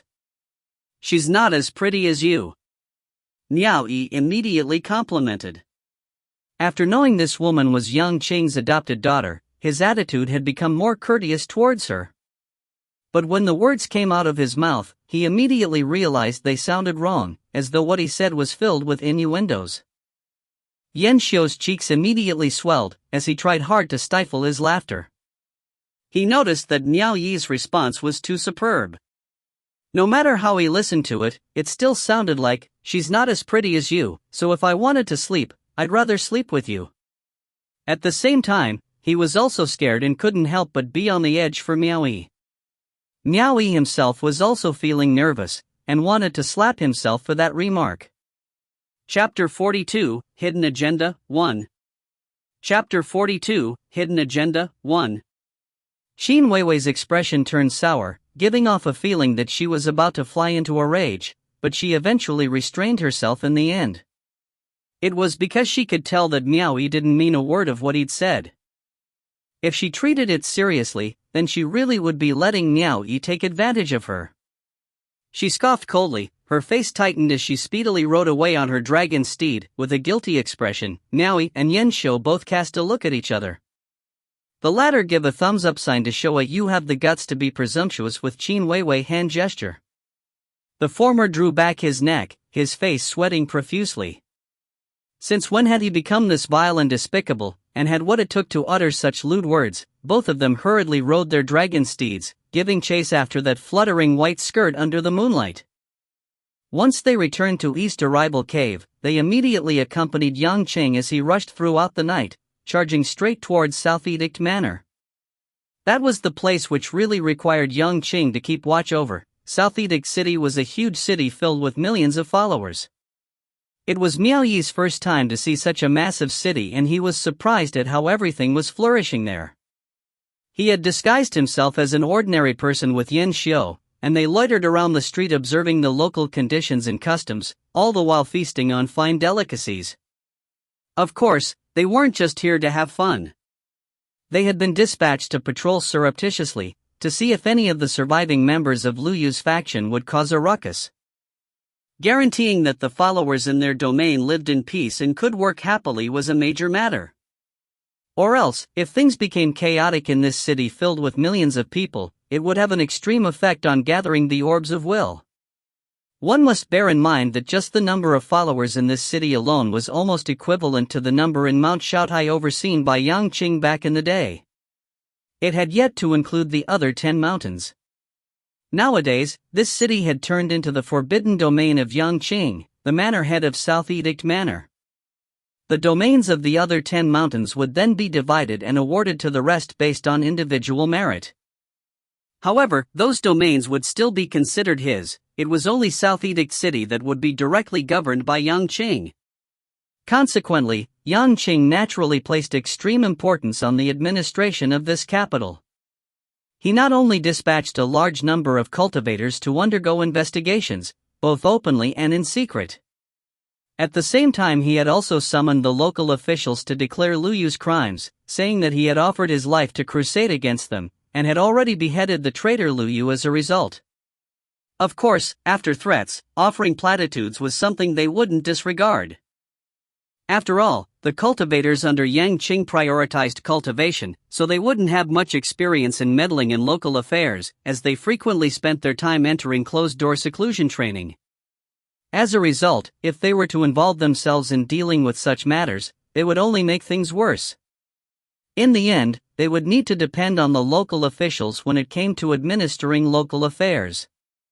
More than 10 days later, the cave masters who had seized control and cleared each of the mountains, as well as School of Blue Jade's disciples who had accompanied them in the expedition, hurried over one after another, assembling in South Edict Manor.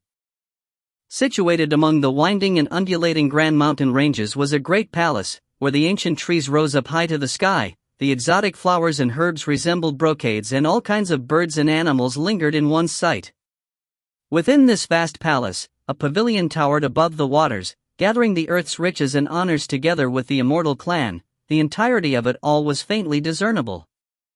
To Miaoyi, the transient light cave was like an inconspicuous earthen temple when compared with this South Edict Manor.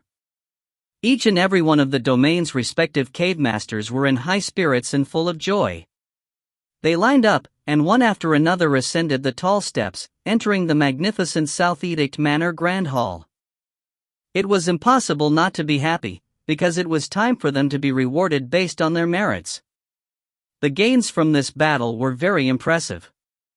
Yang Qing had taken possession of the entire South Edict Manor, which meant that their followers had expanded by at least tenfold. The leaders under him naturally rose with the tides.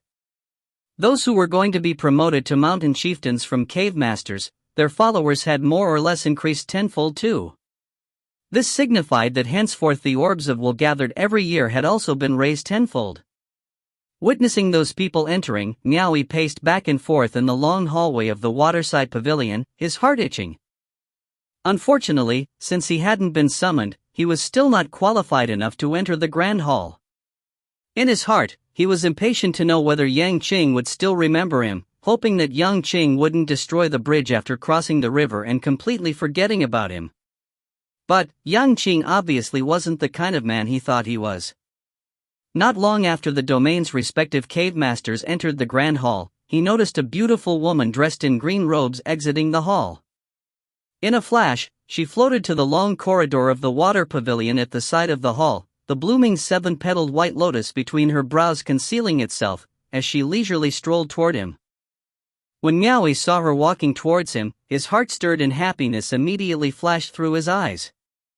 He quickly walked up to her, cupping his hands as he bowed in salute. Miaoyi greets little auntie. After staying here for a few days, he gradually figured out who Yang Qing's trusted aides were at his side. He had two personal handmaidens. One was named Qing Mei while the other was called Qing Ju. The two servant girls had been serving at Yang Qing's side ever since he was a cave master, and now they already had a cultivation base at White Lotus 7th grade. Everyone who served under Yang Qing treated the two handmaidens courteously, addressing Qing Mei as elder auntie, and Qing Ju as little auntie. And the little auntie in front of him was naturally Qing Ju. There's no need to be over-courteous. Qing Ju raised her hand to humbly help him up. She clearly knew that Yang Qing held Miaoyi in high regard. She gave a faint smile as she said, "Miaoyi, Manor Head has summoned you to enter the hall to have an audience." Now, everyone did not address Yang Qing as Mountain Chieftain anymore and were already officially calling him Manor Head. Miaoyi accepted the order solemnly, trailing behind her as he followed. Inside the Grand Hall, Yang Qing had already taken off his martial attire, and was instead donned in a brocade robe as he sat in the high seat, his presence extraordinary. All his subordinates were divided into two lines on both sides, akin to court officials attending an imperial court. As the both of them entered the Grand Hall, all eyes were suddenly on Miaoyi. Xin Weiwei, who stood at the very end, gritted her teeth the very moment she saw him. That bastard dared to sexually harass me. Neither too fast nor too slow, Qing Ju strolled to Yang Qing's right side and stood properly. The other elder auntie, Qing Mei, had then been standing at the left side of Yang Qing's seat. Walking to the empty space in the middle of the lines of court officials, Niaoyi stood there, cupped his hands and bowed. I come to pay my respects to Mannerhead. Yang Qing gave a frivolous laugh, raising his hand to indicate he could skip the formalities. He turned to the various people standing beneath and said, I once promised him the cave master seat for Transient Light Cave and I'll keep my word. Transient Light Cave belonged under Du Zhangxing of Mount Comingxi. Now that Du Zhangxing has died, who would like to come forward and accept the position of Mount Comingxi's mountain chieftain? And also take this kid along with you in passing? Niaoyi was overflowing with ecstasy. It's here. It's finally here. I'm going to be a cave master. But on the surface, he still acted calm. He had a request, but from the beginning he was unsure as to whether he should ask. For the most part, everyone also looked at each other, laughing heartily. The feeling of partitioning domains was truly satisfying.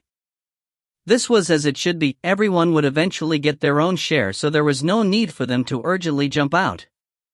Otherwise, they would look very unsightly. However, there seemed to be two people who didn't look happy. One of them was Qin Weiwei, and the other then stepped out. Xiong Xiao stepped forward and cupped his fists. Mannerhead, I have a remark which I'm uncertain whether it's right for me to say. Yang Qing was in a good mood. He nodded his head and obliged, speak your mind. Xiong Xiao stared at Niaoyi and explained, Niaoyi is nothing more than a prisoner. He only has a mere, insignificant cultivation base at White Lotus first grade, and has not performed an ounce of an accomplishment.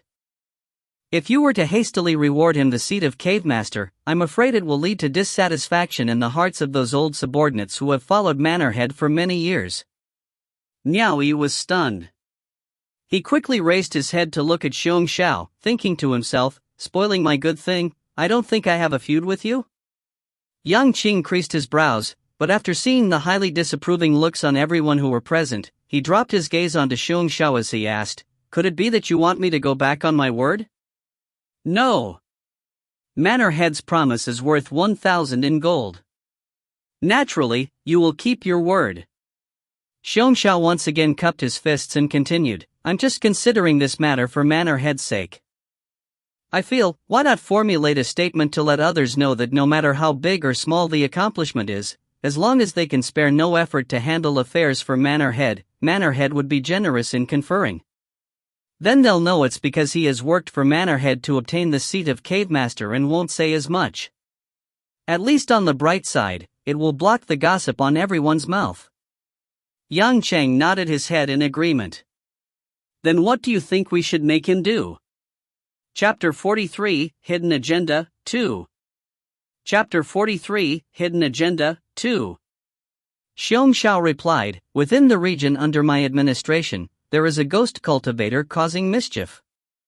He keeps attacking and disturbing the peace of the followers who come and go in passing. When I received word of his misdeeds, I immediately sent a White Lotus third-grade cultivator to go forth and exterminate the problem. When they fought, they were neck and neck in their level of strength, which ended with his escape. I wanted to send out more manpower to wipe him out. But by sheer luck, Mannerhead launched his army, so I didn't have the time to punish him. I was going to deal with that ghost afterwards anyway, but now that I think about it, why not send Niaoyi to perform this meritorious service? Niaoyi stared at him with widened eyes. That F** king dog, trying to make me go deal with a ghost cultivator who's on par with a White Lotus third-grade cultivator. Does he want me to distinguish myself or does he want to kill me? Everyone stared at Xiong Xiao, they were clearly having the same thoughts. Yang Qing was not an idiot. He said with an expressionless face. Before this, it was merely a fluke that Niaoyi managed to behead that White Lotus third-grade cultivator. Are you certain that on this journey, he will be able to successfully eliminate the ghost cultivator? Xiong Xiao laughed, this was inherently part of my duties within my realm. Naturally, I cannot ignore it. I will dispatch 2 White Lotus third-grade cultivators to accompany him to set forth together. In all likelihood, there shouldn't be any issues for him to perform this deed. A sudden realization dawned on everyone present. He really did find an excuse to give that kid Miao Yi credit. This Xiong Xiao sure knew how to kiss the manor head's ass. He was able to so even just by simply beating around the bush. Miao Yi let out a sigh of relief in his heart. This was much better. Yang Qing laughed while nodding his head. He looked at Miao Yi and said, "Miao Yi, you heard what he said. If you agree to go perform this deed, you can go directly to Transient Light Cave and take up the Cave Master post after you come back." "I'm willing to set forth," Miao Yi responded readily. After going through so many ups and downs, he could finally voice out what he had a hard time saying earlier. He cupped his fists and continued, "I only have one bold request to make, and I hope Manorhead can grant me this request." Qin Weiwei had a scornful look on her face. This guy had the cheek to negotiate with the Manorhead. However, Yang Qing was not a petty man in that aspect. He dismissed it with a laugh, nodding his head as he replied, "Speak." Miao Yi attempted to ask, "Manorhead, can you change Transient Light Cave to East Arrival Cave? What I mean is, if I perform the deed and come back, can you let me become the Cave Master of East Arrival Cave?" Everyone stood gazing at each other. There was no difference in followers for Transient Light Cave and East Arrival Cave. There wasn't any special local product either within that realm, so what would he gain by switching? Yang Qing was taken aback by his question. Soon after, he believed he understood the reason why. He recalled Ji Xiufang, whom Miao Yi had previously gone to rescue from the Manor of Sincere Hope. He figured it was in order to make things easier for him to take care of her in passing. In fact, this was only part of the reason. If he really had intentions to take care of her, if worse comes to worse, he could have moved her to Transient Light City to settle down after becoming the Cave Master of Transient Light Cave. The most important thing was that Miao Yi had taken a fancy to the geographical location of East Arrival Cave, situated right by the seaside. After being reminded by Yen Xiao and coming to a realization as to why he could withstand the pressure of the higher-ranked cultivator's transcendence energy, he felt he shouldn't abandon the cultivation method Lao Bai had taught him. He should continue on with it. "I will allow this." Yang Qing agreed. He then waved his hand to indicate him to step down, as the upcoming higher-tier appointments weren't something that Miao Yi with his current rank could participate in. Miao Yi naturally thanked him and stepped down, but the annoyed feeling he had towards Xiong Xiao still lingered in his heart. Seeing that he was about to eat the fatty meat which was so close in his grasp, in the end he swallowed a fly first, so he felt extremely awkward about it. Why was it so difficult to become a cave master? Inside the Grand Hall, Yang Qing's voice once again boomed, "Regardless of Transient Light Cave or East Arrival Cave, they all belong to Mount Comingxi. Who's willing to move forward to oversee Mount Comingxi?" The reason why nobody fought for this seat was because the decision had already been made behind closed doors earlier on. Beforehand, Elder Auntie Qing Mei had specially stepped in to personally notify everyone to come forth, one by one, to discuss official business at the Grand Hall. At the time, she had appeared to have spoken something in a casual manner. It goes without saying that the manor head's wish is to promote all 9 cave masters under him to become mountain chieftains, with the exception of Qin Weiwei. As for the remaining mountain, that will be handed over to School of Blue Jade, because Qin Weiwei's cultivation base is slightly lower. Unfortunately, the cave master of Colossal Ram Cave died before gaining victory, and we absolutely can't give 2 mountains away to School of Blue Jade. It's better to hand it over to our own people, so that we can all be at ease, isn't that right? Everyone naturally nodded their heads in agreement. It was impossible for them to say it would be more suitable to hand it over to outsiders, because wouldn't that make them a person that bites the hand that feeds them? Although Elder Auntie Qing may seem to be asking casually, everyone understood well in their hearts. Qin Weiwei was mentioned twice and she then said our own people. One can well imagine the profound meaning hidden behind her words, so there was no need to state it clearly. Everyone also understood that there were some matters that young Chang would have difficulty in voicing out. He was only borrowing the mouth of elder auntie to convey his hint. Yang Qing wanted to support his own daughter to take up the post, he wanted to let his own daughter take in more incense and power of will, and he wanted very much to quickly raise his own daughter's cultivation base, so what kind of objection could they have? If it were them, once they had taken up their seats as mountain chieftains, they also wanted to promote their own men. Furthermore, they would enact it the moment they returned. In the end, from the very beginning, Yang Qing had made use of Miao Yi to mention the seat of mountain chieftain for Mount Kamingsi. Everyone had already guessed what kind of thoughts Yang Qing had in mind. Even Miao Yi, with a cultivation at White Lotus first grade, was deemed qualified to be a cave master, so that person, why couldn't she then become Mount Kamingsi's mountain chieftain? Yang Qing had already prepared the opening statement for everyone else, all he needed to do now was to wait for everyone to take the bait. Therefore, Xiongxiao once again rushed before others and cupped his fists.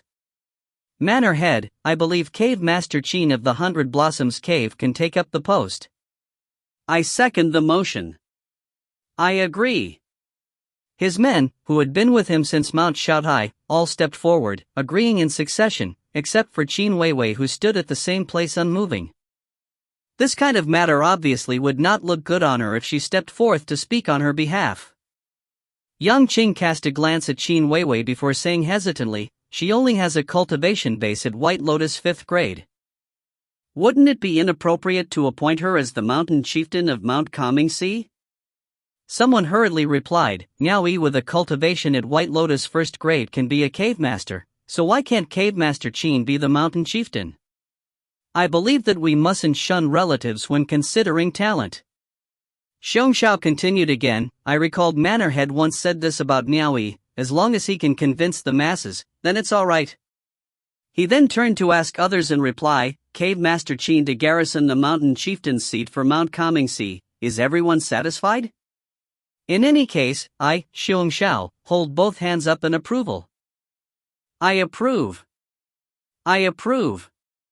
The respective cave masters who had yet to become mountain chieftains voiced out their support of the proposal. The feelings of the crowd were intense, as though they couldn't be convinced of anyone else being the mountain chieftain of Mount Kamingsi, apart from Qin Weiwei. School of Blue Jade's men stared at each other, at a complete loss. The cave master of Colossal Ram Cave had fallen in battle, so the seat was unoccupied.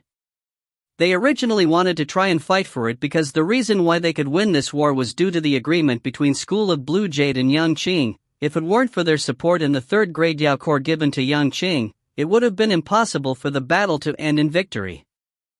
They intended to wait until the 2 mountain chieftain seats were left unoccupied, then take possession of them together. Well now, a large number of people supported Qin Weiwei in taking up the post. The principle of majority rules, it left one with no control over matters. Besides, Qin Weiwei was Yang Cheng's adopted daughter.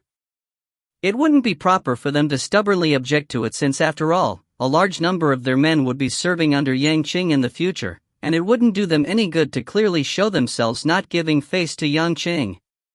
School of Blue Jade's men were simply stifled with no room to object. Seeing everyone insisting on it, Yang Qing revealed a look of reluctance, sighing as he said, all right. Qin Weiwei, are you willing to take up the post of mountain chieftain of Mount Kamingsi? In an immediate action, Qin Weiwei stepped forward and cupped her fists, I'll do my utmost, and will not disappoint Manor Head and South Edict comrades' great expectations. Then it is decided. Yang Qing complied with the crowd's opinion and waved his hand, thus settling the mountain chieftain seat of Mount Kamingsi.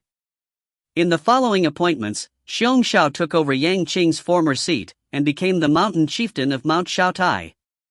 One by one, the other respective cave masters also became mountain chieftains. School of Blue Jade only managed to claim 1 mountain chieftain seat, but they weren't at a loss either, as they had already made promises with Yang Qing beforehand. Once they conquered South Edict Manor, a large amount of empty seats under every mountain and cave were to be first given to School of Blue Jade's disciples. Which meant from now onwards, the majority of School of Blue Jade's disciples on the whole became people who could officially indulge themselves in incense and power of will. Not only that, they were also granted other allowances. They no longer had to go around painstakingly scavenging for various types of items to slowly increase their cultivation base. This kind of opportunity wasn't something that every sect could chance upon. Because regardless of a sect's strength, and even if your own strength was powerful, it would never be more powerful than the 6 sages of heaven and earth. The 6 sages of heaven and earth implemented such rules to suppress every sect, in order to keep them from becoming arrogant. No matter which sect wanted to enter the system, they would need to obtain consent. Even if they managed to join, they would still need to uphold this system. Those who dared to force their way in can only attempt to do so. Even if School of Blue Jade had the guts of 10 men, they still wouldn't dare to go up against Mufan Jun, the immortal sage from realm beyond heaven. Chapter 44, Hidden Agenda, 3. Chapter 44, Hidden Agenda, 3.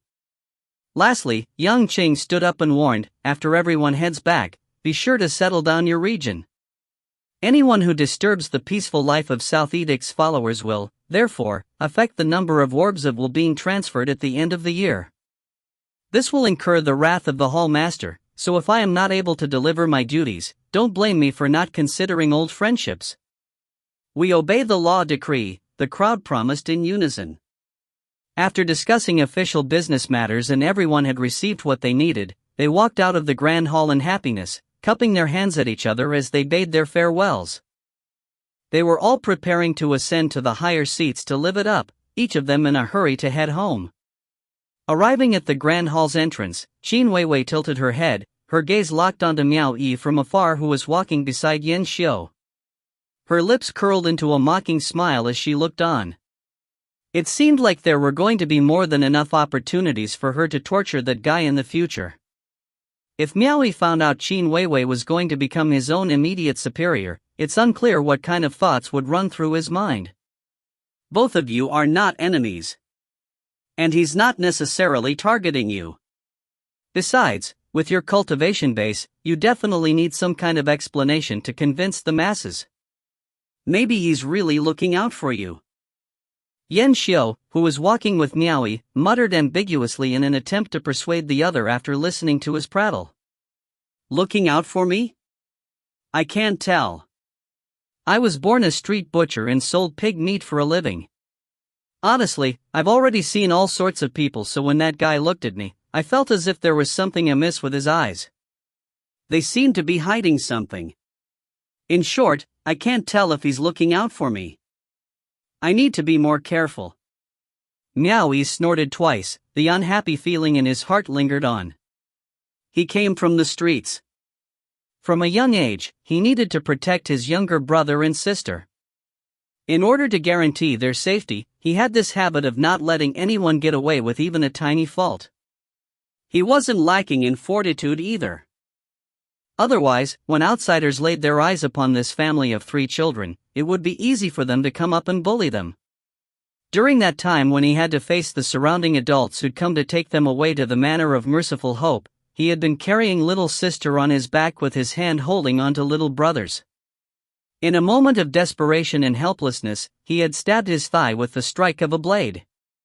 It was in that instant that he was forced to understand the commoner's principles of surviving. In a fit of rage, he hadn't been afraid to kill Huang Chang and Zhao Xingkue in the boundless secular world. For the sake of forming an alliance with Yen Beihong for his own protection, he had also dared to stab the other expert in the back surreptitiously. For the sake of his younger brother and sister's future, he was willing to give up all he had. Seeing Luozhen and Chao Dingfeng killed with his own eyes, he was able to risk his life while seething in anger.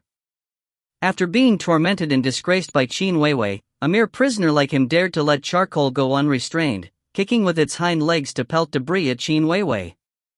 Learning about Ji Xiufang being in trouble, once again he immediately rushed to her rescue to pay his debt of gratitude. Deep down, he knew he wasn't a good man, but he also knew he wasn't a bad one either. That distinctive nature found in ordinary people could also be found in him. In short, if anyone crossed him, don't give him a chance to fight back. you're probably thinking too much. With his cultivation basin status, he doesn't even need to target you, Yan Xiu said comfortingly, before coughing as he asked, brother, once you become a cave master later, remember to ask for me. Miao Yi chuckled and once again gave his word. Within the pavilions and kiosks, all built around a beautiful lake and mountain landscape, Chen Shui led 2 White Lotus third-grade cultivators from the long hallway outside. Xiong Zhao's back faced the 3, while he slowly tossed fish food into the pond in front of him, leading the red carps in the pond to fall over each other in their eagerness to fight over food.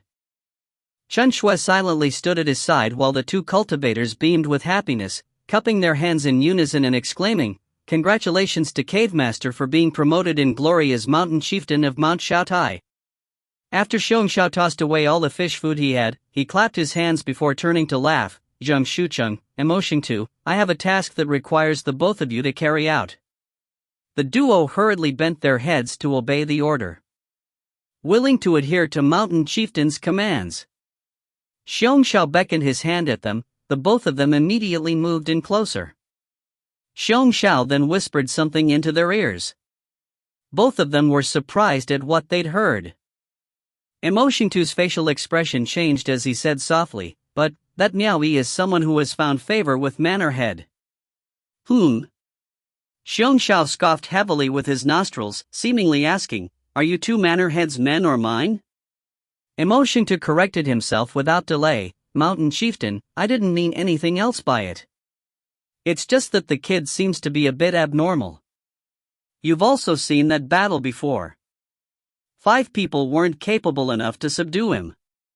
We're afraid we'll let down Mountain Chieftain's great trust in us. Xiong Xiao shot a glance at Chen Shui, slightly tilting his head to give a signal. Immediately, Chen Shui took out a small jade bottle from her sleeve, passing it towards the 2 men. Zhang Shucheng received it into his hand, saying hesitatingly, this is Drunken Immortal. After Xiong Xiao prompted him, he said with understatement, that ghost who dares to cause trouble in my territory needs to be wiped out. That kid, I also don't want to see him come back alive.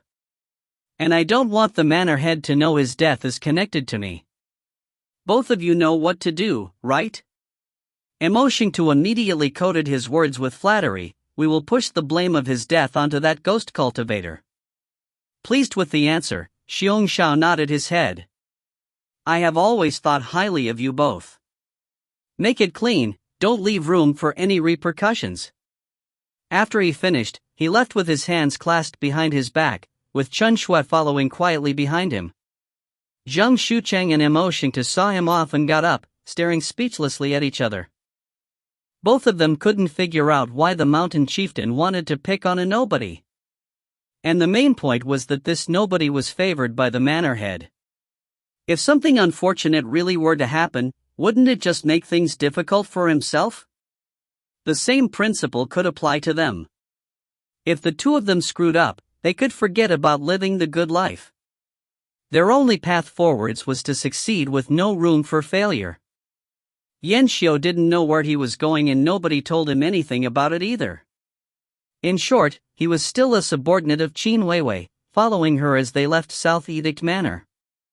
He set forth to take up his new post. On the other hand, Miao Yi left with Xiong Xiao and his forces, rushing to Mount Shaotai to take up his new post. 2 days later, during the midday, a wave of swiftly galloping dragon steeds came to a stop at a fork in the road. With a smile, Xiong Xiao called forth Miao Yi to give him an advisory talk, as well as encouragement. He wished Miao Yi success in his endeavor and asked him to visit Mount Shaotai more frequently in the future. His attitude was welcoming, appearing to give face to Mannerhead Yang Cheng. Soon after, Xiong Xiao led his large body of forces to hurry to Mount Shaotai to take up his new post, leaving Emotion 2 and Zhang Shucheng behind, together with Miao Yi. At the fork in the road, the 3 of them made their introductions and familiarized themselves with each other. They then continued to speed off in the other direction, towards Chongfeng City. Hearing the words Chongfeng City made Miao Yi involuntarily tingle with excitement since that was his hometown. In spite of everything, he faintly had a feeling of eagerness to return back home. It had been more than 10 years. Ever since he escaped Chongfeng City, over 10 years had passed in the blink of an eye. This filled him with regret. He really wanted to return back to Changfeng City to see, wanting quite strongly to see, whether those two bastards who'd prevented him from seeing his younger sister one last time, had survived or not. Brother Miao, this isn't the time to go sightseeing.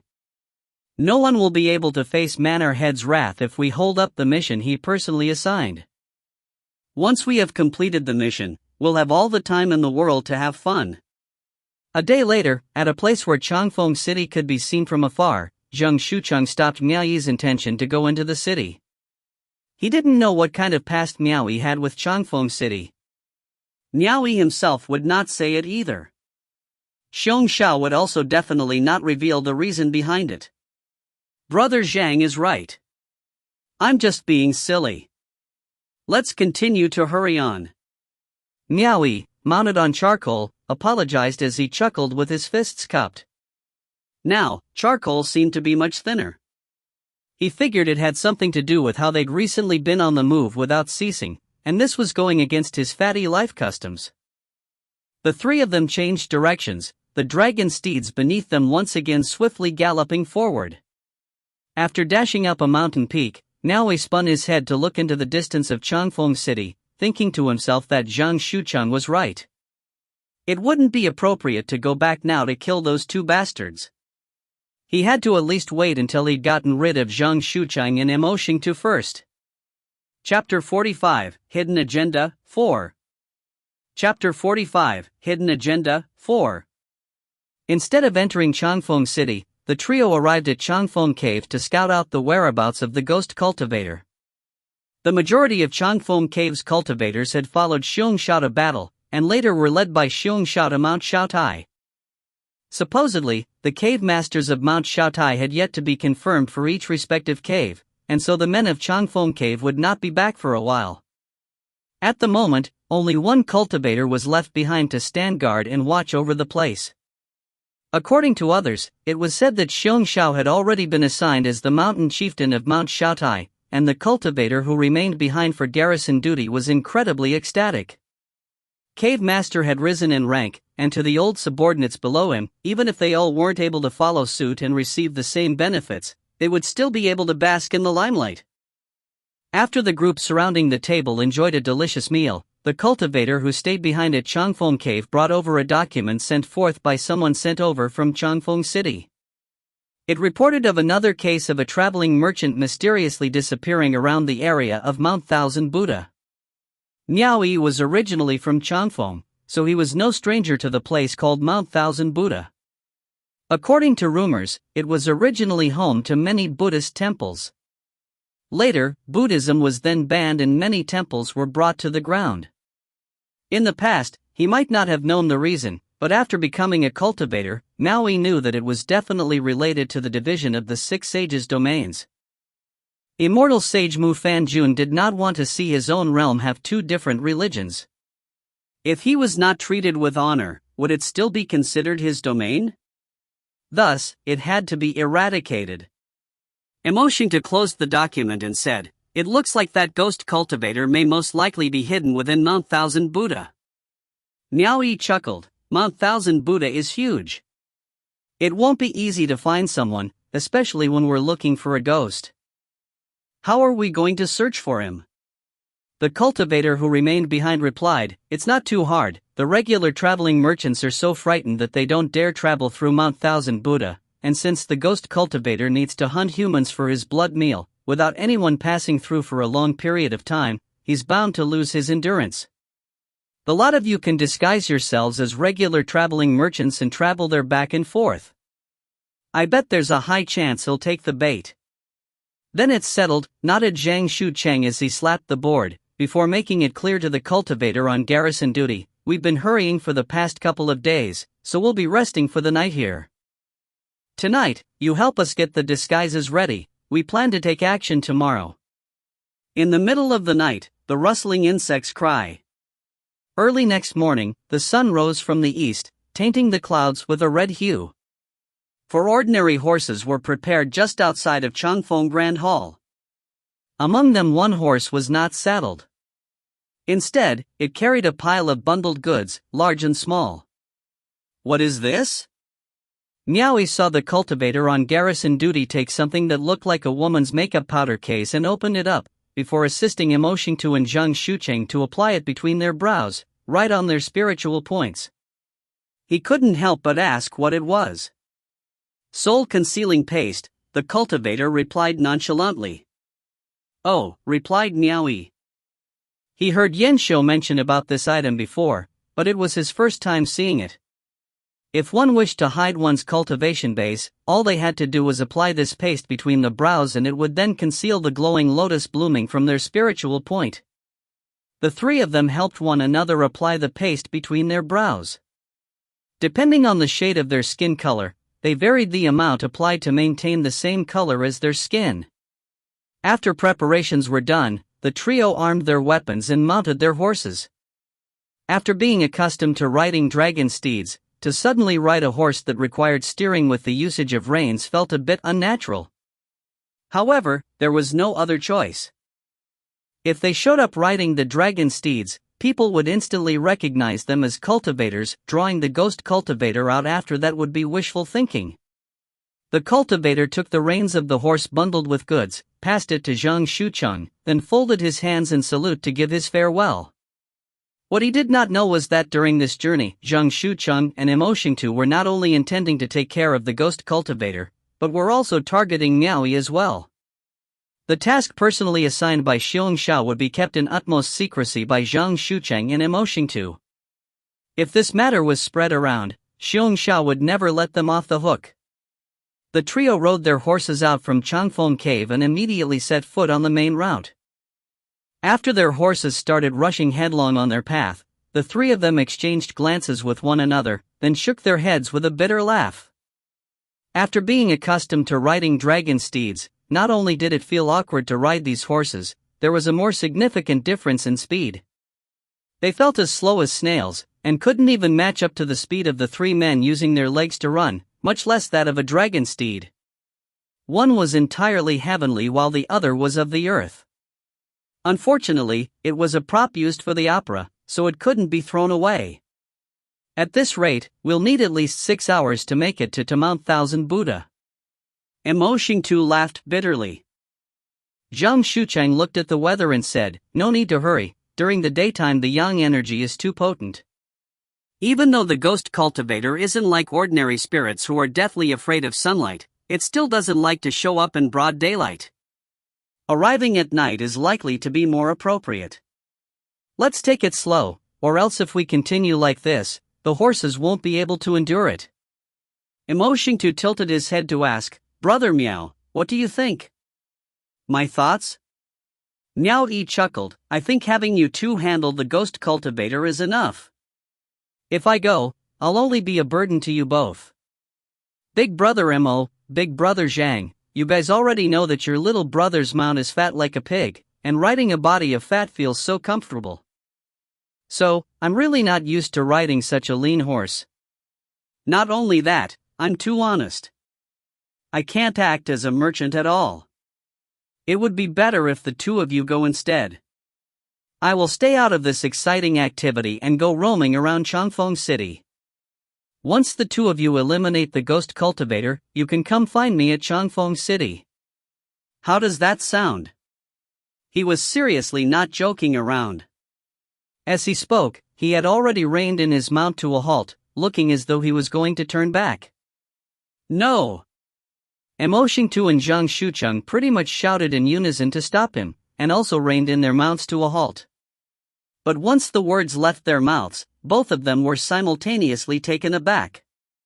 They cast a glance at each other, realizing that it was a little too excessively in sync. Don't tell me there is actually something amiss? Miao Yi's eyes lit up in realization as he muttered discreetly in his heart. He'd only been testing them, but who would have thought he'd actually find something fishy? However, he really could not think of any grudge that existed between him and Xiongxiao. Emoshingtu quickly replied with a sincere and earnest tone, Brother Meow, this matter was originally meant to complement your promotion in glory as a cave master. The manor head will keep his promise. The main focus is you. If you don't go, and word about this gets out in future, others will assume that we cheated. Even if brother does not think for himself, you need to help think of us, right? Unlike brother, we did not find favor with Mannerhead. Once Mannerhead reprimands us, we really won't be able to take the blame. If you really can't, then we'll leave it at that. Pretend I didn't say anything.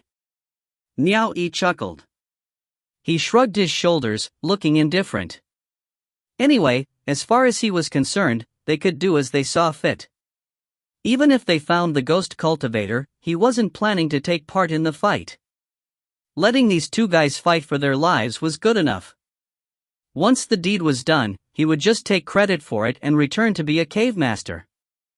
If any other mishaps broke out, he'd feel too sorry for himself. In any case, he was somewhat vigilant around Xiong Xiao. In other people's perspective, Xiong Xiao was helping him, but if they were in his shoes, they'd be able to realize the truth after giving it some thought. King Xiong Xiao. Making Daddy I, a White Lotus first-grade cultivator, handle a White Lotus third-grade ghost cultivator. You call this helping your daddy me? CK your grandma. The three of them continued along the road, without rushing themselves. Throughout the journey, Mo Xingtu and Zhang Shuqian became more humble, continuously talking about interesting stories of the cultivation world to please Miao Yi. Mostly, they were afraid this guy would once again quit halfway if he became upset, turning back to head towards Changfeng City to roam around. They even excused Miao Yi from the task of leading along the goods-carrying horse, which originally they'd planned to take turns doing. 2 White Lotus third-grade cultivators must appease a White Lotus first-grade cultivator. This couldn't be tolerated. Both men had an intense urge to kill this little sh*t with a strike of their spears. But alas, Miao Yi wasn't someone to be trifled with. This guy's display of bravery and fierceness during the 1 versus 5 battle in Transient Light Cave wasn't a boast. Even if they wanted to strike, they didn't have the confidence to do so. If by chance this brat ran away, then matters would become very troublesome. They must find an opportune moment. This plan must end in success and not failure. Otherwise, Xiong Xiao would not forgive the two of them. Chapter 46, Mystic Arts Temple, 1. Chapter 46, Mystic Arts Temple, 1. When night fell, the three of them had already passed by Mount Thousand Buddha and were preparing to turn back to their original route, once again journeying towards the realm of Mount Thousand Buddha. They hoped they could draw out the ghost cultivator when the sky darkened. However, things didn't go as they wished. The sky changed abruptly. Dark clouds pushed towards them in the air from a far-off distance. A gale swirled, raising the dust on the ground to fly upwards. The wind shook and swayed the mountain's forest. The three of them reined in their steeds in the middle of the main route, stopping to take in the surrounding wilderness and shifting weather. Zhang Shuqian frowned and said, "Judging by the weather, it's going to rain heavily soon. There's no village ahead and no one behind, looks like we'll be facing some trouble." Mo Xingtu waved the horsewhip, pointing it towards the front. "On the way here, I remember there's a fork on the main route up ahead, with a small grassy path that leads to the mountain. There seem to be traces of a rut on the road. Under normal circumstances, carriages don't normally travel into the mountains, so surely there must be a residence or a place to rest over there. It would be better to go take a look." Zhang Shuqian looked at Miao Yi and smiled. "Brother Miao, what do you think?" Miao Yi nodded his head, replying, "Sure."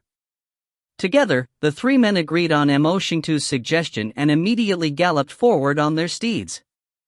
After galloping to the middle of a valley, they slowed down their speed and examined their surroundings. As expected, they discovered a small, deserted path on the right side of the main route. Even though it was already buried by weeds, they could still easily distinguish the traces of ruts. Seeing that the sky was already filled with dark clouds hanging overhead, the three of them didn't hesitate any longer. They changed course, their galloping steeds increasing speed as they went. They followed the path, continuously galloping onwards. Not long after, the three of them then spotted a residence with a large courtyard up ahead among the foothills. It seemed to be a temple. Moving closer to the foot of the hill, the three men found themselves in a flagstone plaza which occupied around a dozen mu. The top of the plaza was completely leveled flat, its outer rim decorated with stone-carved banisters.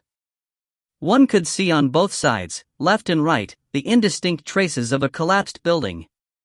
In the center of the plaza was a massive old-fashioned cauldron, full of stains and with traces of rust. It was a censer. Although it was filled with desolation, overgrown with weeds that filled the small cracks in the flagstones beneath their feet, it was evident that this place had once seen a golden age of incense. Having suddenly found themselves placed in such a leveled plaza in a barren mountain, without rhyme or reason the trio were overcome with feelings of insignificance. The temple built beside the mountain ahead also gave them a sense of oppression. Dark clouds hung low in the sky, and an abrupt crack of thunder broke out with a bang. The mounts beneath the three men fidgeted about, neighing in alarm, but their movements were eventually subdued by the three of them pulling in their reins.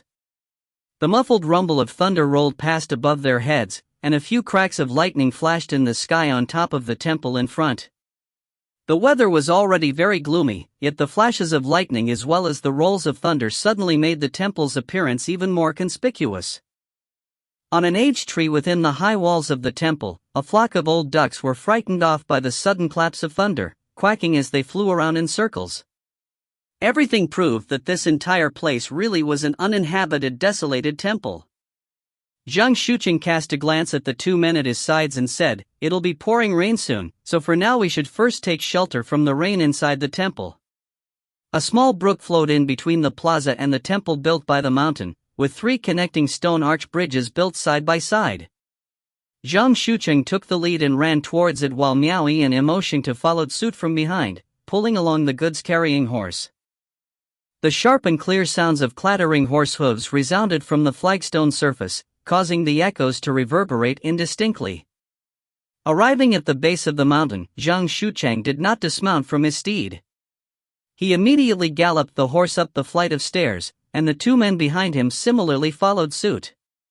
Within the temple surroundings, there grew an ancient pagoda tree, which looked to be thousands of years old. It was illuminated under the beam of lightning that flashed amidst the gloomy clouds in the sky, resembling a glaring Vajrapani staring straight at them. The three of them stood side by side, looking on at the three words "Mystic Arts Temple" hung over the temple's tall gates. It had become so mottled it was practically difficult to distinguish its details. As for the courtyard gate, no one had any idea as to where it ended up. Probably it had long rotted away from being exposed to the sun and blowing wind. The surrounding courtyard walls had become battered, and perhaps it was due to the ancient pagoda that blocked all sunlight from shining inside, but the walls were unexpectedly lacking in things such as vines and weeds. Zhang Shucheng dismounted from his horse, leading it inside the temple. The two men behind him also did the same. The moment they entered the temple, the three once again halted in their tracks. There were a few ancient pagoda trees inside, their old branches engorged and twisting grotesquely. Each tree was so ancient and immense in their size, even three people holding hands together wouldn't be unable to reach around and hug one.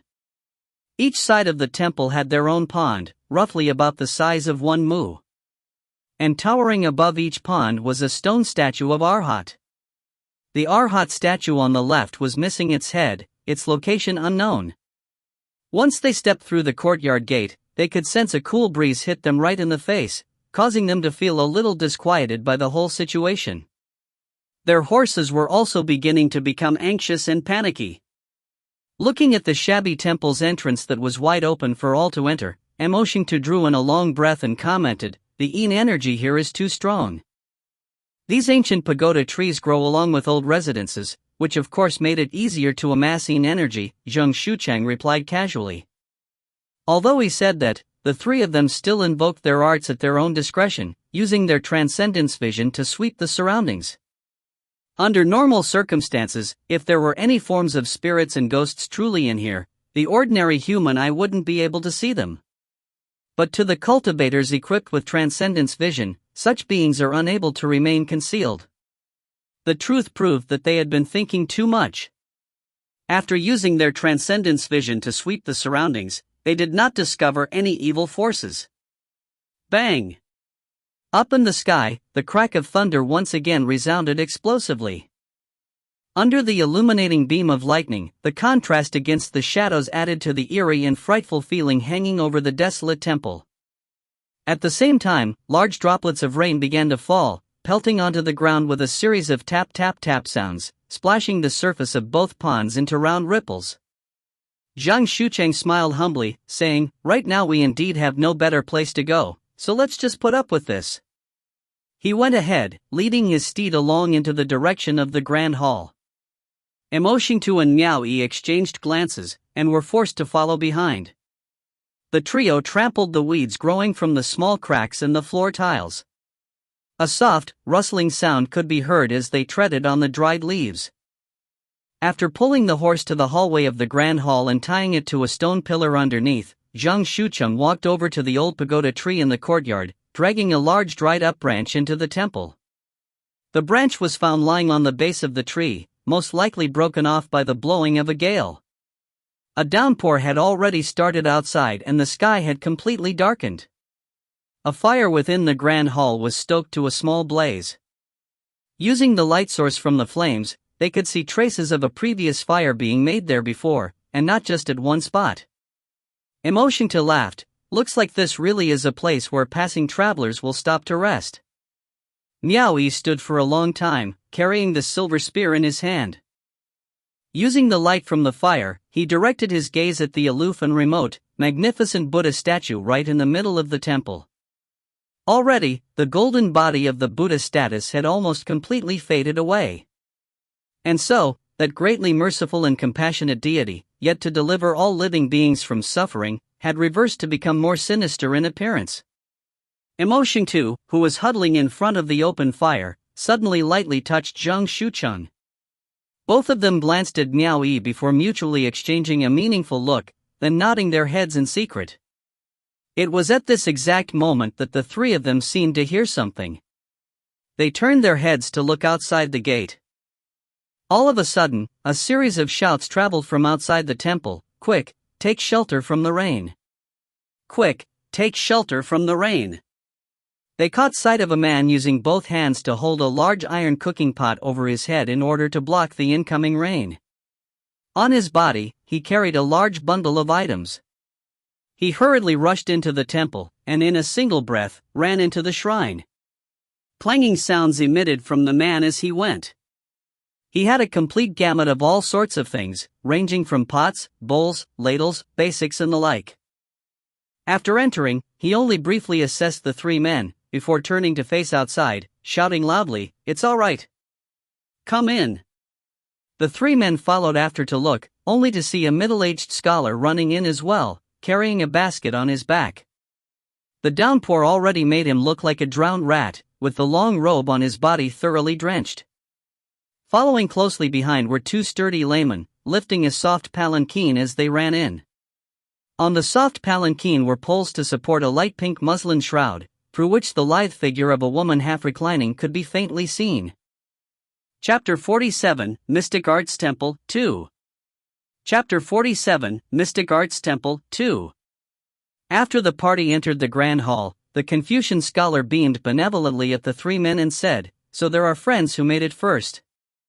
Do excuse us." He turned and shouted while he walked along to a dark corner at the other side of the Grand Hall, removing the basket he carried on his back. "Cook, quickly grow a fire for us." "All right." The man who came in first replied and began to take down the mess of items on his body.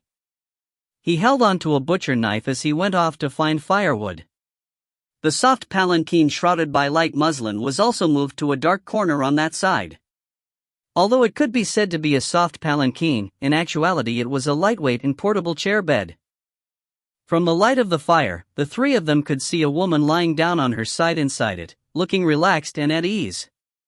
However, they couldn't clearly see her appearance. Miao Yi and the other men cast a look of dismay at each other.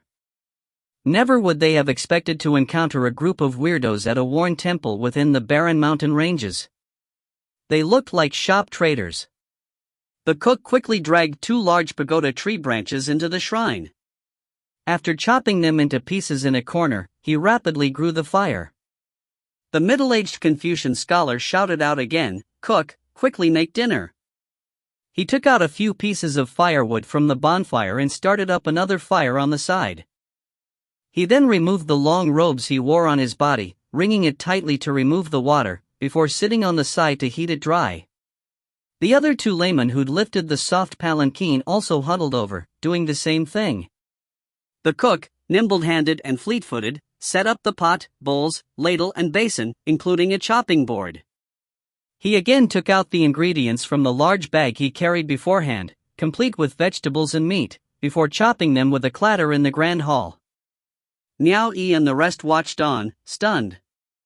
Soon after, they once again saw the cook untie his belt, tying it around a wooden bucket before running outside to brave the rain. He then fetched a bucket of water from the temple courtyard's aging well, before returning back.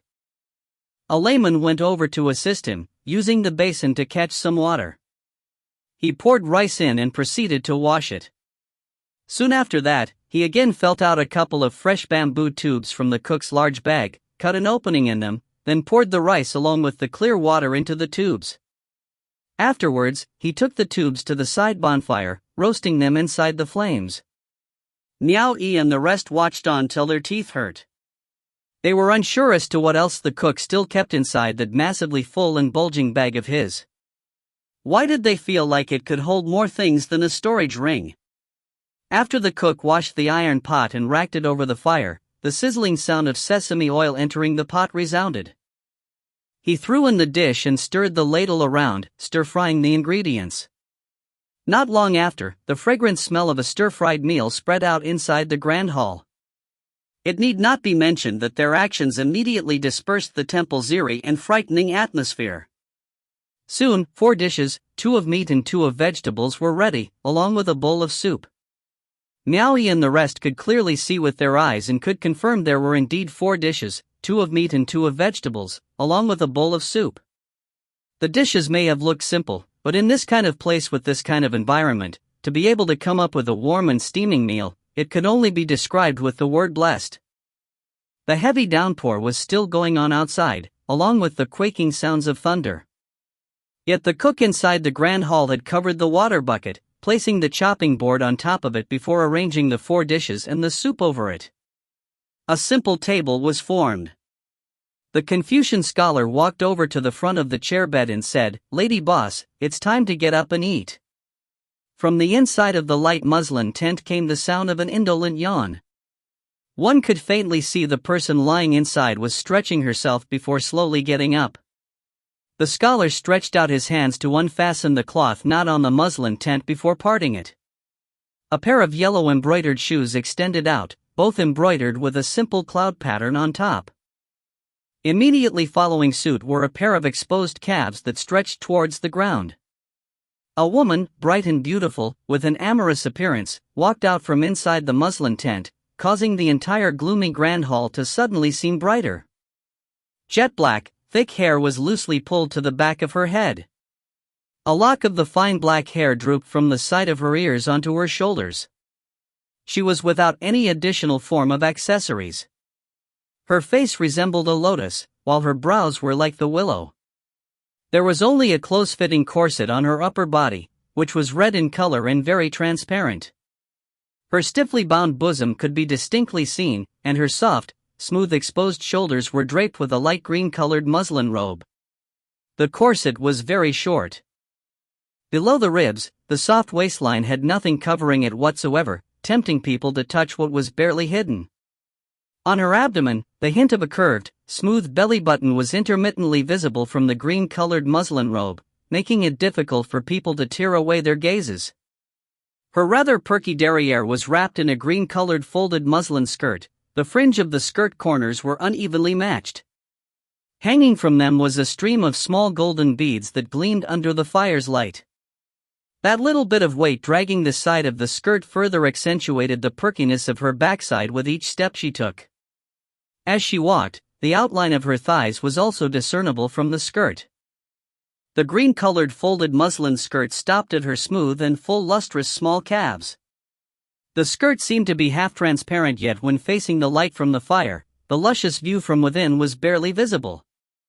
With the addition of reverie amidst the haziness, it was inevitably a little regretful. The shapely figure was one exceedingly worthy of pride. With an S-shaped curve line, without flab on the areas that should be thin, ample flesh on the areas that should be well-rounded, her overall appearance caused people's heart to palpitate unceasingly. Her skin was smooth and exquisite, yet wheat-colored. Her brazenly revealing clothes were painted in strongly distinctive colors. Her charming appearance seemed woven with a bold and unrestrained wildness, richly graced with the feeling of a foreign country. Within Miao Yi's heart, there was already a woman he deemed beautiful over all others, that red-clothed woman with her ethereal lightness he'd seen on top of the city walls of the ancient city. But now, if he were to compare her with this amorous-looking woman before his eyes, then the woman from before seemed too cold in appearance. For this creature called women, they were 30% appearance, 70% temperament. The differences in beauty was based on their different temperaments. Miao Yi and the rest were already dumbfounded just from staring at her, feeling that this woman was too eye-catching. The two laymen who lifted the palanquin removed the bamboo tubes from the bonfire and hacked them into halves, abruptly causing the sweet scent of cooked rice to permeate the whole place. They then quickly grabbed some bowls to hold the servings. But that Confucian scholar took the basket he carried on his back and placed it on the simplistic, small table in an inverted manner. He even draped a cloth on top, pointing to it as he smiled at the woman.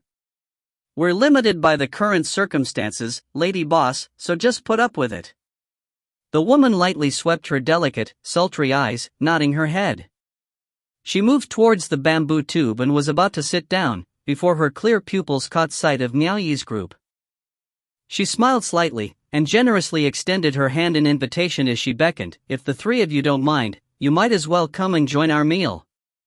In unison, the group of people also looked towards their direction. Miao Yi and the rest exchanged looks with each other. The invitation appeared to be a bit alluring. Mo Xingtu had already subconsciously licked his lips. He wasn't thinking of eating dinner per se.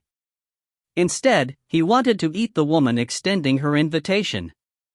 Although it wasn't allowed for cultivators to act recklessly towards followers, but inside the realm of Changfeng Cave, playing with one or two women on their own territory would not cause much of a fuss.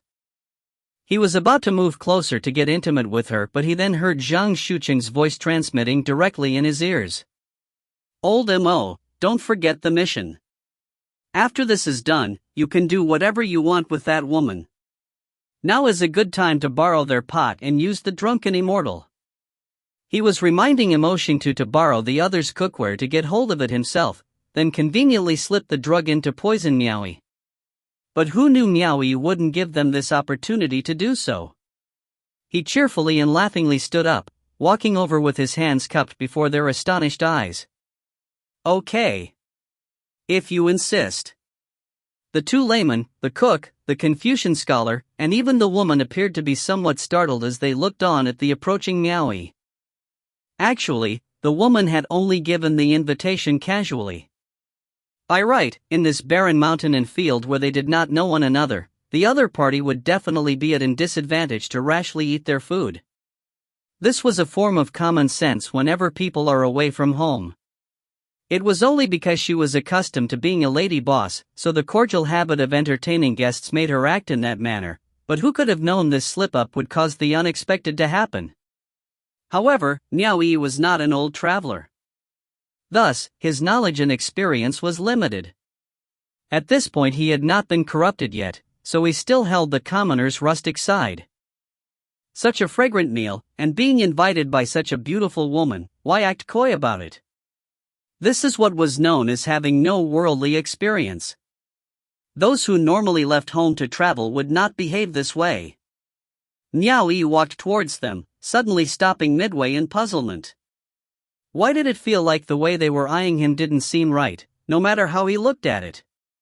He immediately read and understood the meaning they conveyed.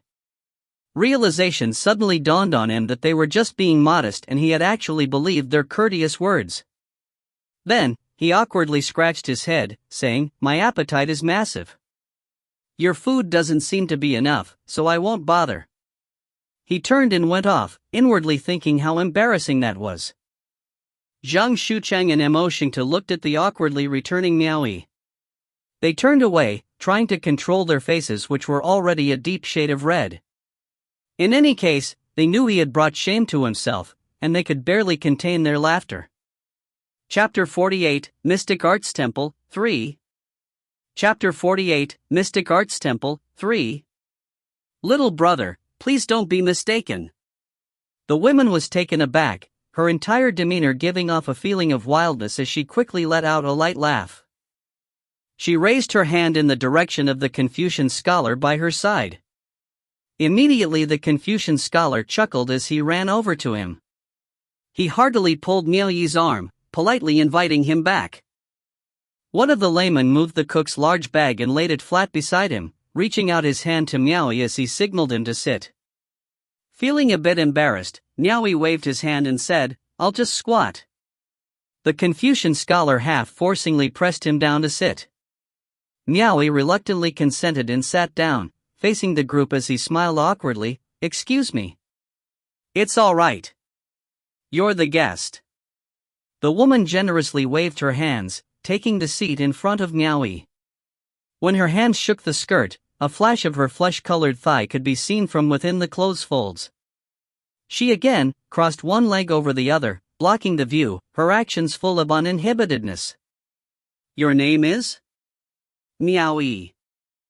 After he announced his name, Miao asked in reply, "I heard them calling you Lady Boss. May I ask for Lady Boss's name?" "I deal in a small business, so my name is out of the question. Calling me Lady Boss will do." The woman avoided the question. She looked at her underlings at both sides and said, "What are you all waiting for?" "Serve," they responded. One of the porters served a bowl of rice to Miao Yi, saying, "Enjoy the meal." He sounded like a true waiter and didn't seem to be feigning it. The Confucian scholar also served a bowl of rice to the woman. The latter crossed her extremely sexy legs, and proceeded to twirl the chopsticks through the rice. She then pointed at the piping hot 4 dishes and a bowl of soup before saying, "Brother Miao, don't be shy." On top of the simplistic dining table was a plate of green vegetables, a plate of bean sprouts, a plate of simmer-fried muntjac meat, a plate of steamed fish, and lastly a large bowl of mushroom soup. Lady Boss, seeing that Miao Yi still looked a bit embarrassed, couldn't help but curl her lips into a smile as she realized that this youngster was kind of interesting. She reached out her chopsticks and removed a tender piece of meat from the belly of the fish, placing it personally onto Miao Yi's rice bowl, said please, and then started to eat. The 2 porters crouched on the right side while the cook and the Confucian scholar crouched on the left. They also began to eat, with great enjoyment. None of them concerned themselves with Zhang Shucheng and Mo Xingtu. Miao Yi turned around, casting his gaze at the both of them. Seeing that the duo did not look like they had any intentions to come over, he also paid no mind to them, and raised his bowl to eat. Miao Yi had already been embarrassed once, so naturally, Mo Xingtu and Zhang Shucheng wouldn't go over to be embarrassed themselves. Thus, they sat by the fire in silence. Try this. The cook's skill is pretty good. Customers from the store praise him to high heaven after trying out his dishes. The lady boss would frequently offer more, enthusiastically helping Miao Yi to the food. Miao Yi promptly thanked her. "Lady boss, there's no need to be so courteous. I'll help myself. I'll help myself." They sat around that simple dining table and ate with great enjoyment. After Miao Yi sampled the dishes, his eyes brightened, coming to the realization that they were indeed very tasty. He proceeded to rave about the cook's skill, who appeared gratified to receive his praise. He cast a silly smile at Miao Yi. Since he'd already eaten, Miao Yi let go of his reserve. And to top it all off, the taste was pretty good, so he quickly devoured his meal ravenously. The cook immediately snatched away his bowl, and gave him another serving. Miao Yi thanked him before continuing. He really was eating without restraint. In fact, the lady boss was secretly observing Miao Yi's expression. She saw his face had a look of honesty to it that did not seem to be feigned, and he also didn't seem like he wanted to be intimate with her, unlike other men. A hint of admiration flashed through her clear pupils. Unintentionally, Miaoyi noticed that she was observing him.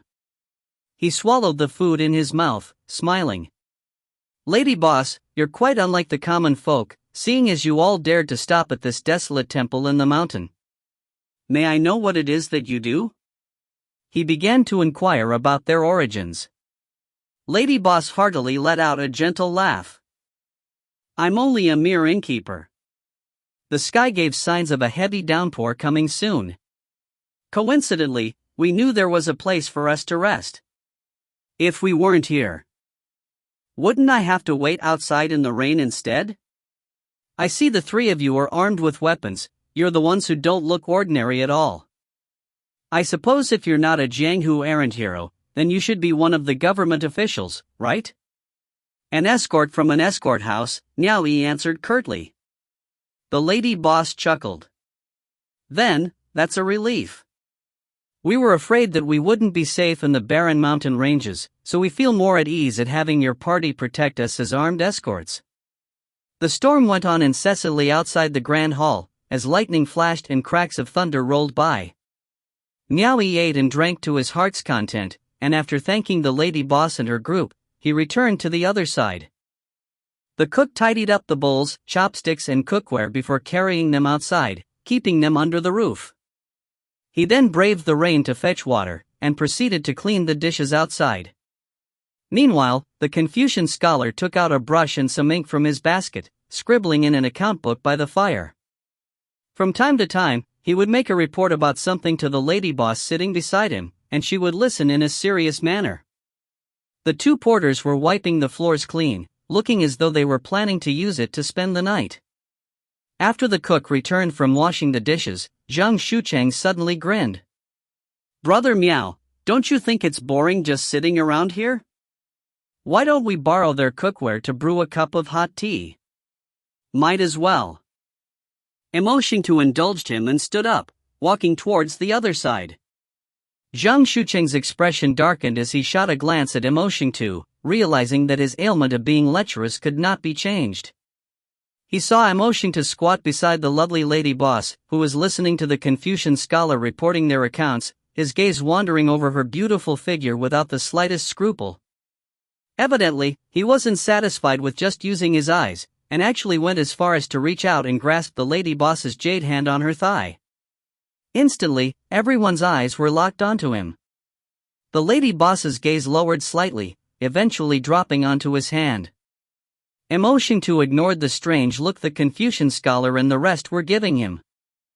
He stared at the lady boss as he laughed in glee. "Lady boss, I would like to borrow something from you."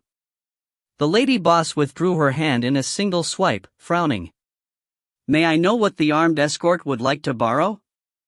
Who would have expected Emo Xingtu, whose hand was suspended in midair, would again try to grope lady boss's thigh, which was only covered with a thin layer of muslin skirt.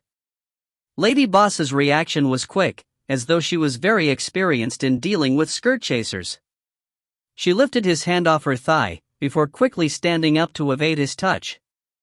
She moved to the side, giving him a sidelong glance. "Armed escort, please treat me with respect." Emo Xingtu immediately stood up, his gaze revealing a covetous look as he stared at her elegant figure. Again, he slowly moved closer to her, reaching his hands out with the desire to embrace her. "I only wanted to borrow your cookware for a while, there's no need for Lady Boss to be so petty. You better keep your paws away from her."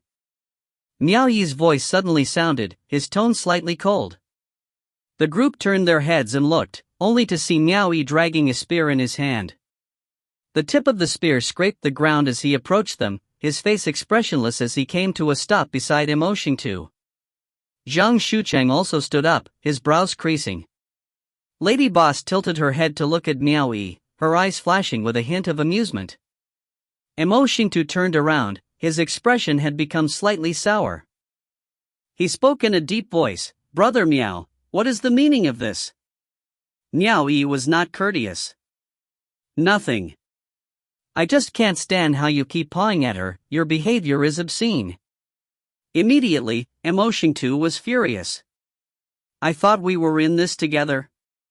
Sorry, I just ate their meal and I want to repay them back. Niaoyi responded indifferently. Letting out a cold laugh, Emotion2 repeated again and again, I will definitely sleep with this woman tonight. I'd like to see what you can do to me.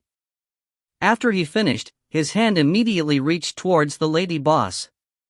Swish! With a swift shake, Niaoyi swung his spear, the spear tip emitting a stream of fire sparks from the ground as he pointed it at Emotion2.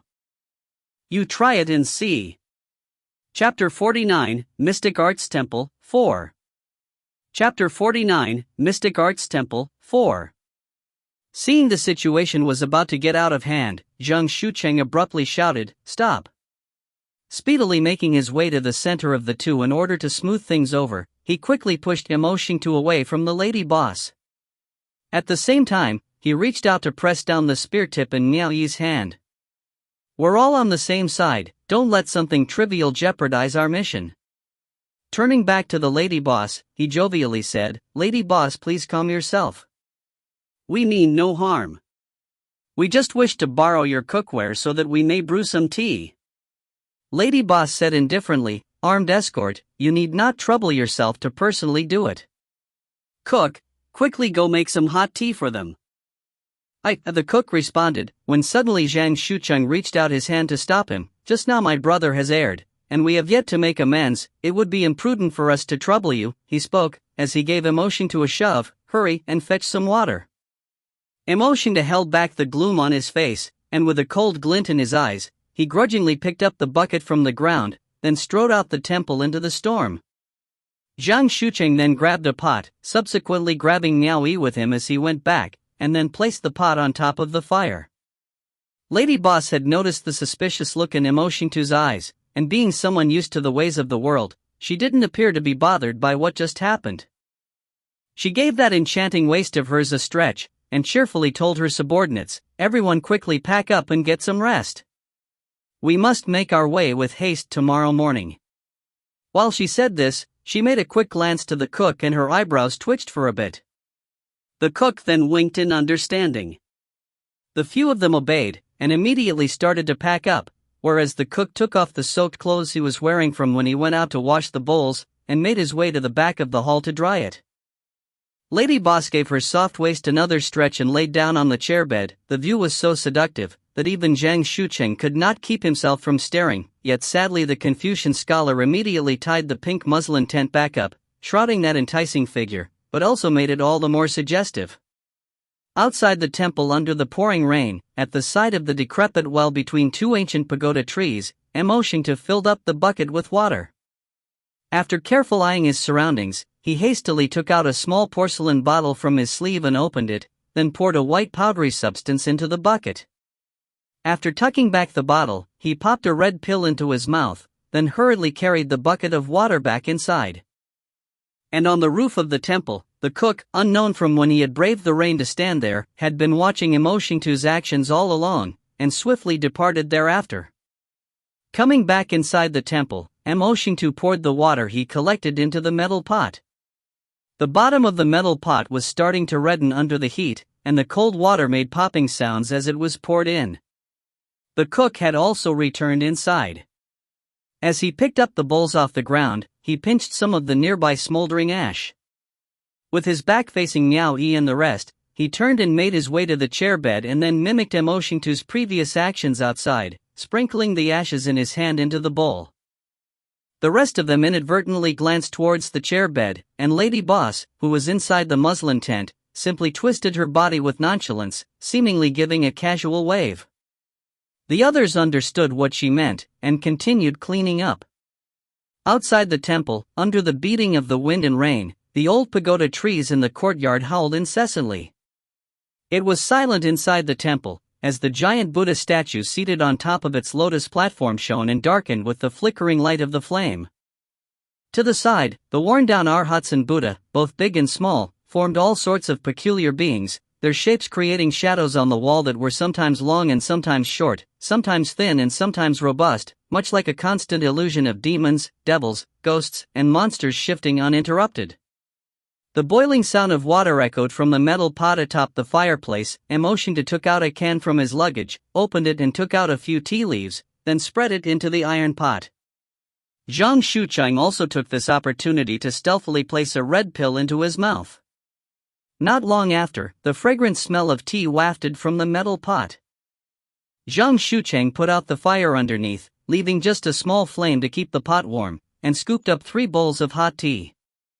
Just at this moment, both the cook and the Confucian scholar came over, each with a bowl in their hands. The Confucian scholar bowed and asked with a smile, "May we have a cup of hot tea?"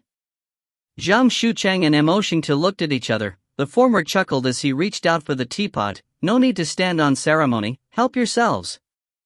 "Thank you," the two said in response.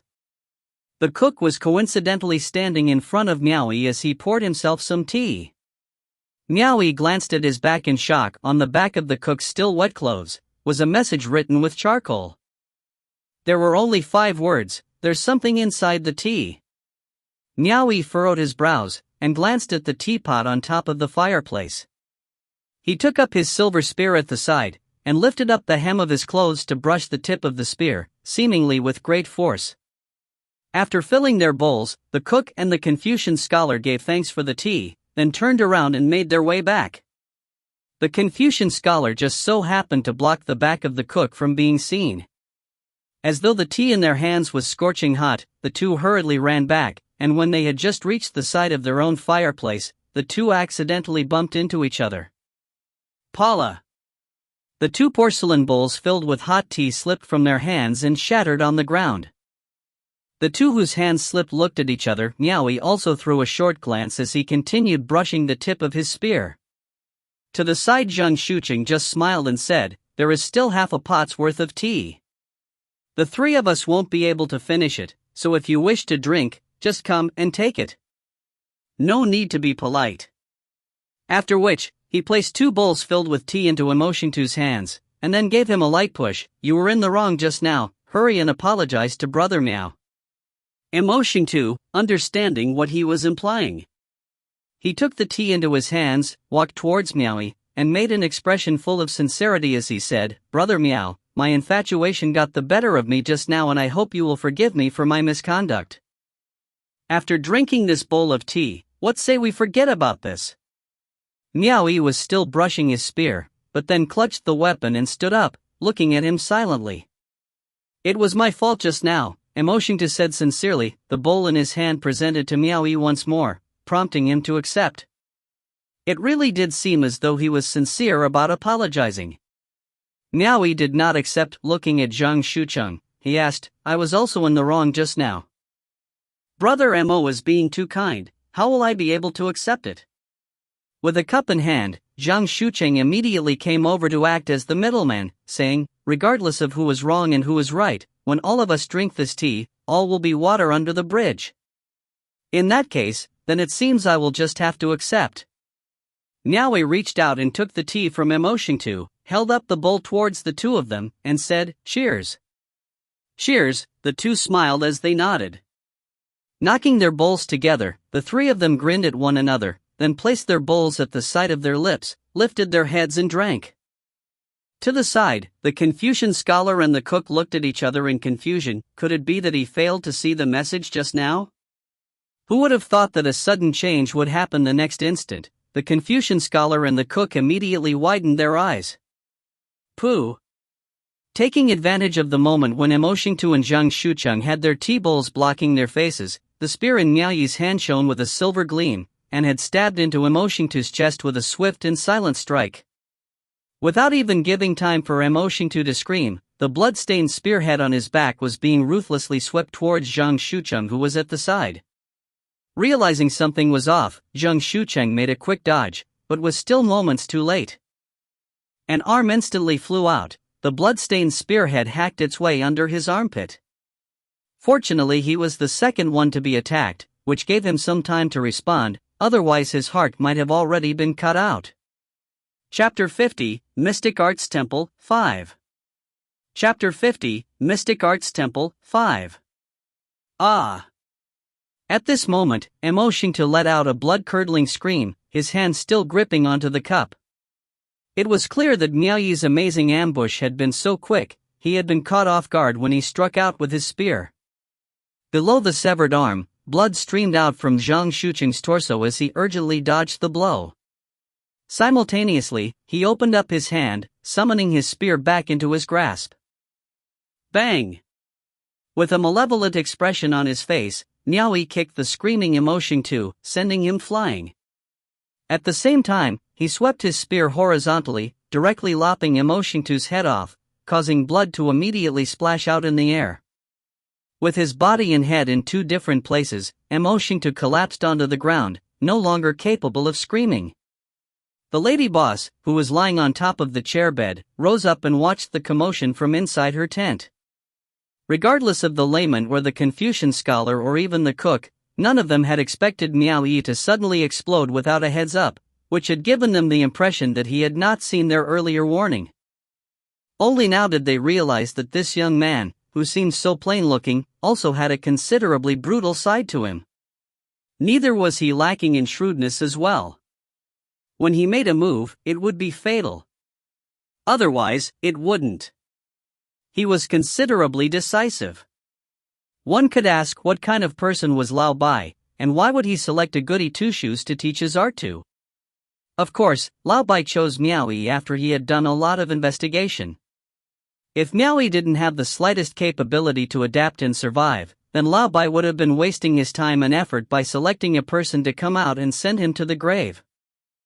Zhang Shucheng was pale. He'd already used his transcendence energy to seal the severed arm along with the wound under his armpit that had penetrated deep below the bottom of his heart.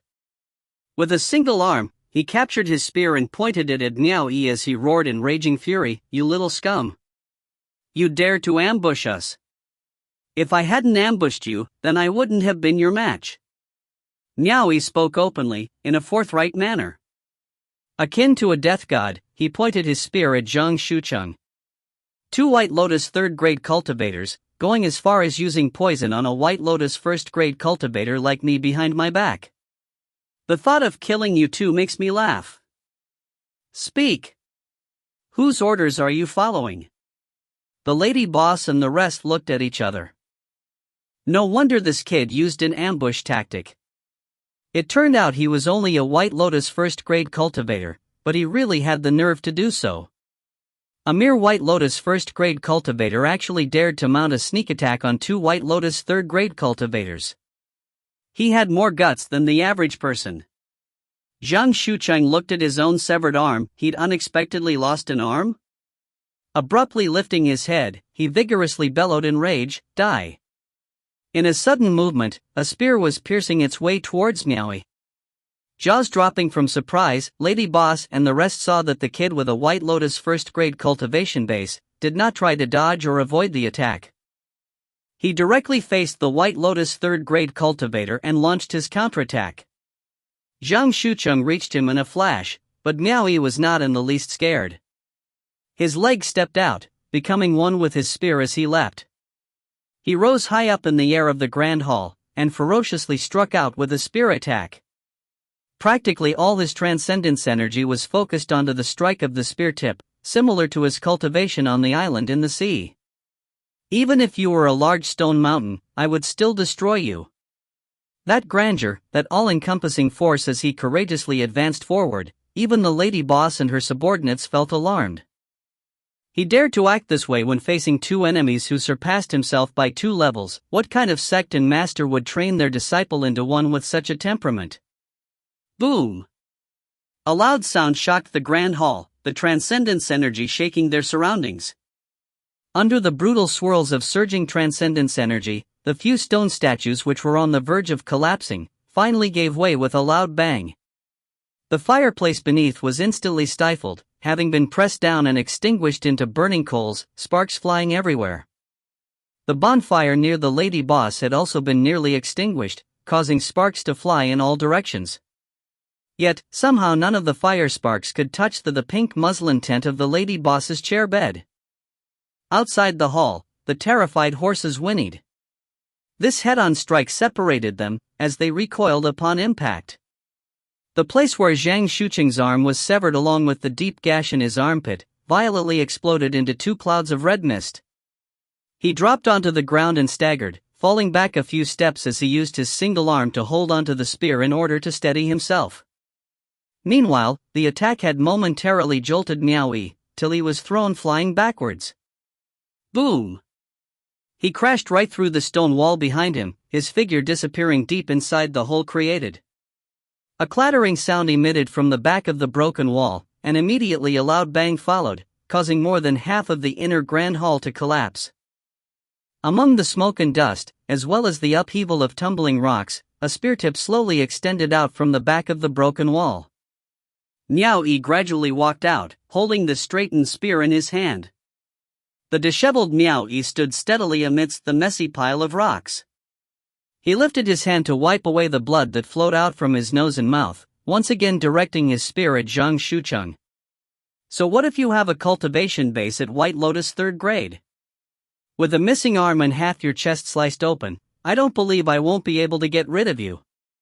Zhang Shuqing would never have expected that Miao Yi wouldn't be afraid to face him straight on. Although his attack had wounded Miao Yi, he wasn't exactly in good shape either. He was already without an arm, and using one hand had greatly reduced the strength behind his spear. On top of that, he had to consume a lot of transcendence energy to seal the grave injury of both wounds, as well as to stabilize his heart, which had been inflicted serious damage in his chest. Miao Yi saw his chance, and so he focused all his energy into this one strike. In the end, he'd been battered till half the blood in his body came exploding out of his wounds. Zhang Shuqing's body was on the verge of collapsing, his complexion growing more pale by the minute. His wounds weren't the only places bleeding out, he also suffered from internal bleeding within his chest. Lady Boss and her group were astonished. They never would have thought that Miao Yi, under the suppression of a White Lotus 3rd grade cultivator's transcendence energy, still had the capability to lash out such a swift and fierce counterattack, delivering blows to Zhang Shuqing until he'd been reduced to his current state. Zhang Shuqing was so full of regret, his intestines had turned green. He finally understood why this kid could not be defeated even in a fight against 5 cultivators. The transcendence energy he exerted to suppress Miao Yi appeared to have no effect whatsoever. Miao Yi's transcendence energy shield had an unclear and unknown method of defensive power. As a result, he vigorously met him head-on, even when seriously injured. Who gave the order? Miao Yi directed his spear at him. Say it and I will spare your pathetic life. Lady Boss and the rest were speechless. A White Lotus 1st grade cultivator was actually threatening a White Lotus 3rd grade cultivator. Suddenly, Zhang Shuqing brandished his spear in one sweep, and with a rumbling sound, a few large flagstones on the ground went flying, smashing in the direction of Miao Yi. In one swift movement, he fled. He didn't believe that by confessing all, Miao Yi would forgive him. He was going to die either way, so why not just stake his entire life on it? With a strike of his spear, Miao Yi deflected the flying flagstones. He didn't give chase to Zhang Shuqing, who was fleeing in the direction of the main gate. To save time, he headbutt his way through the walls of the temple. Amidst the swirling rubble in the air, with his blurred vision, a spear attack came slantingly piercing out.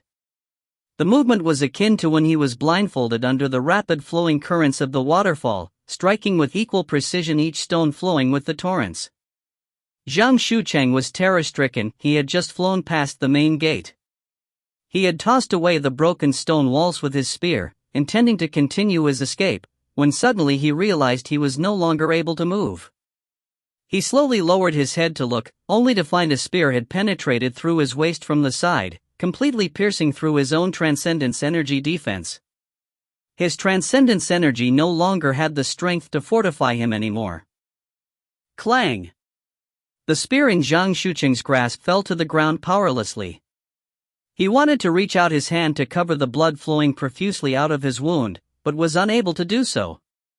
There were a number of wounds on his body, so how could he cover them all with just one hand? His eyes were filled with terror. The rumbling sounds of thunder, wind and rain accompanied each other outside the grand hall. Drizzling water came in through the roof, constantly being blown inside with the wind. Under the flashes of lightning, both of them, to the left and right, their hair plastered flat from the rain. Under the lightning, it was even more clearly seen. The aloof and remote Buddha statue inside the grand hall silently watched the two men, one at the main gate and the other by the gap in the broken wall. Chapter 51, Mystic Arts Temple, 6. Chapter 51, Mystic Arts Temple, 6. Spare me. Zhang Shucheng was facing the storm outside, his face full of terror. He slowly turned his head to look at Miao Yi. Speak. Who gave you the order? Miao Yi asked in a cold tone, his hand holding the spear penetrating the other man. Even an ant desires to live, and in this situation Zhang Shucheng would naturally reach for the faintest trace of hope. He anxiously replied, as his breath became more hurried, it was Xiong Xiao. I was ordered by mountain chieftain Xiong Xiao. I've long since suspected it was him, but we barely interacted the few times I met him.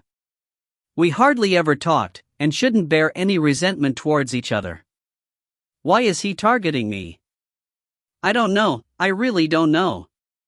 Miao Yi, spare me, please spare me. Coming this far, you still hide the truth? I really don't know, he didn't tell me. I wish to know why he's targeting you, too. Spare me, I beg you. Pooh. Abruptly, Miao Yi retracted his spear, and sent Zhang Shucheng flying with a kick. At the same time, the silver spear in his hand flew out with momentum, impaling Zhang Shucheng's head and nailing him to a stone pillar under the temple's eaves. Miao Yi walked towards the stone pillar, reached out and grabbed the end of the spear, and simply said, Your wounds are too dire to be saved, so I might as well just give you a swift end. The people inside the temple looked at one another. With a wave of his hand, Miao Yi pulled the spear out.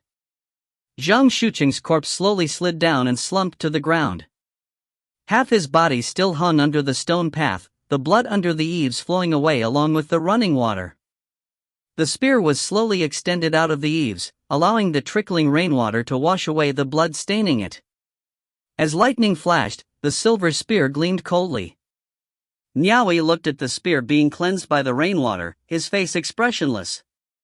He was contemplating the source of the problem. He really couldn't understand why Xiong Xiao wanted him dead.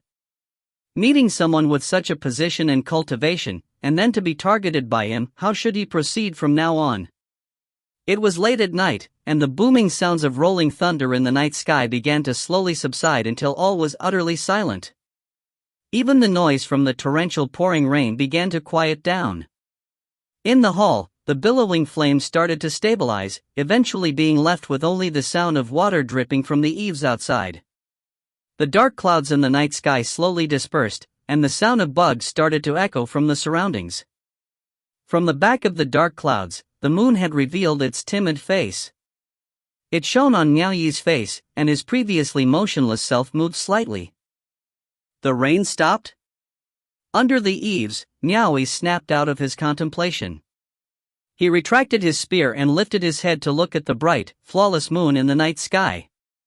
Suddenly, a cold piercing aura slowly emanated from the courtyard, and the bug cries that resounded moments ago abruptly came to a halt. The horses tied at the corridor were nervously moving about, as if they were afraid. Having noticed something was off, Miao Yi hastily focused his transcendence energy to his eyes. Surveying the surroundings with his transcendence vision, he instantly saw an obscure black fog swaying in the middle of the courtyard. Ghost aura!